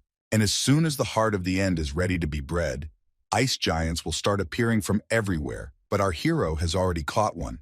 The monster walked nearby and looked around, but our hero has no time to deal with them now, and he tries to avoid unnecessary battles, which is why he slows down a little. He now has the sunstone and the glove with him, but for some reason, deep down inside the boys there is a feeling that something is missing. The end soon came when he stepped onto this terrible land, which crunched under his feet. The miracle plant was already more than half open and was making nasty sounds. 6 petals had already unfurled. Kim Jae-ju looks at him and is ready to finish him off once and for all. They came up to him from behind. A very familiar voice sounded, and it seemed like he was glad he had arrived.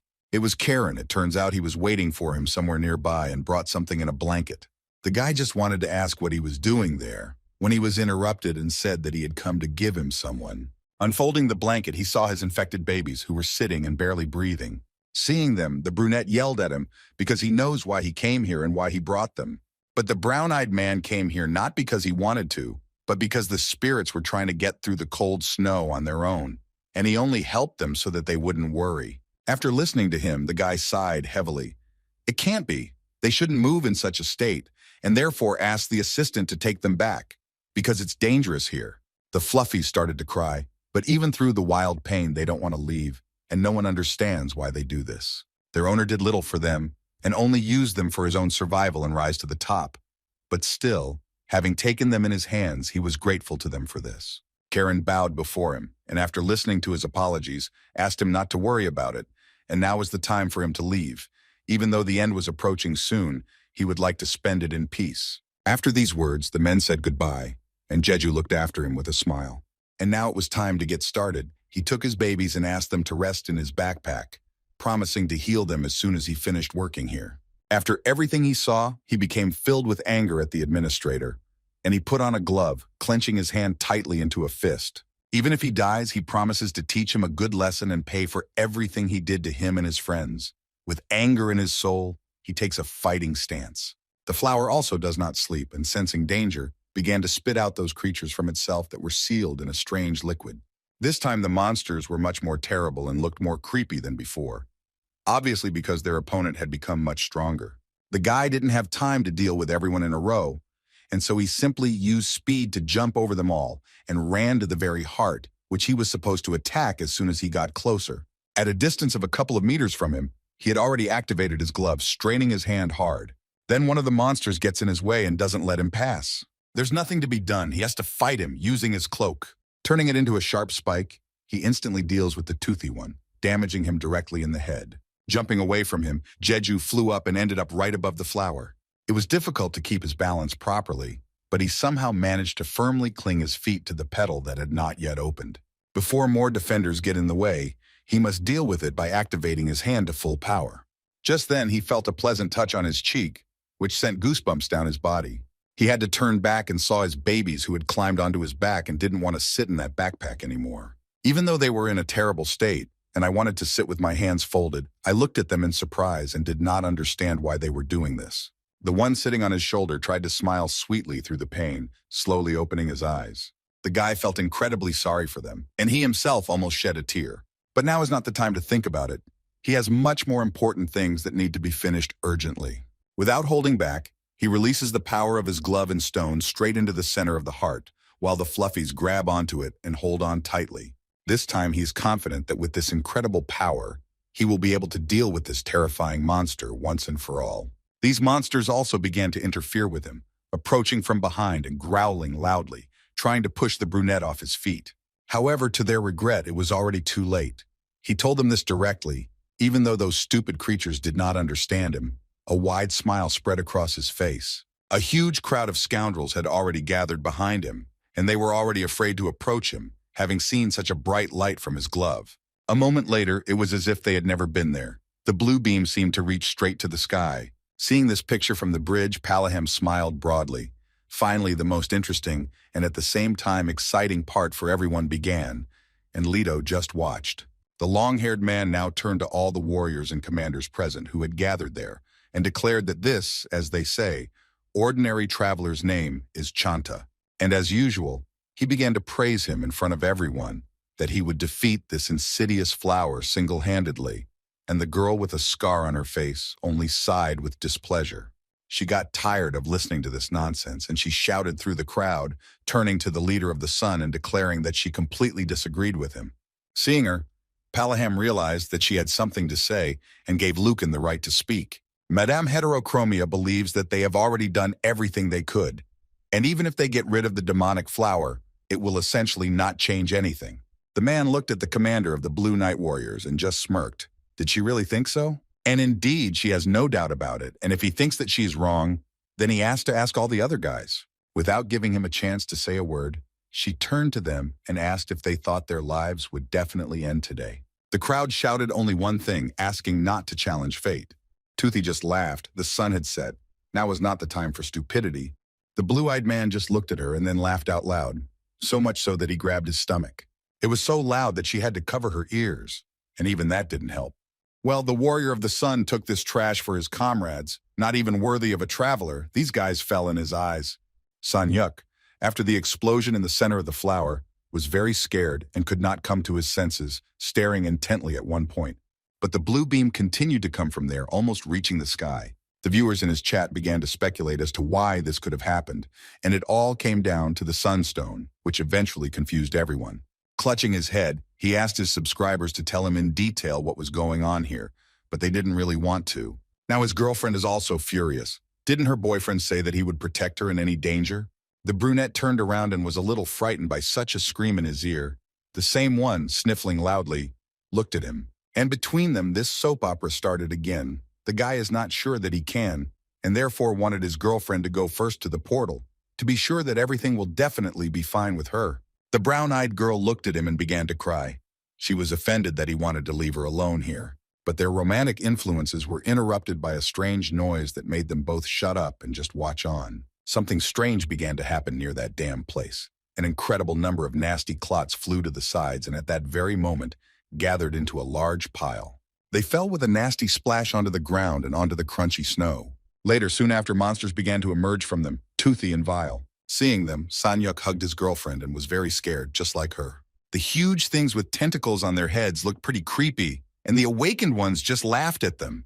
These are ordinary defenders. In addition, there were cleaners who made a disgusting grinding sound with their paws. His psyche could no longer bear what he had seen, and so he asked Jusun to get ready and get out of here quickly. And the commander of the Sun had already swung his signature axe and asked all the warriors of Teruha whether they were ready to fight right now. Everyone immediately ran to these terrible creatures. No one was left without work, because the area was completely teeming with them.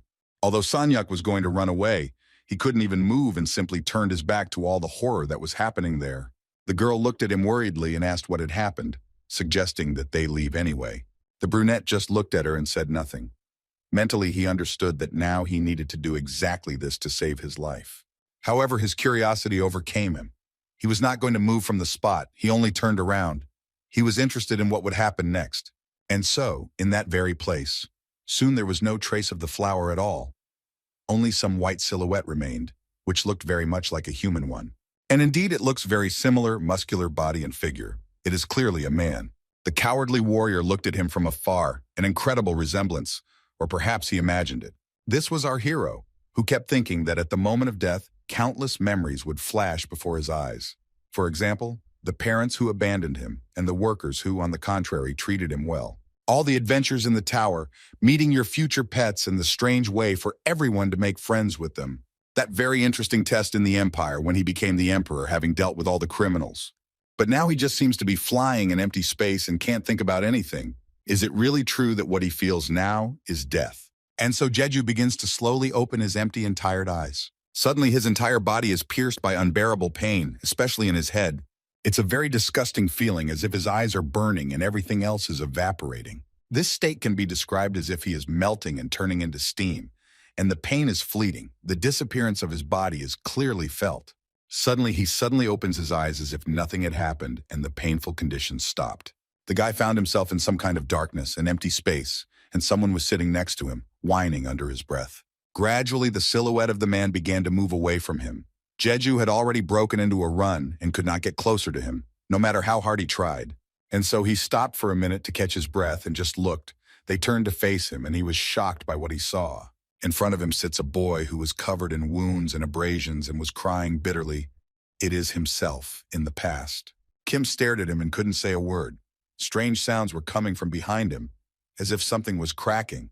The invisible wall broke and a bright light appeared in front of him, which scared him a little. This bright flash literally blinded his eyes, but he still had to go closer. Right at the so-called entrance stood a huge ball with eyes, which reminded him of his Popov. Through the pain, Jeju opened his eyes wide and tried to examine him to make sure his guess was correct. After a couple of seconds, his vision became cloudy, and he saw nothing but a pale gray spot, which over time began to swell, and it seemed he began to see familiar and worried faces. Laka, Code, and Baron stood above him. The guy got scared and suddenly jumped up from his seat, and the viewers in the chat asked him to at least put on some clothes for the sake of decency. But he was still trying to come to his senses and couldn't believe that he had survived. Taking the fluffy ones in his hands, he saw their faces that did not stop crying, but now he became interested in why they had become so small in size. After this, he began to examine himself, figuring out what was wrong with his body. It seems he didn't even read the chat with requests. His very first fan sponsored him with only 82 coins and asked him to wear something from clothes. Now, hearing about this in the voicemail, Jeju became very confused and began to shout something incoherently. He had to turn on the mosaic filter as quickly as possible until it found something for itself. Now he felt doubly ashamed of the current situation. Looking around, he found his things, although not in the best condition, with shreds of Lotanto's kit lying nearby. And also nearby were the remains of his mechanical glove, which, unfortunately, could not be returned to its original form. However, this did not bother him at all. The guy now thought about the most important thing that was with him. Looking at himself, for some reason he made a sharp guess that he had eaten the sunstone itself, and the audience began to laugh at him. And fortunately, one of them was found who really told what happened. And everything happened at the moment when our daredevil fired a beam with the help of this object. At that time, the small damage was absorbed by his protective cloak, and the pulpoy covered the victim with their fur, and only one of them was barely conscious. After this, it was this brave little boy who swallowed the stone, and his body began to emit light. The guys continued to watch what would happen next, because if the stream still didn't stop, then logical conclusions were made that the presenter was alive. And then the pulpoy climbed onto his motionless body and began to lick his comrades, thereby giving them enough energy at least so that they could move normally. And now, although the kids have decreased in size, they feel more or less well. But wait a minute. The guy didn't understand why he was involved in this whole touching story, because nothing was mentioned about him. And without waiting for a precise answer, Jeju blushed and asked how long he had been lying there in such an indecent state. And it turned out that it had been more than 20 minutes. But now it is not important at all. It is much more necessary now to find out what happened to Taruka, and even despite the fact that he managed to stay alive, after the destruction of the heart, quite a lot of monsters burst out. And even if we take into account Palaham's strength and help, it is impossible to get rid of them all at once. And so he suddenly gets to his feet and is about to go straight there, jumping high into the sky. It was quite unexpected. Such a jump up shocked him, but the drunks found it funny, and they were having fun. Meanwhile, the warriors continued to fight these terrifying creatures, and they succeeded. The mutants fell one after another. The guys did their job effectively. Their commander was not bored either, and as always, he coped with everything with flying colors. But then he noticed a strange hum that came straight from the sky and made him stop. Something glowing and huge was flying from there. Everyone immediately thought that it was some kind of meteorite falling on their battlefield. Seeing him, even these creatures were terribly frightened and tried to run away from there as quickly as possible so that he wouldn't fly at them. Everyone was afraid for their lives, especially the toothy ones who did not want to die at all. In an instant, there was a powerful explosion that dealt with many of the creatures here. The cleaners watched those comrades who had lost their lives in this battle and were no less frightened. Palaham, along with others, watched warily to see what would happen next, expecting literally everything at that moment, both good and bad. And right now, they saw the silhouette of a man standing at the very epicenter of the explosion. He was pure white. I couldn't see his face or anything. And this was our Jeju. It is very difficult for him to control himself now. The mana is seething and is just trying to get out. Right now, one of the fans suggested that he run away, but his conscience does not allow him to do this because he wants to pay off his debt to everyone who helped him.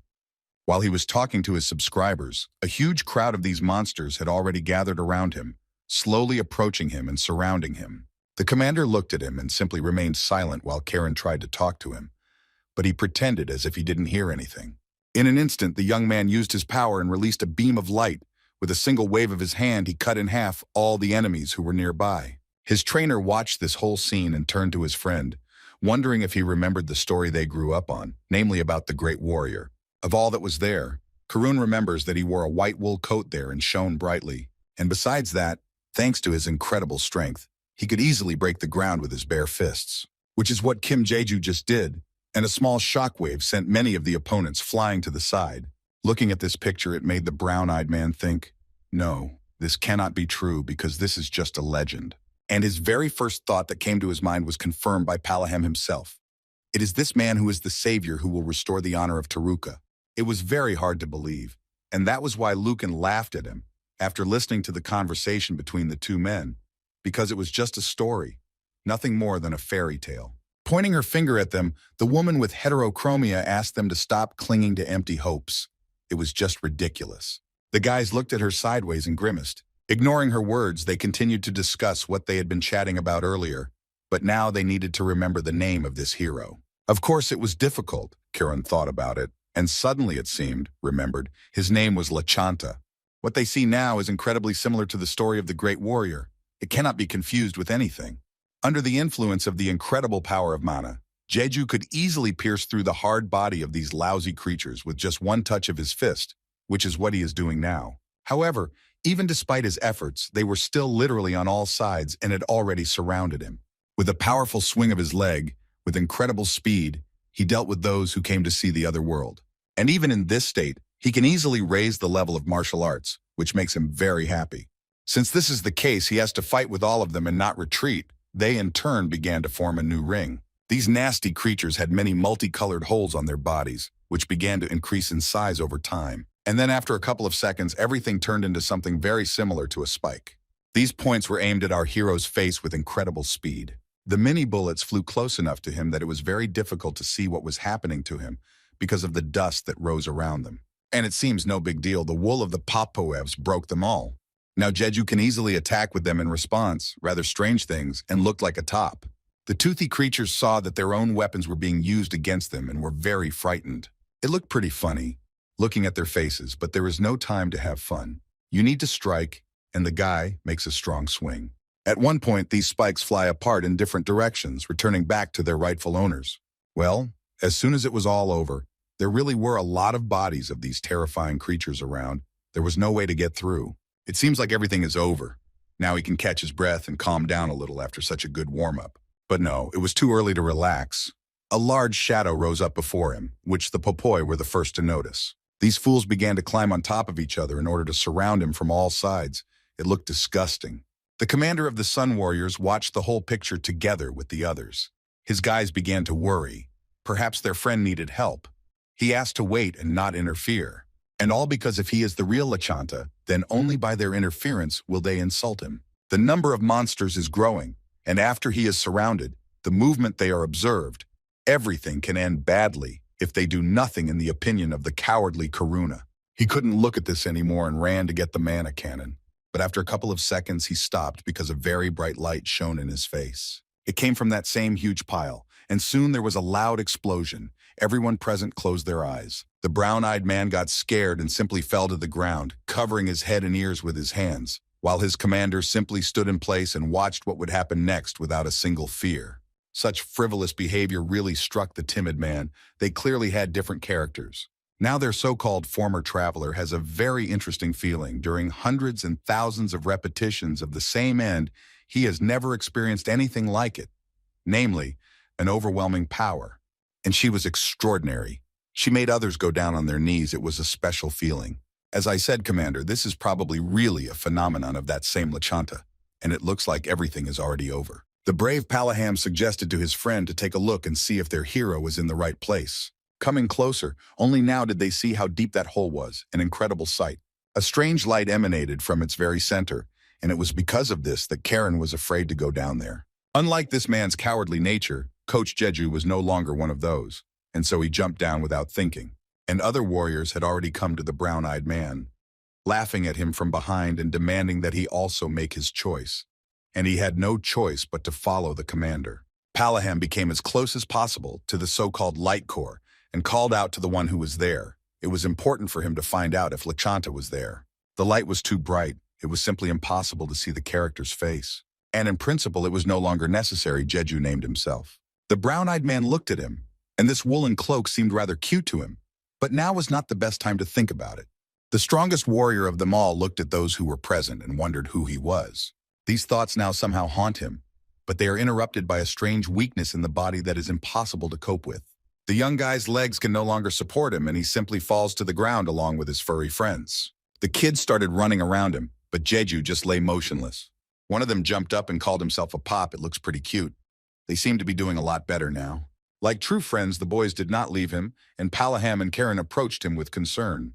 The brunette's eyes were still slightly open. The last thing he said after the fall was Lachant's name. He couldn't say more. His vision became very blurry. The last thing he saw was the worried faces of his friends, and immediately his eyelids closed. The next day there was a beautiful sunrise. The whole sky looked like it was on fire. Soon the birds, who had already adapted to such frosty living conditions, began to sing. Our hero, after a short sleep, finally began to slowly open his eyes. The first thought that came to his mind was whether the battle was over and what was going on right now. He jumped out of bed in panic, looking around nervously. But then I felt a light breeze on my chin from something breathing. Jeju, lowering his head in that direction, saw his beloved babies, Lada, Koden, and Baron, were next to him and did not leave him for a second. Only now did he begin to understand that in order to defeat the monsters that were approaching the city, his body moved instinctively, as if it was supposed to. Plus, The longer he fought, the stronger the feeling of mana spreading everywhere in his body, from his head to his fingertips. And before realizing such a simple thing, he lost consciousness, and it only dawned on him now. The last thing Jeju remembered was fighting monsters, but if Teruha had been destroyed, he wouldn't be lying here right now. His little friends saw that he was a little worried, so they came to cheer him up, and the most important thing for him was that they were okay. Hearing a noise outside the door, Palaham came to him, holding a bowl of something to eat in his hand, and was very glad that he had returned to normal. Seeing his friend, Jeju turned to him because he wanted to ask him something. The blue-eyed man just laughed and demanded that he have a snack first, shoving a spoonful of something hot into his mouth. The guy screamed because his tongue was badly burned. The food was heated to an incredible temperature. But after a while, she cooled down, and the guy enjoyed the delicious food and was ready for an important conversation. They told him that he got rid of them all at once, and the priest sat on his shoulder and then on his head and purred something under their breath. His sensei also tells that everything happened in the blink of an eye, and one could think that this was a sign of the imminent end of the world, an incredible sight, and the hero's tongue still hurt. And also now our hero is no longer Chanta, putting his hand to his heart. The old man called his new name. Now his name is Lachanta. Great glory will come to him. But our hero raised an eyebrow at this and did not quite understand why this was so. It was because of this that the man decided that he was overloading him with conversations, and it was better to wait until he felt better. But he couldn't sit still. Jeju wanted to check something and began to slowly get up from the bed together with his reduced fluffies. Raising his right hand up, he made a sharp movement with it as if he was going to hit. Without thinking at all, the blue-eyed babies repeated this movement after him, using the elongated sections of fur. He thought it was interesting. He needed to watch it again, and this time he made as if he wanted to hit someone with his left fist. And now they did the same as their master, which caused incredible emotion among the audience. Having stretched his fingers on his palm, the brunette came to the conclusion that he was indeed okay. This, and in addition, his body had become lighter, and it seemed to him that he could easily run across the mountains and return. Now it was time to move on to the real test. For this, he needed to put his hand on his chest where his heart was. After awakening, the mana that had been overflowing him disappeared without a trace, and only the part that was originally there remained in his body. And what's most interesting is that Jeju doesn't feel any problems with its circulation at the moment. But suddenly, his most important organ hit him hard, and from this, his vision went slightly dark. He coughed loudly, clutching his mouth. The kids were scared for him and raised their worried eyes. He saw a pool of blood on his palm again, which was quite unpleasant. The fluffies looked at him from the floor and cried. It was clear that they were very worried, even more than for themselves. And the brunette laughed and said that everything was fine with him. It was still painful for the little animals to watch him in pain. They couldn't hold back their tears. Wiping the residue from his mouth, he repeated again that he felt fine, although the people he met in the chat said that it could be excess mana in his body. And at that moment, Palakam immediately came to him, who also thought that something was wrong with his body, or rather with his energy. The blue-eyed man was a little confused, because he didn't understand what he was talking about. In other words, the young guy explained to him that this was a force that he couldn't control. The man put a basin filled with water on the floor and literally banged it, which scared the animals, and at the same time tried to explain whether he wanted to say by this that mana does not circulate through him. But his guesses were completely different. The process was there, but it suddenly stops when it reaches the heart and literally evaporates, which is why he coughed up blood. While he was washing himself, he thought about it. Perhaps the reason for this was because of the stone he had eaten on the very first floor, when he was still trying to make friends with the guys. Mana is the force that is used in magic or magical engineering. Without it, one cannot do in such important areas. However, Kim uses it in a completely different way. If you compare it to the knight's aura, and this was not intentional, such a decision was made for the sake of his own survival. It was impossible not to notice that when he came to his senses, his physical abilities became much stronger than they were before. And now it was time to get distracted. He brought cool water to his face. His sensei stood next to him and gave him a towel, continuing his guess. It turns out that he uses mana as natural forces. He just nodded his head. The teacher is concerned about whether this has any negative consequences, and wiping his face, his friend thought. After this question, their conversation lasted for a couple more minutes, after which they parted. It was already daytime outside, the sun was high in the sky, and fortunately there were no clouds or heavy snow. Summer stood near the gate and guarded the building. A crowd of people gathered around him, wanting to enter for some reason, but no one was letting them in. Sanhyuk began to grumble, thinking that he would always be allowed to do everything. he could not believe that for the first time he was being forbidden something. And so, these two men who had been chatting for a long time come out of the building. That coward who was standing next to the guard saw them. Could it really be that same Jeju? And he stood on the threshold and looked at everything around him. Why there were so many people here right now was incomprehensible to him. And again, this 2-meter-tall friend needed his assistant Karun, whom he called with a loud, deafening cry. As was their custom, he arrived immediately and climbed over the fence. Such airy behavior immediately reminded the audience of that very Fordrick, who was our hero's servant. The giant grabbed him and dragged him quickly into the house. A curious Sanhyuk was watching his actions and following their every step. But this time it went beyond all bounds, and he started shouting at the centurion, demanding that he let everyone who had gathered there through. He was about to tell him something, but they were interrupted by some bright light that came from behind Leto. It was a blue beam that even pierced the roof of a small building. In fact, when the men entered the house, they began to discuss the topic of mana in our hero's body. There are only 2 options here, according to Karen. Perhaps its circulation paths are blocked. The final point of this force's movement is precisely in the heart, and since the brunette used it as an aura, this should not be obvious. But after hearing Fordrick's warning back on the 5th floor, Kim abandoned the idea of using mana properly, because every time he used it properly, he felt very strange inside, as if he would become a beast. After this, the owner of the Popoyev, looking at him excitedly, wondered what the second option would be. Since the spirits had given him the power of the Sunstone, a conflict arose between the 2 energies at that moment. But the guy doesn't think that this is the case, because he no longer has the energy of this boulder. Even if that is the case, the situation is much more complicated. Since the power is too great to control, his heart is currently suppressing the flow of mana, all for the sake of survival. This sounds quite logical, and if his organ is filled with the energy of the Sunstone, then his own will naturally be rejected. His coach approached him and expressed his suggestion that, since everything is like this now, why not try to free her, since there is nothing to lose anyway? Kim Jaiju really thought about it. His guys want him to use the energy inside him, and so he really decided to try, because if he does nothing, he will end up losing. When he sat in a yoga pose, he began to try to feel his body, ignoring his own mana. He needed to focus only on the strength in his heart. At this point, he has not had any response yet. As Karen said before, if nothing happens, it will help restore the strongest memories. That is, when he first met the beatings, how he tried to make friends with them. That was the time when he first met the administrator. And in principle, he had a lot of meetings. But such a moment tends to fade away over time. And the most recent thing that happened to him was how he saw himself as a little boy. As he was trying to remember all this, at that very moment his heart began to beat very hard. Opening his eyes, the first thought that flashed through his head was that everything was working. That same strong mana, with which his own cannot be compared, it is she. With such energy, there it is clear why his is not able to circulate properly. Seeing his condition now and hearing his heartbeat, Palaham became very worried and asked if everything was okay with him, looking at him with concern. The little Popois were also worried, and something wet dripped onto the head of one of them. It was his sweat. Jeju was all sweaty from this exercise and felt incredible heat. After that disgusting wet cough appeared again, and this time it was stronger. The friends jumped from their seats and began to worry a lot.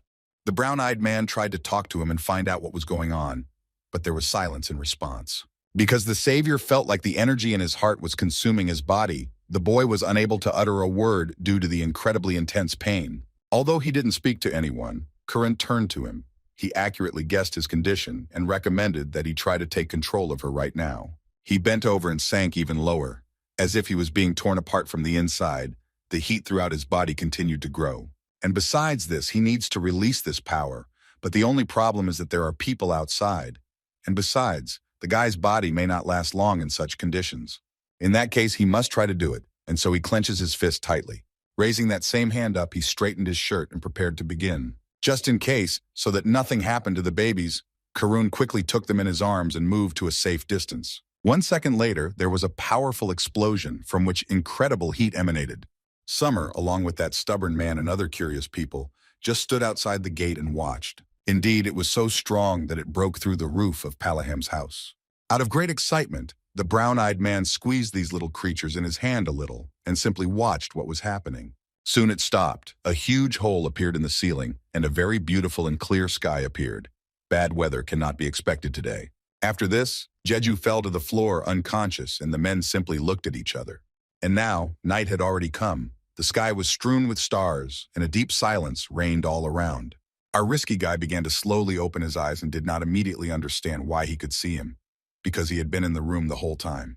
His caring friend Karun approached him, and with a slight smile asked about his well-being. The guy slept for a whole day and a half. The little pulpoy were sniffling quietly next to him, and Kim seemed very happy to see him. And then he suddenly jumps up from the bed and, hitting his assistant in the forehead, screams at the top of his lungs, remembering the sunstone. He was worried that someone could get hurt because of it. The man grabbed his head and turned away, and our hero became embarrassed and asked for forgiveness for such an awkward incident. Rubbing his forehead, the brown-eyed man said that in fact only the commander was hurt. After these words were spoken, the boy was horrified. Could it all be because of him? And he was overcome with panic. He wanted to know where he was right now. The warrior pointed his finger at the hold ceiling where someone was busily carrying boards. Palaham himself soon looked out from there. It turns out that Chalet had scolded him, and he was now experiencing emotional trauma, sadly filling the hole. Hearing this, Jaju felt only a little funny. Very good, but only in that sense. Meanwhile, somewhere on the 20th floor, some guy was sitting nervously and diligently searching for something in the system. It was obvious that he was very on edge and very angry at that coward Kim Sang-hyuk. He really needed to find Jeju for his own benefit, so that he could help him climb to the 40th and highest levels.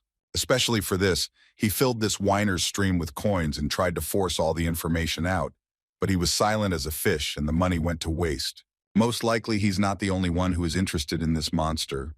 The only thing he was able to find out from him was his name, and even that is in doubt since he cannot find it. Now the bespectacled man set himself a big goal, to find him before he reached the 20th floor. Meanwhile, somewhere on the 70th floor there was a very beautiful location. It looked like a big city. The very first fan of Jeju somehow got ready and went to the meeting, and the director began to scold her for her appearance, and she snapped back. The red-haired man looked at her and asked why she was so angry, because the administrator said that the world could soon disappear from the face of the earth, but she, of course, did not believe him. He sighed heavily and asked her to just be careful when dealing with the clan head. He was tormented by doubts about what he was doing seriously, but he really looked upset. When asked whether she had noticed him in such a bad mood, she only snorted and turned away. After a while, they found themselves in a beautiful place that looked very much like a palace. Entering there and going to the right office, they were immediately greeted by the head of the guild, the Hippocrates, who expressed gratitude for the fact that his guests arrived on time. The guys also introduced themselves. Park Jiwoo and Kang Soha said their names. It looks like they are the first ones for now. According to him, the others were too busy to come today, so he invited only the two of them to the table. While cutting the delicious steak, he first turned to the girl. He was interested in whether the information was true that she had been watching newbie streams lately. Yes, I had already chosen a dish for myself. It was a large red lobster with vegetables, which are quite expensive in their country. This question caused a strange feeling inside her, and she rudely agreed, asking what was wrong with it. The blonde tried to smile sweetly and asked her not to be nervous, because he was not accusing the lady of anything, but would simply have a request for her, which he thought she would handle perfectly. Looking at him, the brunette already knows that something is wrong here.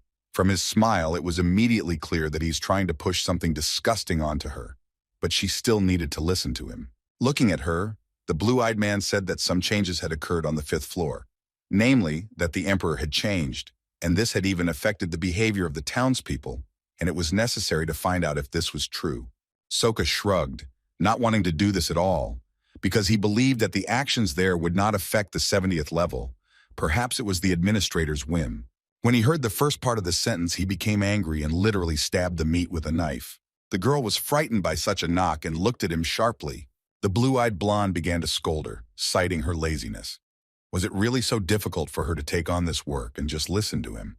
After that, she became very nervous, so much so that her jaw began to tremble, but she needed to calm down, which she tried to do, because he still didn't know anything. Looking at him from behind her back, the long-haired woman asked what exactly he needed from her in this situation.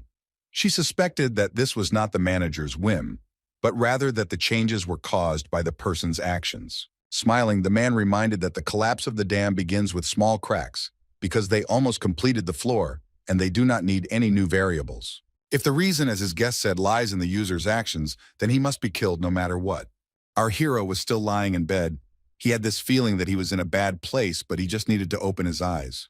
When he got up, he acted suspiciously cute with the fluffies, which didn't please his fans, who don't like such moments. Looking out the window, he saw that dozens of people had gathered outside the house, and as soon as the monsters appeared, He immediately had the feeling that everyone would run to the portal, but in fact, this was a mistaken opinion.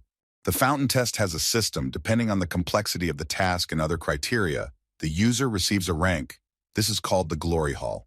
The thing is that as soon as the last single task on the 15th floor is completed, the names of the first 3 users will be presented in a special room. Initially, he expected to use it to gain viewers and earn money, but due to its unknown power, the tower will definitely have those who will closely watch it.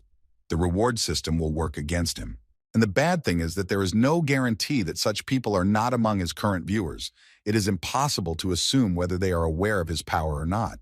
Kim looked at his cloak scraps, and yet he was sure that whoever was planning something would be able to handle it, but that was no longer the case.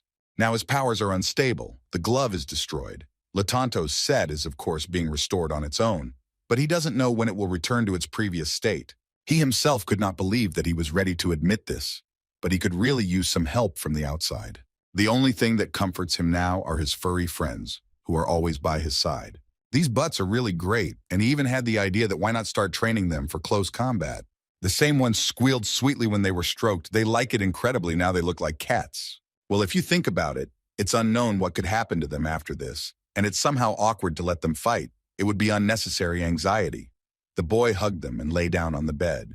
Looking at the system, he saw that the floor was closing in just 4 days, and all he had to do was become stronger. It seems that his skill level has increased quite well since the last battle, so creating a new mechanical glove and collecting the entire set will have to wait. If our hero can improve his melee skills, he will be able to protect his body without using additional items, although raising the level of his passive skill is quite problematic. And that's why he had to go to his good teacher and ask for a sparring match. The man only laughed at first. It seemed that all those battles were not enough for the guy. The most important thing was that he did not faint. He only sighed heavily and discontentedly. And he just started laughing, teasing him that he was afraid of the greatest warrior, Lashantu. For him, the best option now would be to really study with Palahim, who, after such words without hesitation, already made a lock with his fist on him. It was pretty fast. Less than a second later, he was almost right next to the hero's face. He just smiled as always, and stopping his fist, reminded him that he was not wearing protective clothing at the moment.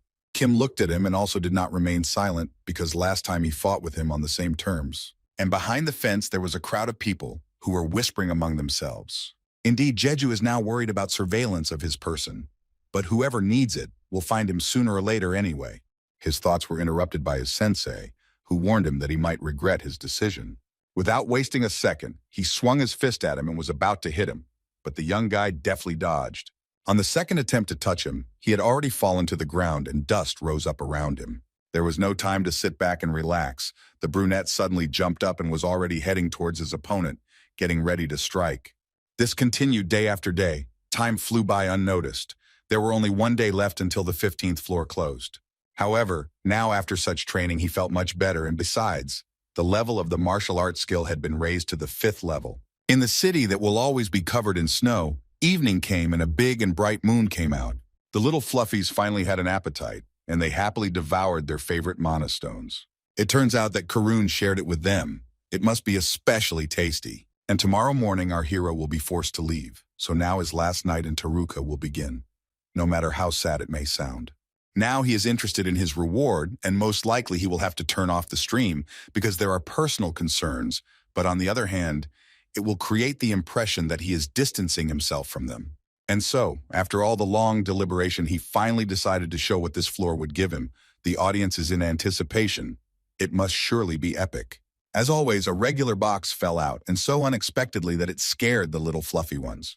Kim walked up to her and slowly opened the lid. Now he also needed to take the prize for subscriptions. As always, the very first and most banal thing is a bag of coins of the usual rank. As always, they gave 5 pieces. The second item was more interesting. It was a rare level spatial backpack with a maximum weight of 500 kilograms. And at the very bottom lay the tunic of the master of the 7 snakes. It also had a heroic level, with which I had the ability to predict time literally by 1 second. In principle, this was expected.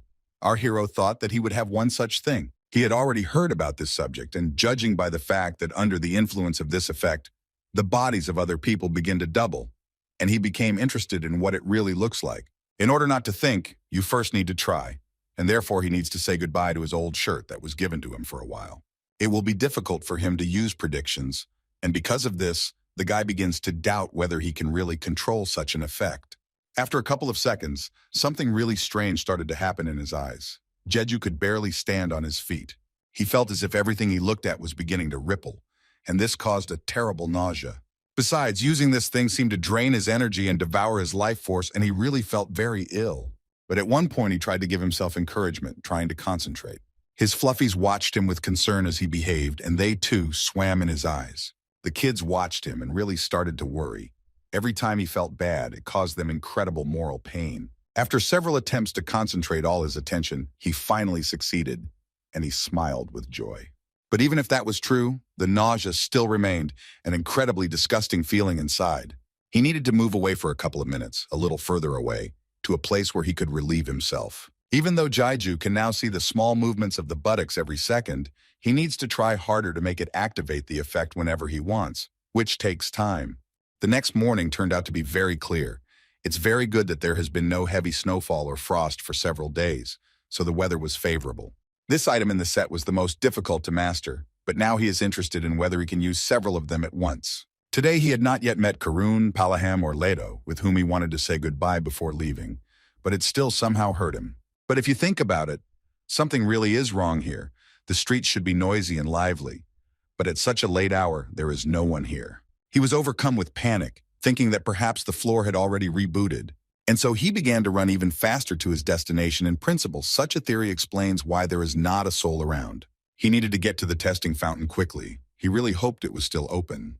Once there, he saw familiar faces and froze in surprise. All the people of the city, both familiar and not so familiar, gathered around and saluted him.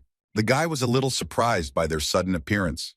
He certainly didn't expect that they would come up with something like that. Men and women shouted his new name loudly. Everyone respected the hero Lachanta. On the other side stood his friends, who also took part in this and simply smiled. Such a solemn greeting, or rather farewell, confused him very much. He kept wondering where they had gone. His coach smiled broadly and said for everyone why everyone was gathered here. Kim Jaiju, blushing deeply, thought that they were giving too much honor to a simple traveler, which embarrassed him incredibly. The blue-eyed man laughed. His student deserved such a solemn farewell to everyone. Incredible pride for him burned in his eyes. A man approached him, at whom our hero stared, and who decided to thank him especially. The resident of Taruha knelt before him and took his hand, thanking the great warrior Lachanta with all his heart and with tears in his eyes. Looking at him, he immediately remembered that this was the same person who first asked him for help at the very beginning. All the guys who live in this wonderful country came to support him and send him on his further journey. They were all with him and blessed his path. Their warm farewell was filled with the highest respect that only they could show from the bottom of their hearts and souls. It never had any analogs in the past, which is what made it different. And besides, this will definitely not happen in the future. Everyone is sure that our guy will become an excellent warrior and save many lives. This even brought tears to Jeju's eyes. He couldn't believe that the residents would be so grateful to him. With a wide smile, he thanked them all. And so his journey through Taruka was, in its own way, both long and short at the same time, and the end was very pleasant. Everything has come to an end, and our hero is ready to move forward, conquering new heights and learning about his new capabilities. He was already approaching as close as possible to the place he needed, and was even upset about something. Of course, it's sad to say goodbye to the relationships that were built in this wonderful town, but now it is much more important to focus on the next floor and new difficulties, since it is unknown what awaits him next. There was no time to think, and it was necessary to take a new big step into the future. Jeju opens the door, and one little man had already arrived on the 15th floor. His name was Baek Jin-ha, and he seemed to be in a great mood. The boy found himself in a luxurious hall, which was very similar to a royal one in its decoration. Here, a new test awaited him. The total number of participants had already reached its limit, and the entrance was closed. There were a lot of people who were walking around here, getting to know each other, looking at the area, and of course, waiting for it to start. The weather here was great. The sun was shining, and it was even warm. There was a pleasant breeze. It would seem that everything here is very simple. He just needed to receive a task from a resident of Taruka, and he began to ask viewers for donations. But they agreed with him that they would give him coins in exchange for going to the center of the mountains towards the castle gates. And the cake immediately rushed straight there. Jinha runs very fast, and in less than 5 minutes he was there. But he still didn't understand what the guys wanted to see here. It's very strange. There were only snow-capped mountain peaks on the horizon, and nothing else special. And fans started chatting about where that flower went. It's a mystery to them. And what's most offensive for him is that they didn't explain to him why they pushed him here. The people around were having fun. They didn't seem to be worried about anything, and they were singing songs while drinking pleasantly. The 10th floor was full of people, as always. An unknown man approached the young people, asked for forgiveness, and introduced himself as a member of the Hippocrates Guild and needed their assistance. The girl and the man looked at him questioningly, but he continued to speak. His clan was looking for the person who was responsible for the confusion here, and he only needed to check their faces. It was about that same Kim Jaiju, a young man with short hair and a backpack. He also had a loose-fitting brown coat as far as he remembers. The guys were of course unhappy with such a sudden check, but the guy with scars had to take off his hood. The lady who was walking next to him was already beginning to grumble that they had been kept for so long.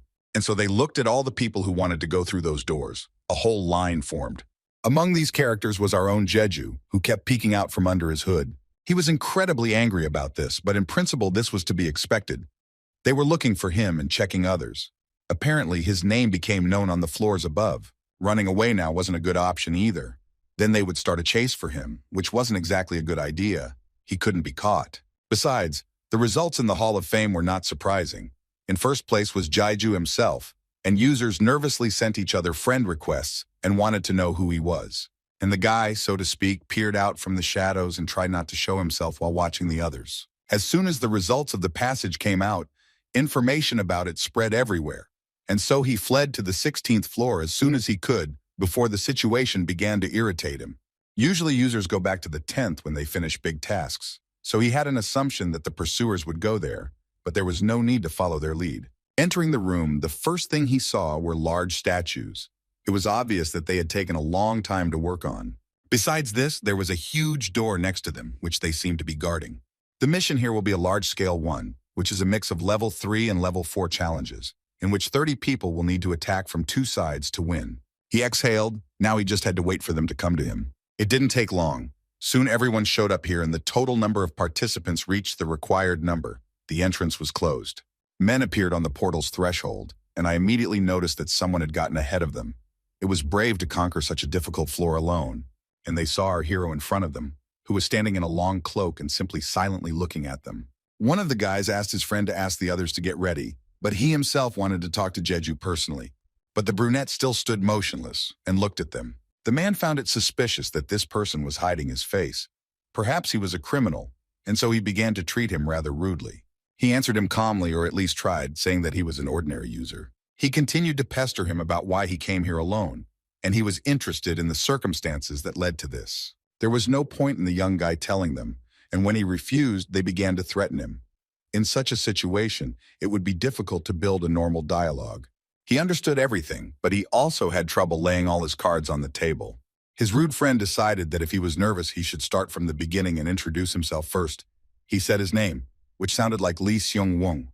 Without thinking at all, Kim Jaiju revealed his own in response, so as not to arouse unnecessary suspicion. It was a good thing that all this happened just a couple of seconds before the test began, and after his final phrase, the huge statue began to move. The man was scared for him and shouted that something was happening behind him. In order not to cause trouble to himself or anyone else, since unnecessary fights were of no use now, using his strength, the young guy instantly dealt with a block of stones. It was very surprising and unexpected. Saiyan looked at him with wide eyes and could not say a word. The other guys also heard this loud roar and turned around in fear to find out what was happening. Behind them, they saw only a huge block of stones, from which the hand of that very statue was sticking out. And no one understood what had happened, because everything happened so quickly. Our hero just noticed that he no longer had problems with his movements. He felt better, but to implement the plan, he needed to act really quickly. The test of the 16th floor had just begun, and there was indeed an interesting location around that he was looking at. Going further into the depths, he saw another sculpture which was sitting and holding a huge bowl in its hand. Now he really doesn't know what to do. The guy is confused, because if he gets too worked up, it will become even more difficult. As he took another step closer to her, the monster's 3 eyes opened and glowed red with a nasty sound. In his vessel, there was something like a liquid that glowed bright blue. It lowered its gaze straight at our hero, as if it wanted to kill him right now. All these sounds and bright flashes were noticeable even through the doors he passed through. The test participants thought that this guy was crazy for deciding to do something like that, and he also had incredible experience, since he was able to pass the test on his own. Jeju, as expected, dealt with everyone very well. The monster that stood in his way was no longer there, as was his cup. The task here is identical to the one on the third floor, and he knows the weaknesses of the stone statue, so it can be defeated very easily. And he knew perfectly well that as soon as you pass through the door, you will find yourself in a long corridor. And if you go further along it, I don't know anything, then hidden monsters made of cobblestones will be activated. And those vessels that they hold contain a solution that can freeze everything over a large area, which will cause a lot of trouble for the inexperienced. And even if you manage to get through the ice trap, you will encounter monsters from above that attack from two sides, plus iron arrows from the front fly straight at them. Li Xiong called his subordinates to him and demanded that they scatter the purchased sand. Touching the ice was not allowed now. At one point, he turned to his closest friend and pointed his finger up at him. There was something on the ceiling. The Chinese man looked up, and it seemed to be something like a footprint. And indeed, that is true. It is clear that it was a man's foot. The guys looked at him and wondered why he was there. But in principle, it was possible to guess that the user climbed there to go through this corridor in one go. Most likely, this is how Jeju escaped all the traps and did not waste his energy on unnecessary battles with stone monsters. However, the way he destroyed the statue seemed completely illogical, which made the blue-haired man think. They walked through the corridors and saw a huge crowd of monstrous creatures that were already lying down and not moving. It was not difficult for them to guess that this guy behaved this way for only one purpose: to demonstrate his worth to them. While they were whispering among themselves, he was already finishing the second part of the test, which he had dealt with earlier. By the time they reached him, Jeju had finished with the multicolored buttons. Siyun just laughed and said that it was very easy to get to him. It was like the team was walking through a flower meadow. Our hero became curious about something, and he politely asked his allies the name of their clan, and it turned out to be called Hanshin. It seemed quite familiar to him, so wasting time on conversations now would not be the best decision. He needed to get to the point. Looking at the boys with a wide smile, he said that he would like to ask them for something. Meanwhile, in the very place where they were examining every living soul, checks were still ongoing. And then, when Siyun was still there, he was very outraged by the behavior of the Hypocrite Guild, who detained tired people. He began to defend all the guys who came next to him, introducing them as members of his clan, and the guy who was wanted was also standing there. He knew that everything would be fine because they couldn't force the Hanshin clan to act their way. The male inspector apologized for the inconvenience caused, explaining that they had an important reason for such behavior, and promised to also give them about 50,000 coins. This only made him grit his teeth in anger. It infuriated him that they were being taken for weaklings and on top of that, being detained. To which they simply looked at each other and simply shrugged their shoulders. The young boy who was also involved in this mess bowed before the clan and asked for forgiveness again.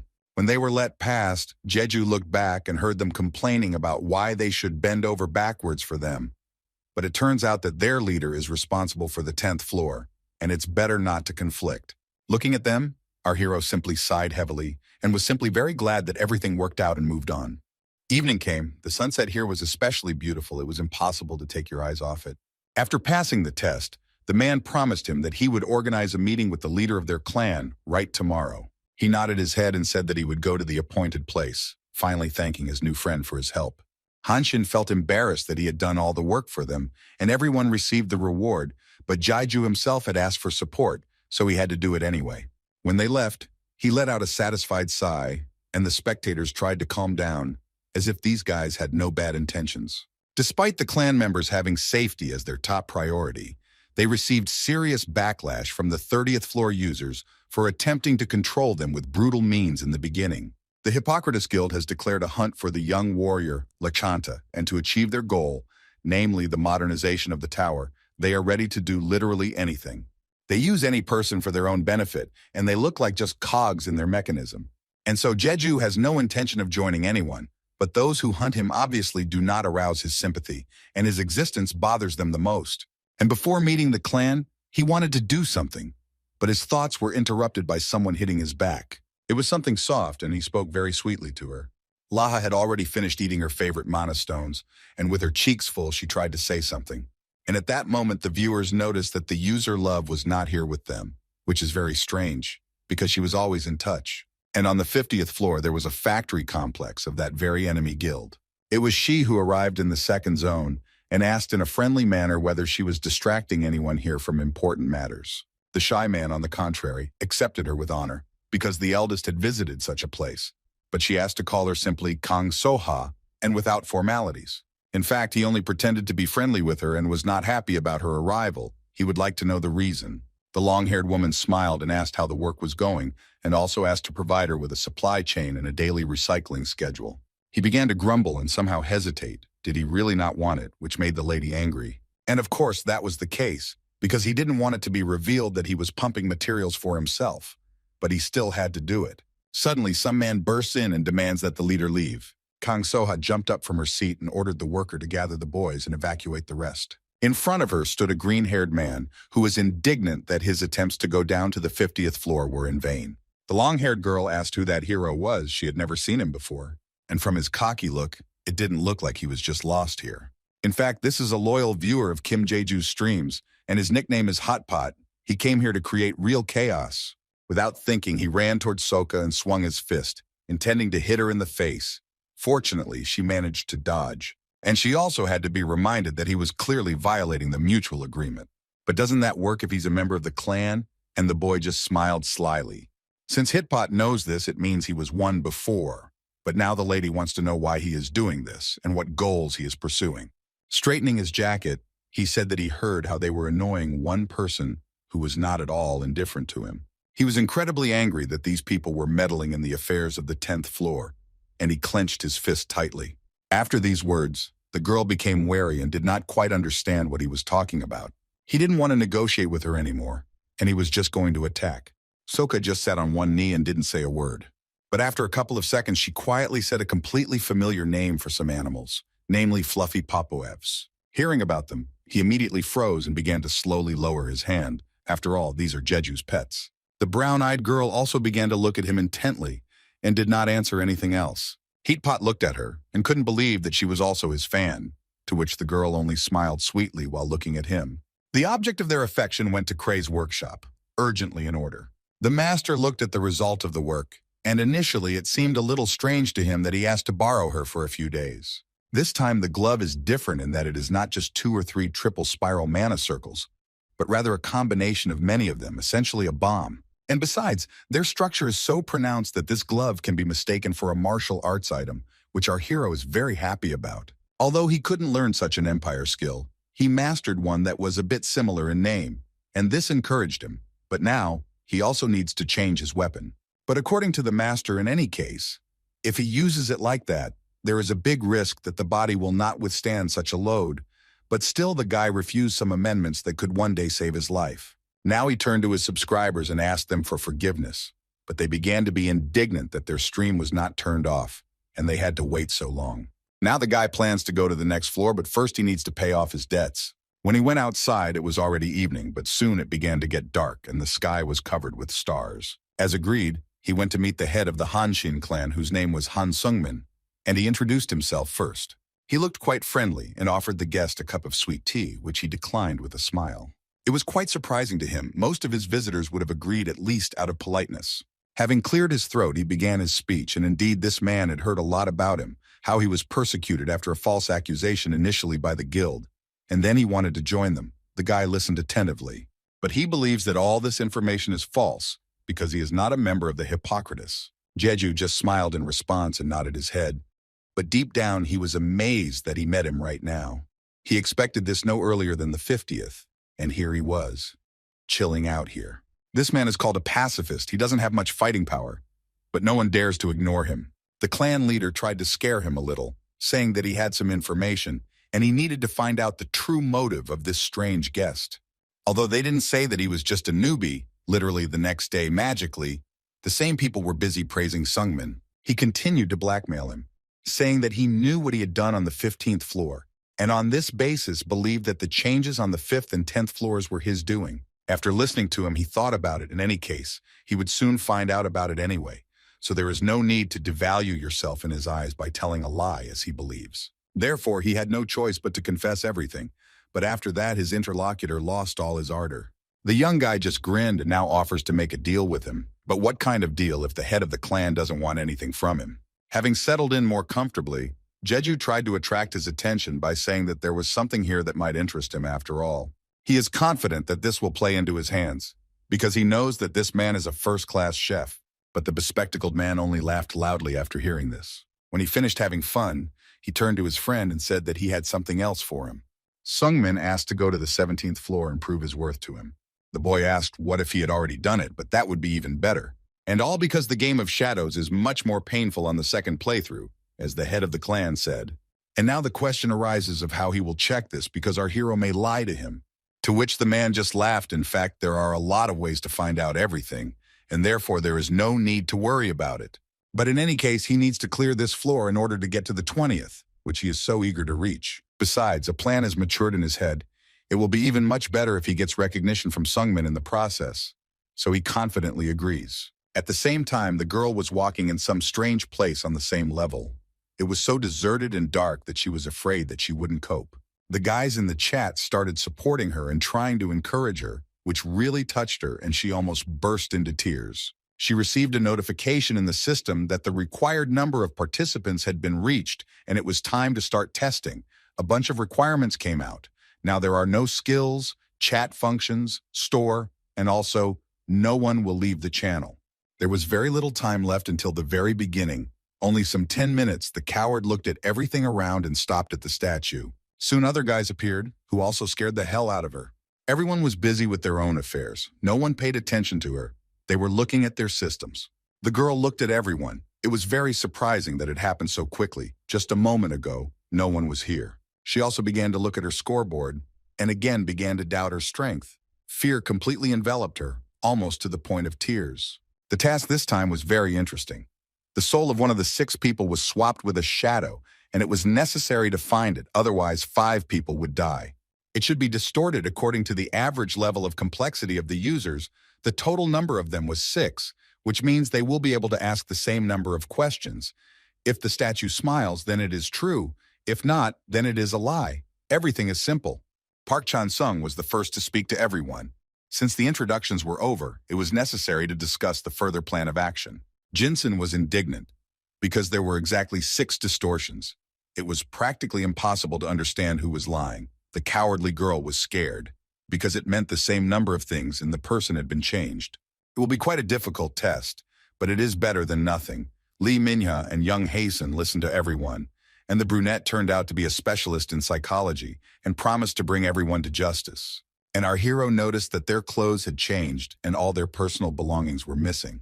He was more concerned now about whether his little pets were okay. He really hoped that they were okay.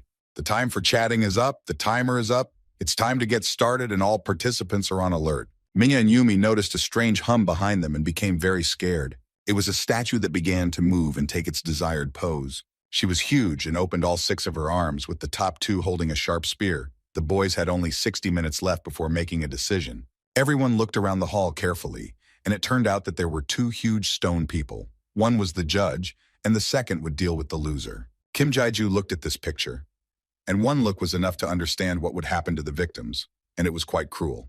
Minhwa, when there was silence, suggested choosing the most suspicious person and asking him if it was a shadow. But the guy with the scar on his cheek said that it was impossible to ask such a question. There were already thoughts about drawing lots and offering 3 people as victims. All the guys who were present just watched and listened without saying anything. Jinsun yelled at her and waved his hand. This frivolous girl wants to leave everything to chance. This is crazy to say the least. The long-haired one just laughed and allowed herself to be hit, expressing gratitude for his desire to become an offering. Our hero looked at them, and he knew that if a fight broke out between the players, the attacker would be automatically chosen as the victim. The administrator had set this rule so that she couldn't pass the brute force test, but if this continued, this man could easily hit her and become a target.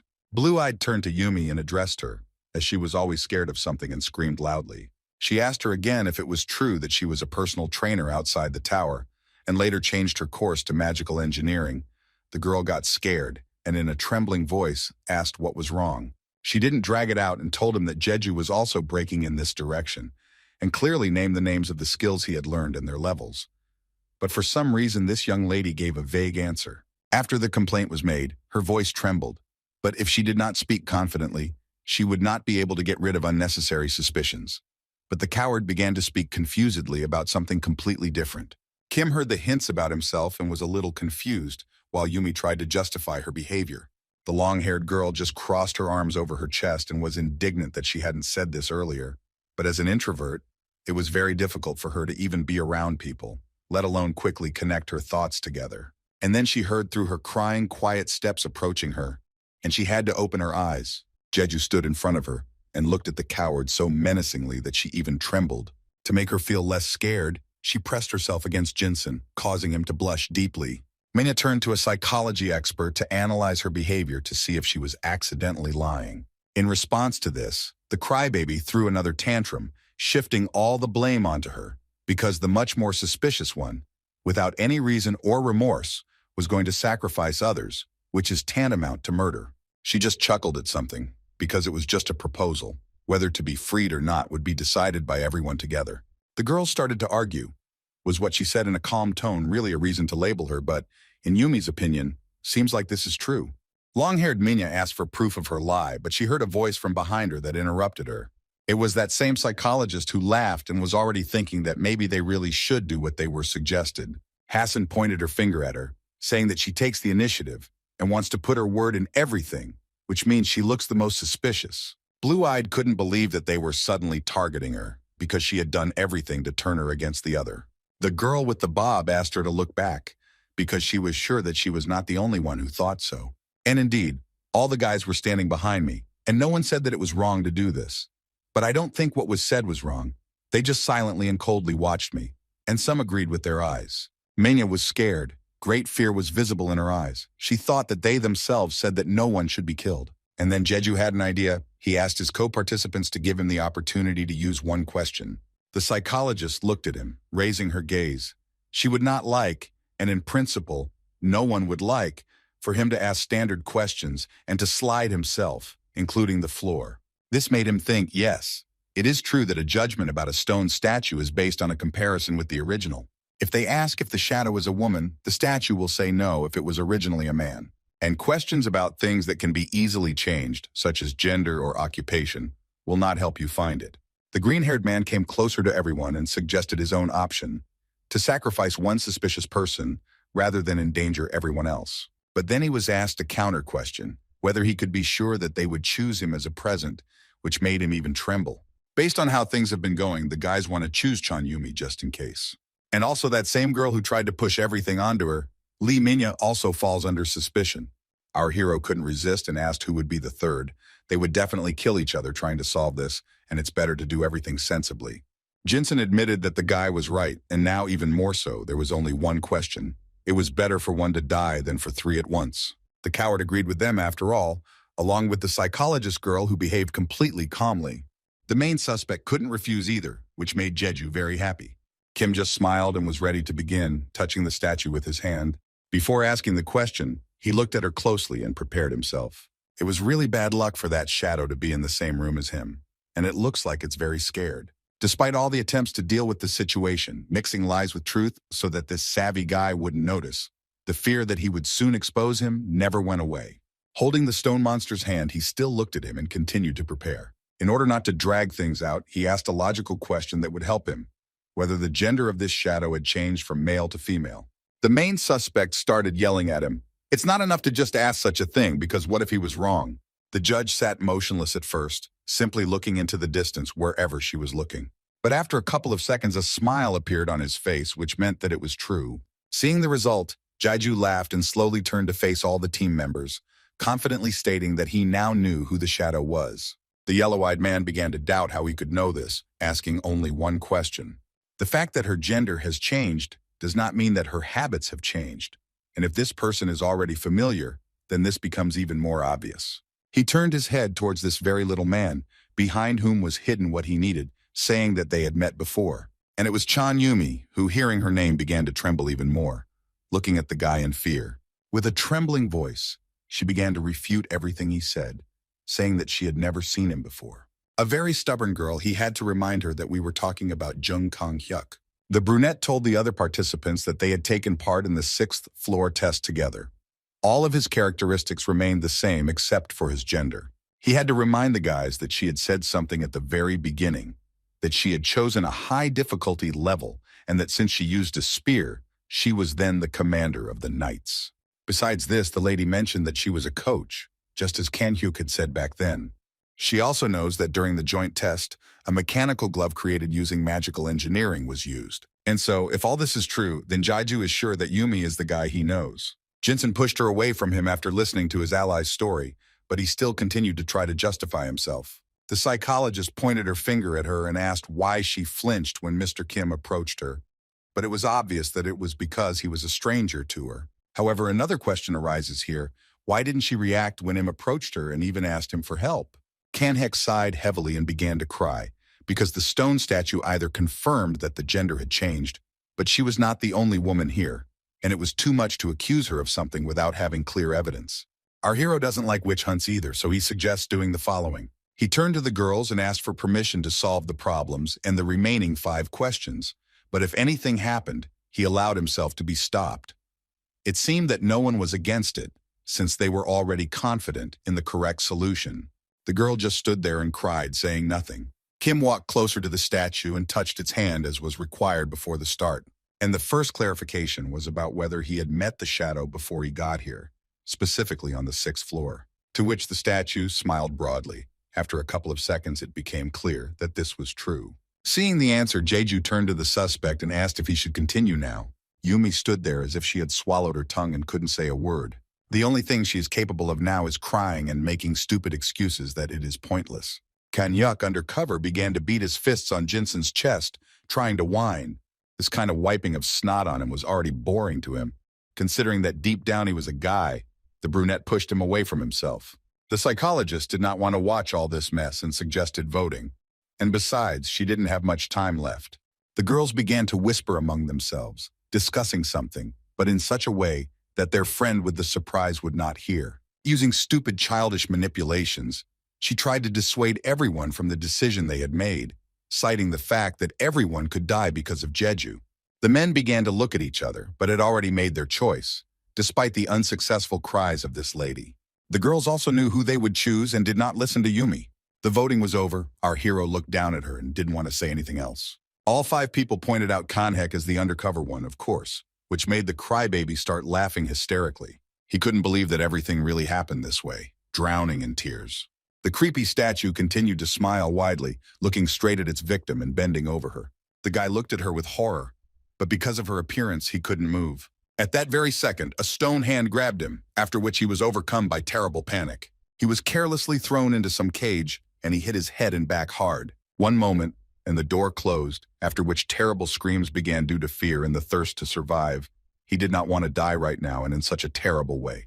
The statue had a rather large weapon, which was already presented right at the top of the penal yard. Kanhek ran around the confined space and tried to get out, asking others for help. The guys just stood and watched. Some turned away or talked among themselves, but did not try to get involved in his fate. A minute later, the terrible screams stopped. The shadow was destroyed and the test was passed. All functions that were unavailable were activated back. The one who dealt with him began to disappear. A portal opened in front of the guys, as always, to the next and 10th floors. Everyone chooses their own path. And before leaving this place, Jinsen turned to his new acquaintance and promised to treat him to something tasty at his own expense at the next intersection. The other guy now understood after this ending why everyone was afraid to go through this floor, and praised his allies for their good work. Mina was also very happy that she was able to survive and said goodbye to everyone.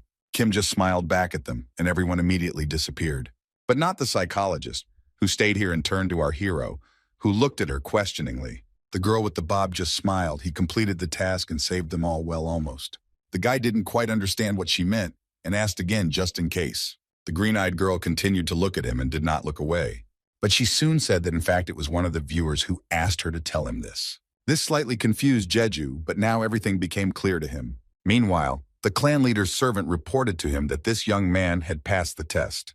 The bespectacled man turned to him and nodded his head because he already knew about this incident. His subordinates immediately began to get angry. What was the point of asking him to report every day if someone knew everything? To which he only snorted. He needed it for the appearance that he had a job. He had also heard rumors that there was complete chaos on the 20th floor, and he was interested to know what exactly was going on there. After clearing his throat, the young swordsman said that they should be busy because this newly formed guild had nothing but problems. And specifically, he was talking about that high school girl who used her fists. His boss smiled. Were bad times really starting to appear for his subordinate, he knew very well how to set priorities. The brown-eyed man only sighed heavily and asked him for forgiveness. The man turned away and looked at the beautiful view from the window, asking if he knew about the blackout. Recently, an incident occurred in which all users of the 10th floor were temporarily transported to a dark space, and after returning, many things had already changed, which is why it was named this way. After hearing this, Sun concluded that the same horrific changes had occurred on the 20th floor as on the 10th. However, his boss is not sure about this, but what is known for sure is what happened on the 15th. Perhaps because of this, they are on the verge of a blackout. And most likely, the root of the whole problem lies in just one person, whom everyone knows very well, and he is hinting at Kim Jae-ju. After that, he felt like he was having so much fun for the first time in a long time. Meanwhile, in the city center, there were many people who went out for a walk. The weather was good, so people filled all the streets. Jeju is also there now, but on business, he made it all the way here from that portal, but doesn't see anyone from the Hypocrite Guild, who were so diligently looking for him on the 10th floor. Suddenly, his thoughts are interrupted by a blue-haired Chinese man who calls him over in a polite tone. And before going further, he was distracted by a sound in the system. It was a voice message from the user Love, who as always sponsored him. Everyone was happy to have her back. The men entered a building that was very familiar to him, which was made almost in white colors. They looked harmoniously mixed with the others. Narrow-eyed knocked on the door and informed the clan leader that Jeju had arrived. They let him into the office, and the Chinese man bowed and slowly left, trying to close the entrance silently.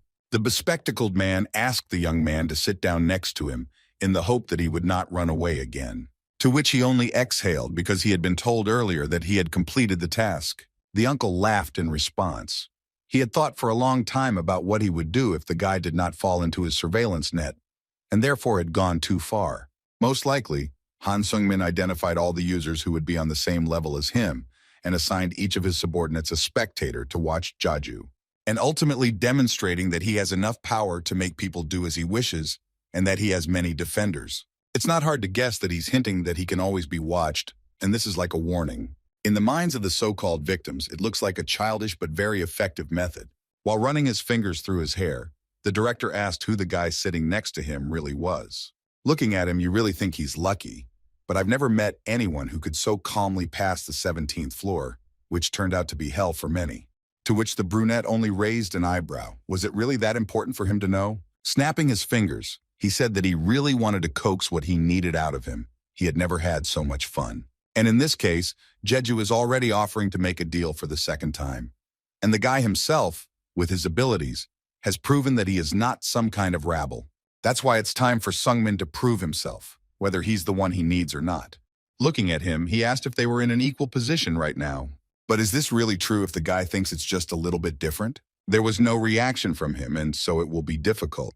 The men just looked at each other. Right now, they're fighting to see who has the best card in this information game. Although he knows that Jeju's cards are good, he doesn't know which ones.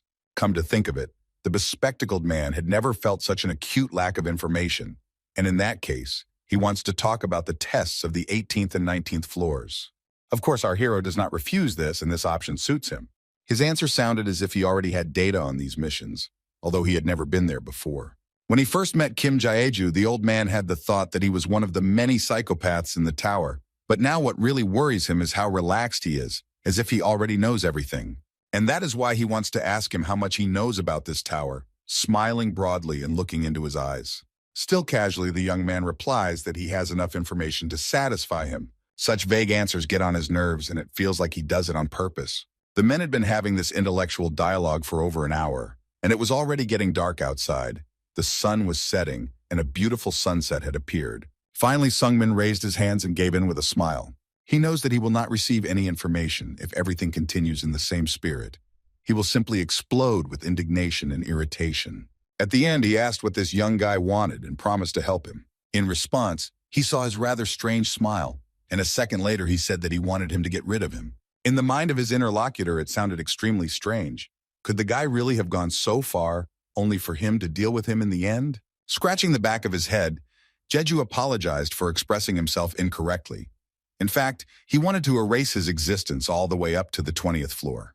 This request made Sungmin's eyes pop out of his head and his glasses fall off his nose. Propping his head up with his hand, he clarified that he wanted him to get rid of the rumors that had already been spread. He just nodded his head, but unfortunately words are not sparrows, and it would be impossible to do such a thing. However, he can make his existence be overshadowed by something else. A good idea has arisen in his head. This turn of events greatly interested our hero, and he asked how this could be done. And it turns out to be easy. You just need to start with the rumors already circulating among people. After this, you need to add to them those that concern him personally. And in the end, it will turn out that one will overlap the other, and everything will be ready. In this miraculous way, the bespectacled man will be able to buy enough time for him to reach the 20th floor. Clapping his hands, he asked how he liked this offer. It seems that our hero liked it. This will be enough for him in principle. The clan leader successfully made the deal, but it was his failure. If he stepped now, he would miss a blow to his pride. And since he gave in to him, Sungmin asked if he could ask a few questions, but on one condition, if there were no lies. In the end, it was best to make a clean contract, because in the end they would have to help each other in the future. And so the young man agreed. The man has something he would like to clarify, and it is very confusing to him. He heard rumors that on the 15th floor he was wearing furry clothes that made sounds. He immediately understood what he was talking about, his little furry friends, and Jeju barely held back his laughter. Hiding something like this would be tiring for both of them. And besides, this person is capable of finding out any information if he really wants to. It took him very little time to think, and the guy sighed heavily. He had to reveal what really happened. Taking his spatial backpack, he called Lahu, Koden, and Baron. The man looked at him with slight confusion. To him, it sounded like he was casting some kind of spell, not understanding what was happening. And now in front of him, there are cute little priests sitting and blinking their blue eyes. Seeing them, he became even more confused, not understanding why they, ordinary mobs, were here. The guy looked at him, holding the babies in his arms, on his shoulder, and even on his head. Kim held one out in his hand closer to him, and surprisingly, they looked almost defenseless to the bespectacled man. But then one of them frowned and released his fangs, growling menacingly at the guy, who thought that they were afraid of him. The other kids were also on edge, filled with loyalty. It seemed they had gotten separated on the 8th floor at one time. These animals are very sensitive to the death of their comrades. Sungmin, as expected, did not want to continue this dialogue and therefore asked what the guy had been doing before arriving at the tower. In principle, he didn't have to hide it because the audience would also like to hear it, so the question was asked at the right time. That's why the guy told everything from the very beginning, hoping that his interlocutor and fans were interested in learning such information. Adjusting his glasses, he thought about the fact that in order to afford to live independently and earn money, he took such a risky step. The reason turned out to be painfully prosaic, and this was Jeju's original goal. For him, the main thing was the ability to make ends meet. Looking at his little ones, he admitted that something had changed now. There are people, he's sure that absolutely everyone, who consider staying in the tower a game. But he perceives this so-called game as reality. And perhaps this is the best way for him to describe his attitude towards all this. Sungmin thought that another way to describe it would be that he was completely immersed in the process. And it was true, the boy sighed with relief and nodded his head. After a couple of seconds, he turned to his interlocutor, who was already alert and ready to listen. The question was very strange. The brunette thought that this man had entered the tower purely out of boredom. But he tried to slip away and said that only a crazy person would come here, just because he had nothing to do. The men laughed heartily. And only now the old man began to understand why he felt this strange discomfort. Jeju was actually threatening him, as if he knew him very well, even better than he knew himself. Then he extended his hand to him and said that he would help him with joy. But everything could at any moment turn out differently from what he wanted. Who knows how events will develop? Now it's time to get ready, the guy called his little fluffies, who were roaming around the office. The kids happily jumped back into their spatial backpack, and the bespectacled man asked what this very charismatic man would do now. Before answering, he made sure all 3 boys were in the carrier and closed it tightly.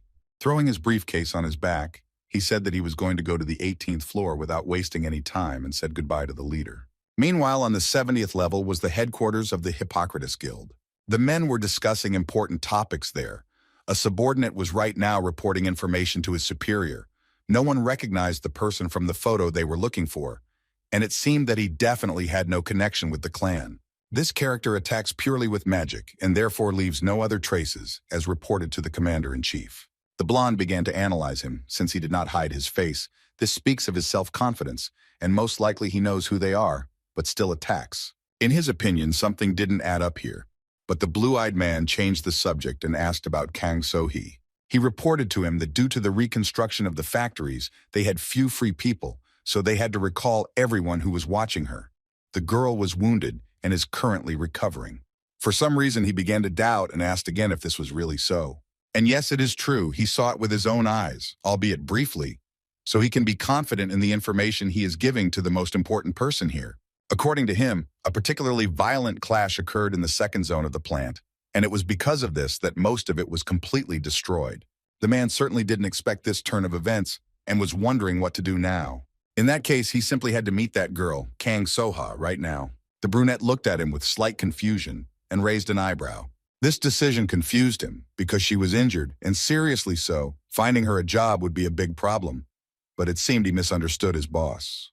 After all, according to him, since someone from his guild's valuable personnel suffered, he is obliged to visit this person.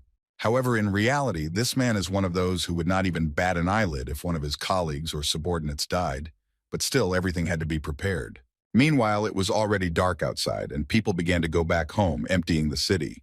Our hero and his subscribers were having fun. He read the chat, where they admitted to him that they would only watch his streams and no one else's. The pulpoy weren't bored either, but jumped on the wooden floor next to their owner, and it looked like they were having fun.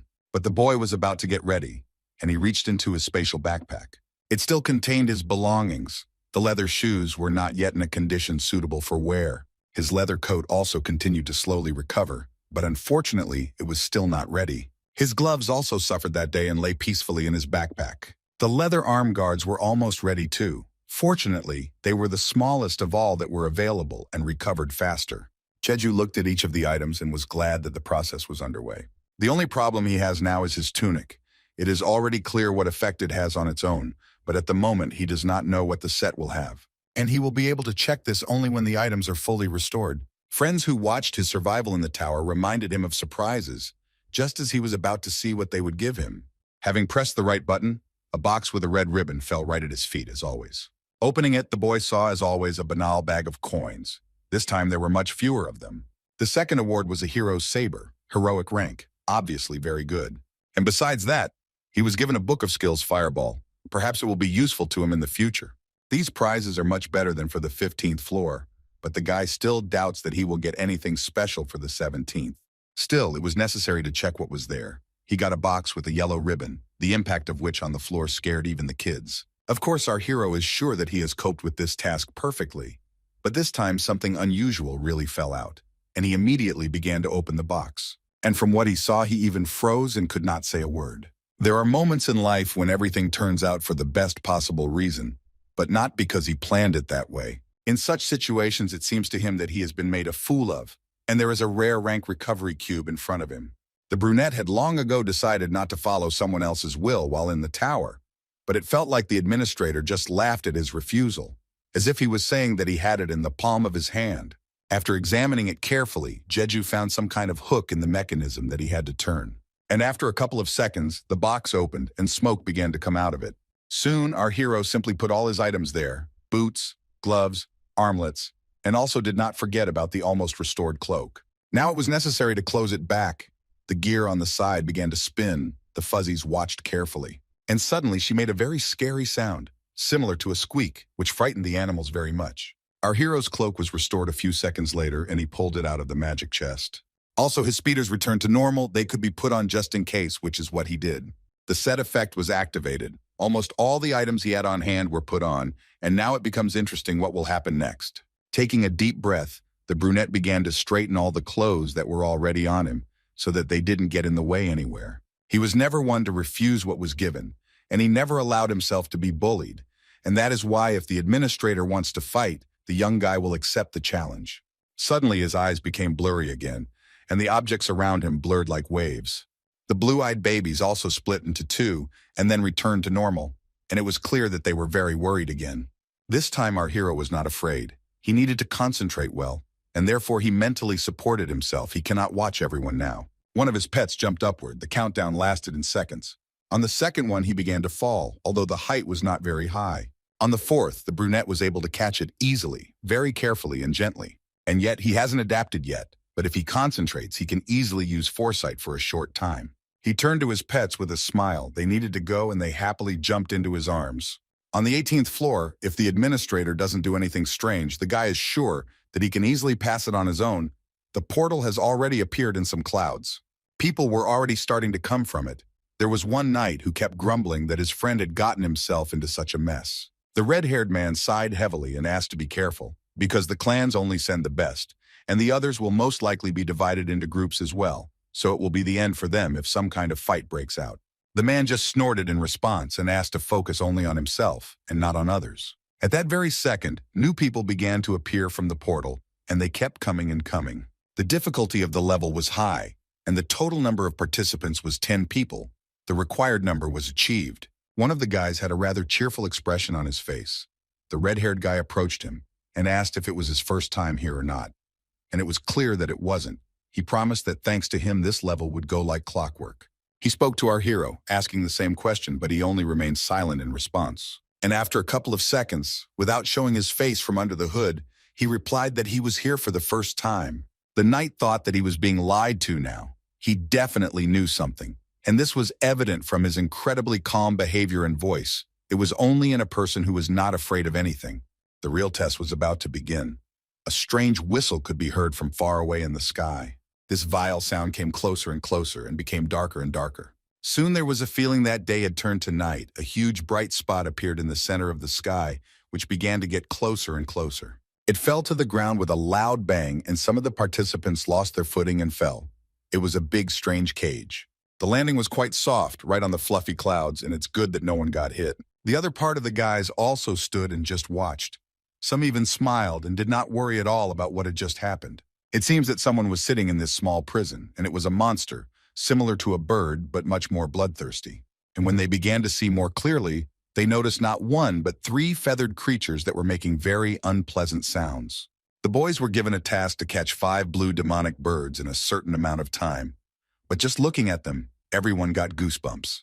However, there was also a condition that if one of them died, the winnings would not be protected, which is what one of the guys thought about. After clearing his throat, he turned to the team member and asked them to listen to his tempting offer. He continued to tell something, while they whispered among themselves and did not understand what he wanted from them. But in principle, they could listen. The smart guy tried to attract attention to himself and asked everyone to listen to him.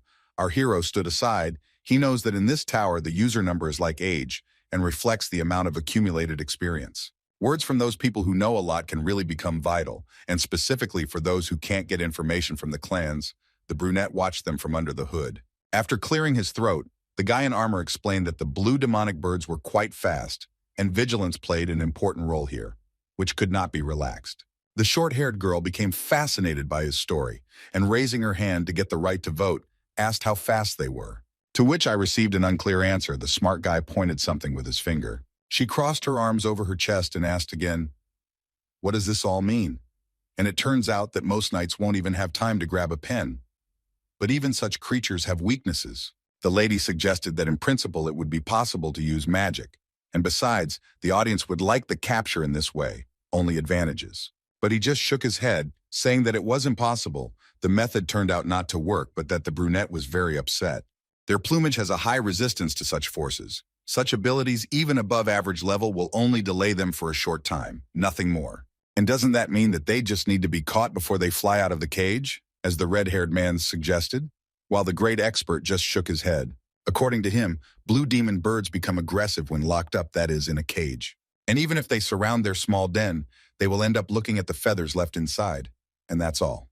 Also, as a gift, so to speak, the attackers on their lives will be cut in 2 in the blink of an eye. It sounds pretty disgusting. The guys from his team grimaced and just looked at each other. Everyone has already begun to draw conclusions that they are doomed. Since it is impossible to defeat them, and speed does not work on them, even the most powerful magic is a certain death. The rules that were set here were quite strict, blocking those viewers who tried to suggest something to them in the chat. The brown-eyed man immediately got down to business and offered to chip in 500 coins from each person, since he was familiar with the pattern of their flight and movements, and therefore could accurately guarantee the successful completion of the floor. Having finished your speech, you just waited for their answer, smiling slyly. These fools are in the palm of his hand. Since he had to pass this floor many times, the reward dropped to 1 coin, so he decided to earn more this way. The man was incredibly proud of himself because he had come up with a brilliant and profitable way to earn money. He must admit to himself that he has an outstanding mind. But then the narrow-eyed man asked who cared about their weakness, since all they needed was to catch a bird that flew straight into the sky. Without answering this question directly, he, jumping on the fluffy ground, promised that such a sight would definitely enchant him. After making a small jump, he flew up so high that the men had to lift their heads. The red-haired man and his partner just stood there with their mouths wide open, looking at this jumper. Returning back to the fluffy land, the knight admitted that his physical abilities were sufficient to reach the height of the flight of these birds, which amazed everyone. And was it really that bad to get such a great opportunity to quickly pass the test for only 500 coins? And indeed, such a question made the two men think. Curly had to agree. As did that short-haired girl, no one was against participating in this, having heard about the benefits for them. The sly man took out a bag into which they threw gold currency, and he only smiled broadly. Such a great catch made him feel incredibly good, but there was one last person left, and that was Jeju, who stood and did not move. Our hero refused such an action and calmly explained that he could handle it on his own. The man's jaw dropped. It was the first time he had been so rudely refused, and he tried to persuade him to at least exchange the service for items. There were only 3 minutes left before the test began, which began to worry him even more. He could not have expected to encounter resistance, and so he had to take extreme measures. He had already started shouting, and then he accused him that Jeju was putting everyone's lives at risk. The other participants also piled on him. After all, everyone agreed to pay for such a useful deed, and he only stood and looked out from under the hood, listening to their whining. The men began to whisper. This strange man seemed to them to be an experienced player, and perhaps his behavior was connected with his confidence in his independent victory over the birds. There were literally a couple of seconds left before the start. The girl was already getting nervous and offered to pay for him. And so the time was up. Just as the smart guy was about to say what he was going to do there, something very fast rushed past his ear. He didn't even have time to think of anything, and just fell silent, and the tip flew straight to the cage of these creatures. With trembling knees, the braggart turned back and with great horror in his eyes watched the next picture. These scraps of fabric firmly grabbed the monsters by their powerful, so to speak, jaws and did not allow them to move. After a couple of seconds, all the birds were neutralized. Now they won't be able to attack or go anywhere. And all this is the work of a young guy who refused to pay for incomprehensible services that he can do himself, and many times better. The brunette just stood and watched to make sure that the whole situation was under his control and no one interfered. The test was passed, and it had only just begun. Everything turned out to be much simpler than other cowards could have expected. The giant birds began to literally evaporate into the air, which meant his victory. After finishing, Jeju turned to the other participants and asked if they would leave, since all the portals they needed were open. The eccentric merchant was very angry with him, but deep down he was envious, because he had never seen such dexterous and quick movements, and he didn't even have time to examine them. When he passed the 5th floor on high difficulty, he received the passive skill Imperial Knight's Body, and thanks to his steady growth, he has excellent vision, which helps him a lot. And now he was even more angered by the whispers behind his back. The guys were discussing this new guy, and they considered him much better than this smart guy. The redhead was saying something to his friend anyway.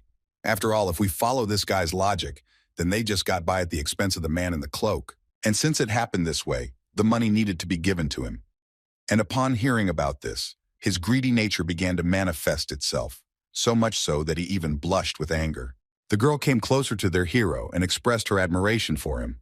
She would definitely remember this assistant for a long time. The guys literally bombarded him with a bunch of questions. He offered money, second place in the party, but he just remained silent. A few seconds later, Jeju looked out from under his hood and thanked his comrades for such pleasant offers. But he refused them all, even money. He needed to hurry to the 19th floor. Adjusting his backpack, he broke forward and ran towards the portal he needed.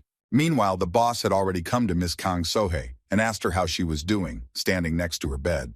The brunette was depressed. It was clear that she still felt bad, and with a slight tremor in her body, she barely rose, leaning on one hand. She was wondering what he had forgotten here, pretending that the man was worried. He asked not to worry about manners in such a situation, and even though he was late, he still allegedly wanted to visit her. The worker just wanted to thank him, but she started coughing so hard, holding her mouth with her broken hand. Her not-so-great guest was squeamish and covered himself from her just in case. Apparently her wounds were really quite serious. When her shortness of breath stopped, The long-haired girl forced a smile and said that she was mainly suffering from a cut that was inflicted by a mana blade. And deep down, she felt bad that this man was behaving like this, because it was not contagious at all. After these thoughts, the girl turned to him as if nothing had happened and smiled, saying that she felt much better, but needed time to recover, and inside she was worried that he would not suspect anything. And just about that, the blonde asked for forgiveness for his intrusion and perhaps rudeness, but he asked her permission to examine her wound. Of course, Soka already perceived this as a negative attitude towards her. However, in any case, she had no choice because if she refused, she would not be able to get rid of suspicions, and she would have to do as they said. With a displeased look, the victim lifted up her blouse, showing the part of her stomach that was injured. The man began to examine it closely, and it seemed that his employee was not lying. And the fact that the light even now periodically appears means that the mana is still affecting her body. He wanted to go into more detail, looking at her with concern. He asked what had happened then. Biting her lip, the long-haired girl only said that this man was strong, and she did not have time to react to his actions. But if, let's say, that was the case, then why did he run away then? This question haunted the chief commander of the guild. However, one could make the assumption that, apparently, that boy put all his strength into the first strike and felt that he would not last long. It was a strong argument in response to his question, which really made him think. Trying to play the good guy, the blonde expressed pity for her, saying that it hurt him to see how an irreplaceable person in the organization suffered from the injuries she had received. In order not to continue, he immediately ran to the door, wishing him a speedy recovery as a parting gift. Even despite such politeness, Soha is sure that he still suspects her. And at first it seemed to her that this man was quite clean and tidy, but this was a mistaken opinion. The blonde guy is one of those who will think and reflect for a long time, even if he was told the pure truth. And since there are no specifics, he will be even more wary. Suddenly her thoughts were interrupted by a loud knock on the door, so loud that it frightened her. It was also her colleague who prepared rice porridge especially for her, because it was already high time for lunch. The victim was a little surprised, and out of fear she began to slowly turn to face him. The man became worried, looked at her with excitement, and then asked why she had flinched so much. Soka didn't want to answer this question and simply thanked him for his time, promising to eat every last grain. She took her spoon and began to eat the dietary dish with pleasure, and she thought about that unexpected acquaintance. But now she has an amazing assistant who is on the same wavelength as her. Our hero went on further, and just as he was walking, he had time to look into the chat with his viewers. One little man asked him to accept a friend request, as he was his biggest fan, to which the brunette agreed with a smile, but only when they met in real life. Before the start of the next task, as if on cue, our hero received a lot of donations for large sums. He needed it now, but he also felt awkward. His mood immediately improved, and he thanked his subscribers for their support. Touching the stone statue with his hand, he dared to go further. The difficulty level was high as always. There were 4 guys, and the test of the 19th floor was about to begin. This time, it was a 3-dimensional labyrinth. The participants who had already arrived were discussing their future work. The girl was afraid that everyone could die here. Her interlocutor tried to encourage her. Lee Shinhei was very worried, and there were 5 doors leading from each room, and she didn't know how to get back. Kim Sayan was more confident and smarter. Why not just leave marks on the walls? It wasn't that hard to guess. Our hero accidentally overheard their conversation. It seems they are arguing about the strategy of the passage. This is the first thing that came to his mind. In this labyrinth, identical rooms are connected by the same doors, one on each wall, ceiling, floor, and the main goal is to get out of here. In particular, complex level testing increases the number of such premises to several thousand. In addition, every time you enter a new one, traps and terrible monsters will inevitably appear that you will have to deal with. Also, if you're unlucky, the participant can easily be caught by a magical attack, which seems to be the most terrible of all. But that's not all. Jeju took off his hood and began to think about how the entrance and exit of the 3-dimensional labyrinth would be located in one place, as far as he remembered. To put it simply, this room in which it is located is a passageway, in which you can both enter and leave it. While he had time, he began to carefully examine the floor, and as soon as the hidden switch was found and activated, a hidden passage from this room would appear. Baek Jin-ha saw that his team was on guard and a little on edge, and asked them to calm down, saying that he had already prepared for everything. With great pride, he said that he had acquired a guide back on the 10th floor, namely the strategy for passing this level. In this book, he wrote everything down, from the location of the switch to things to be wary of, while others were only interested in the question of where he got it from. Sayan was already a little suspicious. He wasn't sure that they could trust these records exactly. Something told him that the boy had been deceived. The blue-haired man seemed offended and said that the viewers told him that they could trust this reading material, since he received it from a famous clan. The old man couldn't believe that he was still streaming because lately, and in principle always, lives were and are at stake, and one should be careful. There was a deathly silence in the hall. After his words, everyone thought about something. And it's true that if you blindly trust, you can pay with your own existence. Our hero also watched this whole picture and believes that the man's words sound reasonable. Life is one, and to risk it like this is tantamount to suicide. Suddenly, Jinnah was distracted by a notification in the system. It was a notification about a new donation, and quite a large one, for which he thanked his viewer. From such behavior, Saiyan seemed to almost boil with anger and simply snorted something in response. The girl behind him watched this whole scene and laughed, which made him even more angry, but she tried to hide her laughter, coughing at the same time. The old man started to get rowdy. He was made out to be a weakling in front of the others. But Jeju wanted to say something, and so he had to interrupt their squabble. It was important. The guy said that he was going to destroy the entire floor here right now, so he asked all the guys to move to the edges of the room. The man grimaced. He didn't like the participants in this test, all of them with their own oddities. Of course, it's up to him to decide whether to believe the boy or not. But in any case, they will have to go their separate ways to avoid getting hurt. The bully yelled at the blue-haired boy again. He felt awkward and once again tried to persuade him to just watch what happened next. Still, he stood up for Jeju, because no one would get hurt if this guy was given a little time to work on his strange idea. As always, the old man began to wind himself up, and his girlfriend said that after all, a minute from 60 wouldn't solve anything, so everything was fine. He was already tired of listening to such a chatty girl, and he became very angry. Meanwhile, the test was declared open. Our hero asked everyone to quickly disperse along the walls, cover their ears tightly, and turn away from him, explaining the reasons. Although the guys didn't want to do it, they still had to, and the guy started preparing for the main thing. He found the very place that definitely reacts to the effects of mana. The blue glow that comes from the floor looks very familiar to him. The same one came from the huge stone on the first floor. And he also passed the test of the 14th in a completely non-standard way. So if you think about it, then such a trick can work here too. You need to try. Jeju crouched over his briefcase and called Lahu, Koden, and Baron to him in a gentle voice. At first, there was silence, and he decided to help them by opening the backpack himself. The fluffy creatures immediately jumped out from there and squeaked with a sweet smile. They are always happy to see their owner. In fact, he needs them now for a very important matter. He dropped them right on this glowing section of the floor, after asking if they could eat it. One of the babies jumped out closer to the epicenter of the light, licked it, and tasted it. His eyes immediately lit up, which made his owner understand that it was indeed edible and his plan might come true as he wanted. He looked at his pets with hope and addressed them all by name. The little ones lined up in a row and were already getting ready for their traditional meal. Kim just looked and smiled. He was very happy that everything went like clockwork. Indeed, the toothy creatures ate the floor with pleasure and quite quickly. Everyone was very happy. They had the best owner, and they even smiled. Soon the small repairs were completed. Jeju was incredibly happy and thanked his fluffies for a job well done. The same ones stood near the cliff, stuffing themselves with the remains of the tasty stone and squealing contentedly.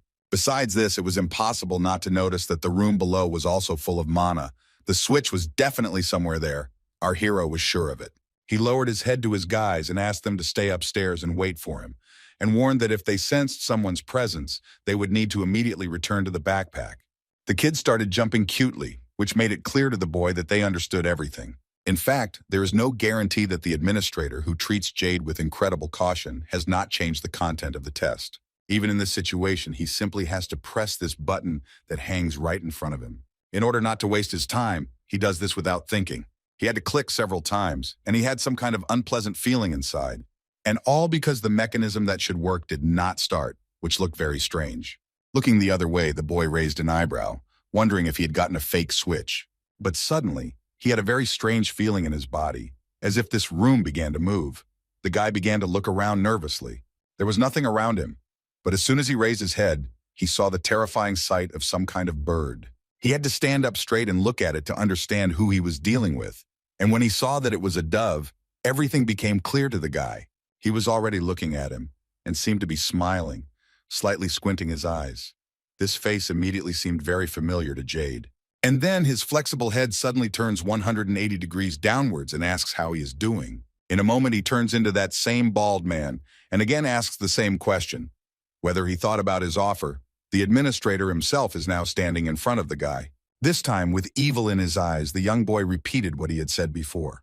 His answer had not changed, and he was not going to dance to his tune. That's why he just narrowed his eyes and couldn't believe that he didn't reciprocate his concern for him and his future. And the most annoying thing is that this annoying person knows that such a young guy is very popular, so he is not one of those who have time to cool off. This time, the administrator was not prepared for the meeting and therefore decided to stop it on this note. Laughing, the old man said that he was sure that the boy would change his mind as soon as he saw the test that awaited him on the 20th floor, and there he would wait for his affirmative answer. Having only heard about the next level, Jeju wanted to talk to him about it again if that was the case. But this lousy pigeon evaporated into thin air, and in front of the guy, a notification appeared in the system about the successful completion of the test, and he still frantically searched for the admin. The guy was about to head in the other direction, but he heard the trembling voice of his allies behind him. However, turning back, the brunette first of all remembered his little pets, where they were now. And she had them in a safe place, in his spatial backpack. He immediately saw their cute eyes. The fluffies managed to hide in that safe place before they were noticed. Now everything is definitely fine. But then an old man came up to him and asked how he could do it so easily and quickly. And besides, it seemed to him that he heard some kind of monster. It seemed that he had not covered his ears at all, but was only pretending to fulfill his small request. And that was why Jeju answered him insolently. A girl approached the man and hinted that they needed to go, to which he merely nodded his head. Our hero stood with his head down and did not answer them, while his peer walked behind him. The fair-haired guy stopped and thought that it would be better to say it now, and so he addressed our hero by name. He immediately glanced at him. Jinnah narrowed his eyes and warned him to be careful, to which he merely raised an eyebrow. He didn't answer him, but only asked if he would go further into the portal he needed. Red-Eyed also didn't give him a direct answer, and judging by how Jeju passed the test, he concluded that he used bugs. And all because he knows that if he does this during the game, he can get stuck in textures without the ability to move, for example. Get stuck passing through a wall, stop on the floor, and lose the ability to move. It is clear that the young guy was very worried about our hero, and therefore asked him to be careful so that an unpleasant situation does not happen. Scratching the back of his head, he also added that his viewers told him everything, and specifically about the fact that this man was lying about his real name and dodging, to which he only smiled and barely held back his laughter. This definitely didn't please Jade. It turns out that this guy's fans were specifically looking for his nickname during the test, and that's why the brunette looked at him askance and asked him to leave here. He lost all desire to communicate with him. On the 10th floor, as always, there were many people walking around the palace, some going about their business, some just standing and chatting about life. It seemed like many were discussing someone. One of the girls heard that on the floors above, someone even offered a reward. She talks about 5,000 coins. No one could believe that this could really happen. And at that moment, their gaze falls on our hero, who entered the portal with a sullen gait. He didn't care about his surroundings. Right now, the guy was focused on going to the 20th floor. But first, he needed to make sure that Sungmin had fulfilled his part of the deal well. As soon as he had taken a couple of steps, one of the residents of this floor spoke to him, and the brunette raised his head. A tall man, probably 2 meters tall, stood next to him and in a slightly rude tone asked permission to look at his face. The audience was outraged that he was trying to order this guy around, but he just looked at him with slight bewilderment. They tried to stop him, shouting after him that they needed to make sure of something, but he simply walked on silently. As if on cue, a wind blew right then and there, gently blowing the hood off his head and revealing the boy's face. The second man looked at him and said that this person was not at all the one everyone was looking for. The jock asked him for forgiveness, saying that they had been hasty in making the decision to stop him. In fact, everything turned out so that they now think that that person is a woman and her real name is Kim Jae-hee. Now it looks like they will only slow down the opposite sex. And others heard that they needed to catch a middle-aged man. As one witness from the 15th floor said, they had a long dialogue. People discussed their goal. Our hero passed by and heard everything. Apparently, Sungmin did a wonderful job of spreading various rumors. He walked on and thought, who would have thought that Malvado would quickly disperse? Such an unexpected turn of events and even frightened him a little. And now, first of all, he heads straight towards him. It was daytime outside. The weather was beautiful and slightly cloudy. The leader's employee greeted him with a slightly angry and tired look, squinting her eyes. She said that they had finally waited for him. The brunette looked at her anxiously and asked if she was busy now because everything pointed to that. Even though she tried to smile back, She was still unhappy. Thanks to this man, who was overworked every day, he only quietly chuckled and hiccuped in response. She led him down the corridor that had long been familiar to him. Now he will do everything from now on. At the same time, as it turned out, his assistant was fast asleep, even snoring a little at his workplace. The girl burst into his office and screamed that Kim Jae-ju himself had come to see him, which greatly frightened the man, and he jerked from his place. The guy felt a little awkward and didn't even know how to start a civilized dialogue. The first thing he decided to mention was that because of him, Sungmin had a lot of work.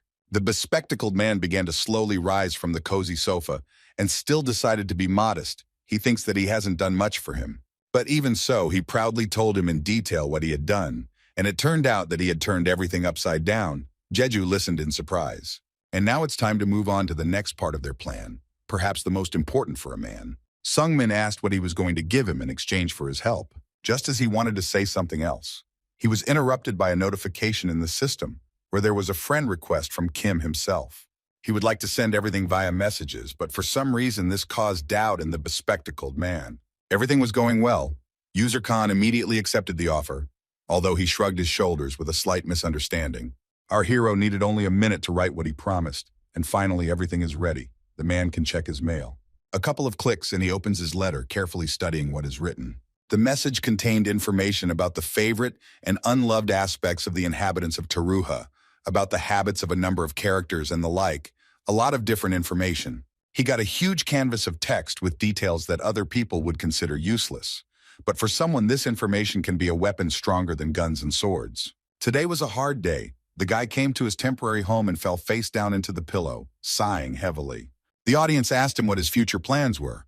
Of course, it was a trip to the 20th floor. He said this in a trembling voice. Before he could finish speaking, Jeju fell asleep, and very soundly the user asked Love to leave him alone. He was already exhausted. And so after some time, he opens his eyes, and the first thing he sees is his little fluffy ones, who have settled down on his chest. The pulpoy slept quietly and peacefully. Together with their owner, they were very comfortable and safe lying with him. Finally, he woke up completely and asked his guys for forgiveness. The Snow White kids also stood up, but not everything happened by itself. It seems that something was happening here without him, since the spectators were saying that it was fun to watch them. The first thing our hero did was look at the system, and he still didn't quite understand what was happening. He had one unread message hanging around that he urgently needed to look at.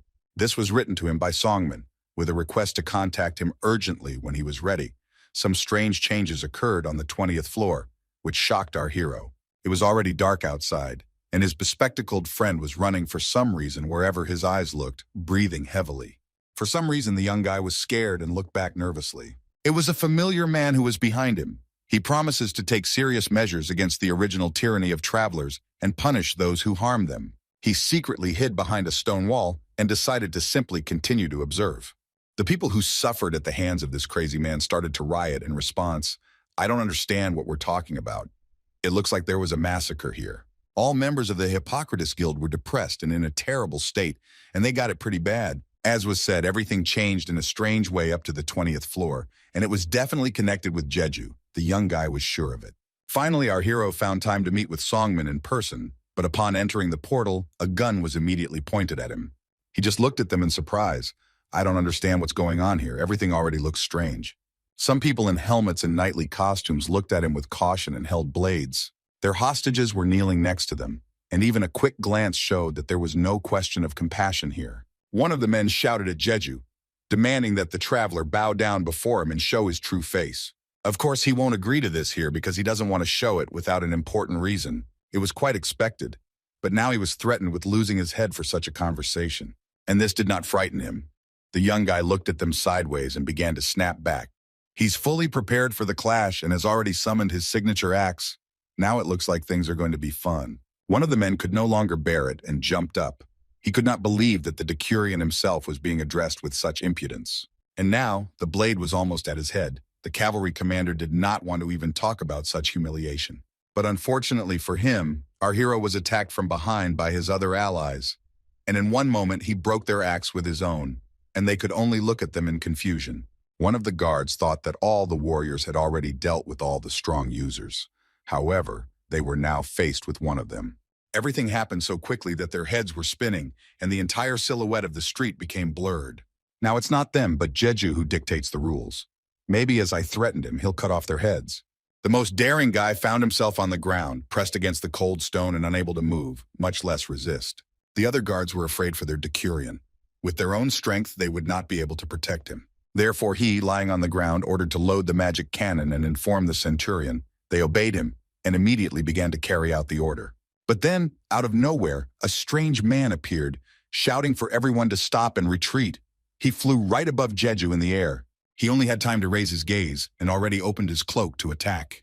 The brute seemed to attack in response, but the boy managed to defend himself and put up a barrier using one of the Lotano set items. A pretty strong attack that made him slide back a little. The guy had to protect his head, since that's where they were aiming.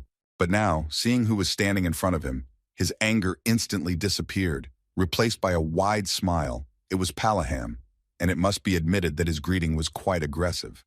He has to consider it an initiation rite, chuckling slightly. Although it was obvious that he wanted to kill him, the brunette did not hesitate to tell him this directly. And it is worth admitting that Jeju's manner of communication is still as slippery as the Emperor's, which has not changed in principle. Although there was nothing wrong with that, such words made the young man a little wary. The dark-haired man took off his signature hood, which he always wears. At the moment, he is concerned about only one thing that is important to him. Is it true that Palaham remembers him and has not forgotten him yet? When the other warriors saw who was standing in front of him, they became frightened and confused. Not a second passed before their axes flew to the ground with a loud ringing sound, falling on the hard stone. Everyone recognized their hero and greeted Lachanta, placing their fist on their heart and saluting. It seems like everyone here remembers him, and not just his coach Palaham. He was so worried about this, all because the residents of the tower will not be able to recognize the users. Even when changing the channel, besides this, there is one more point. The same resident with whom the test participant communicated on the 15th floor will not be able to recognize him on the 20th floor. And this is a normal state of affairs. The blue-eyed jock extended his hand to him. He couldn't forget such a unique traveler so easily. This confused our hero a little, and he simply smiled in response. The man was very happy and congratulated our hero on his return back to Taruha, holding his hands, which caused incredible feelings in Jeju's heart. He is remembered. Well, there's a green-haired guy peeking out from around the corner. He finally found the person he was looking for. Looking at the whole situation, he began to analyze. The warriors were friendly towards him, as expected that he clearly knew something. And now his guesses need to be confirmed, but he does not want to make peace in vain without first finding out anything. Meanwhile, the leader of Sohi was talking with his subordinate. Could it be that all the guild members were depressed? The man nodded his head with a sullen expression. The queen expels all users from the fortress. The known leaders were killed, and the rest simply split up. They had no choice. From such terrible news, the blonde sighed heavily. Everything changes. He now wants to eradicate the cause of all these changes, and he already knows what it really is. Walking around his now familiar place, the guy saw an incredible picture of human interaction. He was very surprised that there were other users that the warriors were friendly towards, and he wanted to talk to his sensei about it. Palaham, looking at him, said that they showed respect to them and that they got along well with the locals. The brunette guessed that most likely these were people from the Hanshin clan. It could be assumed that Songmin made excellent use of the information that was provided to him. Now he sees that same quiet and cozy courtyard in which he was. As always, the whole area around was strewn with cold snow that crunched underfoot. His faithful dog came out of the kennel to greet his old friend, wagging his tail contentedly. And the warrior's wife was also very happy about such a sudden visit, and as always stood at the stove preparing delicious food. The table was set, there was everything on it, fresh soup, vegetables prepared in different ways, and also a large chicken. Your eyes run wild, where to start. Our hero's little ones happily devoured their favorite dish, mana stones. It seemed that these that they were given now had a special taste. Kim Jeju couldn't believe that Palaham had prepared them especially for them, but this was a sign of his gratitude for their help. After all, they were comrades who had fought side by side before. Now the guy became interested in how much his interlocutor remembered. The man smiled at him and said that after meeting him, his memories became clear and not foggy as they were before. And even everything was so clear that he suffered from headaches. And now it all becomes clear to him. Has the separation between the channels really disappeared? If he is now on the 10th, then why not switch to the 20th as a test? Holding a fried sausage on his fork, Chatterbox continued to say that he had a feeling that there had been more travelers here recently. The guy tried changing them several times, but still nothing changed. The man noticed that he was worried about something and asked if everything was okay, to which Jeju merely nodded his head with a smile. Now he became interested in how everything happened. And of course, the number of deaths decreased. They only kill those who committed serious crimes, and the rest are sent to temporary housing. The fluffies got playful and put a small stone from their lunch on each other's heads. And as for the others, thanks to this, Leto is very busy entertaining those arrivals who are resisting. Things are a bit dire with his comrade Karen. He is tormented by migraines about how to solve the problem of the shortage of workers. He is up to his ears in papers and important documents. The man sighed heavily. They would be very happy to know that the great warrior had come back. He should have admitted that they hadn't realized much until Jaiju had dealt with that horrible demonic flower, and they thought they were reliving those same events over and over again. But in reality, they had simply dulled their emotions. After listening to him, the boy did not answer, and his expression changed to a little sad. He began to remember the times when Taruha, on the 15th floor, was an endlessly repeating nightmare. The boy remembered how he fought that second day with that spitting plant and terrifying monsters.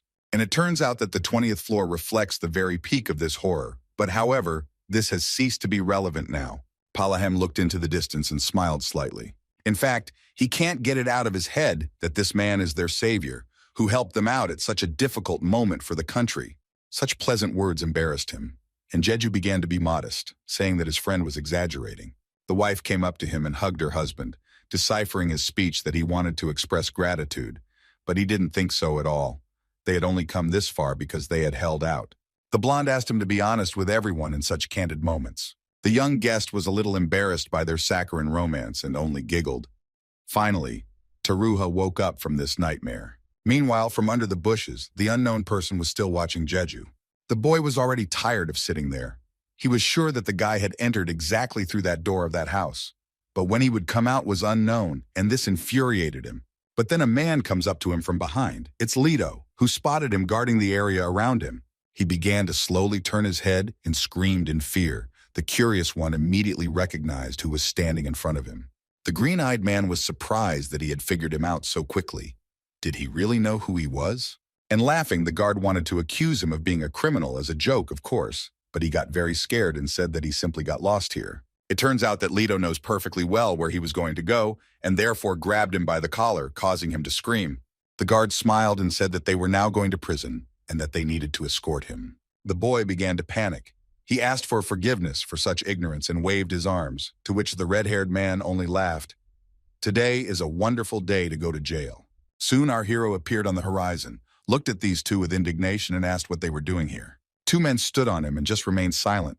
The guys definitely didn't expect to see him here. Summer greeted their hero. They hadn't seen each other for a long time. That's how it was. Kim just smiled. Palahem told him that he was busy, and what could have brought him here. That's what interests him. Closing his eyes, the man replied that he had heard that the famous warrior Lachanta had arrived, and therefore decided to drop by to say hello, which surprised the brunette, because he thought that he hated him. But in reality, it was not like that at all. Not him, but some travelers. The detective was very scared, and it seems to him that now he's not able to do anything and they will kill him. But to his surprise and happiness, Jeju said that it was his friend and asked him to let him go, to which he opened his eyes wide. The warrior still needed to clarify whether this was true, to which the boy happily nodded his head. Now it was clear why he came here. Leto looked at such a sudden guest who was already covered in sweat and trembling with fear. He realized that he was not dangerous and simply snorted, letting him go to the ground. The red-haired man left the boys alone and went to see the commander, wishing them a pleasant conversation before leaving. In fact, Jeju doesn't know this person and greeted him before starting. He needed to clarify whether they had made this journey here by escaping, and in order not to cause panic, he simply smiled calmly. The man stopped being afraid of such an intonation a little, but still confirmed it with a trembling voice, and in his head he replayed this moment. Why did they help him? Looking straight into his eyes, our hero remembered that in fact this was not their first meeting. In fact, this person's name is Sim Senjun, and he met him in the video before. The user who reached the 15th floor began to work as a detective. And since this man wants to live, our hero offers him help. But he was so scared that he was afraid to even ask. With a wide smile, Jeju asked if he liked looking for people. The blue-eyed man was confused and began to nervously jerk his head back and forth. He doesn't quite understand what they're talking about. Or rather, he's just pretending. In order not to drag this out, the brunette extended his hand to him and offered to make a deal with him. And besides, it's beneficial for everyone. He'll just need to find one person within a week, no more. And his name is Chris Reynolds. This man is a genius of magical engineering. He is capable of more than just ordinary gloves, and Jeju really wants to get help from him. Without waiting for an answer from him, he immediately began to give him the external data of this person, his height, exact age, hair, and eye color, as well as additional features. Raising an eyebrow, he seemed interested in the offer, but now he wondered what he would get in return. And the answer was rather unusual. His prize would be a letter of recommendation in his name, certified by at least a centurion, although he doubted that such a thing was even possible. After these words, our hero seemed to be a little offended by him. Frowning, he realized that he was not interested in such a proposal, to which he immediately shouted and made it clear that this was not the case at all, and promised to bring this man. Summer brought him this very letter of recommendation and extended his hand to him. Jeju thanked him and took the important paper while the detective was hiding behind his back. This man wrote it only at the request of the commander himself. This good guy must have a hard time, but at least he got what he wanted. Senjin thanked his new acquaintance and promised to keep his word, to which he saw only a kind smile in response. Leto approached them and said that he was also going to go with him, because he needed to make sure that he wouldn't do anything crazy with this letter. Our hero watched them, and for some reason the whole situation seemed very strange to him. In those same videos, the wanted man climbed the tower with the knight he met on the 10th floor, but now he does everything alone. And this is exactly what worries Jeju. It seems to him that perhaps something happened, and everything could be his fault, or from that nasty administrator. He took out his spatial backpack and began to rummage through it, nervously looking for something. Now it became clear to him what to do now. The brunette took out his glove and simply looked, and the audience guessed that he was thinking about giving it a name. It will be quite difficult to do this time. I need to rack my brains.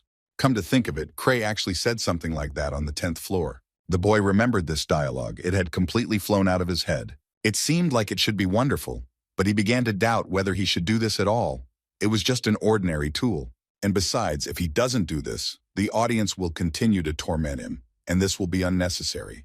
But then he heard behind him how his little ones began to whisper, and even gathered in a huddle, as if they were afraid of something. As soon as he raised his eyes, everything immediately became clear what was happening here. In front of the guy stands the same dove, which he has seen more than once, gritting their teeth. They looked at each other for quite a long time. The spectators don't know what's going on and are surprised at what this bird could be doing here in Taruka. Without taking his eyes off him, Jeju grabbed the Popoev in his arms. This is the administrator, and the audience was very surprised when they heard about him. After this, the broadcast immediately stopped. It was forcibly stopped. And this vile creature, as always, looked at him with narrowed eyes and only smiled. His pets stood up to defend him and wanted to attack and had already opened their sharp fangs. However, now is not the best time to attack him, and besides, it is dangerous for such little ones, so the guy took them in his arms. Glove just in case, nervously looking around bye to the parties. A moment later, he pounced on the dove itself and wanted to test his new strength on it. Without thinking twice, the boy activated the magic item. This time the sensations were a little different. A strong, so to speak, stream of energy shot out of it and headed straight towards the administrator. But he sat there quietly and peacefully and had no intention of going anywhere. But then he lets out a vile scream, his mouth literally bursting before our eyes. There was an explosion in the yard. Palaham ran to the window and looked at what was happening. His wife, who was also concerned about the situation, came up to him and they both watched what was going on there. The kids were already standing to the side and also did not take their eyes off from there. The kids were very worried about their owner. The first attack with this mechanical weapon made him sweat a lot. A large layer of dust rose up around, and that red stone fell out of the compartment. It looked completely lifeless. Jeju looked at it and picked it up. Did he really use up too much mana at once and put it back? But then he was distracted by one moment, looking sideways around himself on both sides. He noticed some large wings and got scared. After this, a very strong wind struck, which blew him off his feet, and the guy landed on the ground. At that moment, this creepy bird sat down on his lap and asked him how he liked this place. According to him, Taruha also means a lot to him. Smiling broadly, the administrator said that he thought this was the image of the country he would like to see. Our hero was already tired of meeting him and simply silently listened to his ridicule. He got tired of all this, and so Toth grabbed him by the throat, trying to strangle him. Raising him a little higher, he asked with a sour expression, "Does the administrator really have nothing to do? Why does he continue to run after those who have already refused to interfere with him? Or perhaps this person has such a strange hobby." But at these words, the pigeon shrank and pretended not to understand why he was hated. At that moment, the admin changed his appearance and became a small version of his opponent. Perhaps this will reduce the degree of his aggression. When the guy saw himself, his eyes almost popped out of his head, and his friend was already tired of standing at the window and watching this nightmare. And so he ran out into the street, screaming in an attempt to find out what was going on here. Our hero did not expect that they were overheard, and looked at him in surprise. The administrator also cast a glance from his spit at Pala'ama. The man stared at him and just stared. Everything looked too confusing, and he didn't even understand what question to start with. He narrowed his eyes and no longer understood the whole situation correctly, and seemed to be very angry with Jeju. And these two just stood there and didn't take their eyes off him, not answering anything. The long-haired man began to slowly approach them, trying to calm the angry student, but he, on the contrary, yelled at him, demanding that he not come closer. The administrator raised his finger and spoke about some kind of glitch, looking coldly at Palahim. Our hero thought that the plus was going to pull some dirty trick, and he stood up for his teacher, as did his little fluffy butts. His copy stood and looked at this circus in surprise, without moving from his place. The guy turned worriedly to his 2-meter-tall friend and asked if everything was okay with him. But he just stood there and didn't move. There was zero reaction. Laka, Koden, and Baron also froze in the air in an instant. Perhaps this scoundrel froze time. He was overcome with either fear or anger or both, and he turned straight to face him. The administrator came closer and smiled meanly, telling that a person's memories are like his soul, and this place is the very first place where he decided to test this theory. And all this to see how long these people can hold out, experiencing endlessly repeating events. Now it has become clear what is happening here. Some people will wait for the savior, not knowing whether he really exists, like the man who was the first one that Jade came across. There were also residents who could not stop hoping for something good. The young man looked at him with a keen gaze and asked if this was all just a joke. The little one smiled meanly. No, for him it was just a test. And judging by the criteria he had compiled, Taruka's warriors had handled it better than anyone else. The brunette gritted his teeth, and he felt incredibly bad at heart after such a nasty answer. And according to him, he believes that on the contrary, he demonstrated his best side to him and began to press on pity for helping him get so far, hinting at gratitude. But what kind of pleasant ceremonies can we talk about? After everything he did here, our hero literally shoved his magic glove in his face. And before he took his final step, Jeju told him to stop with this nonsense. Having already switched to shouting, he repeated more than once that no matter what happened, his answer to his constant question would never change in his life. After that, he released an incredible stream of mana straight into his face. The administrator fell to the ground with a soft thud, and dust rose around him. But with the amount of mana he has now, no matter how he attacks, the blow will not reach the administrator himself. The guy understands this perfectly well. He needed a more reliable method to eliminate it for sure, and right now, it was essentially pointless. The same one was lying on the ground and pretending that he was seriously hurt. Jeju knows this, and therefore demands that he stop these simulations and get back on his feet. However, this carapace was already standing behind him, holding the petrified pop-offs in his hands. He thinks that here the guy behaved well, as if he did not want to reveal his weaknesses, and treated everyone coldly. He turned and looked at him, and when he managed to teleport, he didn't even notice. Suddenly his limbs began to blur. He smiled and began to reason that the more often you see a person, the more you begin to feel for him. The guy began to move back a little. Taking one fluffy creature in his hand, the admin looked at it and hinted that it had definitely become attached to someone. This scared him a little, but he decided to pretend that this was not the case and simply said that he used them only for his own survival and benefit. The man smiled slightly. It was like a relief to him. He raised his hand and thanked his interlocutor for removing his feeling of guilt. A big hole formed right in it, which seemed to have no end, and there were also huge teeth along the edges, into which he threw those 3 guys. Kim screamed in horror and demanded that they stop, but of course they didn't listen to him. One of his kids was already on the verge of life and death. His teeth began to gradually clench, and the other one was petrified and simply stared into space.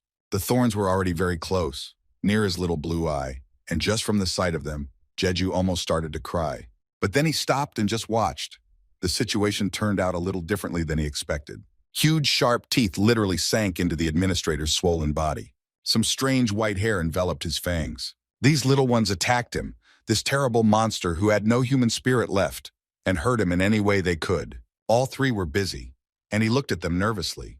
Could it really be that the spirits of the world tree themselves were in front of him? It turns out that they escaped from his containment device, and this mana color is very similar to the sunstone, and the boy yelled at them and asked them to leave as soon as possible.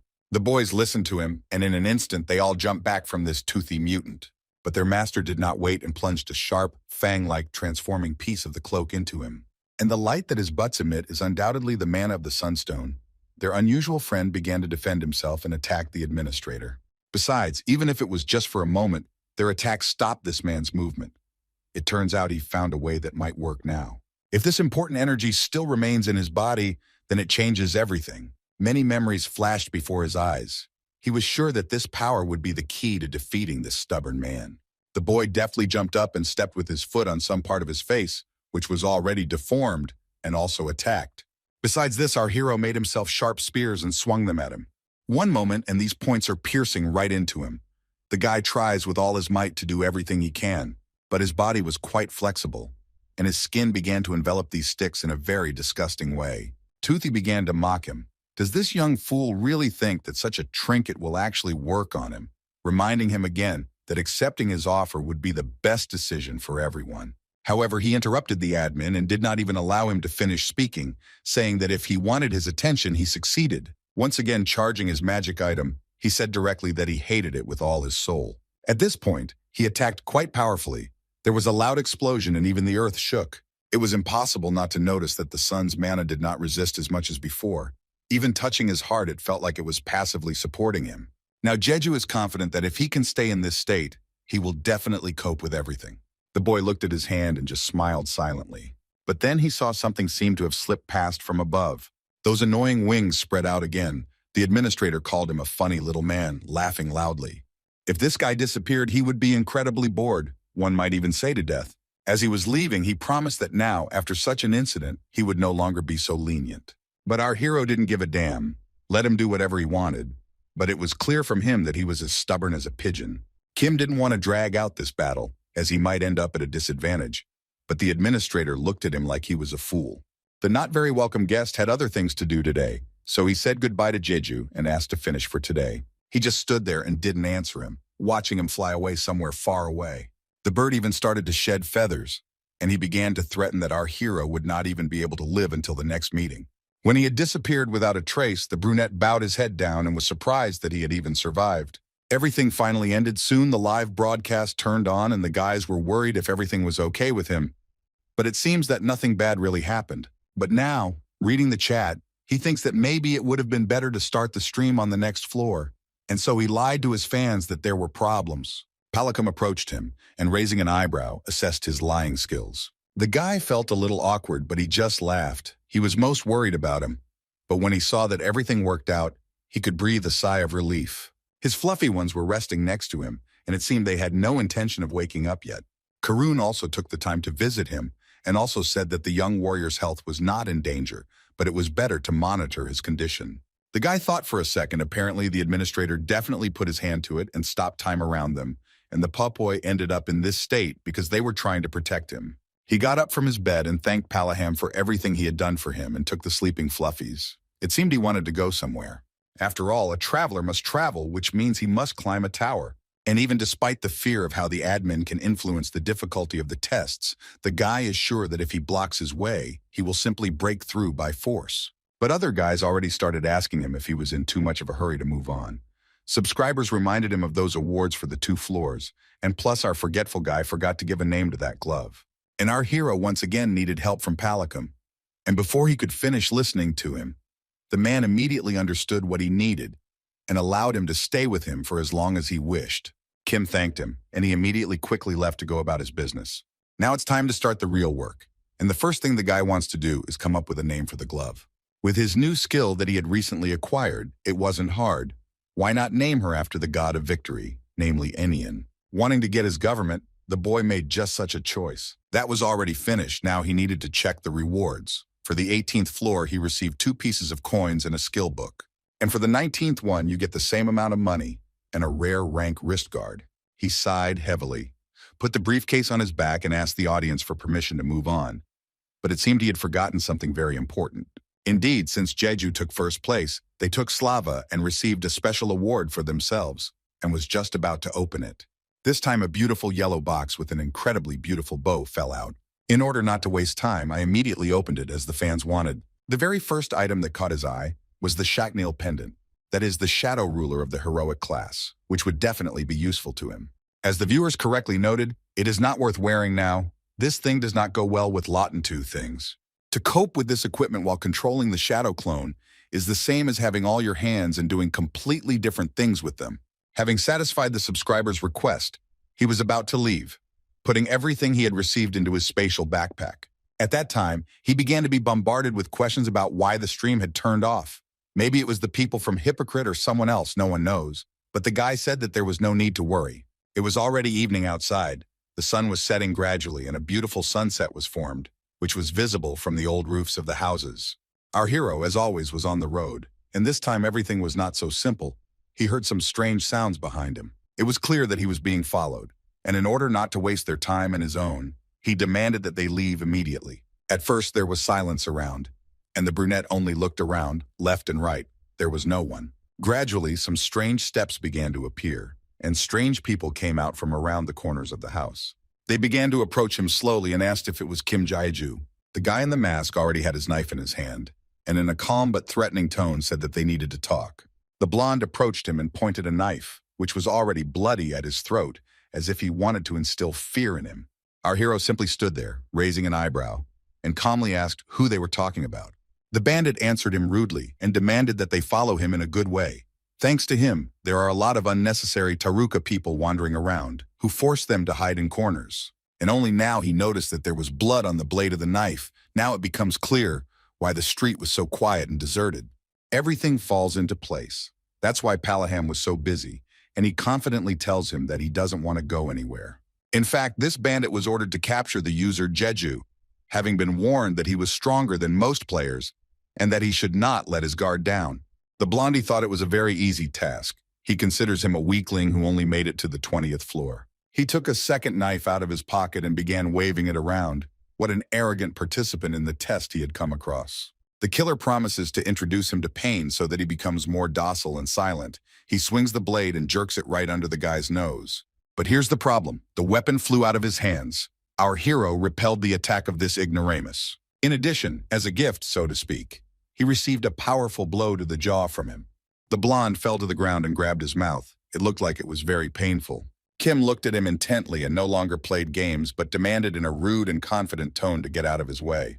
His opponent was barely able to catch his breath. The aura from such a player was incredible, and as a commander, he ordered everyone to prepare for battle. Even such a harsh order could not make Jeju move an eye. He simply stared at these people. After a short break, the leader of the bandits warned him once again that this was his last chance to humbly bow before him. Just as he was about to look at his comrades and give them an order, his eyes widened from what he saw. The allies were already lying unconscious, and he could not believe when he managed to deal with all of them. Jeju's cloak wrapped around his neck, and he said that he was warning him for the last time too. He asked him to get out of his way and not interfere, while his legs were already shaking from fear. Even so, the stubborn bandit had no intention of stopping. Yes, this guy is talented enough that even the boss warned him not to relax. However, this sign shows that he can be killed, so those who remain alive in ambush must attack. Some of his men were already sitting somewhere above, preparing their sharp blades to attack. 1 second later, they jumped out of their dive above and pounced on him. Kim Jae-ju raised his head and managed to notice them in time. What fools, this was to be expected. These guys immediately regretted that they had messed with him. There was a loud explosion from the mutual attack. The blonde thought that his guys had won, and he just laughed, because he should have calmly walked with him while he was making the offer. But then he remembered that the commander-in-chief had told him to capture this guy alive and bring him to him, and he immediately got goosebumps. He immediately began to worry that he should have dragged him in while he was conscious, but he got mad and seemed to have gone too far.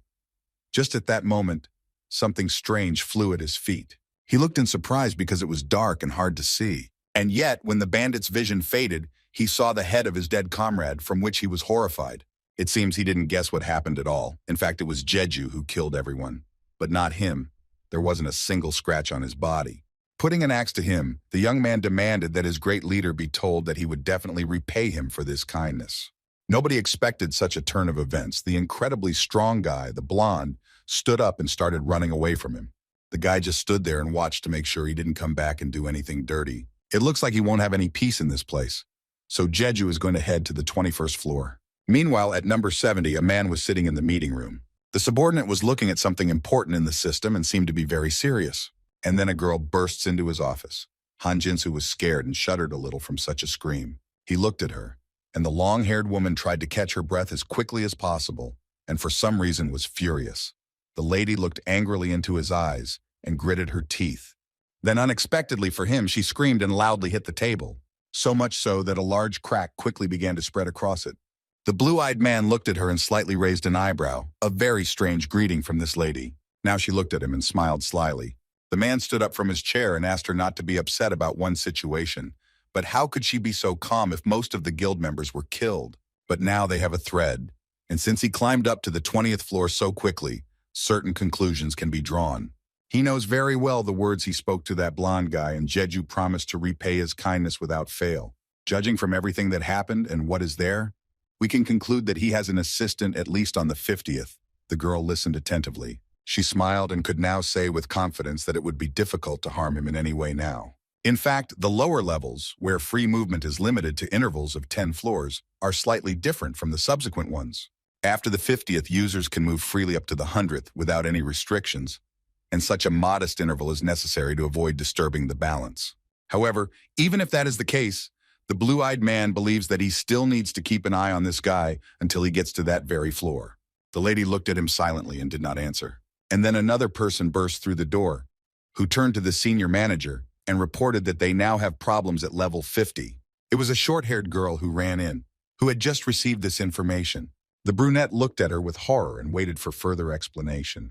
The man also became wary and even began to worry a little, but he wanted to hear the details. She was asked to calm down and tell the whole situation without haste. The blonde barely caught her breath and shared that there had been an attack.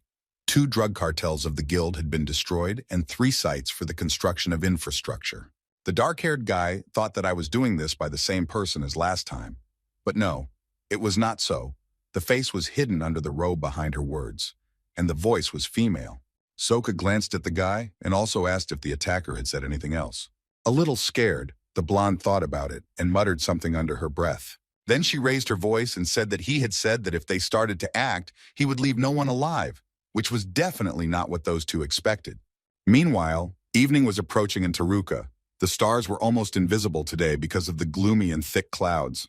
As always, guards stood near the portals with their weapons and looked around. People around were whispering and didn't understand what was going on here, but one guy said that all the members of the big clans were taken into custody. No one can stay here. They arrest all the people who appear on the floor, so no one comes back here. And our hero, who was standing nearby, overheard all this. Judging from their conversation, thanks to the confusion caused by the Hypocrite Guild, the atmosphere on the floor is simply terrible. Many of Teruhi's people must have suffered while they were trying to catch Jeja. He didn't like these guys from the very beginning, and out of anger at them, the guy even bit his lip. He approached one of the guards and told him that he was now going to use the portal. Those who stood nearby, ordinary people, were very surprised. They expected that after this, they would simply take him away and beat him to death. The blue-eyed guard looked at him angrily. The boy took off his hood and asked if he should show his ID. Seeing his face, the man was a little surprised, and the brunette stood and looked at him. All those who guarded the entrance began to greet their beloved warrior Lachanta with great honor and invited him to use the portal as much as he wanted. He blushed a little and thanked the guys, but asked to give permission more quietly next time. He first stuck his hand in there and confirmed his desire to enter the 21st floor. The tests were about to begin soon. This time it was necessary to find out how well he knew himself, and the title was already quite intriguing. It was time to find out, and during the process he found himself in a strange room, as if he was walking on water, from which strange black smoke began to slowly emerge. Looking carefully at everything around him, he came to the conclusion that the test had not changed, which surprised him a little. From this dark curtain, a strange man began to appear, who was dressed all in white, with the same hairstyle as our hero and everything in general, only black and white. The guy didn't pay attention to him but looked for a catch, and it seems like the audience doesn't see anything new either, so everything must be fine. Suddenly, his opponent began to rise and slowly approached him, quietly splashing water. He had strange eyes, red and black, which looked a little scary, and he greeted our hero with a smile. It looked pretty scary. His voice was creaky-like, which really scared Jeju. He didn't even say anything. It was impossible not to notice such a face, and his strange clone asked why he was so surprised, stretching his smile even wider. He would have started to talk about anything, but the brunette narrowed his eyes and expressed his opinion that it was unlikely that they should talk to each other when they only needed to kill their opponent according to the rules. The blonde just continued to tease him. His speech sounded very rude and somehow false to him. And before the beginning, he asked whether he would leave the place where he was now if the world would soon disappear. To Jeju, this sounded like some kind of nonsense, and he directly said that he had no idea what he was talking about now. Some great being said that the earth would literally soon disappear, breaking into tiny pieces. And only this tower, according to him, will save them from such a disaster.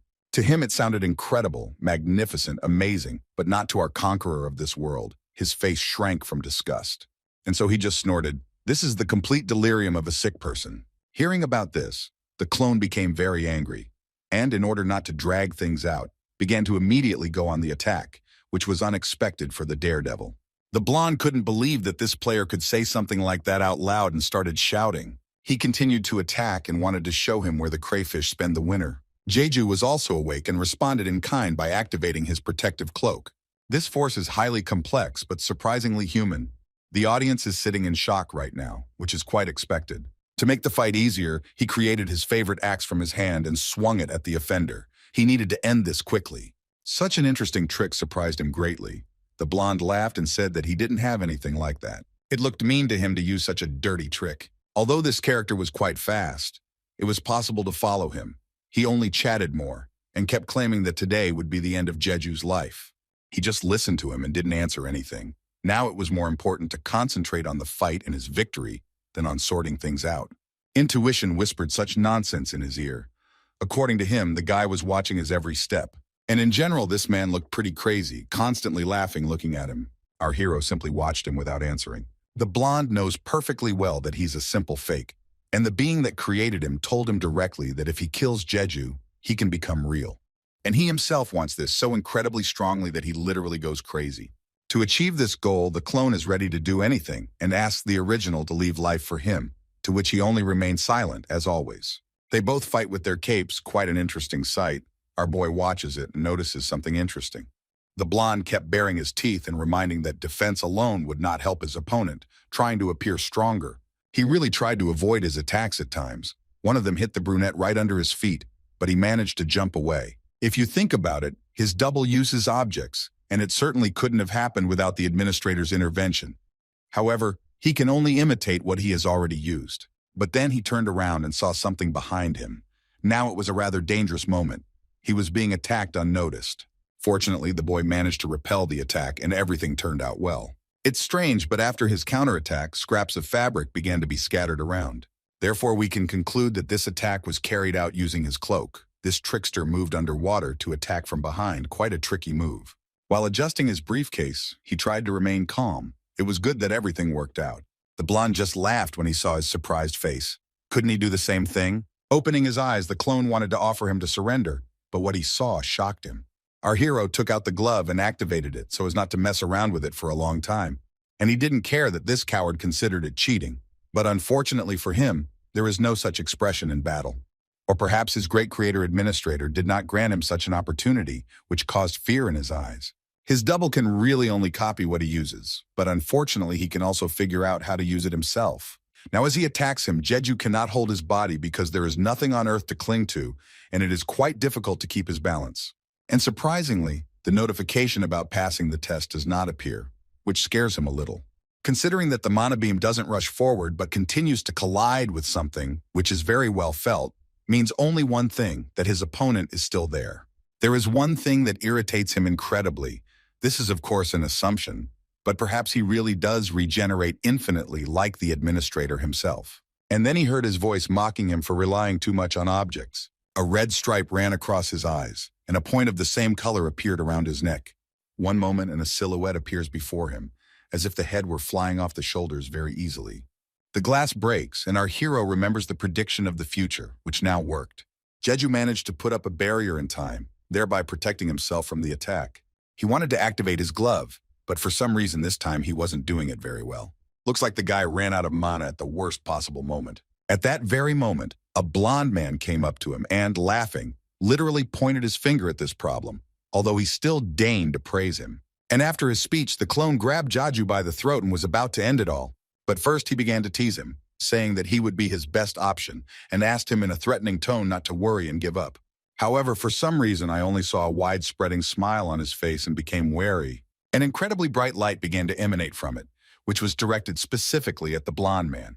The same one stood and did not move, watching his actions. And a second later, he still felt pain. He was deceived. The enemy had been pretending all this time. A rather clever but effective trick, Jeju secretly used the power of his glove. After his sudden attack, he looked up and said that he never said he was out of mana. Besides, the guy doesn't rely on his items, and he suddenly grabbed his clone's hand.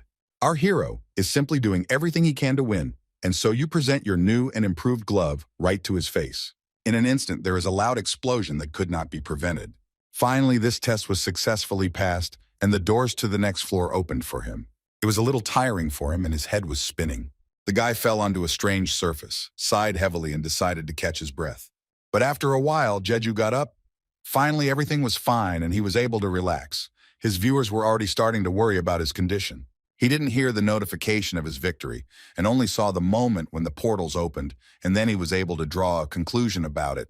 All thanks to the enemy's carelessness, he managed to catch the right moments. However, if it weren't for his shoe effect, he really could have died. Fortunately, he managed to stop him for a moment, and with the help of the invisibility of his shoes, he was able to easily dodge the mana explosion. It's great that everything worked out, and now it's time to check the rewards and go to the next floor. The audience suggested that he take a rest, to which Jeju only laughed and said that it would be best for him to hurry up now. Having pressed the right button, he got for the first time such an interesting box, gold, and a black ribbon. His fans immediately began discussing it in the comments, but he dragged his feet and immediately opened it. Seeing what was there, Kim immediately realized that it was the work of the administrator. The first item that was in it was the Shacknil dagger. Like the other item from this series, it was of heroic rank, and it strengthens the shadow self for a couple of seconds. Meanwhile, in the central park of the city created by the Hypocrite Guild, there was a free zone on the 70th floor, where it was quiet and calm. Nearby, pigeons cooed, picking something up from the asphalt. As before, the administrator fed them from the same bag with some crumbs and grains. And then a man comes up to him and tells him that there is some strange user on the 20th floor. It was that same blonde man, Soka's boss. He told him that this man had a powerful enough patron to even issue a warning to him. He needed to find out who it was. The bald man only turned his head away and sighed heavily after listening to his request. Blue Eyes suggested that this might be the one helping him. Well, he interrupted him. Although they had agreed differently, the blonde clearly remembers that he told him that he would give him full rights to control everything, and he hissed discontentedly at something. He opened his eyes and looked at the young man, asking him what he thought when he saw an ant crawling past. Quite a strange question it seemed to him that his grandfather had gone crazy and asked again what he meant. But he still insisted on hearing an answer from him, and it turns out that he had nothing on his mind at that moment. And that's exactly how he should be. Such quirks irritate a man the most. The admin always acts like that. It is impossible to negotiate with him. A one-sided dialogue always confuses everyone, and now the grandfather is indignant that he has run out of food. Judging by his phrase, users are nothing more than ants crawling past for him. Most likely this is exactly what he wanted to convey, so the blonde wants to ignore it and figure it out on his own. To which the old man laughed. He turned to him and wanted to say something about that strange user on the 20th floor. Suddenly a strong wind arose and all the pigeons flew away right over his head, and he had to take cover. And then a strange man appeared. The girl laughed and was very happy that the two characters she hated were right here. It was the madam who was looking at them intently. Her name is Lee Charon. The blonde asked who he was dealing with, and he knew that there were members of his guild everywhere here, but she somehow managed to break through them, which meant she wasn't an ordinary user. In response, the lady laughed and said that she would create chaos here because she was literally pissed off. To be honest, she is here to throw off all her negativity, and what luck. Here is the one who always hides like a rat from her. The administrator silently watched everything that was happening from over the young man's shoulder and did not react in any way. And he already began to worry and was sweating. She has magic that can control the phoenix, the heat from which it is hard to breathe even if you are standing at a distance. He needs to use maximum mana to protect himself from her attack, and the blue-eyed man puts up a barrier. To his surprise, he succeeded, and the girl laughed at this lucky guy. And so that he wouldn't relax, she released an even more powerful stream, which made the man sweat. His defenses began to crack. This makes her incredibly happy. Apparently, he took his current position as the head of the Hypocrite Guild, not only thanks to luck. One snap of her fingers and there was a powerful explosion, from which came incredible heat. Meanwhile, our hero has already arrived on the next floor and is ready to begin the task. As soon as he came out onto the floor, the other guys were already waiting for him and were very happy to see the new member. In response, he only smiled and he himself began to read the notifications in the system, where it was written that the difficulty of the test would be proportional to the level of difficulty of the people in the group. Judging by the reaction, the guys had been here for quite some time. Since no one can leave the 20th floor, those who got to the 22nd could not start the task. To approach him was a man with a large scar on his hand who asked him his name. With a smile he said his name. The knight is called Habaek-yun. Our hero also introduced himself, telling that he studies magical engineering and also has a high level of complexity, which seemed very strange to the new acquaintance. And the first thing he asked was whether Jeju could provide support from the rear, to which the boy smiled and nodded his head. The guys in the chat were actively discussing him. Suddenly, he shouted to the other participants and asked for a moment of their attention. It turns out that they are running out of food, and he praised everyone for holding out until this point, and asked that if the guys can't cope during the test, then they need to immediately call for help. Then the distribution into teams began. Our hero joined group number 3 with Li Xian. The guy looked at her, and she waved her hand in a friendly manner. The magical beasts will go along 4 paths, and the 20 people will split into 4 by 5.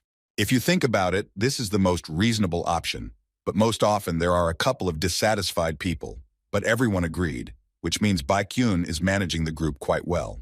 Having calculated the difficulty level of the participants, the test level will be 48th. Next, therefore, the advancing magical beasts will be the red-billed blackbird and the horned hermit crab. The guys are distributed according to skills, so you just need to be careful. It seems that the guys are not worried at all, and then Xian called our hero to her. Since the admin warned about the danger, he cannot relax. He is sure that he has prepared a variable that I can calculate. Meanwhile, terrible creatures are heading towards the entrance with a quiet but disgusting grinding sound. There were already 6 minutes left before the start, his partner asked. Since he was a magic engineer, he most likely prepared a device to enhance weapons and mana, but it was a little bit different. She was not satisfied with the answer and she got a little angry. How is this possible, knowing his profession? She started raising her voice and yelling at him. It seems to her that he perceives everything as a game. The viewers were unhappy with how these people treat Jade and created a farce in the comments. Although our hero is confident in himself and his victories, for some reason, when there were literally 10 seconds left before the start, he began to worry a lot. And so, the protective barrier from the passage began to gradually disappear. The guys took up positions according to their plan.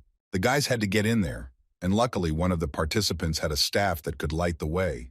On the way, they discussed what kind of creatures they might come across, and from the looks of it, they are moving slowly, and the team hopes to catch them faster. When they heard the grinding sound, they had to stop and brace themselves. But was it suspicious that they had an unusual sound? And indeed, these creatures do not look like a bird or a hermit crab at all. They had 2 pairs of teeth in addition to the main jaw. One of them had already managed to get over 2 participants and hiss. They screamed in fear, and when they saw him with their own eyes, they almost fainted.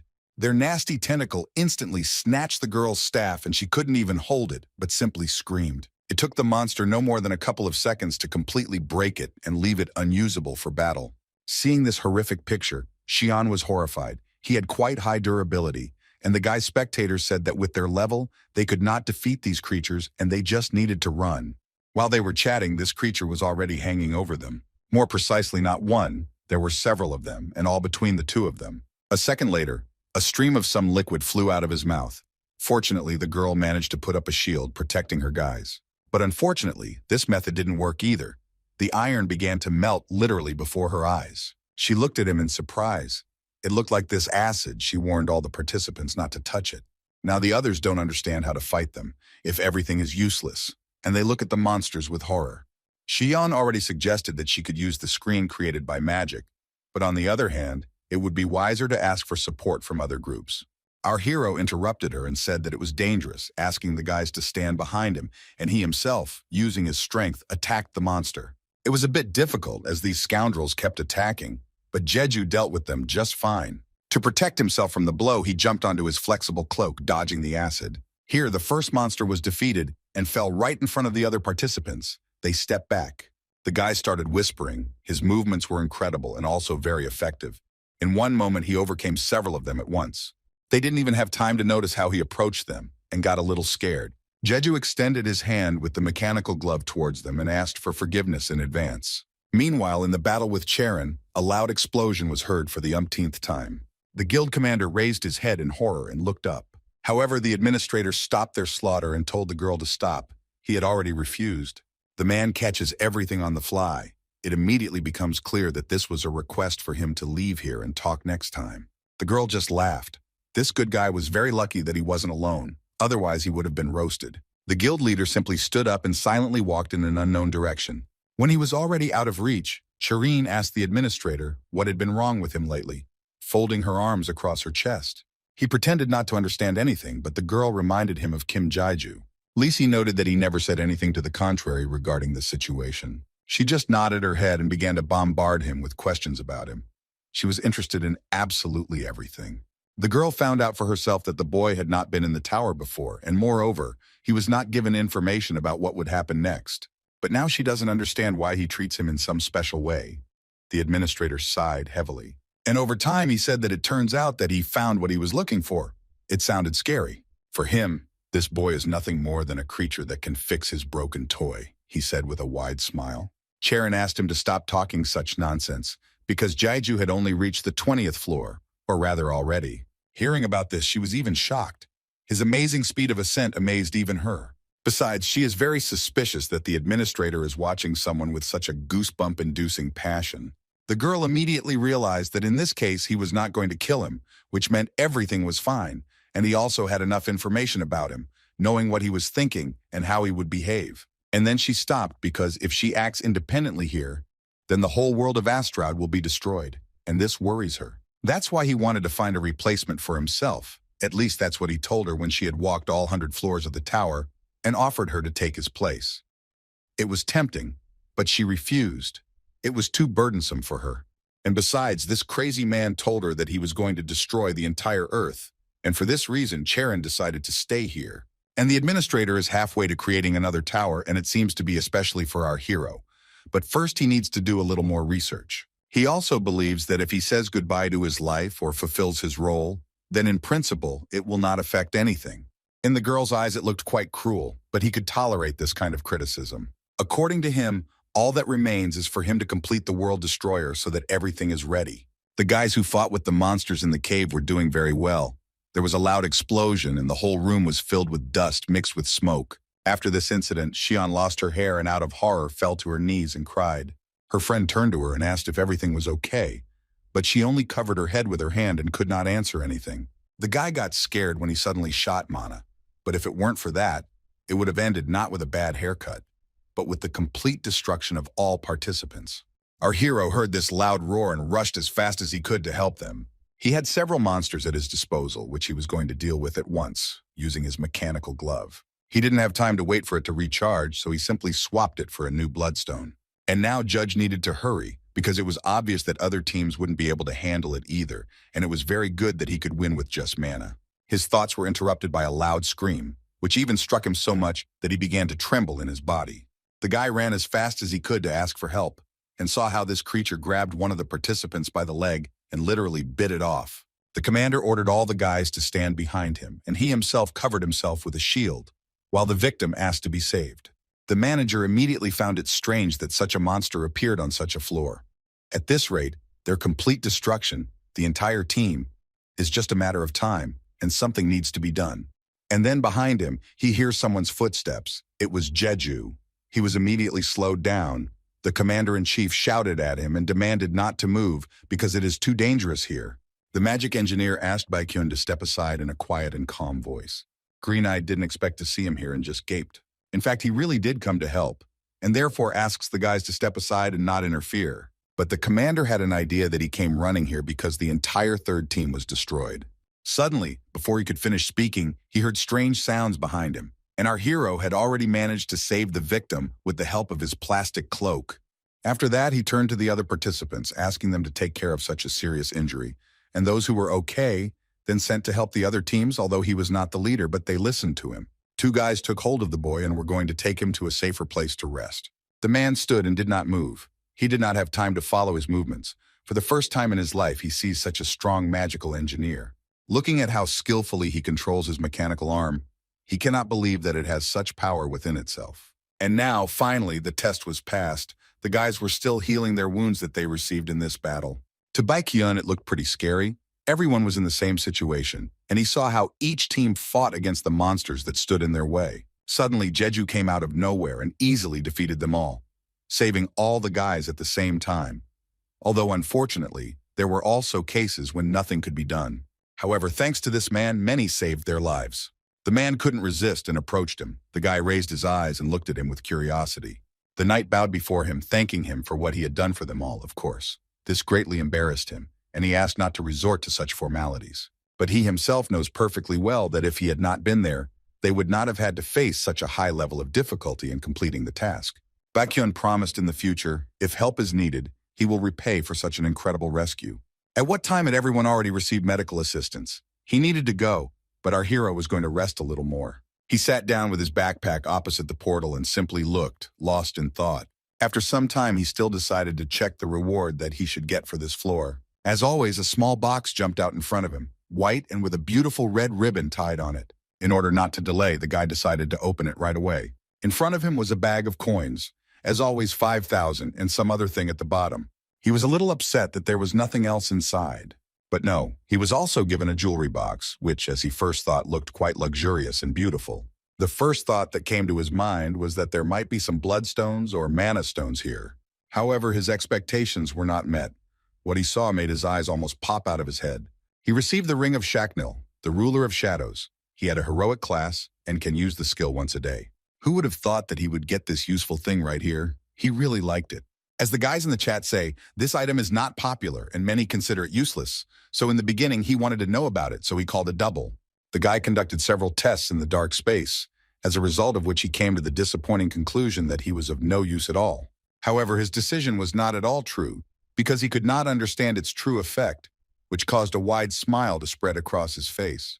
There is only one person in the world who has discovered the true value of the item, and that was a girl, the Russian assassin Arsenia. And here the joke still remembers how she used the Knight of Shadows to absorb opponents. It can be used as a wave to sweep away enemies. The guys in the chat noticed how he was lost in his thoughts, and many began to think that he wanted to try to use it somehow. But now doesn't seem like the right time, and in any case, even if it works out, its effect will be extremely useful in the passage. And now he had another problem. Looking into his spatial backpack, he felt painfully sad. His babies after the 20th floor became even smaller. The guy felt a growing sense of guilt and fear inside. And all this is the consequences of that battle with the administrator. The Fluffy fell into hibernation and have not woken up since then. Looking at them, he determined that he needed to hurry to level 25 to check their condition. In order not to delay this, the guy went further. The required number of participants had already been reached, and this time there would be a difficult task. And specifically, we are talking about a mortal duel, and the first thing he heard was someone chewing. The gist of it is that it won't end until one of the two dies, and it looks like his opponent is already sitting right in front of him, gobbling up some fast food. The fat man addressed him as his friend, and our hero became suspicious that he might know him. It turns out that this is true. The guild told him that if they don't know Jeju, they will be killed in one fell swoop. It didn't take much thought to guess that we were talking about Hippocrates. He hit the nail on the head. The green-eyed man handed him a box of pizza and offered him a treat, because it was too much and he couldn't handle it, even though he loved unhealthy food. But he refused. The man told him that there were enough people waiting for this boy, and admitted that he was really lucky to cross paths with him early enough that he didn't even care that one of them would have to die. He said this while taking a knife out of his pocket behind his back. He is sure that it will definitely not be him who goes to the next world. His hand stretched out in an instant, and in just a moment it almost touched his neck. The guy didn't even have time to blink. There was an assassin in front of him, and he was so fast that he couldn't catch him with a glance. His appearance and behavior made Jeju think he was just an ordinary fighter, which caused him to simply let his guard down, while the fat guy simply smiled slyly. There were only a couple of minutes left before the test began, and it looked rather suspicious. Why did he start attacking right now? The glutton said that if the task had started earlier, he would already be on the ground and without signs of life. It was a very inappropriate question for the situation, but the young guy decided to ask what his opponent's name was, looking at him with a cold gaze. He just raised an eyebrow and asked why he needed it. To which our hero smiled. It seems to him that it is wrong to die at the hands of someone who does not even know his name, which slightly angered his opponent. To the beginning, there was very little left, and yet the assassin decided to name himself and smiled broadly. Jeju noticed that Lee Chang-sung had a stealth skill, and that was because he couldn't see him. even if he spread his mana around. This dirty trick is used to deceive the enemy's senses, but everything changes when he bites on the rank and begins to develop it. The boar appeared behind him, smiling menacingly and muttering something under his breath. And so to speak, finally, he told him not to forget to tell the Reaper about the one who took his life by swinging a knife. He wanted to stab the guy in the neck, but for some reason his hand suddenly stopped just a few centimeters away from him. And it turns out that Changson didn't seem to hear what his opponent was using, causing him to smile widely. In an instant, his hands were bound by our hero's cloak and he could not move. Fatty looked at this intently and was horrified. This guy had not reacted to this before, and his head could not comprehend how this could be. When he began to examine it, everything immediately became clear. His Lotano cloak was the cause of everything. Looking at him from head to toe, Chansung noticed something else. And this is his red tunic. He couldn't believe that he even uses foresight, to which our hero only laughed slightly, because he himself knew the answer. In addition, he received a reprimand from a man who was furious that the man took an item that he treated like trash due to its class and difficulty not being appropriate. While he was chatting, Jeju created his favorite weapon behind his back and swung it at him, asking him to give the Reaper the same thing he had offered him. One swing of the axe was enough to knock him down to the ground completely. The fat man's hand was still twitching somehow, and our hero was watching it closely. But after a couple of seconds, she relaxed and simply fell onto the cold floor. Looking at him, Jeju barely caught his breath and still tried not to let his guard down, just in case. A notification appeared next to it in the system stating that the test had been passed. However, not everything is so simple. Strange sounds began to emanate from there, which made the hero wary. After a couple of seconds, he received a notification that it was a failure. Meanwhile, in the free zone of the 20th floor, where the American Channel was, it was quiet and calm. The guards were there as always, and one of them approached the young man with a question about the ID. Another one grabbed him and made a claim that he was a traveler, ordering him to fall to the ground. And as if in one day, the detective whom Jeju sent felt like he had fallen from paradise into real hell and was shaking while holding the piece of paper. Because of his status, in Taruka they treat him like a criminal and the boss, as if they want to deal with him right here and now using improvised methods. But however, as soon as they see this noticeable document with the name and signature of the Centurion himself, their relationship changes to the exact opposite. Of course, he might get into trouble because this channel's Leto has no memory of signing it, but that's not important. And finally, after some time, the boy came to the store of goods in magical engineering, which his customer told him about. Senjin began to look out from around the corner and notice men talking about something.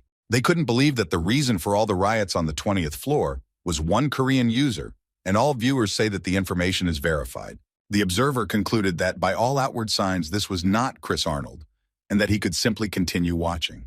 But suddenly the black man called a man with exactly the same name, yelled at him because he was taking a long time to get ready, and his guys were all waiting. A busy man ran out from around the corner, holding huge sheets of paper in his hands, and was already hurrying towards them. This time I had to take a closer look. His height was about the same as they told him. His hair was light, and he also had round glasses behind which his blue eyes were hidden. Perhaps it was him. When he approached his friends, they looked at him with displeasure and said that they did not want to wait for him here. Looking at his mechanisms, he only laughed. And for the detective, it was quite strange because he had heard that this man was a genius. But why did other people treat him so dismissively? But in order not to get on his nerves, the dark-skinned man asked what he had heard in the end.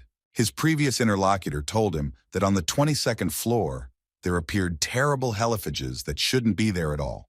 And indeed, this had never been observed before in life. That's why it's strange. It only happened during the test, and it was at this level that the blonde looked away in panic. After listening to what they were talking about, Sengjun immediately realized that they were talking about Kim Jaiju. Who else but him would have caused such a stir, catching the administrator's attention? It turns out that only these two people and 3 others from their group survived the ordeal of the 29th floor, and it truly was a nightmare.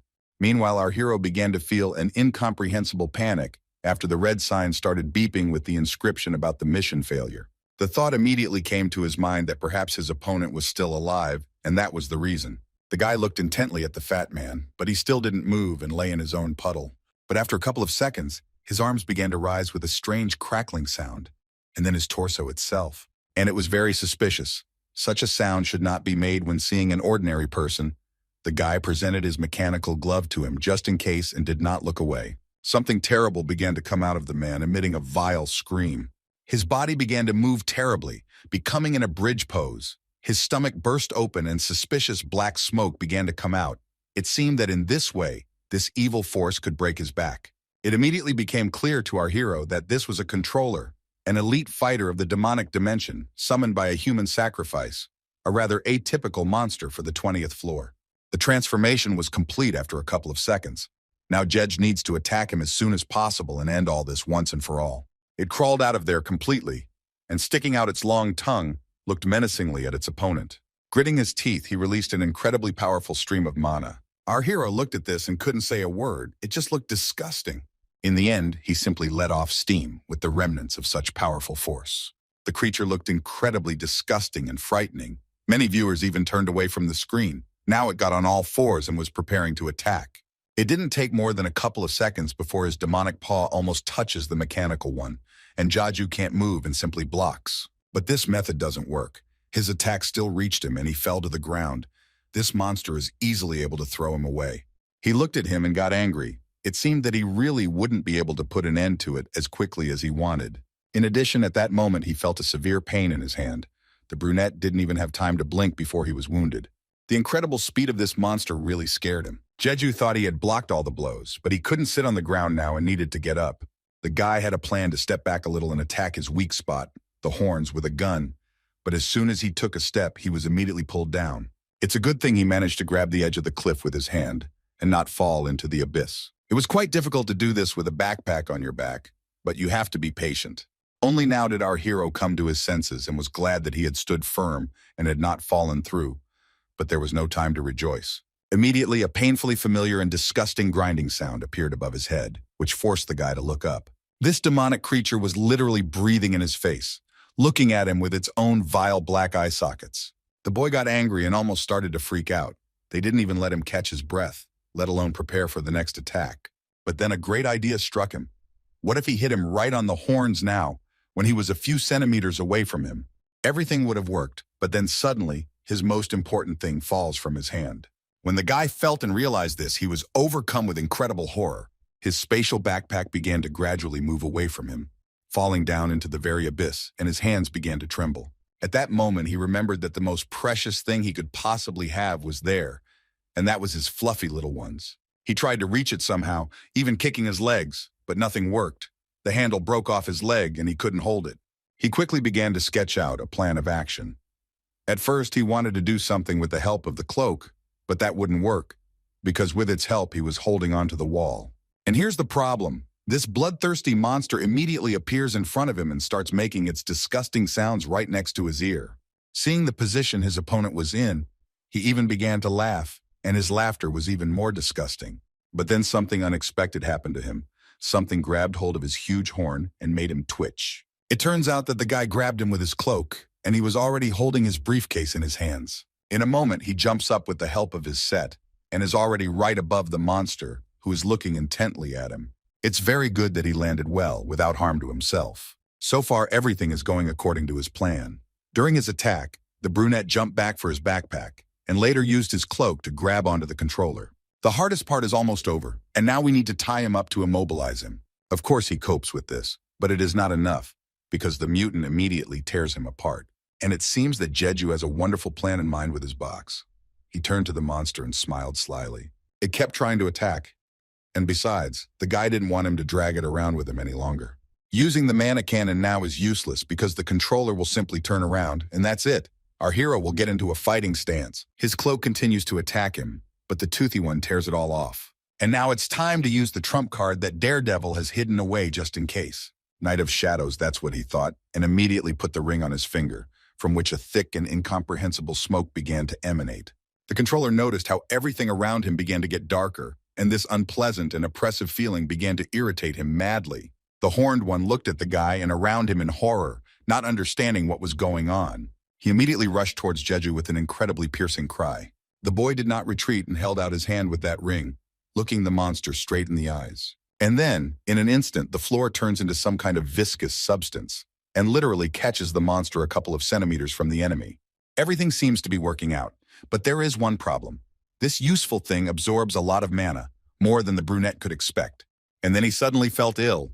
His nose started bleeding and he started to have a small, choking cough. His body can be compared to a sponge that absorbs water. It sucks in an incredible amount of his power and at an incredible speed.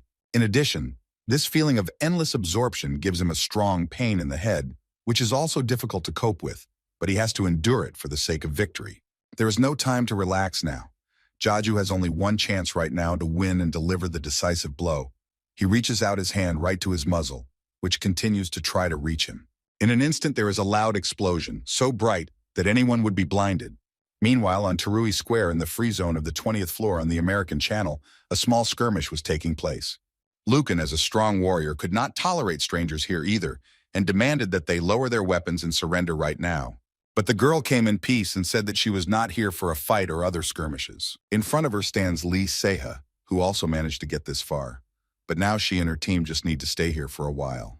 However, the woman with heterochromia could not accept it anyway, and the armed group of travelers immediately fell under the ban. Upon hearing this, Jeju's friend frowned and became angry with her. Stubbornly, she also stood and looked at her without saying anything more. And then she hears behind her someone's disgustingly familiar voice making an unpleasant remark to her. Turning around, she saw the same commander of the Sun, who would not miss a single skirmish. He claims that every traveler has his own circumstances, hinting that she is doing something wrong. She thought that Palaham was going to put her in a bad light, but he just nodded his head. The giant approached Seha, and bending slightly over her, said that if neither side was going to give in, this issue could be resolved by resorting to a one-on-one duel. But first, he needed to know his name. He kindly asked him to tell about himself. The girl looked at him and calmly introduced herself. But Lucan was infuriated by such friendliness. It seemed like complete nonsense to her, and she even started shouting. Having succumbed to the manipulation of the warrior of the sun, she nevertheless agreed to the duel, albeit with a displeased expression on her face. Hearing her answer, the blue-eyed man looked at Sehu and asked her opinion. She was also not against it. There was a very beautiful sunrise outside, just a paradise for the eyes. After admiring the mesmerizing sky for a while, Palaham cleared his throat and turned to the boys. Raising his hand up, he announced as loudly as he could that the great duel between the two stubborn girls was beginning.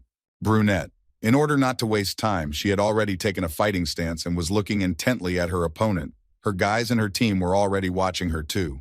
And Lucan didn't relax either, having prepared her weapon. Those from her group loudly cheered for her, wishing her luck in this skirmish. The woman began to carefully examine her opponent and did not notice where her blade or anything else was, and asked how she would fight. Snapping her fingers and flexing her hands, Seha noted with a wink that she was doing just fine without him. It was a bit unexpected, so since that's the case, we can start the battle. A moment later, the warrior was already next to the young girl in a school uniform and confidently moved even closer to her. She deftly hit her on the leg, hoping that the fragile girl would fall to the ground. Oh, this self-love. Lucan smiled widely and looked at her intently. But for some reason, only her knees started shaking while Seika didn't move from her place and stood like a statue. And a moment later, she began to reflect her attack, striking back. In addition, the schoolgirl was able to attack with ease, but the warrior managed to dodge. She had to jump back a little to catch her breath and move away a little. Just when the blue-haired girl tried to call her names, a fist was already flying towards her face. The brunette deftly attacks her, and the onlookers around them watched them with interest. Finally, Seya stepped aside and shook her fist, looking at her opponent.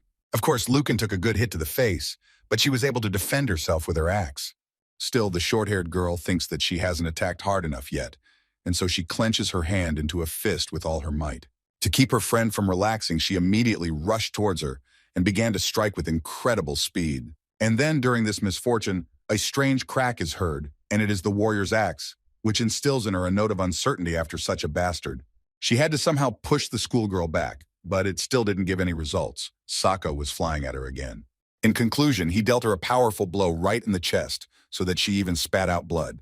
From such combat power, she flew back to a fairly large distance. Lucas collided with the wall and screamed loudly from the pain as she hit it with her back. Palaham ran up to the victim and picked her up in his arms. It wasn't particularly spectacular. It was clear that the commander had lost. Her entire team was shocked by what they saw. That girl was able to defeat her with ease. And since the brunette had won, the long-haired man gave her the right to speak. For some reason, she raised her head and was already happy. Before starting, as always, to make it easier to speak, she needed to remove her mask. The schoolgirl immediately said that she had a feeling in her soul, as if she should help someone here, looking at all the other guys here. Meanwhile, our hero, after another blow to the monster, was already lying on the cold ground and not moving. It is clear that there was a hard battle here, and he literally lost his strength. Fortunately, everything was fine with him. The guy began to slowly open his eyes, and all the spectators already thought that the end had come for him. After all the blows he had taken, plus the depletion of his mana, his whole body ached, and he somehow found the strength to get up and sit up. But what worried him most was the result he got when he looked around. He saw torn flesh. Controller. Finally, a notification appeared in the system that this time the test had definitely been passed, to which our hero smiled broadly and sighed with relief. He had done it. Although completely exhausted but satisfied, the brunette decided to check his reward. Here he sees 2 messages from different users at once. He needs to read them. It turned out that Sungmin had sent him an assistant, and it was that same Saiha who was already on her way. But our hero sighed heavily, wrote her a reply, asking her not to do anything. The guy didn't understand why she was doing this. He hadn't done anything for her. And besides, he most likely owed her for that pendant. It was scary to imagine what that man had said to her. But still, deep down he was pleased for the assistance, although he didn't really get along with other people. And now he checked his fluffies. And the circumstances are not at all comforting. The babies are getting smaller and smaller each time. The worst possible outcome is that they disappear altogether. Jeju sadly placed his hand on his briefcase. He has no idea where the last stop for Los Papos is, but he needs to get to the 25th floor. It's his last hope, because that's where the Tree of Life is. Before moving on, he still needs to check the prize. He has already received a box, and the guy has begun to slowly open it. And apparently, the audience has also become accustomed to the fancy boxes, as always. The first thing there was a bag of coins and something else. Also, the leather pants of the Master of the 7 Snakes, heroic rank. No one from the Awakened Ones even used them. Even Jeju knew little about this object, and he simply looked at it from all sides. This is basically quite logical. Since no one has collected so many Latano items, the only thing he knows is the strange feeling when putting them on. To avoid stretching them, he decided to try them on right away. But then he stopped and remembered something. After clearing his throat, the guy remembered that he had completely forgotten to turn off the screen, and he felt a little awkward. After he finished changing, he turned the broadcast back on. Those pants looked pretty good on him, and on top of that, the extra properties started to activate. However, immediately his face became gaunt. He had an incredibly strange feeling, as if hundreds of snakes were crawling on his body, on his back, on his legs. It felt so strange and pressing that he couldn't move. Of course, fortunately, Jeju can control himself better after eating the magic stone, but he is now very disgusted that he wants to throw off this new thing right now, and he does not care who sees it. These crawlers felt like they had already reached his heart, and one of them had already touched him. And soon she lay down completely on him as it should be. The guy got goosebumps. It's finally over, but he still can't figure out if there's any effect, but now he doesn't have time at all to figure out such a trifle. The brunette needs to get through the test as quickly as possible. He grabs his backpack. Looking into it, he was horrified. It seemed he needed to speed up even more diligently. His babies, white and fluffy, have become even smaller during this time and do not come to their senses at all. Our hero looks at them, and his heart just breaks inside. It hurts him to look at how bad and difficult it is for them now. He remembers the words of that lousy administrator who laughed at him for not wanting to show his weaknesses and seemed cold. He was also hurt by the fact that he pointed out his feelings, which Jeju did not like to talk about at all, namely, affection. These memories made him grit his teeth and even get a little angry. However, there was no time to get mad at all. The guy put his friends in his backpack. The brunette threw it on his back, looked into the distance, and got ready to move on. The next floor was quite unusual, where there were many large and dense trees along with bushes. Arriving at the place, passing through the portal, Jeju began to look around, and it was really very unusual. It was a big jungle, and now he was faced with the task of getting out of here in the allotted time. Otherwise, the doors would disappear. While he was reading the terms, literally 3 minutes passed, and after that it was as if he had been doused with a bucket of water. Sweat from the heat was running down his forehead and face. Now is not the time to talk about this. He needs to find a second person now. And besides, finding the exit does not depend on the actions of the partner, but the difficulty of the area itself depends on the difficulty level of the players, as well as the strength of the monsters that will be encountered along the way. Of course, the most important thing is that if you are not confident in your fighting skills, you can easily die here. And then, Jeju heard a strange rustling sound behind him and became wary. Then there were clearly expressed someone's steps and later a voice. The guy turned around and looked who it could be. There was a girl standing in front of him. She was delighted with what she saw, and looked at the daredevil with interest. It looked like she knew him, which made Jeju a little embarrassed. Indeed, it was his fan who couldn't believe that she met him in such a place. He just smiled in response. The girl heard that he had chosen to study magical beasts, and therefore hoped that he could become a junior comrade. She was literally burning with this idea. Our hero introduced himself by giving his name, and it was not difficult to notice that this lady did know something about him. But he did not yet suspect anything. She was so pleased that he spoke to her so politely that she almost fell over with joy. Eyed girl, embarrassed, asked for forgiveness for her long tongue. She was simply used to sitting in the chat, so even in such a situation she continued to chat to herself. Smiling broadly, she asked if he remembered her, because the correspondence was flying by very quickly. Blushing slightly, she told about herself that she has the nickname Mama Pulpoy, and it turns out that she has been following our hero from the very first floor. And her real name is Lee Minhee, or simply Winnie. It seems that it is true. If you think about it, there was one user who paid special attention to his unusual pets, and apparently, the girl knows a lot about magical beasts. At that moment, he remembered his past viewer, who also looked at him with adoration, and this caused him only pleasant feelings. Winnie is really talkative. Before she started, she had to introduce her friend who was hiding behind her hair. Something similar to a squid, but with a very interesting coloring, nevertheless stuck out and looked at a new friend. This one's name is Laxa. It seems that Jeju immediately thought about the dish. What a glutton. And yes, they have some similarities in the girl's opinion, of course. She sighed heavily and said that she was very disappointed, because she wanted to find something first and give it to our hero. He raised an eyebrow and asked what she was talking about. Her eyes immediately lit up. According to her, this was a very necessary thing for Lada, Koden, and Baron. Hearing that Minhee knew about the poor condition of his fluffies, he looked at her with curiosity, because he didn't know that there was something related to them here. Like she said, there is a certain Easter egg here on the 24th floor, but the manager is pretty strict about spoilers, and that's the problem. Kim hardly listened to her babble, because he was interested in getting straight to the point. It turns out that he doesn't know everything about this place. According to her, in the jungle full of monsters, there is a little-known mystery. More specifically, it is an object that looks like a cradle that fits in the palm of your hand, and it is capable of healing magical beasts. The brunette knows perfectly well that the world tree is here, but there is no guarantee that the administrator has not arranged another dirty trick for him, but now he can avoid his gaze and save his friends. This time the guy is confident he can't miss such a wonderful opportunity. He bowed to her and expressed incredible gratitude, to which she became very embarrassed and asked him not to do it. After all, she initially wanted to find everything herself and give it to him.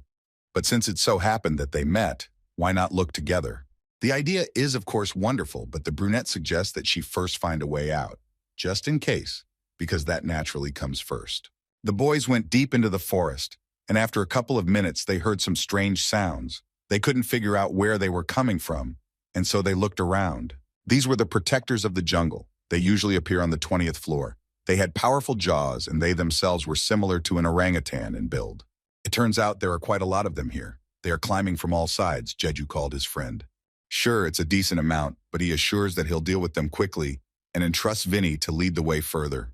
The girl seemed to be obsessed with him, and indeed, taking out a knife, asked him to leave it with her and ordered the emperor to rest. The guy raised an eyebrow and asked to be called something else while a huge gorilla stood behind him.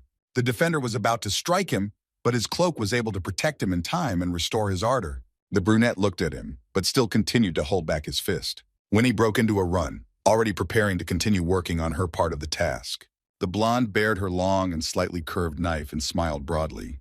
1 second and she makes many swings with it, cutting through the dense thickets. At that moment, a strong wind rises, so strong that it could probably knock anyone off their feet. After completing her part, she landed next to our hero, and those ignoramuses were already standing behind her. Just a little more and they could have hit her, but Jeju carefully helped her, inflicting damage on them in return. The guy made a remark to her. First of all, it's worth deciding where to go, because if you just walk homeless, you can only get lost and not get out at all. The blonde incredibly admired every move he made and praised him for deftly finishing off the commander with one blow and asked him to trust her. He only laughed in response and did not utter a single word. The boys made their way through this dense jungle, and for so long that evening began to fall. A beautiful sunset and purple clouds appeared above them. The atmosphere was quiet.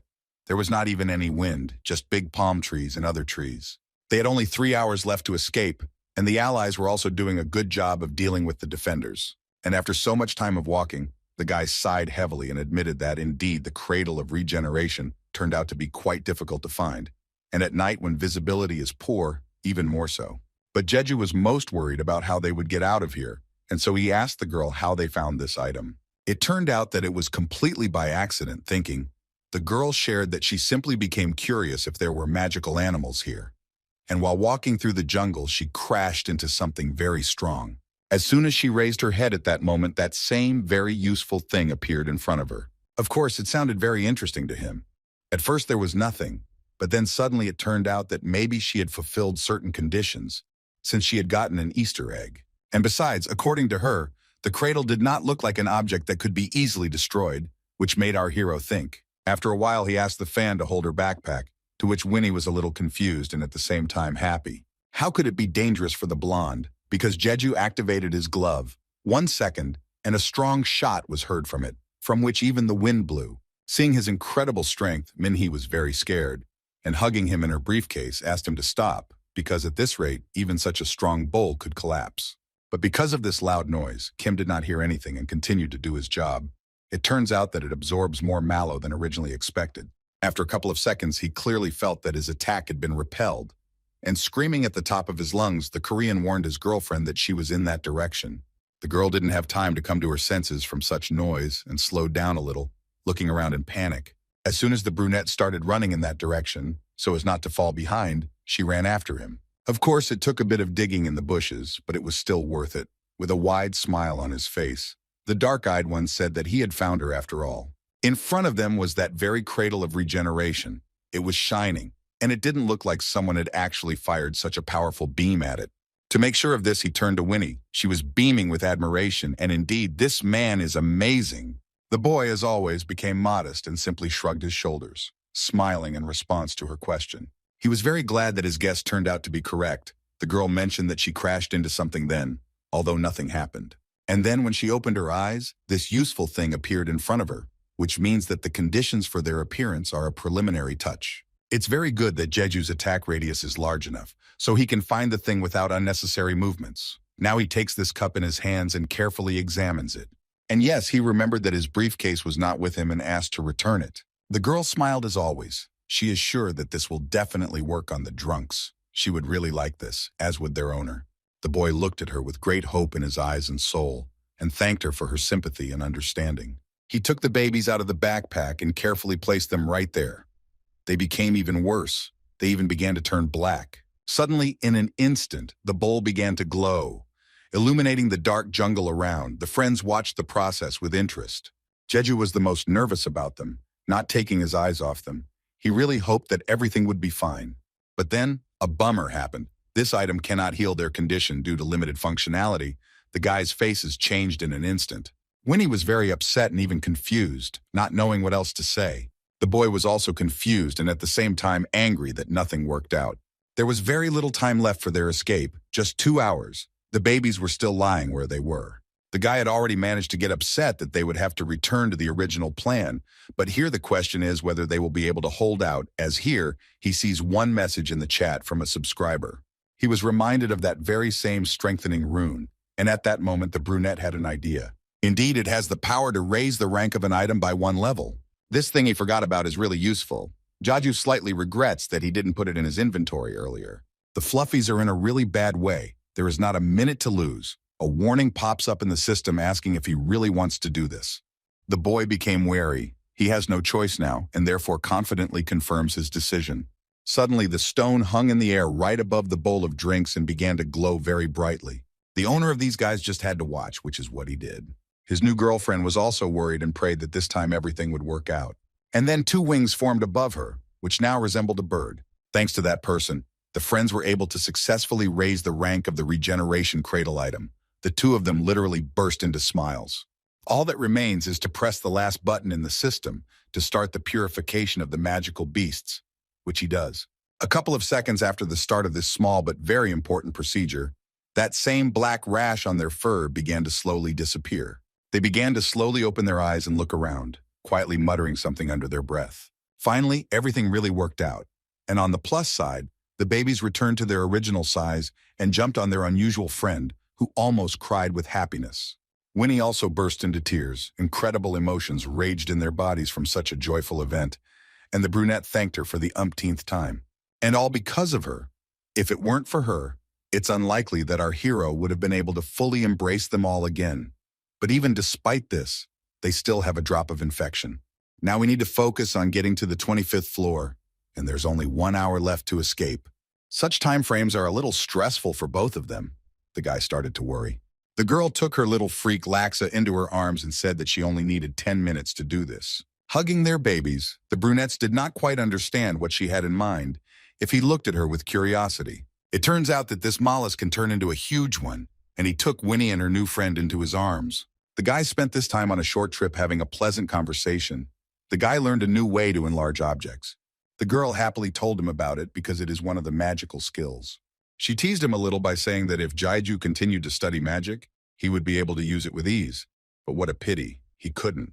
He appreciated her joke and just smiled playfully. It was good that they finished the dialogue just in time. Minhee happily reported that they had found the very solution. And before saying goodbye, she asked him for forgiveness for not being able to help him anymore. But although she had done everything she could, she had also extended the lives of the Fluffies. It was a great honor for her to see the Pulpoys in person, but they became a little more wary, which touched the girl even more. Having finished speaking, she waved her hand in a friendly manner and wished him good luck in the future. The brunette politely reciprocated her feelings and said goodbye to the fan. Now it's important to move on. Jaiju began to apologize to his little ones, which again pushes them into the backpack, but unfortunately, it has to be done. Out of habit, the briefcase feels even heavier than it was before. Now, however, entering the portal seemed very strange to him, because it seemed to the guy that he was already accustomed to such sensations. The first thing he felt was a slight tingling in his head. Then he starts to feel motion sickness, even to the point of nausea, and this feeling is much more pronounced than usual. But no, the brunette feels some kind of disgust, as if boiling throughout his whole body, and at this time he lands in a very strange place. He found himself at the very top, and the tier below were the most terrible monsters. This is their habitat. It seems that he ended up in a demonic dimension. Actually, as far as he remembers, the test of the 25th floor takes place in the spirit forest, which is filled with the energy of nature and is very easy and pleasant to breathe. But here it is completely different, as if the sun's rays have never fallen here in my life. It feels like something out of the world of Astrud. Jaiju looks around in bewilderment and once again becomes convinced that he really is in a demonic dimension. It is impossible to forget how the administrator interfered with the 5th floor as well as the 15th, but he never changed his location. The chat window, community, and reward notifications are not active and show an error when trying to open them. The guy decided to touch himself. Everything felt too clear to be a dream as he already thought. Suddenly he hears some very creepy and strange voice looking around nervously. It was some strange demonic cloud of white color that appeared right above his head. Naturally, the guy became interested in who he was dealing with and initially asked what it was. In response, the monster smiled broadly and asked to follow him, if of course Jeju wanted to know the truth. With a strange squeak, it flew to the right, and our hero only looked at it. He began to doubt whether it was worth following them at all, this creature, and even more so, where to, because there is a rather large abyss beneath it. Suddenly it became dark around him, so much so that it was impossible to understand what was happening around him. The brunette looked around, and he very much doubted that the administrator had tried. Otherwise, he would have revealed himself immediately after asking the question. He hears again the strange voice, which urges him to hurry. Kim didn't even notice how he found himself near a large castle, and that's exactly where this ghost was heading. It looks like it's inviting him to go in there. It looks pretty dangerous and scary. But most of all, our hero is worried about his little furry creatures. Their condition has only improved, but the infection has not completely gone away. However, if you stand rooted to the spot, then of course nothing can be solved by this, and he had to go in. The administrator remained where he was, and was again unhappy that he was being bombarded with questions. Charon was still pestering him. She promised that if he continued to be ignored, she would go down to the 50th floor and punch him. The bald man seemed to ignore her, saying that he had made a mistake, to which she was very surprised. The girl didn't have time to hear the answer, and simply noticed how he was looking somewhere very intently, without even blinking. And then suddenly, he disappeared into thin air, said goodbye and wished to meet next time, which made the redhead shudder violently. She fell to her knees in horror. Her head could not wrap itself around what he had told her about some kind of mistake. Could it possibly be something that concerns Jeju? This is what worries Charon the most. She had to look in her system, entering his nickname into the search, The girl saw that he was offline. His stream is disabled, which is very bad. After such news, she becomes even more anxious. The guy found himself right next to the throne after walking a little along the corridor of the creepy building. The man who sat on it called himself Cunning. He is the great duke of the abode of demons, and he smiled slightly. His name seemed immediately familiar to him, but what he was doing here was unclear to him. The character by this name is the boss of the 99th floor, and is the worst monster that players will encounter while climbing the tower. And he wanted to clarify this very point with this demon first of all. The blonde propped his chin up with his fist, and smiling said that it was all not real, calling him names. Our hero didn't like that he called him a toy. Could he really trust him after that? Rolling his eyes, Cunning was indignant that that obsessed little man was interested in an idiot like him. It was immediately clear that they were talking about that crazy administrator, and Jeju tried to clarify this just in case. And indeed it is him, and that is why they don't have so much time now. And besides, the boy is not sure that it is safe here in this tower. As it turned out, this was the Duke's own space, and even the administrator did not have direct access here.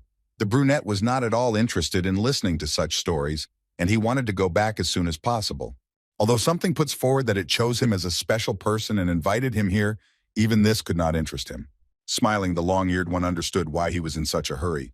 The reason lay in that very world tree. After his words, Jeju got goosebumps, especially when he saw how he showed his buttocks. They are not in the best condition now, obviously, since he constantly travels with them despite his poor health. His backpack was open, and this caused a little panic. The guy didn't even notice how he was able to take them from there. The fluffies really started to feel much worse than before. They can't stay in the demon world for long. And one of them is holding them in his hands right now and hinting to the guy that he shouldn't trust the spirits who tell him that they know how to cure the kids. This made the guy think. He didn't answer anything, but just continued to listen with a surprised expression on his face. Anxiety can easily cloud his mind, and so the big-eared one advises him to calm down and think, because he himself knows the answer to how to fix everything. His words sounded quite convincing, and indeed our hero needed to catch his breath now. Canfield stood up from his seat and suggested that he be reminded of something, right here and now, that he should do. He lightly touched his head with his hand, and 100 goosebumps ran through the boy's body from his cold limb. After a few seconds, Jeju felt a strange nausea and dizziness, as if he had entered a completely different dimension. Memories of him hugging his boys after that run-in with the flower began to flash through his mind. How they helped him despite his poor health and almost complete inability to even move or speak. That day he almost died, and the kids were so worried about him that they started crying. After it was all over, his briefcase fell off his shoulder. After such a small therapy of memories, Jeju himself remembered and realized a lot of things. He spoke all his thoughts out loud, and Canfield listened to him, smiling slightly. The boy didn't see the whole picture then, but the stories of the spectators were the same. The pulpoy absorbed all the mana of the sun that day and saved him. Placing his hand on his chest, he seemed to come to one conclusion and decided to check something out. The demon reminded the young man with a smile that life is a cycle, and if you receive something, you must return it. Now it would be right to believe in his abilities. Now his time was limited. He was worried about his babies, who were again sitting lifeless and covered in black spots, and he slowly began to approach them. The guy needed to put his hand on his chest and get ready, which he did.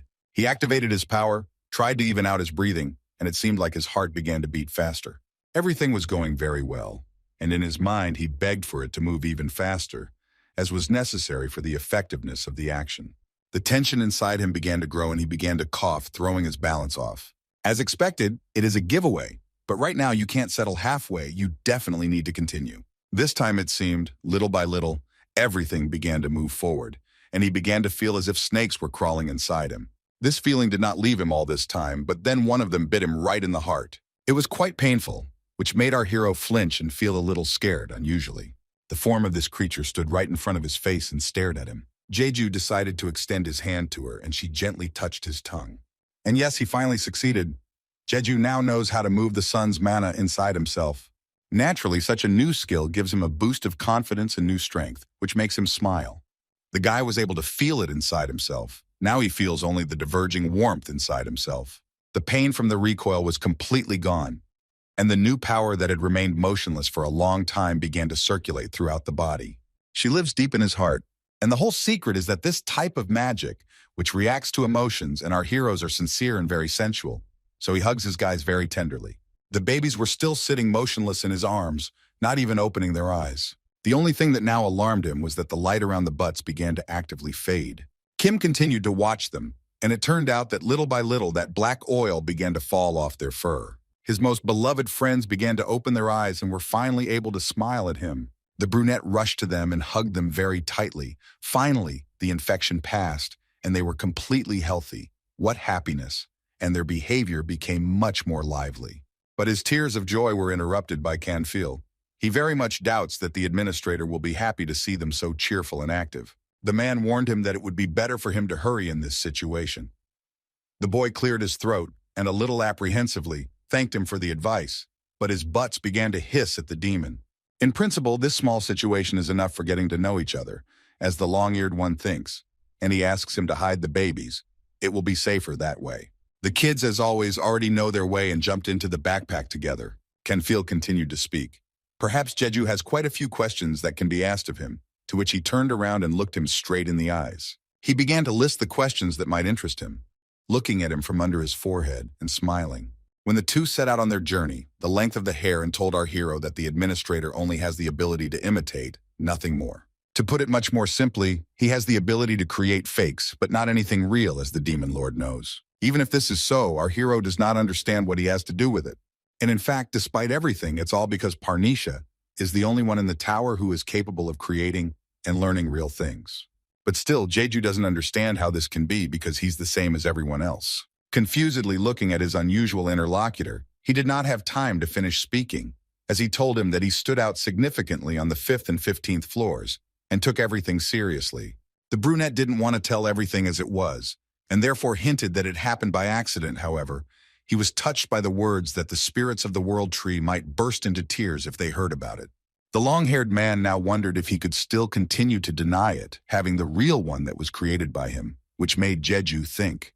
And indeed, the fuzzies really did go against the administrator when they defended him, although in essence they should obey him, and that is why he has nothing to oppose the demon's words. But anyway, right now it's not that important, so the blonde gives him a chance to think about what he heard. Here he brought his guest to some very interesting place and suggested changing the focus to him. Our hero looked at the glowing miracle that was in front of him and could not understand what it was.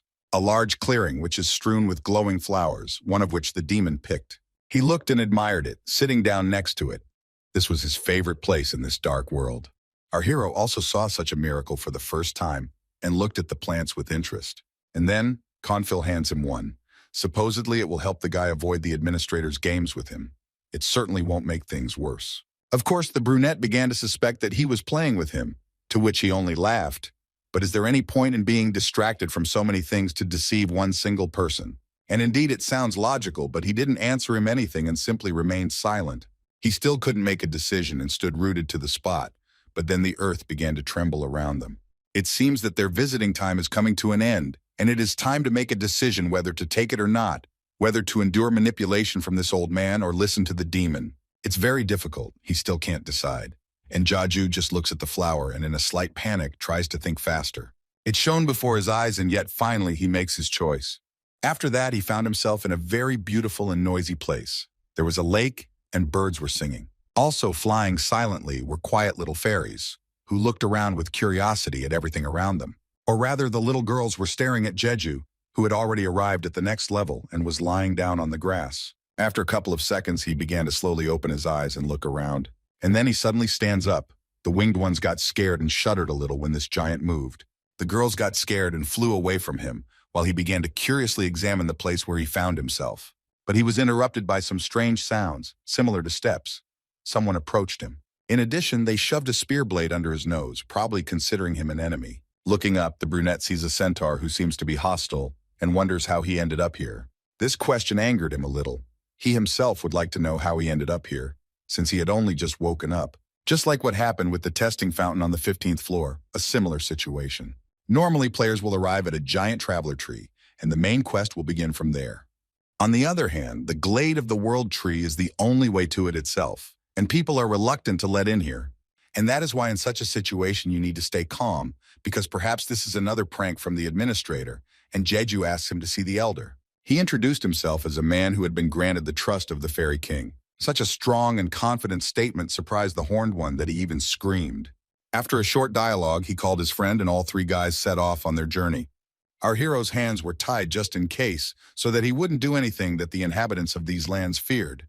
As far as the boy knows, the people and the guardians of the forest are connected by an ancient pact. If that is so, then they could simply give him the opportunity to see the elder. The blonde led him as if on a leash, and promised to give him a good dressing down so that he would know how to talk nonsense.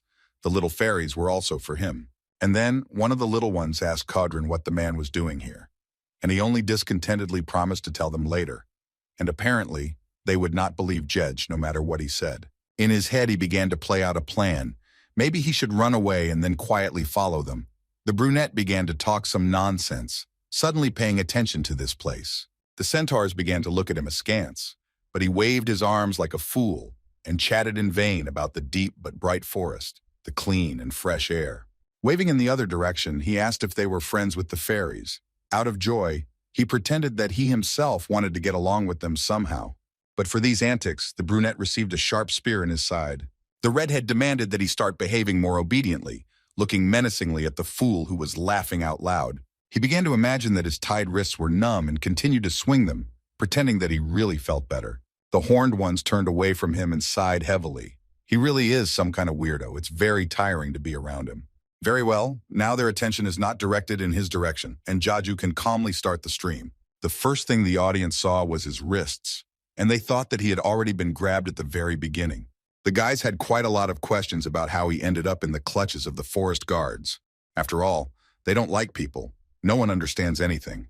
And then, right in front of his nose, a very beautiful place appears, bright and sunny, which literally blinds the eyes. The brunette looks at him and can't stop admiring him, and on the orders of the horned ones, he goes further with them. Literally a couple of seconds passed, and they found themselves in a small village where there were very beautiful houses.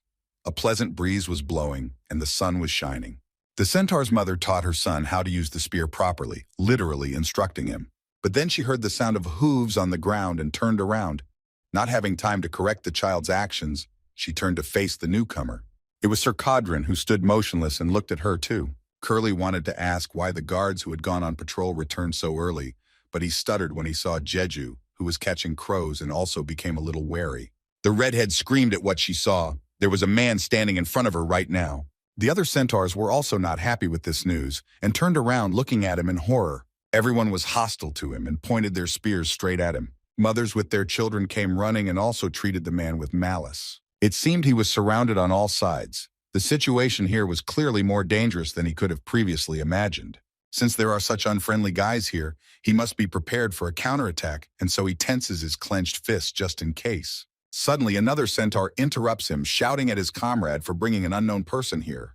Red couldn't accept it. His friend was trying to tarnish these sacred lands with this little man. The blonde tried to answer him something, but he interrupted him and did not want to hear. Raoul demanded to finish him off here and now. He did not care what reasons he could tell him. He didn't let him say another word. This character wants to talk to the elder. The horned one told him this confidently and without emotion. Now he was seriously angry. One of the 3 and 3 guards flew into the air because of the human language. Such a tragedy cannot be allowed to happen again now. Jeju simply listened to them silently and decided not to interfere in the dialogue. Codrin tried to protect him. Because he had earned the trust of the Fairy King, his brother still scolded him for it. He had no right to say such things. However, the stubborn man still insisted on the unusual guest's wish. Since he wants it here, then they must fulfill his request, to which he put a spear under his throat. The redhead began to raise his voice at him, but he was stopped by the deathly silence that suddenly arose around him. The centaurs turned around when a strange, large black shadow began to appear behind them. This is a tree that is rotting before everyone's eyes, at an incredible speed. Our hero also looked at this and was very surprised. The test had already begun right now. It was time to get started. Now he faces the task of preventing the complete decomposition of the world's trees. Raoul looked in that direction with horror. Something very bad was happening. The plant's current condition was terrible, and he immediately yelled at his brother for saying that it was all this man's fault. However, it is important not to jump to conclusions now. Clutching his weapon tightly in his hand, he still continued to insist that people cannot be trusted. Red couldn't contain himself and walked up to Jedge, shouting and swinging his spear at him. He just stood there and waited for the right moment to avoid a collision with him. Codrin was very afraid for him. The light layer of dust and the bright flash from the attack made it seem like he had been pierced right through. The striker smiled widely. It seemed he had managed to defeat him. The blonde watched him with horror. He had a bad feeling that could not be explained in words. Well, if you think about it logically, if the guy really wanted to harm the guardian tree, he would have come up with a different way. And that's why he stops the sharp blade with his cloak. And besides, he himself wants to finish off the demons and save what is dear to these residents. He said this confidently, looking at them with a murderous gaze. When the blade fell with a small ringing sound, its owner was very surprised and even shuddered a little.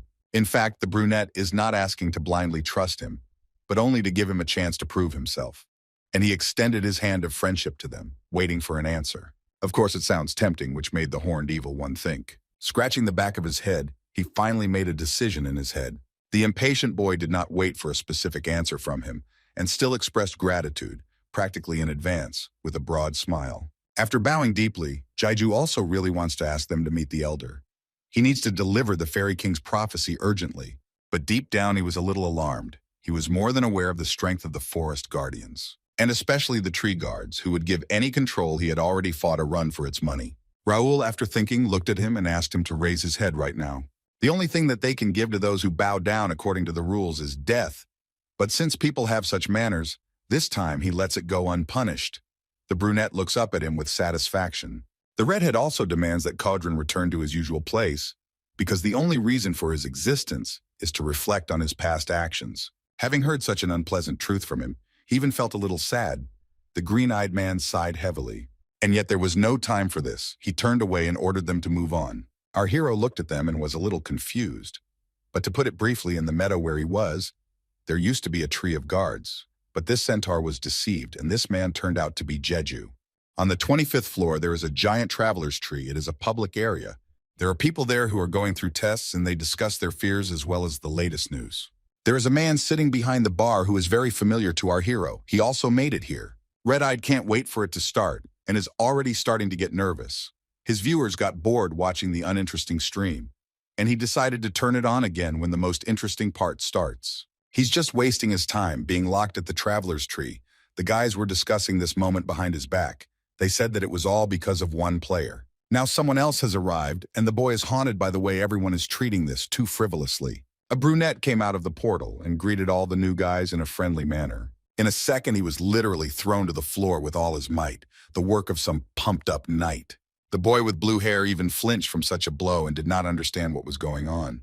He asked for forgiveness very rudely, but not seriously, saying that he couldn't stand men, while the new guy was lying on the ground unconscious. With his hands on his hips proudly, he introduced himself as Lee Sanhu, the 6th leader of the Hypocrite Guild, and forcibly asked everyone for cooperation. The man kept chatting and chatting, proud of how skillfully he and his team had climbed up to the 29th floor, while a man approached the victim and tried to bring him to his senses. There were some threats, but the thug asked everyone to speak up if something was wrong, but the blue-haired one decided not to answer. The other participants already understood that they were dealing with a cruel and proud person, and, just in case, also remained silent. The stupid manipulations he pulls make the blonde smile widely. So to begin with, of course, they need to look around to see what's here and what's what. The guy in the green cape watched them from a slant so as not to arouse suspicion. There were already about 48 players on the floor. 2 more were needed first. And judging by their behavior, the clan members similar to them also noticed this, since they are carefully studying the faces of everyone who is already present here. After some time, I say they reported that they inspected all levels, but he is not here, and as long as this continues, the test should pass without incident. Immediately after the subordinate's words, someone came out of the portal, and Sanhu immediately noticed him.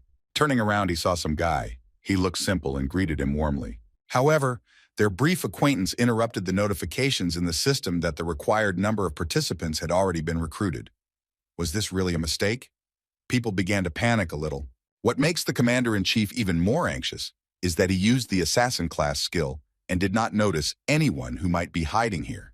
Well, why then the test began? He does not understand, and its goal is to prevent the complete decomposition of the world's ancients. But so far, no one has paid attention to it.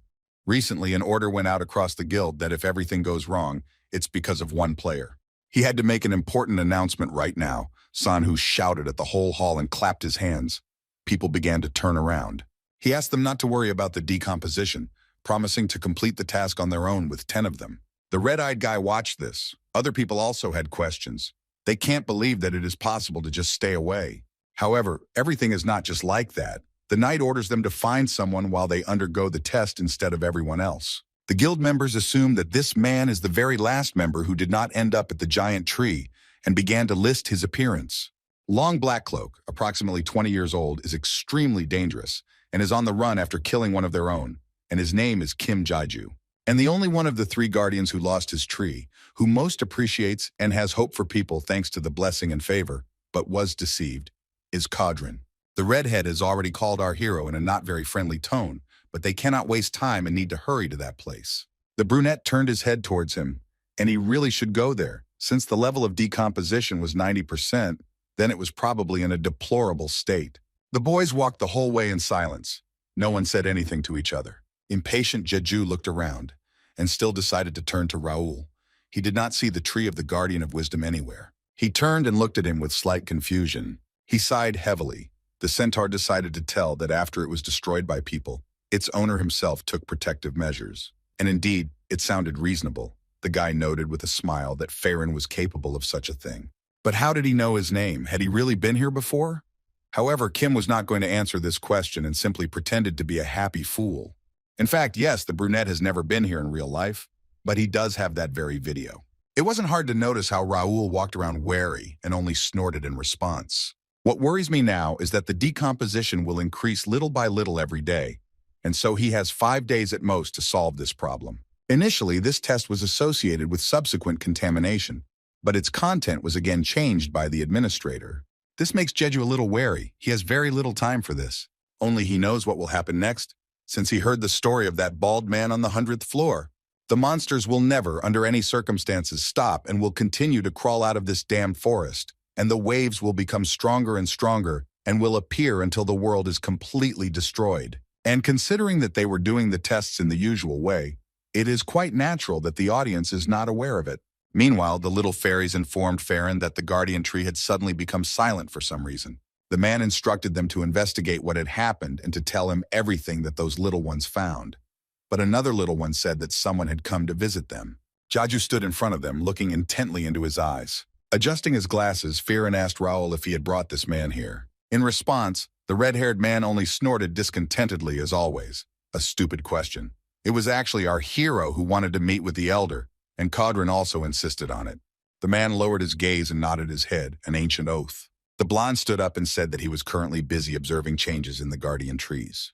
The audience noticed that he was looking at the guy with great condemnation, but he tried to calm him down and said that he was aware of this and just wanted to see if he could help with something. This statement only made him laugh. The man himself speaks as if he understands them, but then their conversation is interrupted by the little fairy, who came to tell the news and was a little scared. While she was remembering what she wanted to say, her voice began to tremble. Something terrible had happened to Codrin. People attacked him and made fun of him for being a weakling. He lay on the ground, all wounded, and looked into their eyes with slight hatred and did not answer. The girl laughed at the fact that the guardian is nothing without his tree, but few people know about this. The victim, however, tried to remain calm and not lose his composure even in such a situation. If he breaks down, the young defenders of the forest will be in great danger. They were also captured and could not stand such a crush on them.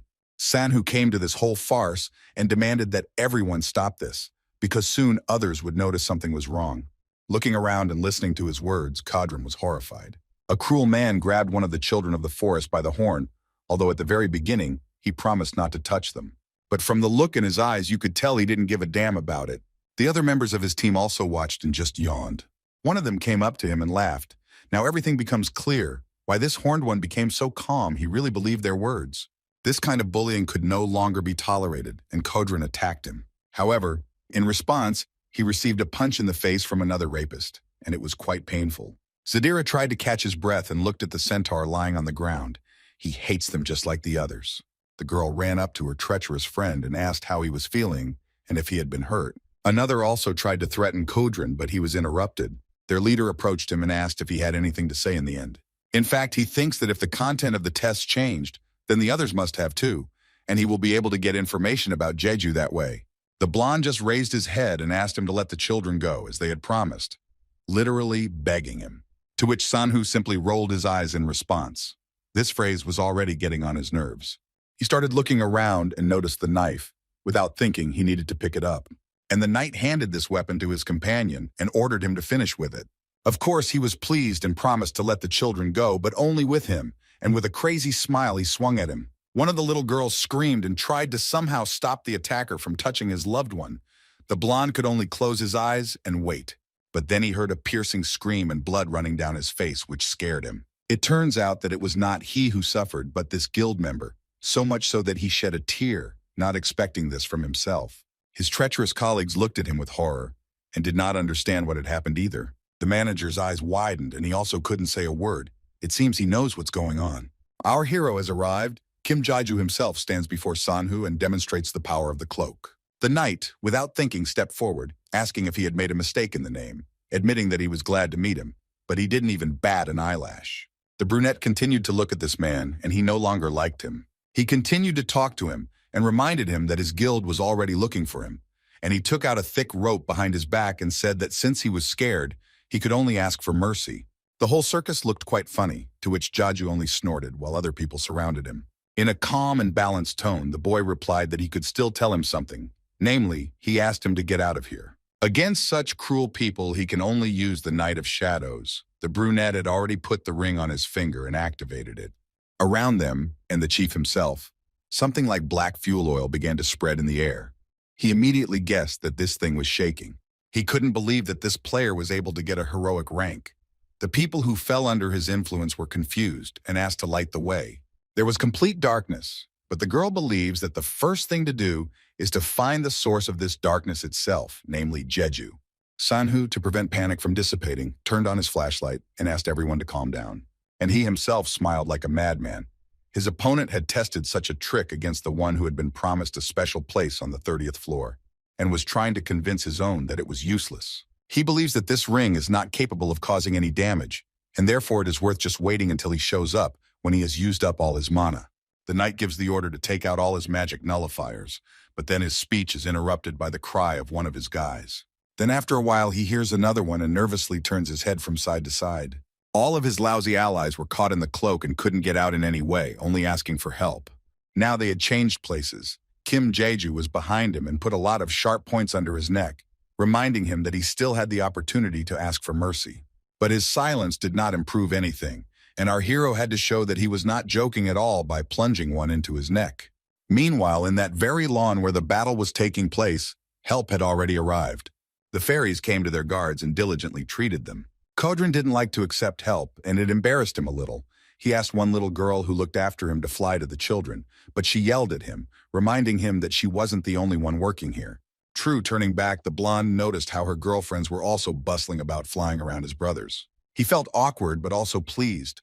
With a slight, strained and tired smile, he thanked her for her efforts. It's good that now everything is getting better, but now he became interested in who saved them all. The girl pointed her finger without saying anything. He saw only some kind of black hole from which strange sounds were coming. This scared Kodrin a little, and he began to suspect that it was something demonic, but this was not the case at all. The man they had met at the entrance came out of it and carried the leader of this vile gang out by the scruff of the neck. His other allies were also unconscious and lying on the ground, unable to wake up. The guy approached the victim and was glad that he had already come to his senses. Smiling broadly, Jeju turned to Kodrin and asked how he was feeling. The blonde sat dumbfounded and nervously said that everything was fine, but now he was interested in the details of what happened here. Medinov's look at that guild. Brunette said that he heard how someone was doing something bad. His arm was already numb from holding this brute, and he carelessly threw him to the ground, demanding that he come to his senses. Lee Sanhu opened his eyes in horror and began to look around. It seems he still doesn't understand what's going on here. Jae-ju immediately pounced on him, asking where the rest of the users were, not counting the other guild members. He ordered to bring everyone here immediately because it's not so funny when someone is out of the loop, and the aggressor nervously nodded his head in agreement. Even though all this fuss is expensive, it's not worth ignoring either. The guy can't afford to have others getting in his way. And besides, in fact, the point is not at all that the forest guardians do not trust people. Sanhu continued to write to someone in the system under great stress. The whole problem is that if suddenly there is a disagreement between the centaurs and the people, the users will start to act as they please. And in such a scenario, the situation will not be the best. The man called everyone to the world tree in the meadow, and soon everyone came. No one understood why they were called here, and they whispered in confusion. One of them turned their gaze and saw the guild members tied up and suppressed. The guy who gathered everyone was very happy and said that all this was in order to ask them for one favor. Looking unfriendly at Sana, he hinted that he was not on the best terms with the hypocrite guild. The blonde just lowered his head. Well, anyway, this fact should worry them the least. The issue now is something completely different. Our hero used his power and fired a beam of mana forward. Those who arrived began to cover themselves from the strong light, which blinded their eyes. The guild members were not happy about this either and looked on in horror. A few seconds later, there was a loud explosion that made everyone shudder. Our hero looked at the result of his work and said that he was going to pass the test on his own, but on the condition that everyone stays away. He doesn't have enough power right now to deal with both the guild and the infection at the same time, so Jaju is going to convince them to do what's right for him. And if he had not decided to leave Sanka alive, the users would not have trusted him and would have started terrorizing him. So now he should have repeated to the guys that he was not going to treat anyone cruelly, but they looked around in confusion and remained silent. And since there are no objections, then we can assume that everyone understood everything, which makes Jeju happy. The users were not enthusiastic, but fortunately they made concessions to him and returned to the tree of the world of travelers. Finally, he came to the centaurs, who were already waiting for him and wanted to talk to him. The brunette apologized for being late, especially to Raoul, who was always dissatisfied, but even his tired appearance could not extinguish the fire in his eyes. Farron decided to start the dialogue first. The guys were just talking about him, and he showed up on time. The blonde told him that the elder was looking for him to thank him, specifically for saving his comrade Kodran. In fact, he is tormented by doubts. Even in spite of this situation, Raoul and his brother, on the contrary, are benevolent, for which our hero was very happy, although a little surprised. Now he needs to meet the main guy here and then resort to persuasion, and then the guy wants to team up with him to solve the problem. Suddenly, he was interrupted by a sudden pain in his heart, which began to literally tear him apart from the inside. Farron noticed that something was wrong and looked around, while Jaju was trying to catch his breath. The man decided to ask him if everything was okay, but he decided not to answer and just smiled in response. Most likely, this pain was associated with too much mana consumption. He used most of it to activate the Knight of Shadows when he decided to teach those rascals from the guild a lesson. But still, since the guy had gathered all the strength he could for that attack, his heart reacted exactly like that. It began to beat strongly, and the feeling, as if it was pinched there, began to devour from the inside. Now there was no need to show off and raise unnecessary questions, so Jaju asked to go further, to which Farron only shrugged his shoulders. Now the man had serious doubts about whether he really was going to protect them all with such a fragile body. And as one who has received the blessing of wisdom, the blonde can easily sense who is lying and who is telling the truth. But this does not mean that he does not trust the boy. He only had to listen to his centaur friend and then go on with him. The journey was not far. In just a couple of minutes, the guys arrived at the place and saw an old man looking at a dying tree. Farron asked why he came out, but he doesn't suspect that the whole reason is that the guards are dying, and this worries his grandfather a lot. Raising his head up, the elder was very upset that he himself could not do anything about it. He wants to know some other existing way to deal with this scourge. And it seemed he had guessed that this man had received the prophecy of the fairy king. And yet the old man interrupted him and looked into his eyes with anger.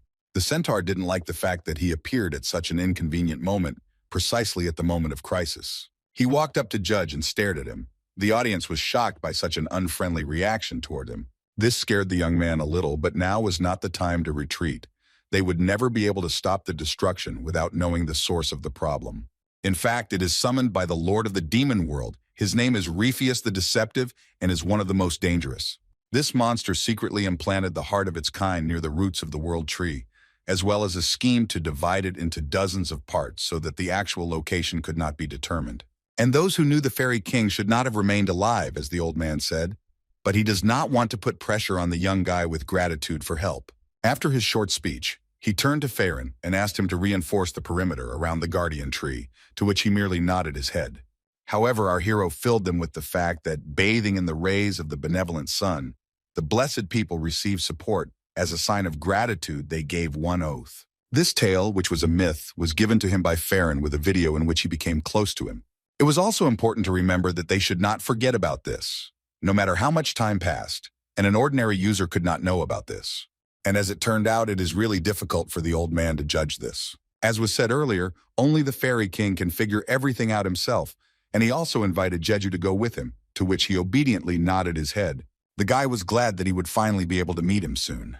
They were walking to some very dark and strange place, where light began to be seen from afar, and there stood a long-haired person, very similar to a human. Coming a little closer, the old man addressed Her Majesty. The blonde turned around and began to look at her new guest from behind her. It is actually a great honor for Jeju to meet her. Standing in front of her is the very person she supposedly trusted. The guy remembered how this girl said that there is in fact an ancient oath, which assumes honor to the person who will save this forest. To which she only smiled, a very sweet attempt, however, due to the disappearance of the Guardian of Favor. This feeling no longer has a place here. After these words, the brunette was a little confused as to why everything went wrong. The queen turned around and was about to leave, answering him rudely. But Jeju did not give up and tried to make her listen to him. He really wanted her to understand him and was already ready to kneel down. But something jumped out of his backpack. With cute squeaks, the little pulpoy began to walk around the room and play. The old man and the girl turned around and looked a little confused at what was happening. And our hero is also very scared and doesn't know what to do now. According to Canfil, he doesn't think at all that the administrator will be delighted that the Fluffies are now in good health. Therefore, the brunette yelled at them and began to demand that they return back to his spatial backpack. He couldn't let him get the message. The guy grabbed one of the merry ones and was about to hide it, but he heard a female voice behind him, which made him stop. He saw how the other kids jumped on the girl's head and shoulders. He was very surprised and asked for forgiveness for such inappropriate behavior in such a majestic place and in front of an important person. Their communication hadn't started from the very beginning. He didn't want to make things worse right now with such an awkward situation. He nervously tried to get the Fluffies back, but the young girl, holding one of them in her hand, could not believe that she felt the energy of the world tree from these wonderful creatures, and began to examine them from all sides. If our hero remembers everything correctly, then these little lumps of happiness were born from there. He felt a little awkward and confused in his soul. Such an event certainly did not happen on this floor, and it becomes logical why the queen saw the Popoevs here for the first time. Even the fairies were able to warm themselves near one of them. Suddenly that little boy began to shine, which made the young lady and the other boys admire him. It seemed that this miracle began to speak to her, telling her that he had a story that he wanted to tell, and also asking her to trust this young man. Also, Toothy hinted that Jeju was here to help them and purred sweetly. The queen never thought that she would meet such intelligent creatures that could literally communicate with her. She was fascinated by them. But then our hero sobbed a little. The blonde looked at him. The guy grabbed his heart, which began to beat incredibly hard. Well, not that, plus there was a nagging pain which was visible on his face, although he tried not to show it. The girl asked if everything was okay. She was alarmed by his behavior, but he couldn't even answer anything. The kids also began to worry. Although he felt uncomfortable, he had to force a smile and say that everything was fine. But in fact, it was the sun's mana emitted by the butts that was squeezing his heart. However, now is not the time to figure out what the reason is. We need to focus on something completely different. In order for the Fairy Queen herself to believe him, Jeju needs to try very hard, and so he kneels before her. With his hand on his heart, he proudly declared that he could assure her that he wanted to protect and save this forest that belonged to her. She still continued to look at him with a slight mistrust in her soul. The blonde thought about his words until he insisted on looking deeply into her eyes. And yet the queen decided to acknowledge him. Now after this, she should tell the forest and the fairies one fairy tale, which immediately brought a wide smile to his face. The girl promised our hero that inside this grove, his will would now be under her gaze. And spreading her large and beautiful wings, she approached the guy, gently taking him by the chin. After such a pleasant conversation, he had to go and fulfill his duty, and he literally ran. Jeju has to stop this nightmare before it gets into full swing, so he's running there now. After all the trees of guardians, in addition to favor, like the world tree itself, which is located in the center of the triangle, formed as a result. And soon the brunette finally arrived at the place and began to look out from behind the bushes. In that very place stood some unknown weirdo with his back turned to him and wearing a long black cloak. But he knew perfectly well that it was the Lord of Deception, Refia, and he asked what she was doing here. The red-haired girl took off her hood and showed her face. Could it be that after a long time of her boring life she saw a person? It was surprising to her. Kim knows he needs to be bold and not hold back right now, or he'll literally fall into a trap.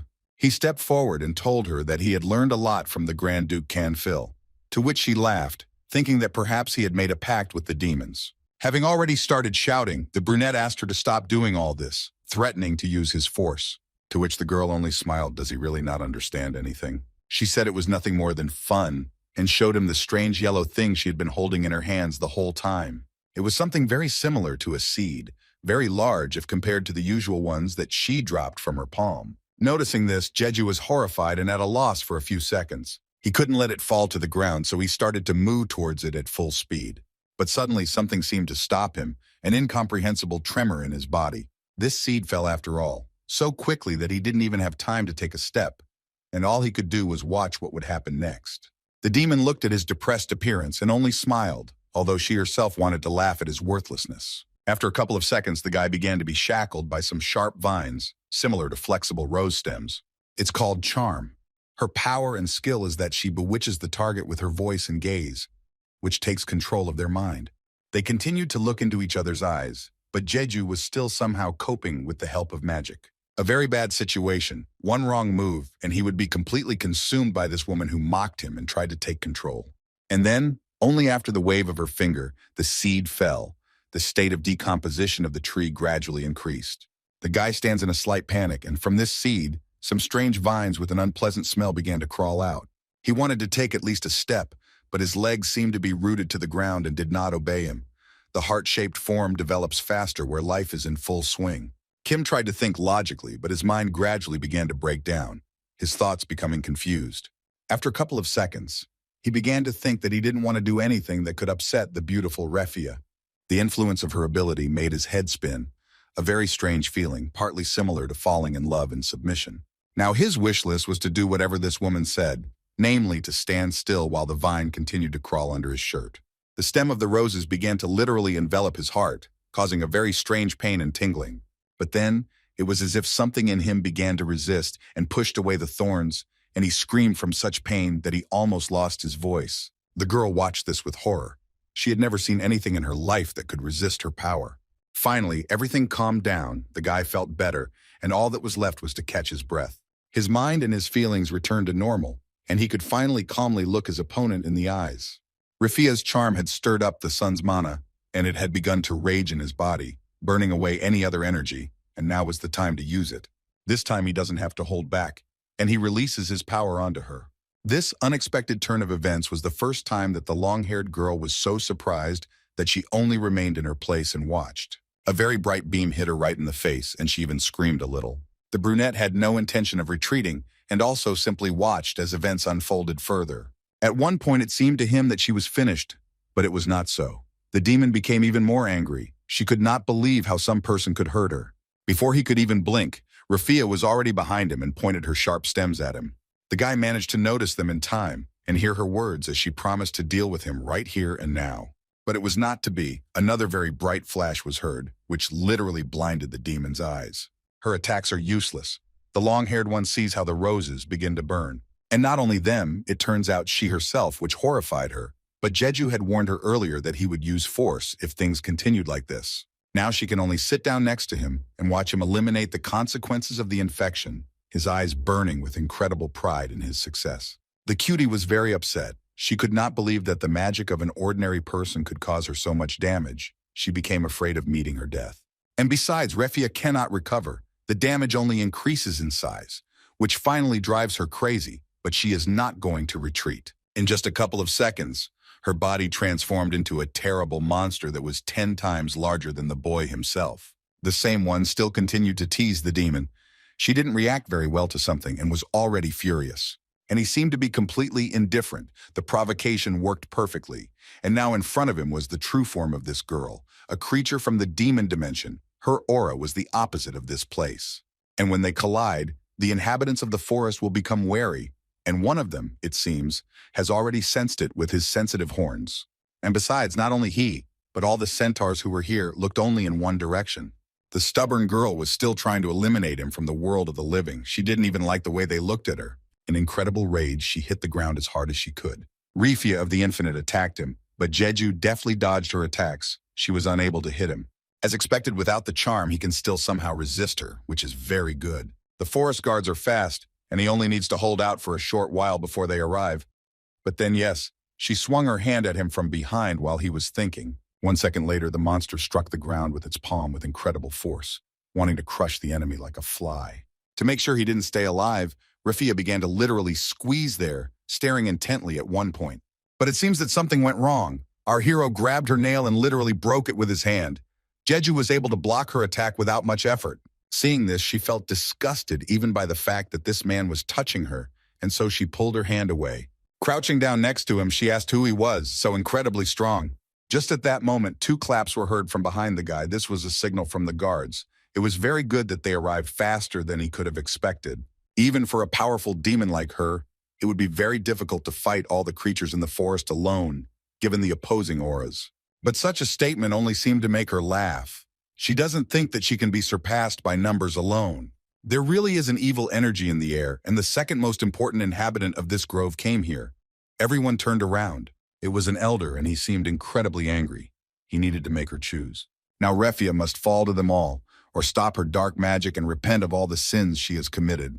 But even if she decides to shift her focus to the second option, she will still face death, as the old man said. Jeju stood and smiled. It seemed that they managed to stop this crazy woman. The elder's magic was incredibly strong, to the point of goosebumps. Now that he and the guards are working together, she won't be able to destroy all life here. And turning back into a hidden form, she falls to her knees begging for mercy. Covering her face with her hands, she began to think up on the fly that she was doing all this, not of her own free will. This is all good, of course, but Rafia herself would never cry like that. The guy knows her well enough to understand this before anyone else. She probably has some kind of cunning plan that even he doesn't know about. Jeju began to rummage through the system in confusion. There was literally 1% left until the plant completely decomposed, which immediately changed his expression. Now everything became clear. The brunette shouted at the long-eared one, who was still pretending to be drowning in tears. But then she suddenly falls silent and begins to giggle quietly, removing her hands from her eyes. And soon he looks at him with a wide smile. A demon is a demon. Gritting his teeth, the man rudely asks her how many particles of the heart of the end she planted, although he himself knows that it was definitely not just one. And Rafia can't believe that he really thought that she was playing and did nothing before he arrived. Now she will be the one laughing. But then there is a small explosion with a bright flash right next to her face. It was Jaiju who attacked the madwoman with his mechanical glove. He would like to end it all quickly. The long-haired girl fell to the ground and just giggled, teasing him to shoot again, but this time so that she would definitely not be able to stand up straight on her feet. However, if everything was really that simple, he would have done so. But the problem is that the lords who came from the demon dimension and took human form cannot die. They can only pretend to be submissive and give in to the will to deal with this body in order to return to the present. And this is why Kim asked Kodrin to watch over her and make sure that she does not escape. And he himself runs away from him in panic, reminding that if he notices anything strange, he needs to immediately finish her off. But now he urgently needs to stop the infection of the world tree. It was already pitch dark outside and crickets were singing somewhere far away. The guy didn't have time to enjoy the beauty of nature and walk around the forest. He ran as fast as he could through the trees, deftly jumping from one to the next. And at the same time, in his thoughts, he scolds himself for not being able to predict Rafia's next move. He has no idea how many particles this splinter has managed to plant, but if they all blossom together, then a nightmare worse than Taruka's will begin, and this scares him. And so Jeju stops on one branch and somehow maintains his balance. The guy is already close. The brunette looks around and finds with his gaze the very same damaged tree that needs urgent help. Due to such a severe infestation, it is constantly wilting, and its large branches are about to fall to the ground. The fairy queen is there right now, and is doing everything she can to help him survive, supporting him as best she can. However, if you don't get rid of the source of the problem, then all efforts will be in vain. The boy deftly jumps down from the tree. And the first task that Jaju faces is to collect all the seeds while the protector is still on her feet, and he doesn't have time to look for them himself. The guy sighs heavily and takes his briefcase off his shoulder. He doesn't want his little friends to get involved in this, but he has no other options. As soon as the lock opened, the pulpoy with happy faces crawled out of their almost permanent carrier. The fluffies were very happy when they saw the boy again, and with incredible joy they jumped into his arms. The kids love it when he hugs them all, and that's why they always come to his aid and even show him with their eyes how much they love him. The tree was already in a very bad condition. It stood lifeless and very limp. Just then, a little bundle of happiness jumped onto him and began to examine him. Soon his friend joined him at Jeju's request, and they cheerfully showed him something. The boy got into a fighting stance and smiled widely, thanking them for their support. Finally, there was one last flower, which mutated like a parasite and began to sprout vines that resembled tentacles. And of course, our hero skillfully dealt with it too. Nothing remained of the plant after a couple of clicks in the system. The infection level has gradually begun to decrease, and it turns out that these pulpoy are not only good at sensing magic, but are also sensitive to the energy of the demon dimension. Thanks to these little ones, Jeju was able to quickly find all the seeds and deal with the heart of the end. Now he breathed a sigh of relief. The Fluffies have already started playing, but now it is important not to relax, but to continue in the same spirit, despite the small victory already achieved. But one of them was acting suspiciously. Kim tried to get closer to him and asked a little worriedly what had happened. The boy began to examine the tree. It seemed like there was nothing special, no dark spots or artificial scratches, but something inside him. It felt like something was wrong. And indeed, it cracked in one place and with a rather unpleasant sound. It seemed that all the roots in it began to split. Grabbing the kids in his arms, the brunette jumped away from there, because something began to crawl out from there. He looked at everything that was happening with horror, and it seemed that he was beginning to understand what it was. And later it seemed to him that something fell from the tree itself and formed a small hole in the ground. When all the dust cleared, a strange ball could be seen. Just in case, Jeju grabbed all the babies in his arms and asked if everything was okay with them, to which they purred happily. He raised his head up and saw the numbers decreasing, so it was not an infection, but something slimy and disgusting was coming out of the roots. If you think about it, if the heart of the end blossomed, it would mean that it had absorbed all the life force of the world tree. But in that case, the pollution level had reached the limit and the trial had ended. The guy began to worry that he might have missed something, but then his thoughts were interrupted by Kodrin, who also came running worried. Together with Raoul, they were worried about why such a stench was coming from the tree, since they had managed to stop such a terrible process of its death. Our hero was also confused. The elder told him that Rafia had returned back to the demon world, continuing to mock them until the very end, and they came to help him. At the queen's command, they had to fulfill their duty. Kodrin stood next to them and spoke the words of the goddess of love. Others had to do the same, and around this terrible crack, the guardians of the forest formed something like a triangle. The red-haired man's horns began to glow bright red, and all the boys concentrated on completing their task. Our hero watched them. It would be really great if they could solve this problem in this way, where they began to pronounce something similar to a spell. Evil creatures will never be able to harm their grove, and now they need to make every effort to do so. The elder approached Jej, saw that he was worried, and asked him to trust them after all. He had to step back, but even though he decided to give them this responsibility, he still felt uneasy. He still needed to assess the situation from a higher position. It didn't take long to find a suitable branch, and the brunette asked his little ones to hold on tightly to him, to which they nodded their heads. 1 second, and the friendly team is already at the top. The boy began to assess the situation that had developed around him.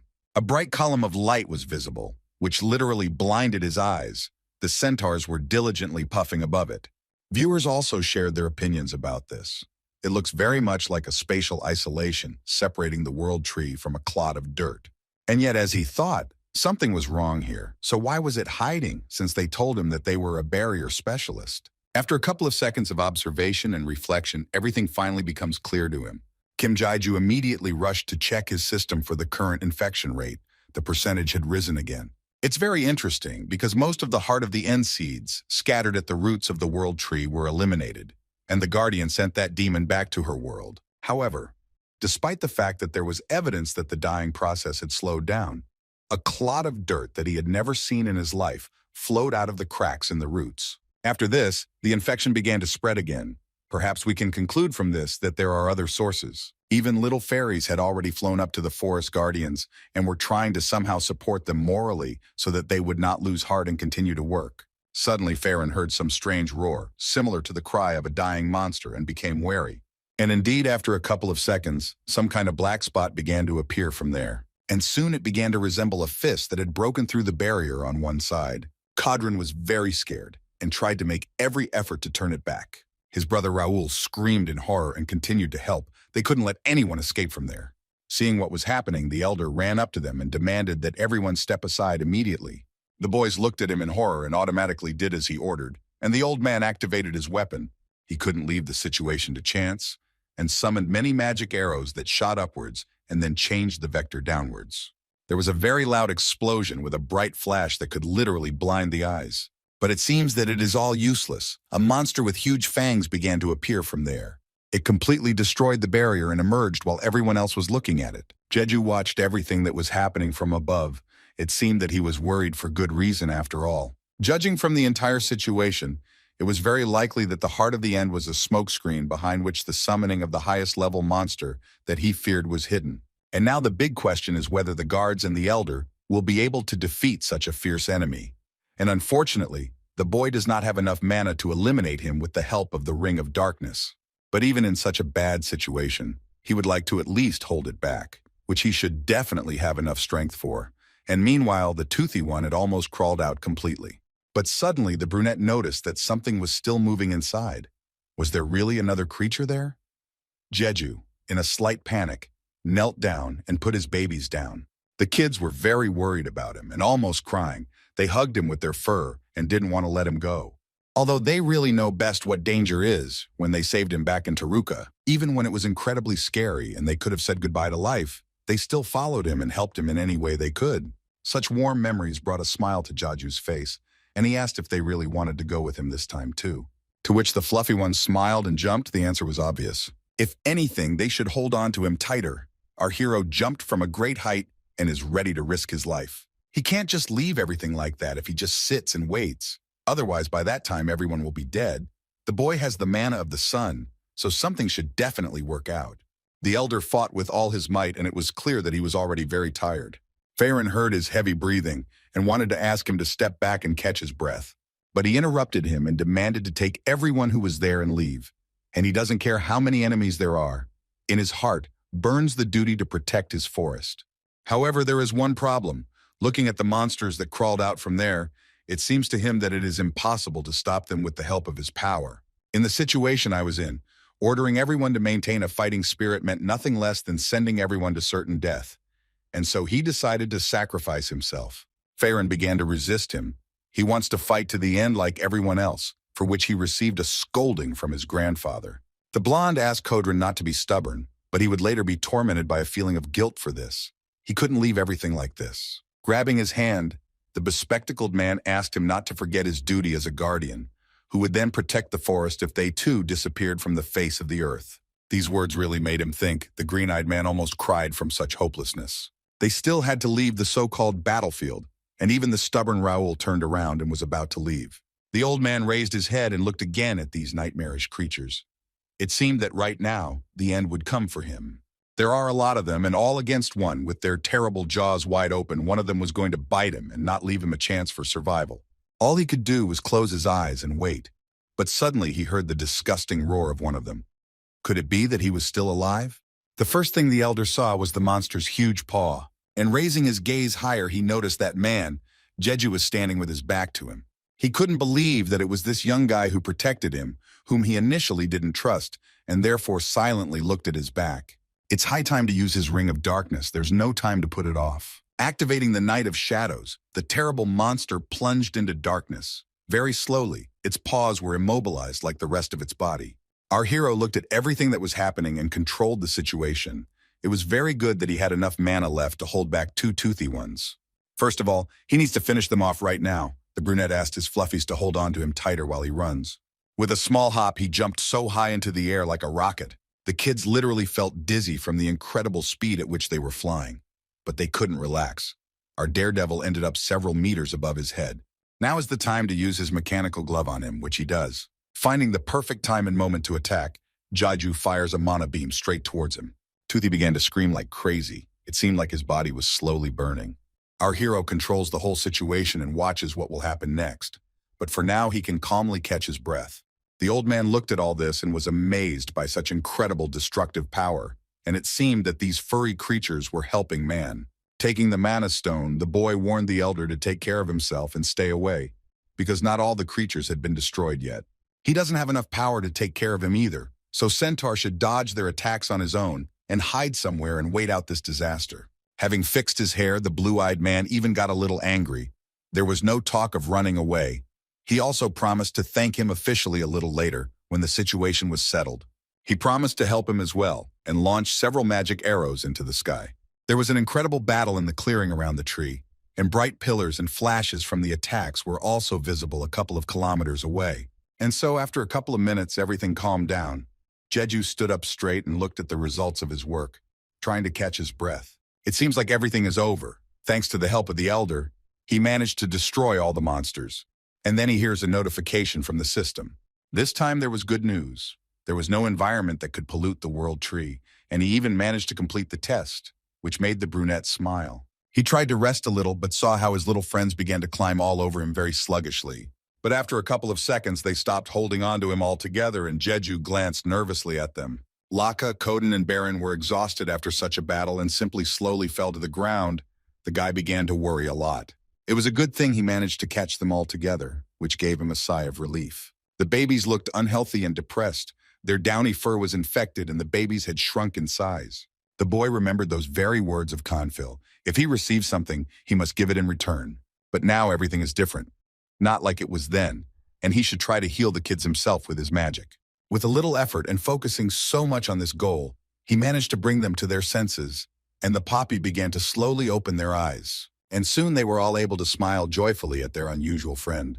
In the old and giant tree of travelers, a passage to the next floor opened. People came there and were amazed. Was it really true that only one guy managed to cope with this? Those criminals from the guild were also surprised and watched all the commotion with wide eyes. They were also going to quickly run away from this terrible place, but they were stopped. It was that young lad who was always watching the scoundrels. The fair-haired one smiled broadly and was not going to let them pass, because they did not even thank the savior. The brunette was confused and demanded that he quickly get out of the way, citing the fact that Jeju himself had gotten into trouble, which was why they had a hard time. According to them, it was he who threatened them and even fired while ordering them to sit at attention. And then eventually those almost died from his explosions. So really now the best option would be to just go out into the portal. The girl decided to put in her 2 cents and prove something to the young guy, because it was really the wanted ones who presented the leg to the throat and threatened. The knight held out his sword and also continued to shout at them. So what kind of person is this to tell them anything about this? However, upon hearing his terrible voice and frightening tone, he fell silent. Defender Jeju, clenching his fist, demanded to show at least a drop of politeness and respect after everything he had done for them, even for his enemies. Meanwhile, the boy himself was very happy that he was able to heal his children on his own, after which he felt incredible relief hugging the kids. But their very touching moment was interrupted by the elder. When he approached, our daredevil looked up and the smile fell from his face. He was more interested in whether the old man was hurt, but fortunately everything was fine with him. Thanks to his courage and determination, no one was hurt. The man listened to him and promised to tell all the guys that the situation in the forest was now stable and everything was fine. And also Parnisha would like to visit the fairy queen soon, which upset the elder a little. He would like to go with him. However, as it turned out, Jeju had one unfinished business left, which needed to be dealt with in personal order and then proceed to others. Almost immediately after these words, our hero went to the giant traveler's tree. Apparently there was some kind of a brawl in it. The guild members were exhausted. There was obviously a fight. The fair-haired man continued to remind them of the old days, when even for 1 coin they would thank him. The guys felt humiliated. At this time, Kim arrived and asked to explain to him what was going on here. Seeing this rebel, he immediately remembered that this man whom he saw on the 19th floor was now teaching ill-wishers to bow to him. Even on that day of the meeting, the red-eyed man asked our hero to be careful. His look is impossible to forget. Baekjinha greeted him happily the moment he saw him. According to him, he came here at the right time. There are people here who don't know anything about politeness and so on. But then, the guild members rushed to our hero's knees and thanked him for everything he had done for them, for clearing the floor more specifically. Their speech sounded as if they had been taught to compose such things by poets, which made the guy feel awkward. Jeju laughed slightly and hinted that there was no need for such ceremonies. Everything was fine. Jinha just smiled from ear to ear, his expression confident and relaxed. It was hard not to notice that the mages were especially scared, indicating that this guy was at the level of free use of mana. After such an apology, the two quickly rushed to the portal so as not to talk to this creepy guy who was looking after them anymore. Other players also rushed there. They wanted to move to the next level as soon as possible. Kim looked at this whole picture and was a little embarrassed, but he still decided to get rid of the hypocrite when there wouldn't be many prying eyes here. Suddenly Jinna turned to him and asked if he was going to go to the next floor. He nodded his head negatively. suggesting that his friend go ahead, since he had one unfinished business left, to which he saw his smile in response. The young guy already had an idea that this was all about those connected people from the guild, and it seemed that he had some very interesting idea. The men shook hands and agreed that Peck would sort everything out himself and could be relied upon. Jeju. Looking at them, he even felt sorry for them. They would have a hard time in this case, but still, he had to return exactly as much as he received from them. And since the matter was closed, the boy thought, why not go and say goodbye to all the guys with whom he had managed to become close? He went to that very clearing where loud and cheerful music was playing, and the forest guards were carrying huge barrels with some kind of drinks. The little fairies were setting the table with sweet and juicy fruits, laughing sweetly and discussing something of their own. In the very center on a small stage was the queen. She really hopes that the organization of such a holiday touched his heart. If you look up, there were many magical, shining garlands. The young and their elders also had fun, danced, drank, and had a very good time. This is all very good, of course, but Jeju was very embarrassed that the guys did this especially for him, because he only wanted to say goodbye before leaving. Raoul and the elder appeared behind him. They were outraged by such a statement. A benefactor cannot be so easily taken and let go after everything he did for them, and they insisted on it. Farron also came to him and with a smile asked the man to relax and enjoy this wonderful forest holiday to his heart's content. And really, if you think about it, Jeju still has a long way to go. Why not rest? But still he is in a hurry. Suddenly, his speech was interrupted by the forest guard, who brought an unusually large and heavy barrel. Having opened it, the guy immediately realized that this was mead that was aged in special containers. This is the most precious drink even for forest dwellers. It is very rare, can only be drunk after it has fermented for several months, and right now it has been poured into a huge bowl especially for the brave guest. The queen herself thanked him. She looked at him with a smile and entrusted him with this kitchen. They are in great debt to Jeju. Even the fairies themselves were shocked that she was offering him a cup of alcohol. This was truly a rare opportunity, which embarrassed the boy even more. She didn't want to hear anything more, so she simply handed the rare drink to him. She felt very sorry that she and her subordinates were not particularly friendly with him. Even from the beginning of such a pleasant speech, he blushed. The guy went to the very end, overcoming pain and overcoming difficulties that he encountered on the way to achieving his goal. Only at this moment, after everything that had happened, did the forest dwellers realize that they had been looking at people too biasedly. Now Jeju was not some outsider who had invaded their territory, but a real benefactor. The brunette listened to her attentively and could not utter a word. An incredibly pleasant atmosphere was circling around. As if she were a relative, the long-haired girl approached their savior and gently kissed him on the forehead, after which he acquired a new skill for protecting the fairy queen. It was all very sweet, and the boy could not even imagine that it could be obtained in this way and looked at her in surprise. He had to accept her praise and thank her in return. The Korean took the cup with the precious drink and smiled broadly along with his fluffies. Although he wanted to relax, he was tormented by thoughts of the need to hurry up and move on. However, on the other hand, he doesn't want to disappoint such wonderful inhabitants of the forest, and the drink really turned out to be very tasty. The other guards also drank it in honor of such an event and were very glad to have met our hero. And now, according to tradition, it was time to sing their favorite song. The guys lined up and began to perform. Little fairies joined them and also put their soul into it. The queen also did not pass by and showed everyone her crystal clear and ringing voice, which was very pleasant to listen to, and you did not want her to stop at all. Our hero remembered the very video he had received, and indeed, it was the first time he had heard the song live and from such an important person, and it turns out that they only perform it once in a lifetime. And besides, it's impossible to forget, because it comes from the heart, and with great honor, love, which can only be expressed in this way. Such a solemn holiday, filled with the strongest feelings, came to an end. The sun began to appear from behind the thick trees and bushes. His little ones are sleeping soundly and smiling, apparently having sweet dreams from which they don't want to wake up. And besides, it's not surprising because the kids had fun with the fairies until they dropped. All that's left is to admire them. This is all well and good, of course, but it is almost dawn outside, and we need to set out before the sun rises. Thanks to these guys, our hero felt such peace and tranquility for the first time. And thanks to the sorceresses, his bag is now like new again. They patched it up with the help of magic. Now he felt a little awkward saying goodbye to everyone, so he would like to leave quietly so that no one would hear. I quickly put the backpack on my shoulders and woke up the fluffies. It was time to leave this wonderful place.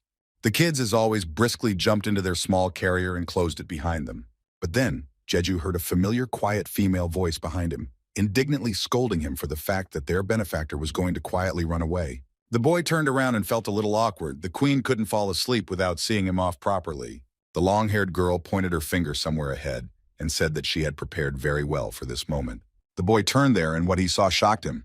According to this young lady, the reason why the guardian's horns glow is all to show their emotions. He saw beautiful mountains where there was white lighting, which meant that they were using the hidden power within themselves. And she told him in detail about the meaning of each shade. And for them, this is considered the most powerful and vulnerable moment, when you need to reveal everything that is inside. The brunette was delighted that he himself blushed. He is truly pleased that he is the only one, among all the people who entered the tower, who is able to create something real. And he can hardly deny it, as the administrator said then. Moments of the meeting with Canfield flashed through his head. He also remembers his faithful little ones, who have been fighting side by side with him since the first floor. Kim knows perfectly well that the reality around him is actually fake, but the more he learns about the creatures of this world, the more real they seem to him. Looking at the place where the white horns of the guards flashed, a tear came to his eye. Jeju was really very grateful to all the guys he told Heir. But in reality, the queen feels that she must say these words, and she really hopes that she will be able to meet this man again in the future. In order not to upset her, the brunette remained silent and simply smiled.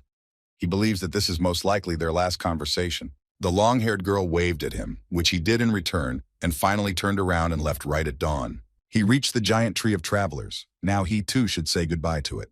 And so many thoughts were spinning in his head, about the present, about the past, and about the unknown future. But then the brunette suddenly turns in the other direction. But why is that? Because the portal is inside. And he stared at a small clearing where stones of different sizes were scattered in a semicircle. Before leaving for good, he needed to do one more thing. The boy took his backpack off his shoulder and began to look for one thing in it. It was the same flower that was given to him in the demonic dimension, from Canfield. The benefactor looked at him with slight apprehension and did not know at all whether to believe his words. On that very first day of meeting, the blonde told him to plant this plant in the ground, and then the changes would come one after another, with each new petal. There were many thoughts in my head, whether to try or whether it would be better to abstain. But on the other hand, if you remember those moments in the demonic dimension, the favor shown to them was truly sincere. Jeju knelt down and dug a small hole, as his friend suggested, and planted an unusual flower according to all the criteria. The audience laughed at him a little. They found it funny that he suddenly decided to take up gardening, and the boy simply watched as he began to open up. The first petal opened, which surprised him greatly, and he watched without taking his eyes off it. Suddenly it began to shine incredibly brightly, literally blinding him. Kim covered his face with his hands. It's very interesting, but the part of it that wanted to open fell out. Our hero sat on the ground and watched in surprise. This was definitely some kind of unusual plant. But after a couple of minutes, he was overcome by a terrible panic, to the point of trembling in his hands. Something was wrong with this flower. The guy had a bad feeling. And indeed, after such a thought, something incomprehensible immediately began to happen to him. The live broadcast ended without his intervention. And then the boy heard a very familiar voice, and the administrator himself appeared above his head. A little later, he stood right in front of him and smiled widely. It seemed that Jeju was not at all happy to see him. Suddenly, his hands began to behave strangely, twitching as if he was seized by a cramp. His behavior was very strange. Our hero watched carefully and did not look away. She became so long and was positioned in the air like a snake that he did not have time to react. Kim could only defend himself now, nothing more, by putting his hands to his face. But again, something went wrong. His long arm licked behind his back. It seems he is aiming at something that is behind him. And there is only that flower that Canfield gave him. The administrator rushes straight there. The unusual seedling stands as if nothing had happened and continues to grow peacefully. However, it is too late to block it now. But unexpectedly, this plant was able to protect itself, putting up a strong barrier from which the old man's hand bounced off. The boy stared at him and was a little confused. Quite unusual for an ordinary flower. The administrator was also stunned by what had happened and clenched his teeth in anger. He muttered something under his breath, unable to believe that Jeju had actually been given the world stone. His hand began to flow, as if it had been melted. The man wanted to find out from the young guy what exactly they had told him before handing over this thing, but he avoided answering. The brunette decided to joke with him a little and reminded him that he should be well informed about what was happening, since he was always keeping a close eye on him. They had a good laugh at him. The administrator was beside himself. It is really hard for him to restrain himself, to control his emotions when it comes to this person. He wanted to do something and snapped his fingers once, but it seems like nothing worked. The bald guy did it a few more times. This lasted for several seconds, no response. He sighed heavily and turned to Jedzi. Since this had happened, it meant that the changes had already begun, and he demanded that she give him the flower. But after such a reaction, would he want to just return it? That is highly doubtful. The same one went around. Since the little one does not agree, it means he can perceive these words as permission to act at his own discretion. Then they started manipulating. This guy doesn't even understand why he's dangerous and therefore demands to listen to his words, smiling maliciously. True, in such an environment it is difficult for him to control his emotions, and he attacks him, one sharp blade-like tip flying towards Jade. It is so fast that it is simply impossible to react in time or even block it. The boy was confused, but then, literally a couple of centimeters away from him, a barrier created by this flower appeared. It protected him. Turning around, I saw the plant still standing in place. Amazing power. And besides, it began to shine even brighter than before. Something similar to tears, but black in color, flowed from his eyes. The man's voice changed beyond recognition. It is not difficult to guess that this is not the image of a cunning and uninhibited administrator. The guy wants to put pressure on him. Maybe he will be able to find out some information. Therefore, Jeju asked him what it was not too late to do. He would like to know more about this flower. After hearing this, he only fell silent and continued to shed tears. He sighed heavily, and even something incomprehensible, some kind of dark liquid, flowed from his mouth. The administrator was already sick of looking at this plant, but he couldn't take his eyes off it.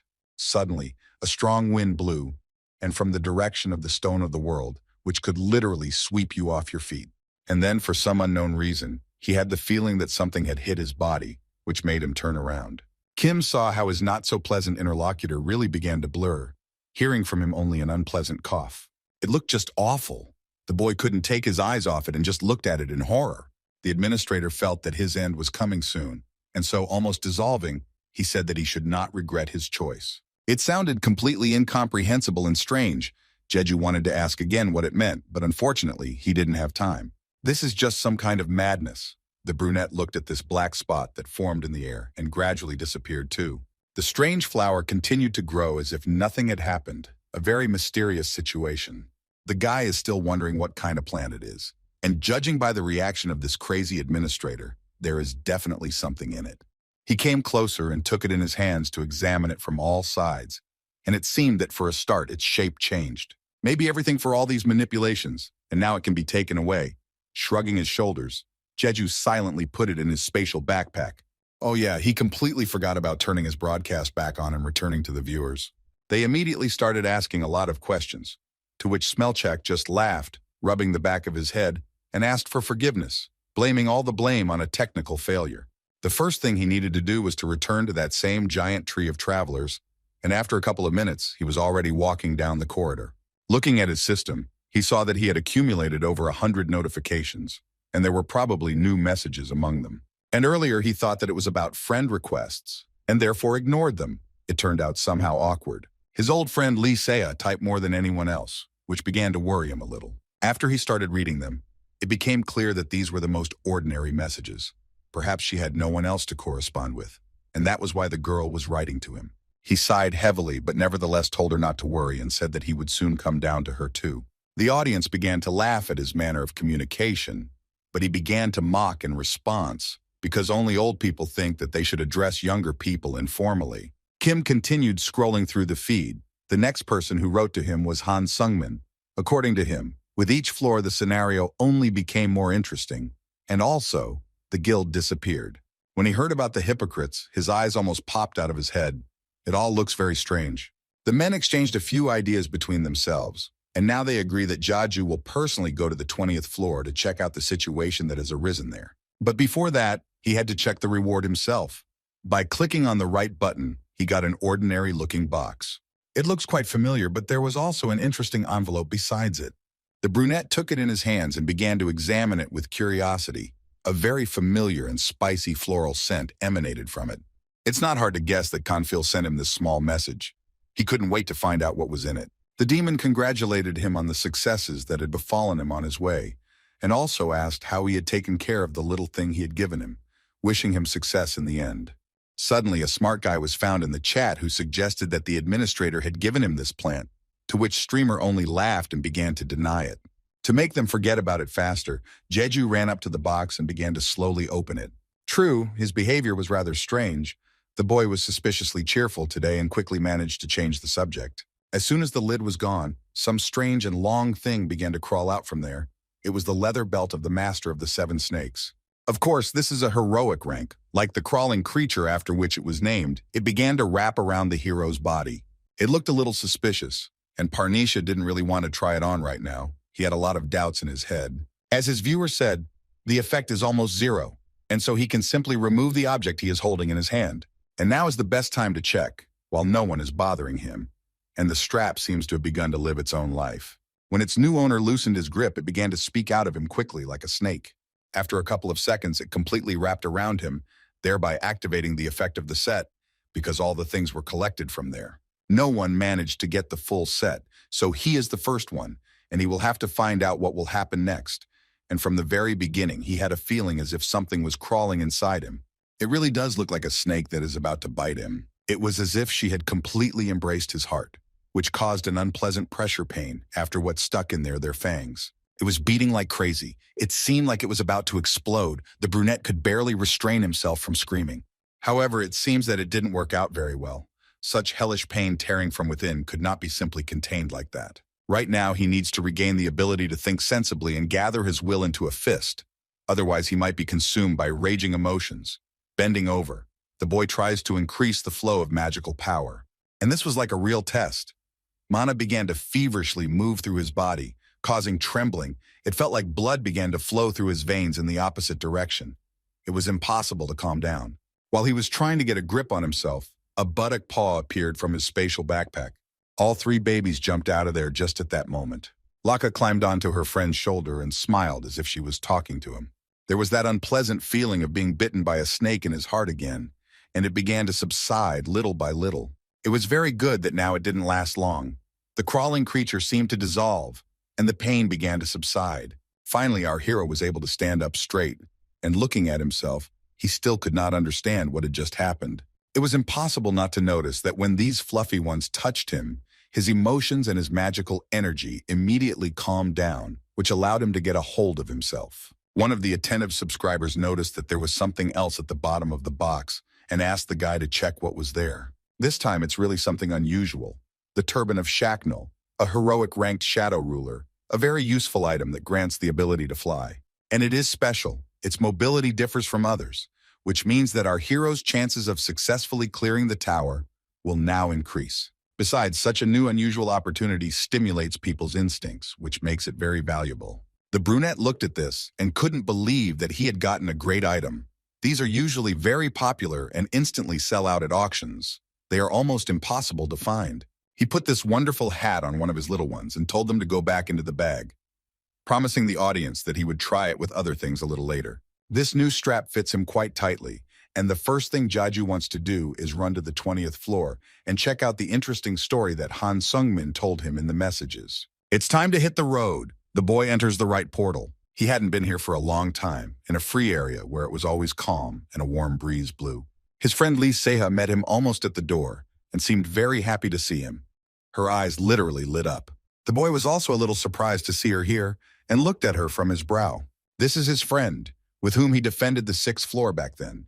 Initially, it seemed to him that this girl would be angry that he did not immediately respond to all her messages. Kim addressed her, of course, formally, and thanked her politely for asking about his well-being. During their absence, the schoolgirl was busy with clan affairs, but in passing, she decided to drop into this wonderful place, to which the brunette smiled. However, judging by her behavior, it may seem that this girl wants to tell him something. Perhaps it will even be a very important conversation. Now he doesn't have time for this, and he suggested that they talk to her a little later, to which Seha demanded clarification with a displeased look on her face. It was hard for Jeju to understand her because he was just helping her where he could, but she was acting extremely friendly and was very upset when she heard such a sharp rebuff. It was easy to notice how she glanced down and sighed heavily, and the guy felt a little awkward. To at least slightly smooth out her sensitive nature, the brunette promised her that they would go out to eat together somewhere in their free time, and her appearance instantly brightened up. Well, not that much. His friend literally beamed with joy. But for now, she herself needs to focus on climbing further up the tower. And on top of that, create a good clan. On this pleasant note, the friends said goodbye, waving their hands to each other and discussing all the details. After this short meeting, Jaiju goes to Shin Sejun, who told him earlier that he had already found Reynold at his request, and it was winter and very cold around. Fortunately, his cloak warmed him. Staying on the same floor, the guys agreed to meet at the house of their old good friend Palaham. Seeing our hero, the bespectacled man rushed towards him with hugs, and also with tears, which scared him a little. It seemed like his current state was related to the message Han Sungmin sent, since he was saying that some kind of extremely confusing situation had arisen.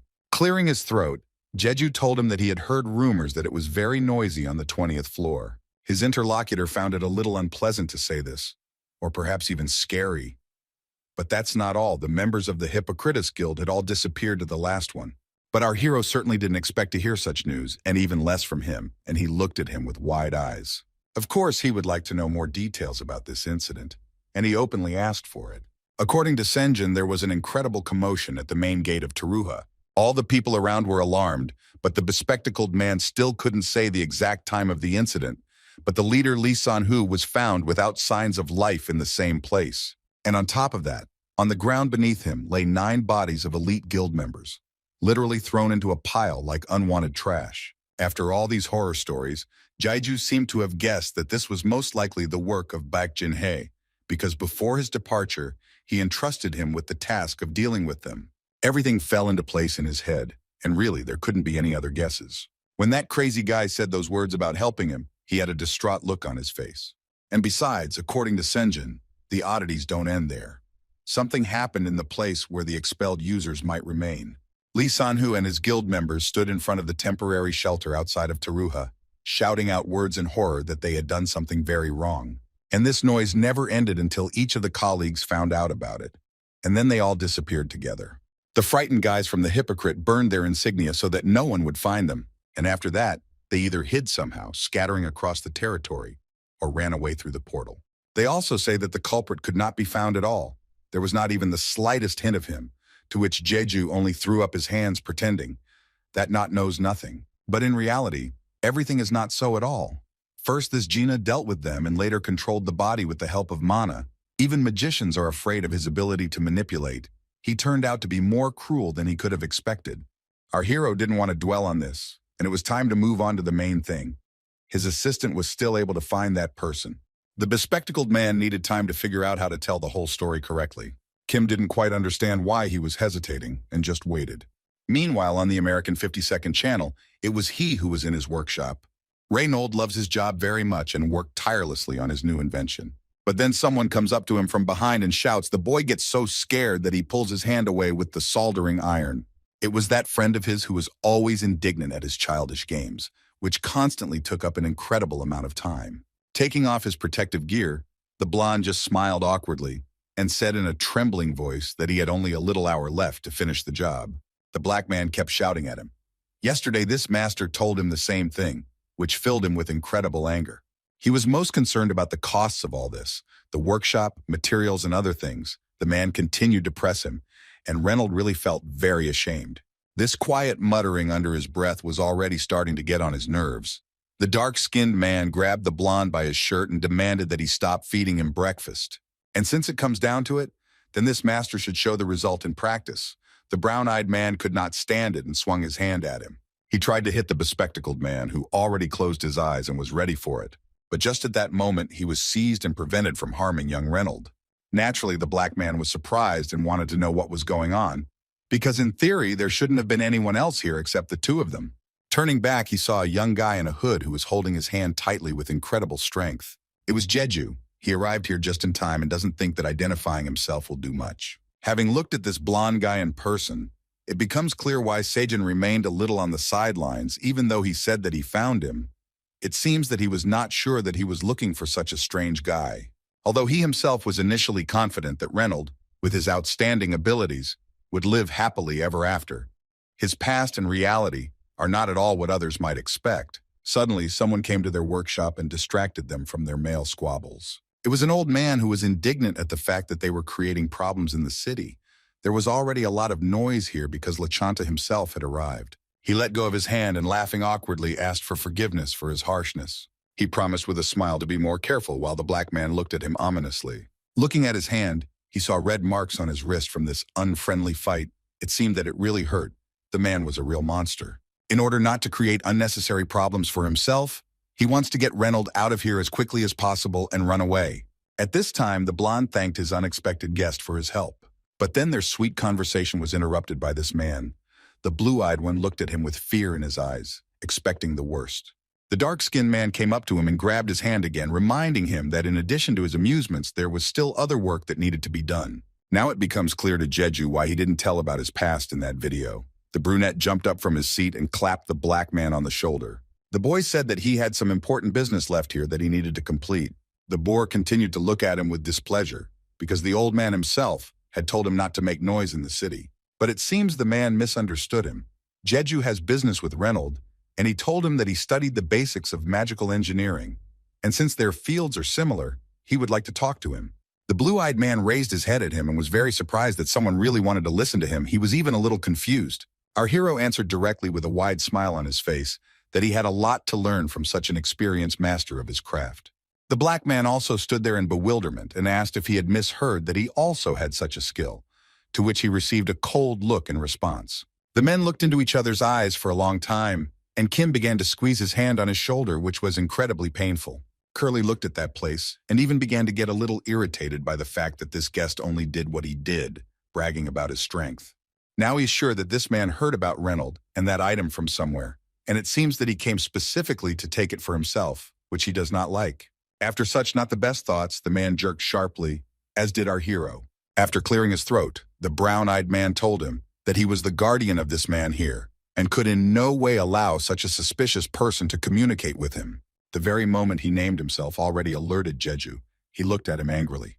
The black man began to make up stories that starting from the 10th floor, no one wanted to take him with them, and he literally provided for him, to which the engineer asked him not to go too far. He really felt offended that he was not even thanked for at least one item he created, and he still receives bad treatment in return. And what's even more unpleasant is that in their lives there was such a thing that they almost died, and if Reynolds hadn't come to the rescue, everything would have turned out for the worse. The liar stared at him in confusion. Jeju also listened and learned that this man had apparently refused all recruitment offers from other teams or clans. This time the blonde really lost it. He was already speaking incoherently through tears. The unexpected guest looked at him and really felt sorry for him. The boy remembered that this man in the video was really very warm-hearted. The magical engineer helped him no matter what and could not ignore his requests. It's entirely possible that he doesn't want anyone else to have to deal with the same treatment he had to endure in the past. Unfortunately, the Negro began to laugh and try to smooth things over, pretending that he was grateful to his friend for everything, and began to shift the blame onto Jeju, as if he were a swindler targeting him. His words are complete nonsense. Even the audience started laughing at him, and our hero just stared. The boy initially wanted to do the good thing, but it looks like things won't work out that way. He sighed heavily, and since he was accused of lying, he proposed a bet. Namely, the brunette wants to create one item from magical engineering, or if it turns out that he is lying, then he pays 10,000. As a guarantee, he offered to conclude a deal for the specified amount, thereby proving that they really were in the account.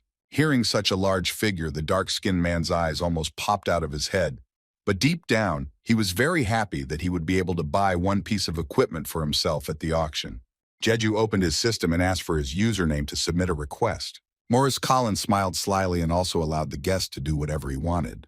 And he himself was immersed in thoughts. It seems that he has some kind of cunning plan in mind. The brown-eyed man is sure that this money will be his and laughs sarcastically, looking at him.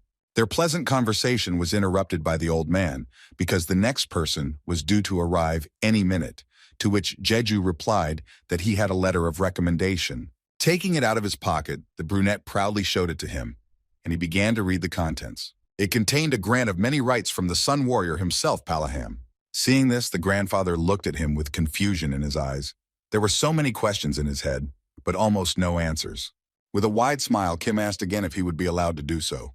After clearing his throat, the master said that he would ask the next person in line for understanding, to which he received gratitude in response. And now that all the extraneous problems have been resolved, it's time to wipe someone's nose. The clock is ticking, it's time to get started. The boy laid out all the necessary tools on the table.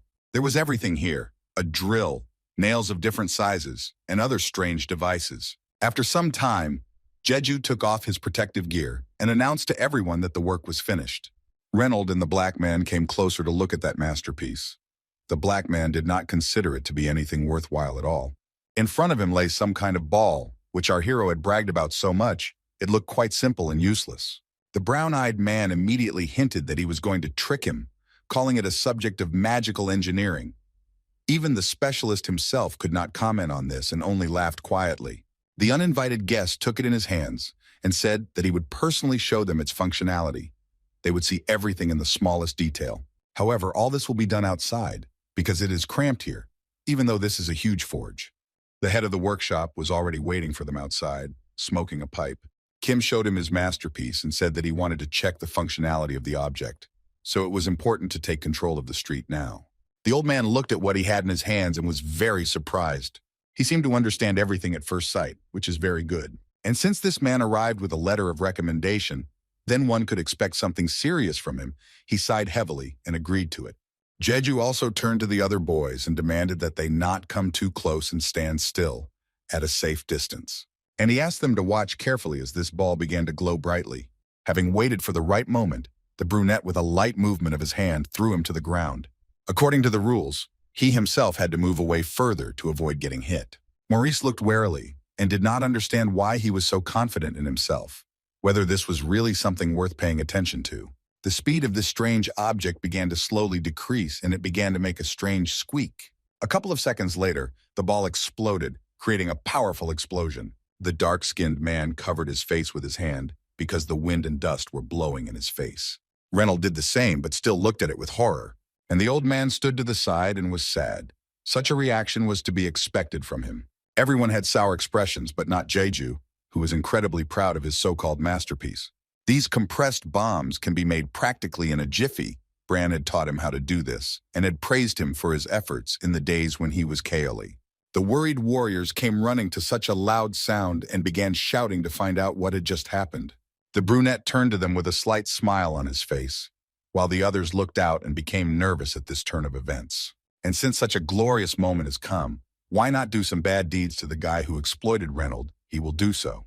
After clearing his throat, Jeju introduced himself as a traveler about the following criminals, with the permission of the warrior commander of the Sun, and showed them a letter of recommendation. He also pointed his finger at Maurice and declared that he had just caught the culprit of the explosion, to which he looked at him in confusion. They began to carefully examine the piece of paper, and indeed the seal left no doubt it was genuine. Now is the time to embellish a little. Kim tragically tells that the man dropped the object from his hands when he asked what it was, and as a result of this, he could have been seriously injured. It all becomes clear to the Negro that this uninvited guest had been counting on this outcome from the very beginning and was trying to somehow smooth everything over. However, to his great regret, these guys will believe Jade, but not him. The letter of recommendation helped him. Two men held sharp axes under him and demanded that he be taken for questioning. The dark-skinned man still resisted and tries to blame everything on our hero, that he is going to take away a member of his team in this way. He was talking too much. The brunette just sighed heavily and watched him as they took him by the arms and led him away. Maurice tried in every way to prove his case, and this nonsense was already giving him a headache. One of the guards demanded that he keep his mouth shut. A criminal like him had no right to talk about who had received the commander's confession. If you think about it, the queen is the most important being to whom one dedicates faith and life. And such a warrior, in our case Palaham, contains within himself the aspirations and ideals, as well as the person who received his recognition. And now they will not ignore it under any circumstances. For them, Jeju is not even close to the traveler who was just beginning to be suspected of the crime. It seemed that Maurice had only just realized this, as well as the fact that his resistance was useless. They took him away, and our hero was thanked from the bottom of his heart for his efforts, and even offered help, which he, as always, good-naturedly refused. The boy smiled and said that he only wanted peace and tranquility in this wonderful, quiet country, and it was not for nothing that he received recognition from the warrior commander. That black man walked along depressed, but fortunately now no one will stop him from talking calmly. Watching the whole picture from the side, Reynold became afraid of this guy, and he was afraid to even ask what he wanted to discuss. In those few seconds, the blonde had already figured out in his head that it was now his turn. It seems that these words of Maurice, although at first glance stupid, turned out to be true. And if you think about it, everything falls into place Why did that man have such an ominous smile on his face at the moment when he held the ball? Kim approached him, and having adjusted his hood was about to begin, while the bespectacled man nervously tried to come to his senses. However, the question was surprisingly simple. The uninvited guest only asked if he liked magical engineering. After such an easy question, the blue-eyed man's thoughts were definitely all mixed up and he was at a loss. He could only tell the truth, and in response he only nodded his head. Our hero was very happy and immediately offered him cooperation, promising to provide him with any materials and tools needed for the work. It sounded quite confident and tempting, and the blonde couldn't believe his ears. Reynolds smiled broadly. Could it really be that he had come across such a good person? In fact, he had given his all to magical engineering, and this offer was the most attractive to him. It was obvious that he would be filled with incredible desire and agree. But before the start, Jeju suggested changing the channel. His interlocutor was also not against it. The old man overheard their conversation and suggested that they drop in to see the Warrior of the Sun, but the visit to him was planned for a little later. Before leaving, our hero bowed to the chief master and thanked him for everything he had done. The boy turned to his friend and asked if he was ready, to which he only nodded his head happily. The guys ended up in a soul canal on the 20th floor, near Palicum's own house. He himself became incredibly interested in this quiet blonde guy and asked what interesting thing he would show him. And before that, Jeju personally asked his old friend to use his workshop, and now he expressed a desire to see Reynolds' skills. In general, the usual use of a building in Taruha by a player is something out of the realm of fantasy. However, in this case, everything is different. Our hero tried to somehow encourage the young master, telling him that he greatly underestimated his talents, judging by his latest thing. To which the blonde just snorted. Most likely this guy speaks as if he knows what this is about. In fact, that's true. It was a sticky magic bomb, made with a lot of ionium and Kessel. This is exactly the thing that Jeju had created earlier during his conflict with Maurice. He does all this because he believes that Reynolds deserves to be treated much better than he was before, to which he dropped his head and blushed slightly. After thinking a little about everything that was told to him, the blonde squeezed the instrument in his hand and confidently nodded his head. He needed a little time. It seems that now he will start creating. As someone who is also interested in magical engineering, Jeju watched his sequence of actions with interest. Learning from a professional is the best thing that can happen. Of course, this was painstaking work that took until the evening. The project was soon completed and looked exactly like what Kim had created, since he wanted to see something hotter. Our hero could only admire. This is a rather complex technology and was created at high speed, worthy of praise and even more. Suddenly his admiration was interrupted by Palaham, who, out of curiosity, picked up the thing. Having laughed, the long-haired man wanted to see for himself how it worked. The bespectacled man was most worried that he might behave somehow arrogantly and too much. But our hero asked not to worry about it. This always cheerful warrior is in a great mood, so there is definitely no reason to worry. The blonde ran out to him and tried to establish in a panic that it was not safe here. The risks of detonating the bomb are too great. At this distance, the man makes a strong swing of his arm, and after a couple of seconds, he launches it into a flight very high. Palaham has incredible strength, unmatched by anyone. The ball flies very high. As expected, there was a loud explosion, deafening and blinding. The guys had to cover their eyes. An experienced magical engineer noticed one peculiarity here. The bomb has enormous firepower, but for some reason he does not feel the fire that should be there. The bespectacled man was amazed that from such a light toss, A flew so high, which in principle was to be expected from the commander's warrior. He muttered something under his breath, which Reynolds did not have time to hear, and asked again. The long-haired man smiled widely again and said that he had created an incredibly magnificent item. The boy looked straight into his eyes. Of course, he was incredibly pleased with this, and he almost cried. The blonde had never heard such praise addressed to him and was stunned. After all the dirt that was poured on him, he could not expect anything good from others. Everyone demanded gratitude from him then, but did not give the same in return, which was truly disgusting. But now everything is different. Even goosebumps run down my skin from such memories.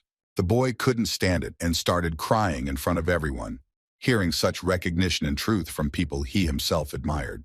Jeju just smiled back at him. It was incredibly nice to be surrounded by such a person. After this incident, time flew by unnoticed. Reynolds was finally able to give free rein to his desires and work.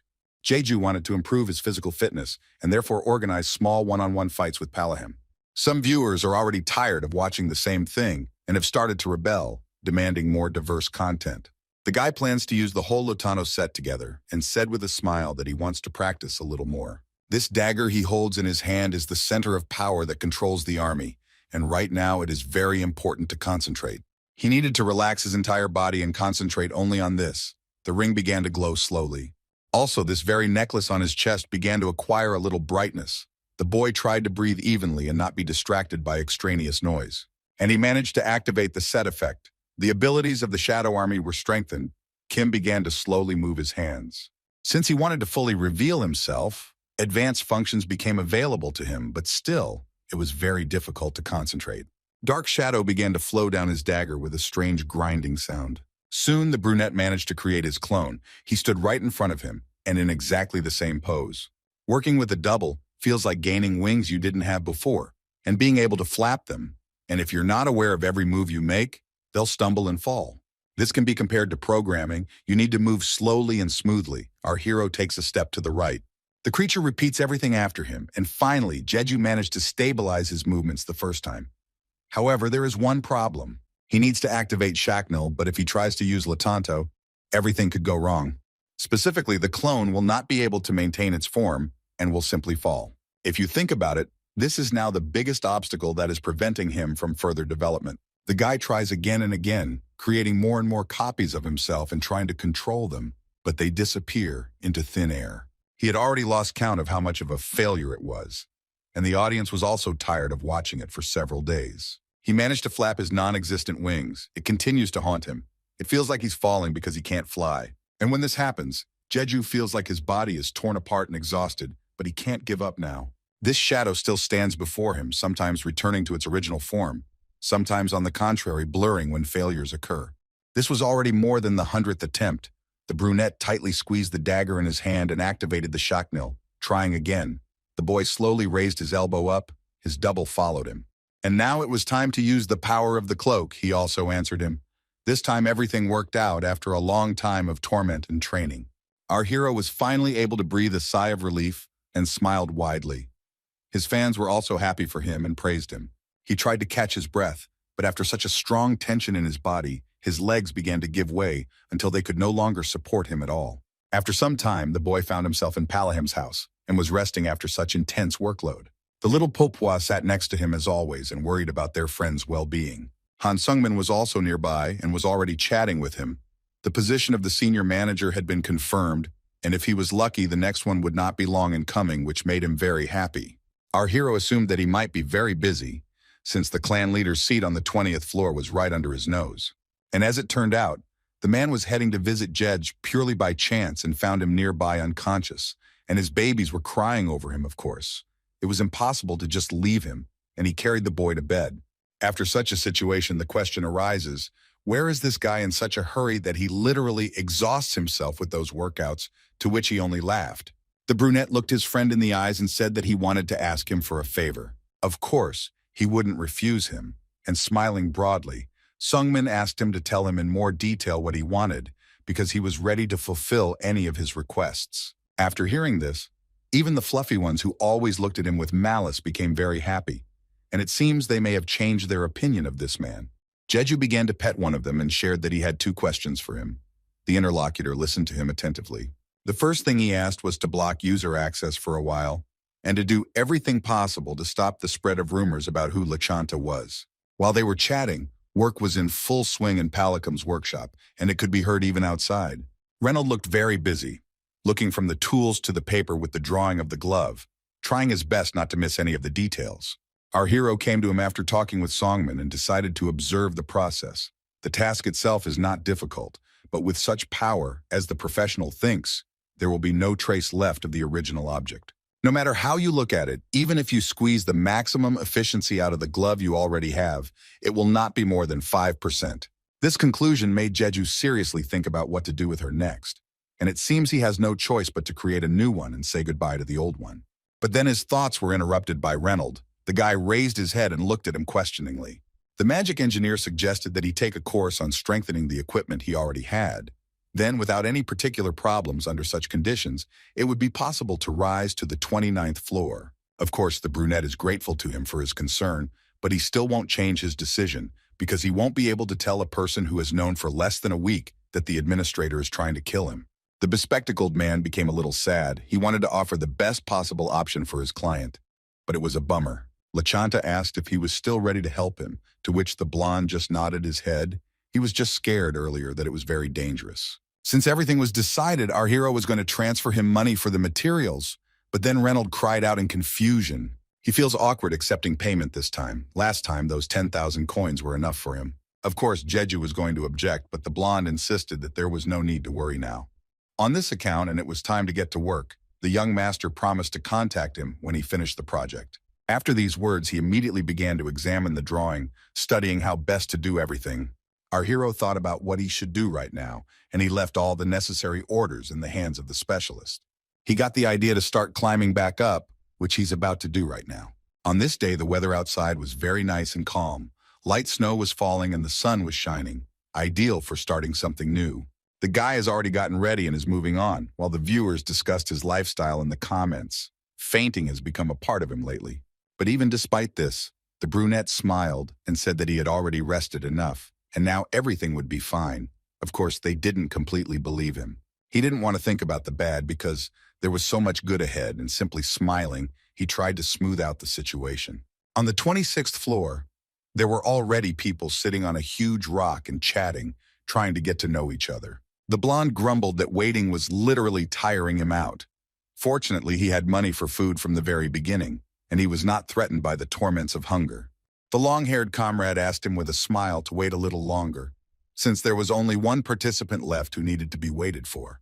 These people are considered escapees, because due to the blackout phenomenon, they were expelled from Taruka. But for the 5th day in a row, they cannot begin to pass the floor due to a lack of people.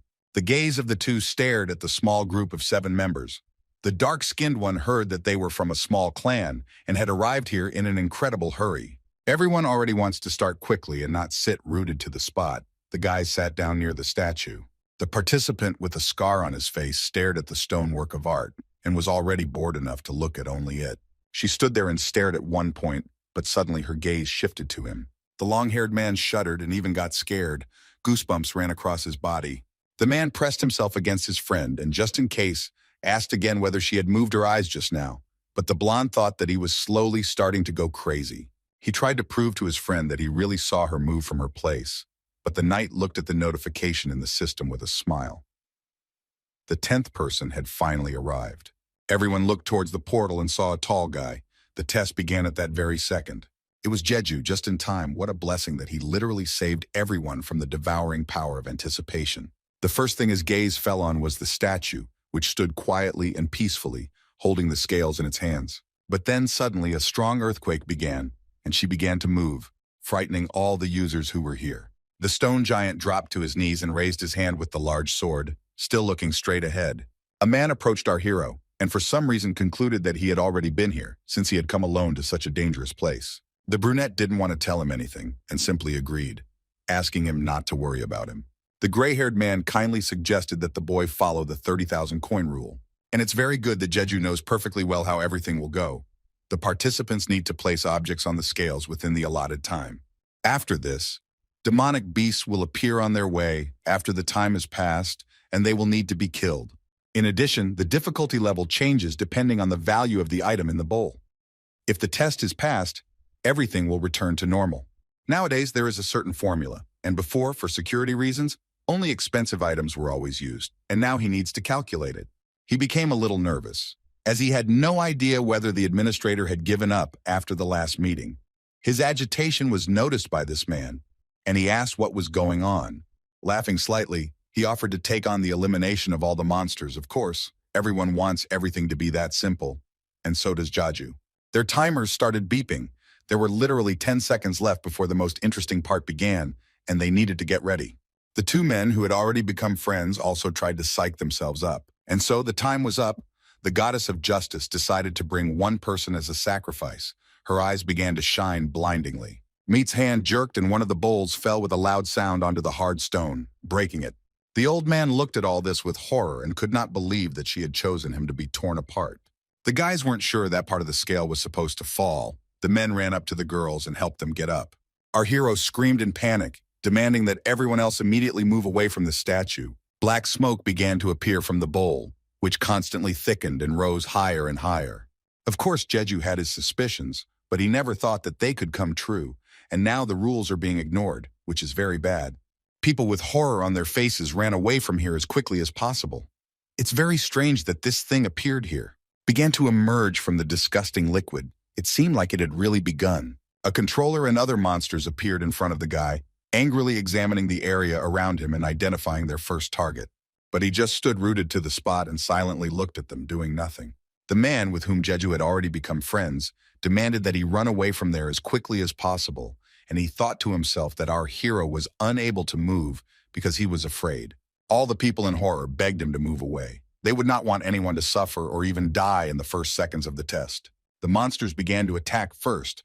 The brave boy managed to put up his barrier and defend himself from the attack. The guys who were watching this opened their eyes wide. It turns out that he was standing there like a pillar for a reason. The power of these nasty creatures was strong enough that it even surprised Jeju, but he continued to hold the defense. A couple of seconds later, he fought off the attack from the controller, who was already standing in front of him and trying to attack again. It seems that he already has some kind of plan and simply ran forward closer to it. Pushing off with his foot, the young guy chopped a hole through it, and it wasn't even a magic gun, but just a regular blow. This thing was definitely much more useful than he could have imagined. Before going into battle, he had a conversation with Reynolds. He told him that he was able to strengthen the armor's magic circuit, and the power would be enough for a quick attack. True, the result is obvious. All the monsters lie on the ground without signs of life, dissolving in the vile liquid. Looking at the fruits of his labor, Jeju couldn't help but smile. He was very glad that everything worked out. But then a very strong pain in his arm seized him. It was quite annoying, but now after upgrading the glove, the recoil is proportionate to the gain. While he was sorting this out, that man ran up to him and asked if everything was okay. The other team members were also amazed at how one boy was able to deal with everyone so quickly. And that man with the staff stood and looked at that cup that had pierced the hard stone. It seemed to be giving him no peace. He turned to his blonde friend and asked if the test was complete. And in theory, if nothing came out of the scales, then they had done it. And since that's the case, the long-haired one is only worried about one thing. Why is there no notification about this? Which should appear in any case. All the guys present here looked up and began to look around. It's true, Jeju remembered that a portal should appear that opens when a floor is cleared. In addition, the scale pan on which the objects are placed lies in the same position as before. Our hero's new friend was scared like everyone else and could not understand what was going on here. Suddenly, the statue looked straight into his eyes, its eye sockets glowing red. The man couldn't believe what was happening. Why did this stone monster start moving? The goddess Meat swung her sword straight at him. Its tip was literally a meter away from him. He couldn't move. Kim Jaiju shouted and demanded to dodge. You can't just stand there like a pillar in this situation. The people who were watching everything that was happening also screamed in horror, and a large layer of dust rose up around. In fact, the stone statue they encountered is a decorative item and a trial device, its role being to assess the value of the item and provide the monster. To put it simply, there has never been a case where a goddess directly attacked a user and even applied considerable force. This is all the work of the administrator. It was very good that help was nearby. Jeju managed to wrap his cloak around this man and put him in a safer place. The man still couldn't come to his senses with horror.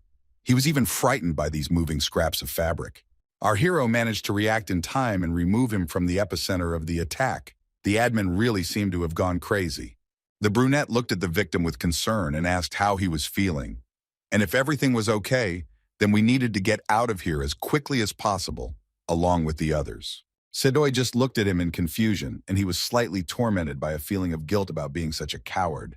Kim looked at him and smiled, asking him again to hide somewhere nearby. Other people ran up to the commander and helped him get to his feet after such a shock. This place is very similar to Little Island, so no matter how far the participants go, no one will be able to escape without a portal. Our hero was able to repel several more attacks from this huge statue, but still demanded that those men hurry up. They were still stubborn and did not want to run away like cowards.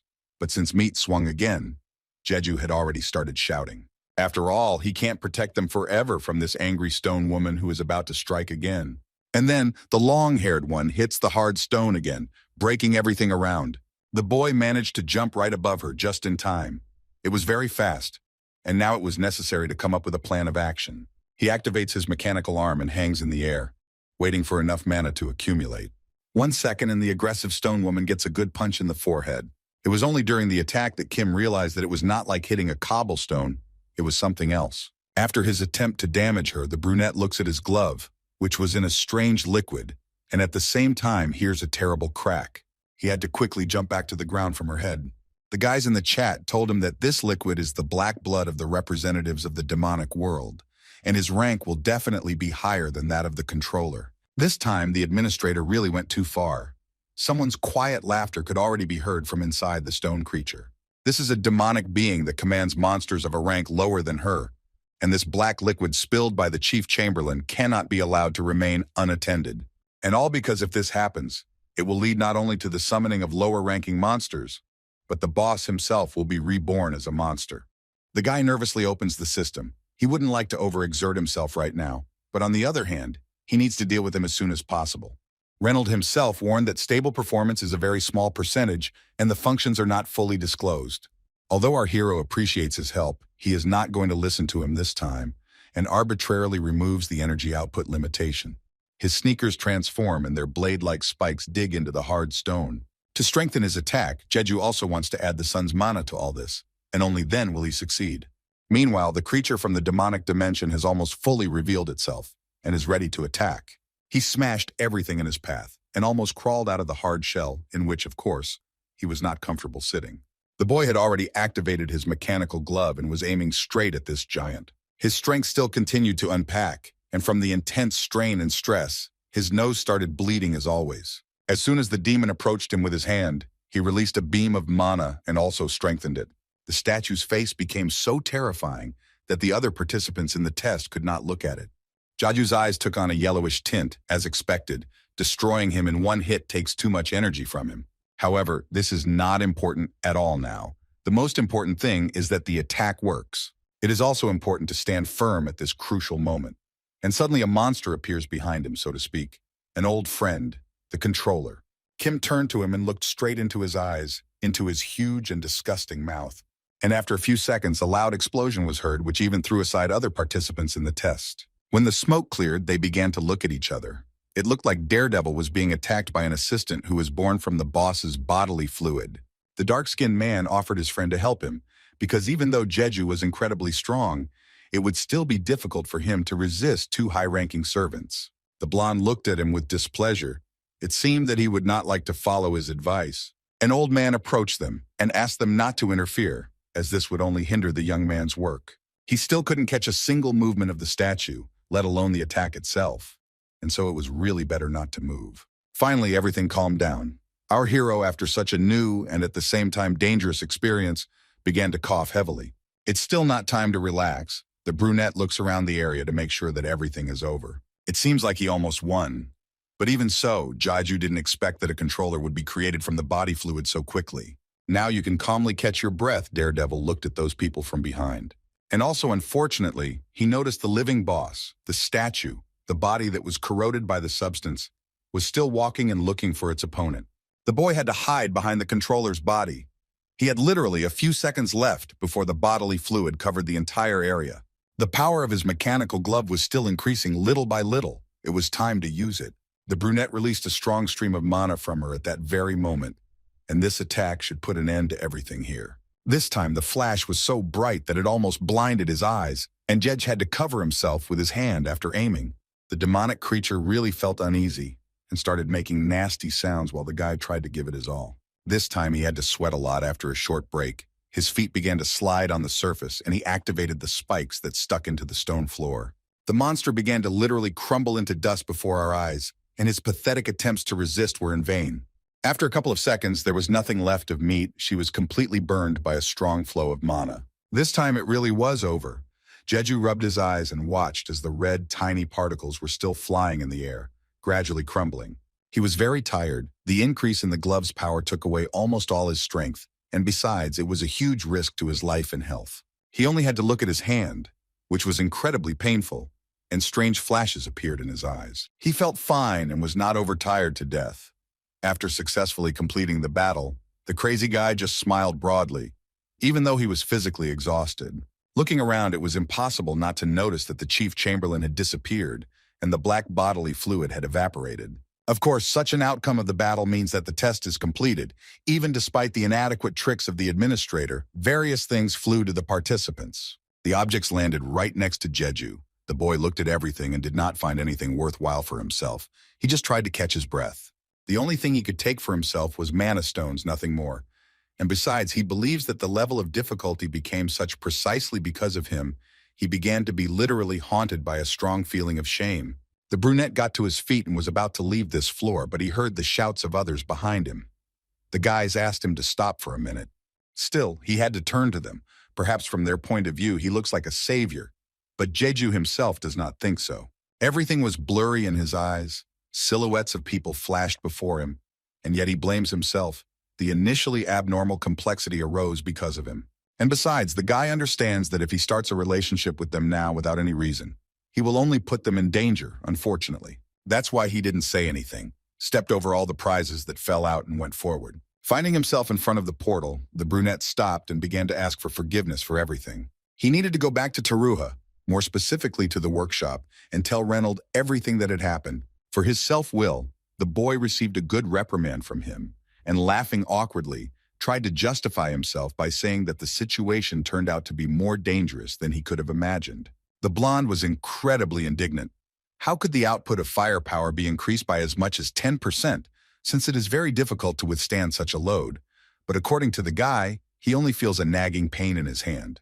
The magical engineer hit himself on the head and demanded to see it. Our hero gave him the glove, saying that it was in perfect order. But no, it wasn't about her at all, but about Jeju's right hand. The bespectacled man ran up to him and began to examine it. Now everything becomes clear why he got so angry. In fact, the master of his craft was worried that the person using his tool could get hurt. Our hero began to warm up his hand, trying to demonstrate that there were no injuries. The bespectacled man sighed heavily and reminded him that he was currently experiencing a mana deficit, but not physical abilities. He doesn't have enough of it to ensure the performance of the machines, which could seriously affect future battles. And that's why Reynold gives him some useful advice to start learning some magical skills. In principle, this is what Jeju wanted to do, since magical engineering is seen as only an auxiliary tool and is more difficult to master. Directly controlling technology requires too much mana.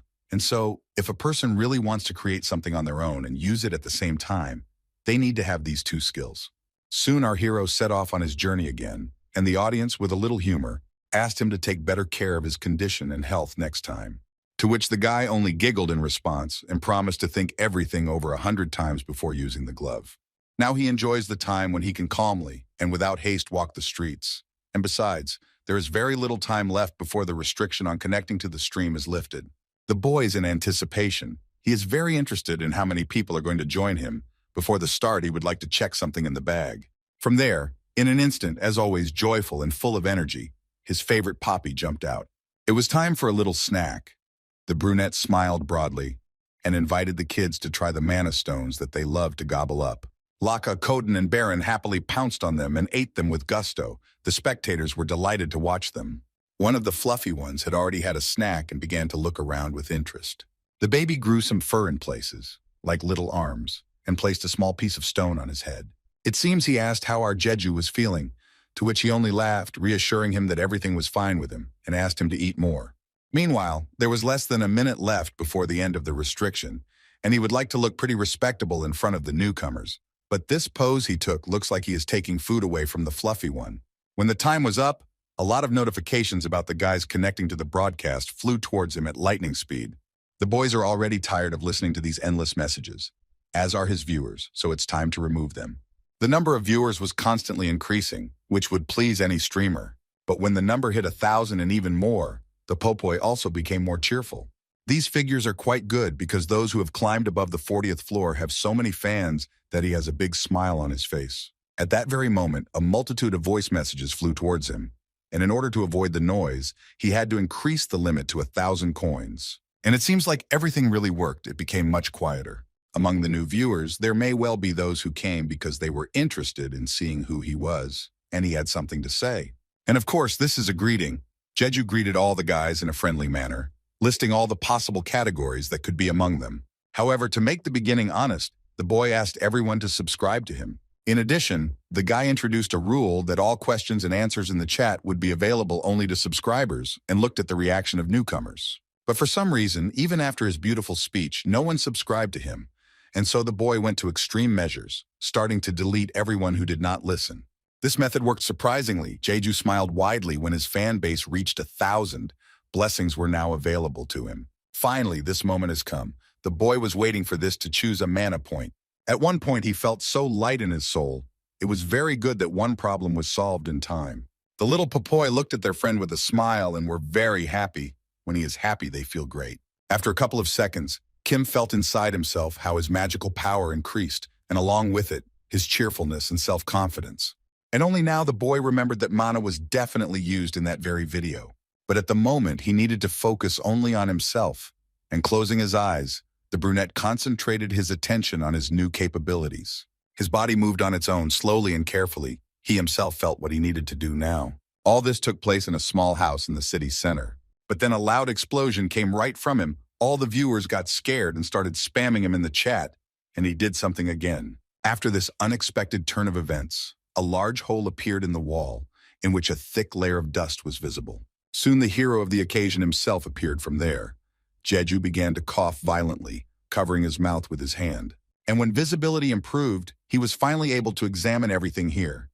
It turns out that the boy himself did not expect the explosion and was seriously scared. And the first thing he remembered was his fluffy little ones, whom he had left nearby. Turning around, Kim saw them looking out of the backpack and crying, which made him worry. A caring friend ran up to them and took them into his arms, trying to calm the kids down. They seemed to be scared too. Suddenly, their sweet conversations are interrupted by people in armor, who in a panic begin to ask what happened. The first suspicion that could come to their minds was that one of the travelers had started to act up again, which made our hero almost laugh. The evil guards came right up to him and began to interrogate Lachanta about who it could be, but the guy just giggled, looking away in a completely different direction. The brunette had to explain the entire situation from the very beginning and apologize for the inconvenience caused. And finally, the boy looked down and again asked for forgiveness for what happened. One of the defenders laughed loudly. It turns out that the strongest warrior still couldn't learn to control his strength. It turned out quite funny. It's very good that they took it all with humor and pushed him onto the wall, which was too weak and couldn't withstand his blow. This lifted the boys' spirits for the whole day, and now it's time to return to their duties, namely patrolling the streets. They also promised to fix the house a little later. Jeju just smiled in response and was glad that he wouldn't have to get his hands dirty. After his comrade said goodbye, he received a notification in the system about a new message. It was Sungmin who suggested meeting urgently. It turns out that something happened on the 30th floor. It's very good that the guy will be on the way. He was going to go to the 20th right now. And so soon our hero found himself at the appointed place. He now knows the way to his office perfectly well. Upon entering, the first thing Jeju noticed was that his friend was lounging on the sofa and lazily greeting him. Laughing slightly, he hinted that the man looked rather tired, and indeed he did, since there had been more work lately. Now it's time to get down to business, Kim asked to tell him more details about that incident on the 30th floor. And he was overtaken by a counter question. It was important for Sungmin to know what his initial ideas about this level were. Most likely, in his eyes, it looks like a place where people are not allowed. It is possible to enter only in the residential area, and then for a short time. This is true, and what's more, its area is smaller than on other floors, as the bespectacled man said, so everything had to be done quickly here. Now his friend smiled and, folding his hands in front of him, told him that all the fuss had arisen because the fairy queen was looking for one man. Hearing this, Jeju just smiled and remained silent. According to Sungmin, there is one person that this lady trusts, and right now it is nothing more than the concentration of power in her hands on the 30th floor. For a man, such an interesting plot is most like a fairy tale, but our hero, it seems, does not find it funny at all. The bespectacled man hinted that this whole situation was similar to the story of Cinderella, who ran away after bewitching the fairy queen herself. Others also say that there is a trace left that only this woman can recognize. Jeju giggled nervously listening to this and tried not to comment in any way. And that is why the man gently pushes him out and hints that they should go there as soon as possible. It is very good that the guy is on friendly terms with Sungmin. And the view of the next 27th floor resembles a coliseum. It is a simple team fight to the death. You need to cope with all the teams and win. And in fact, our hero had to act exactly this way. It looked quite frightening. He was standing with an axe over a man who was tearfully begging him to spare him and not to touch him. At the very beginning, Jeju introduced himself naturally, but after mentioning magical engineering, the views of all the team members changed dramatically. And soon all his assumptions were justified. These people threw him in as bait as soon as the test was declared open. All the people who were nearby pointed their blades at the guy. He just stood motionless. Of course, the boy needed to defend himself, so he created his own axe and attacked sharply. In a matter of seconds, Kim was able to put on the ground all the guys who had condemned him and also set him up. But behind him there were two more who looked at the whole picture with horror. They shifted the blame for those bad words about magical engineering onto each other, so as not to get hit in the head with an axe. However, they were both very lucky. Since the entire enemy team was destroyed, the test was passed. There was no point in wasting time on these fools. Of course, something went wrong. Jeju heard terrifying sounds from their side. They began to literally choke, clutching their throats, trying to take a breath of air. Their skin became so transparent that all the vessels and arteries were visible. Soon the people who remained alive merged into one heap, taking on the incomprehensible form of some kind of monster. And even in this form, the guy heard their heartbreaking screams. Our hero sees such a terrifying picture for the first time. Could this really be the work of the vile administrator again? Who knows?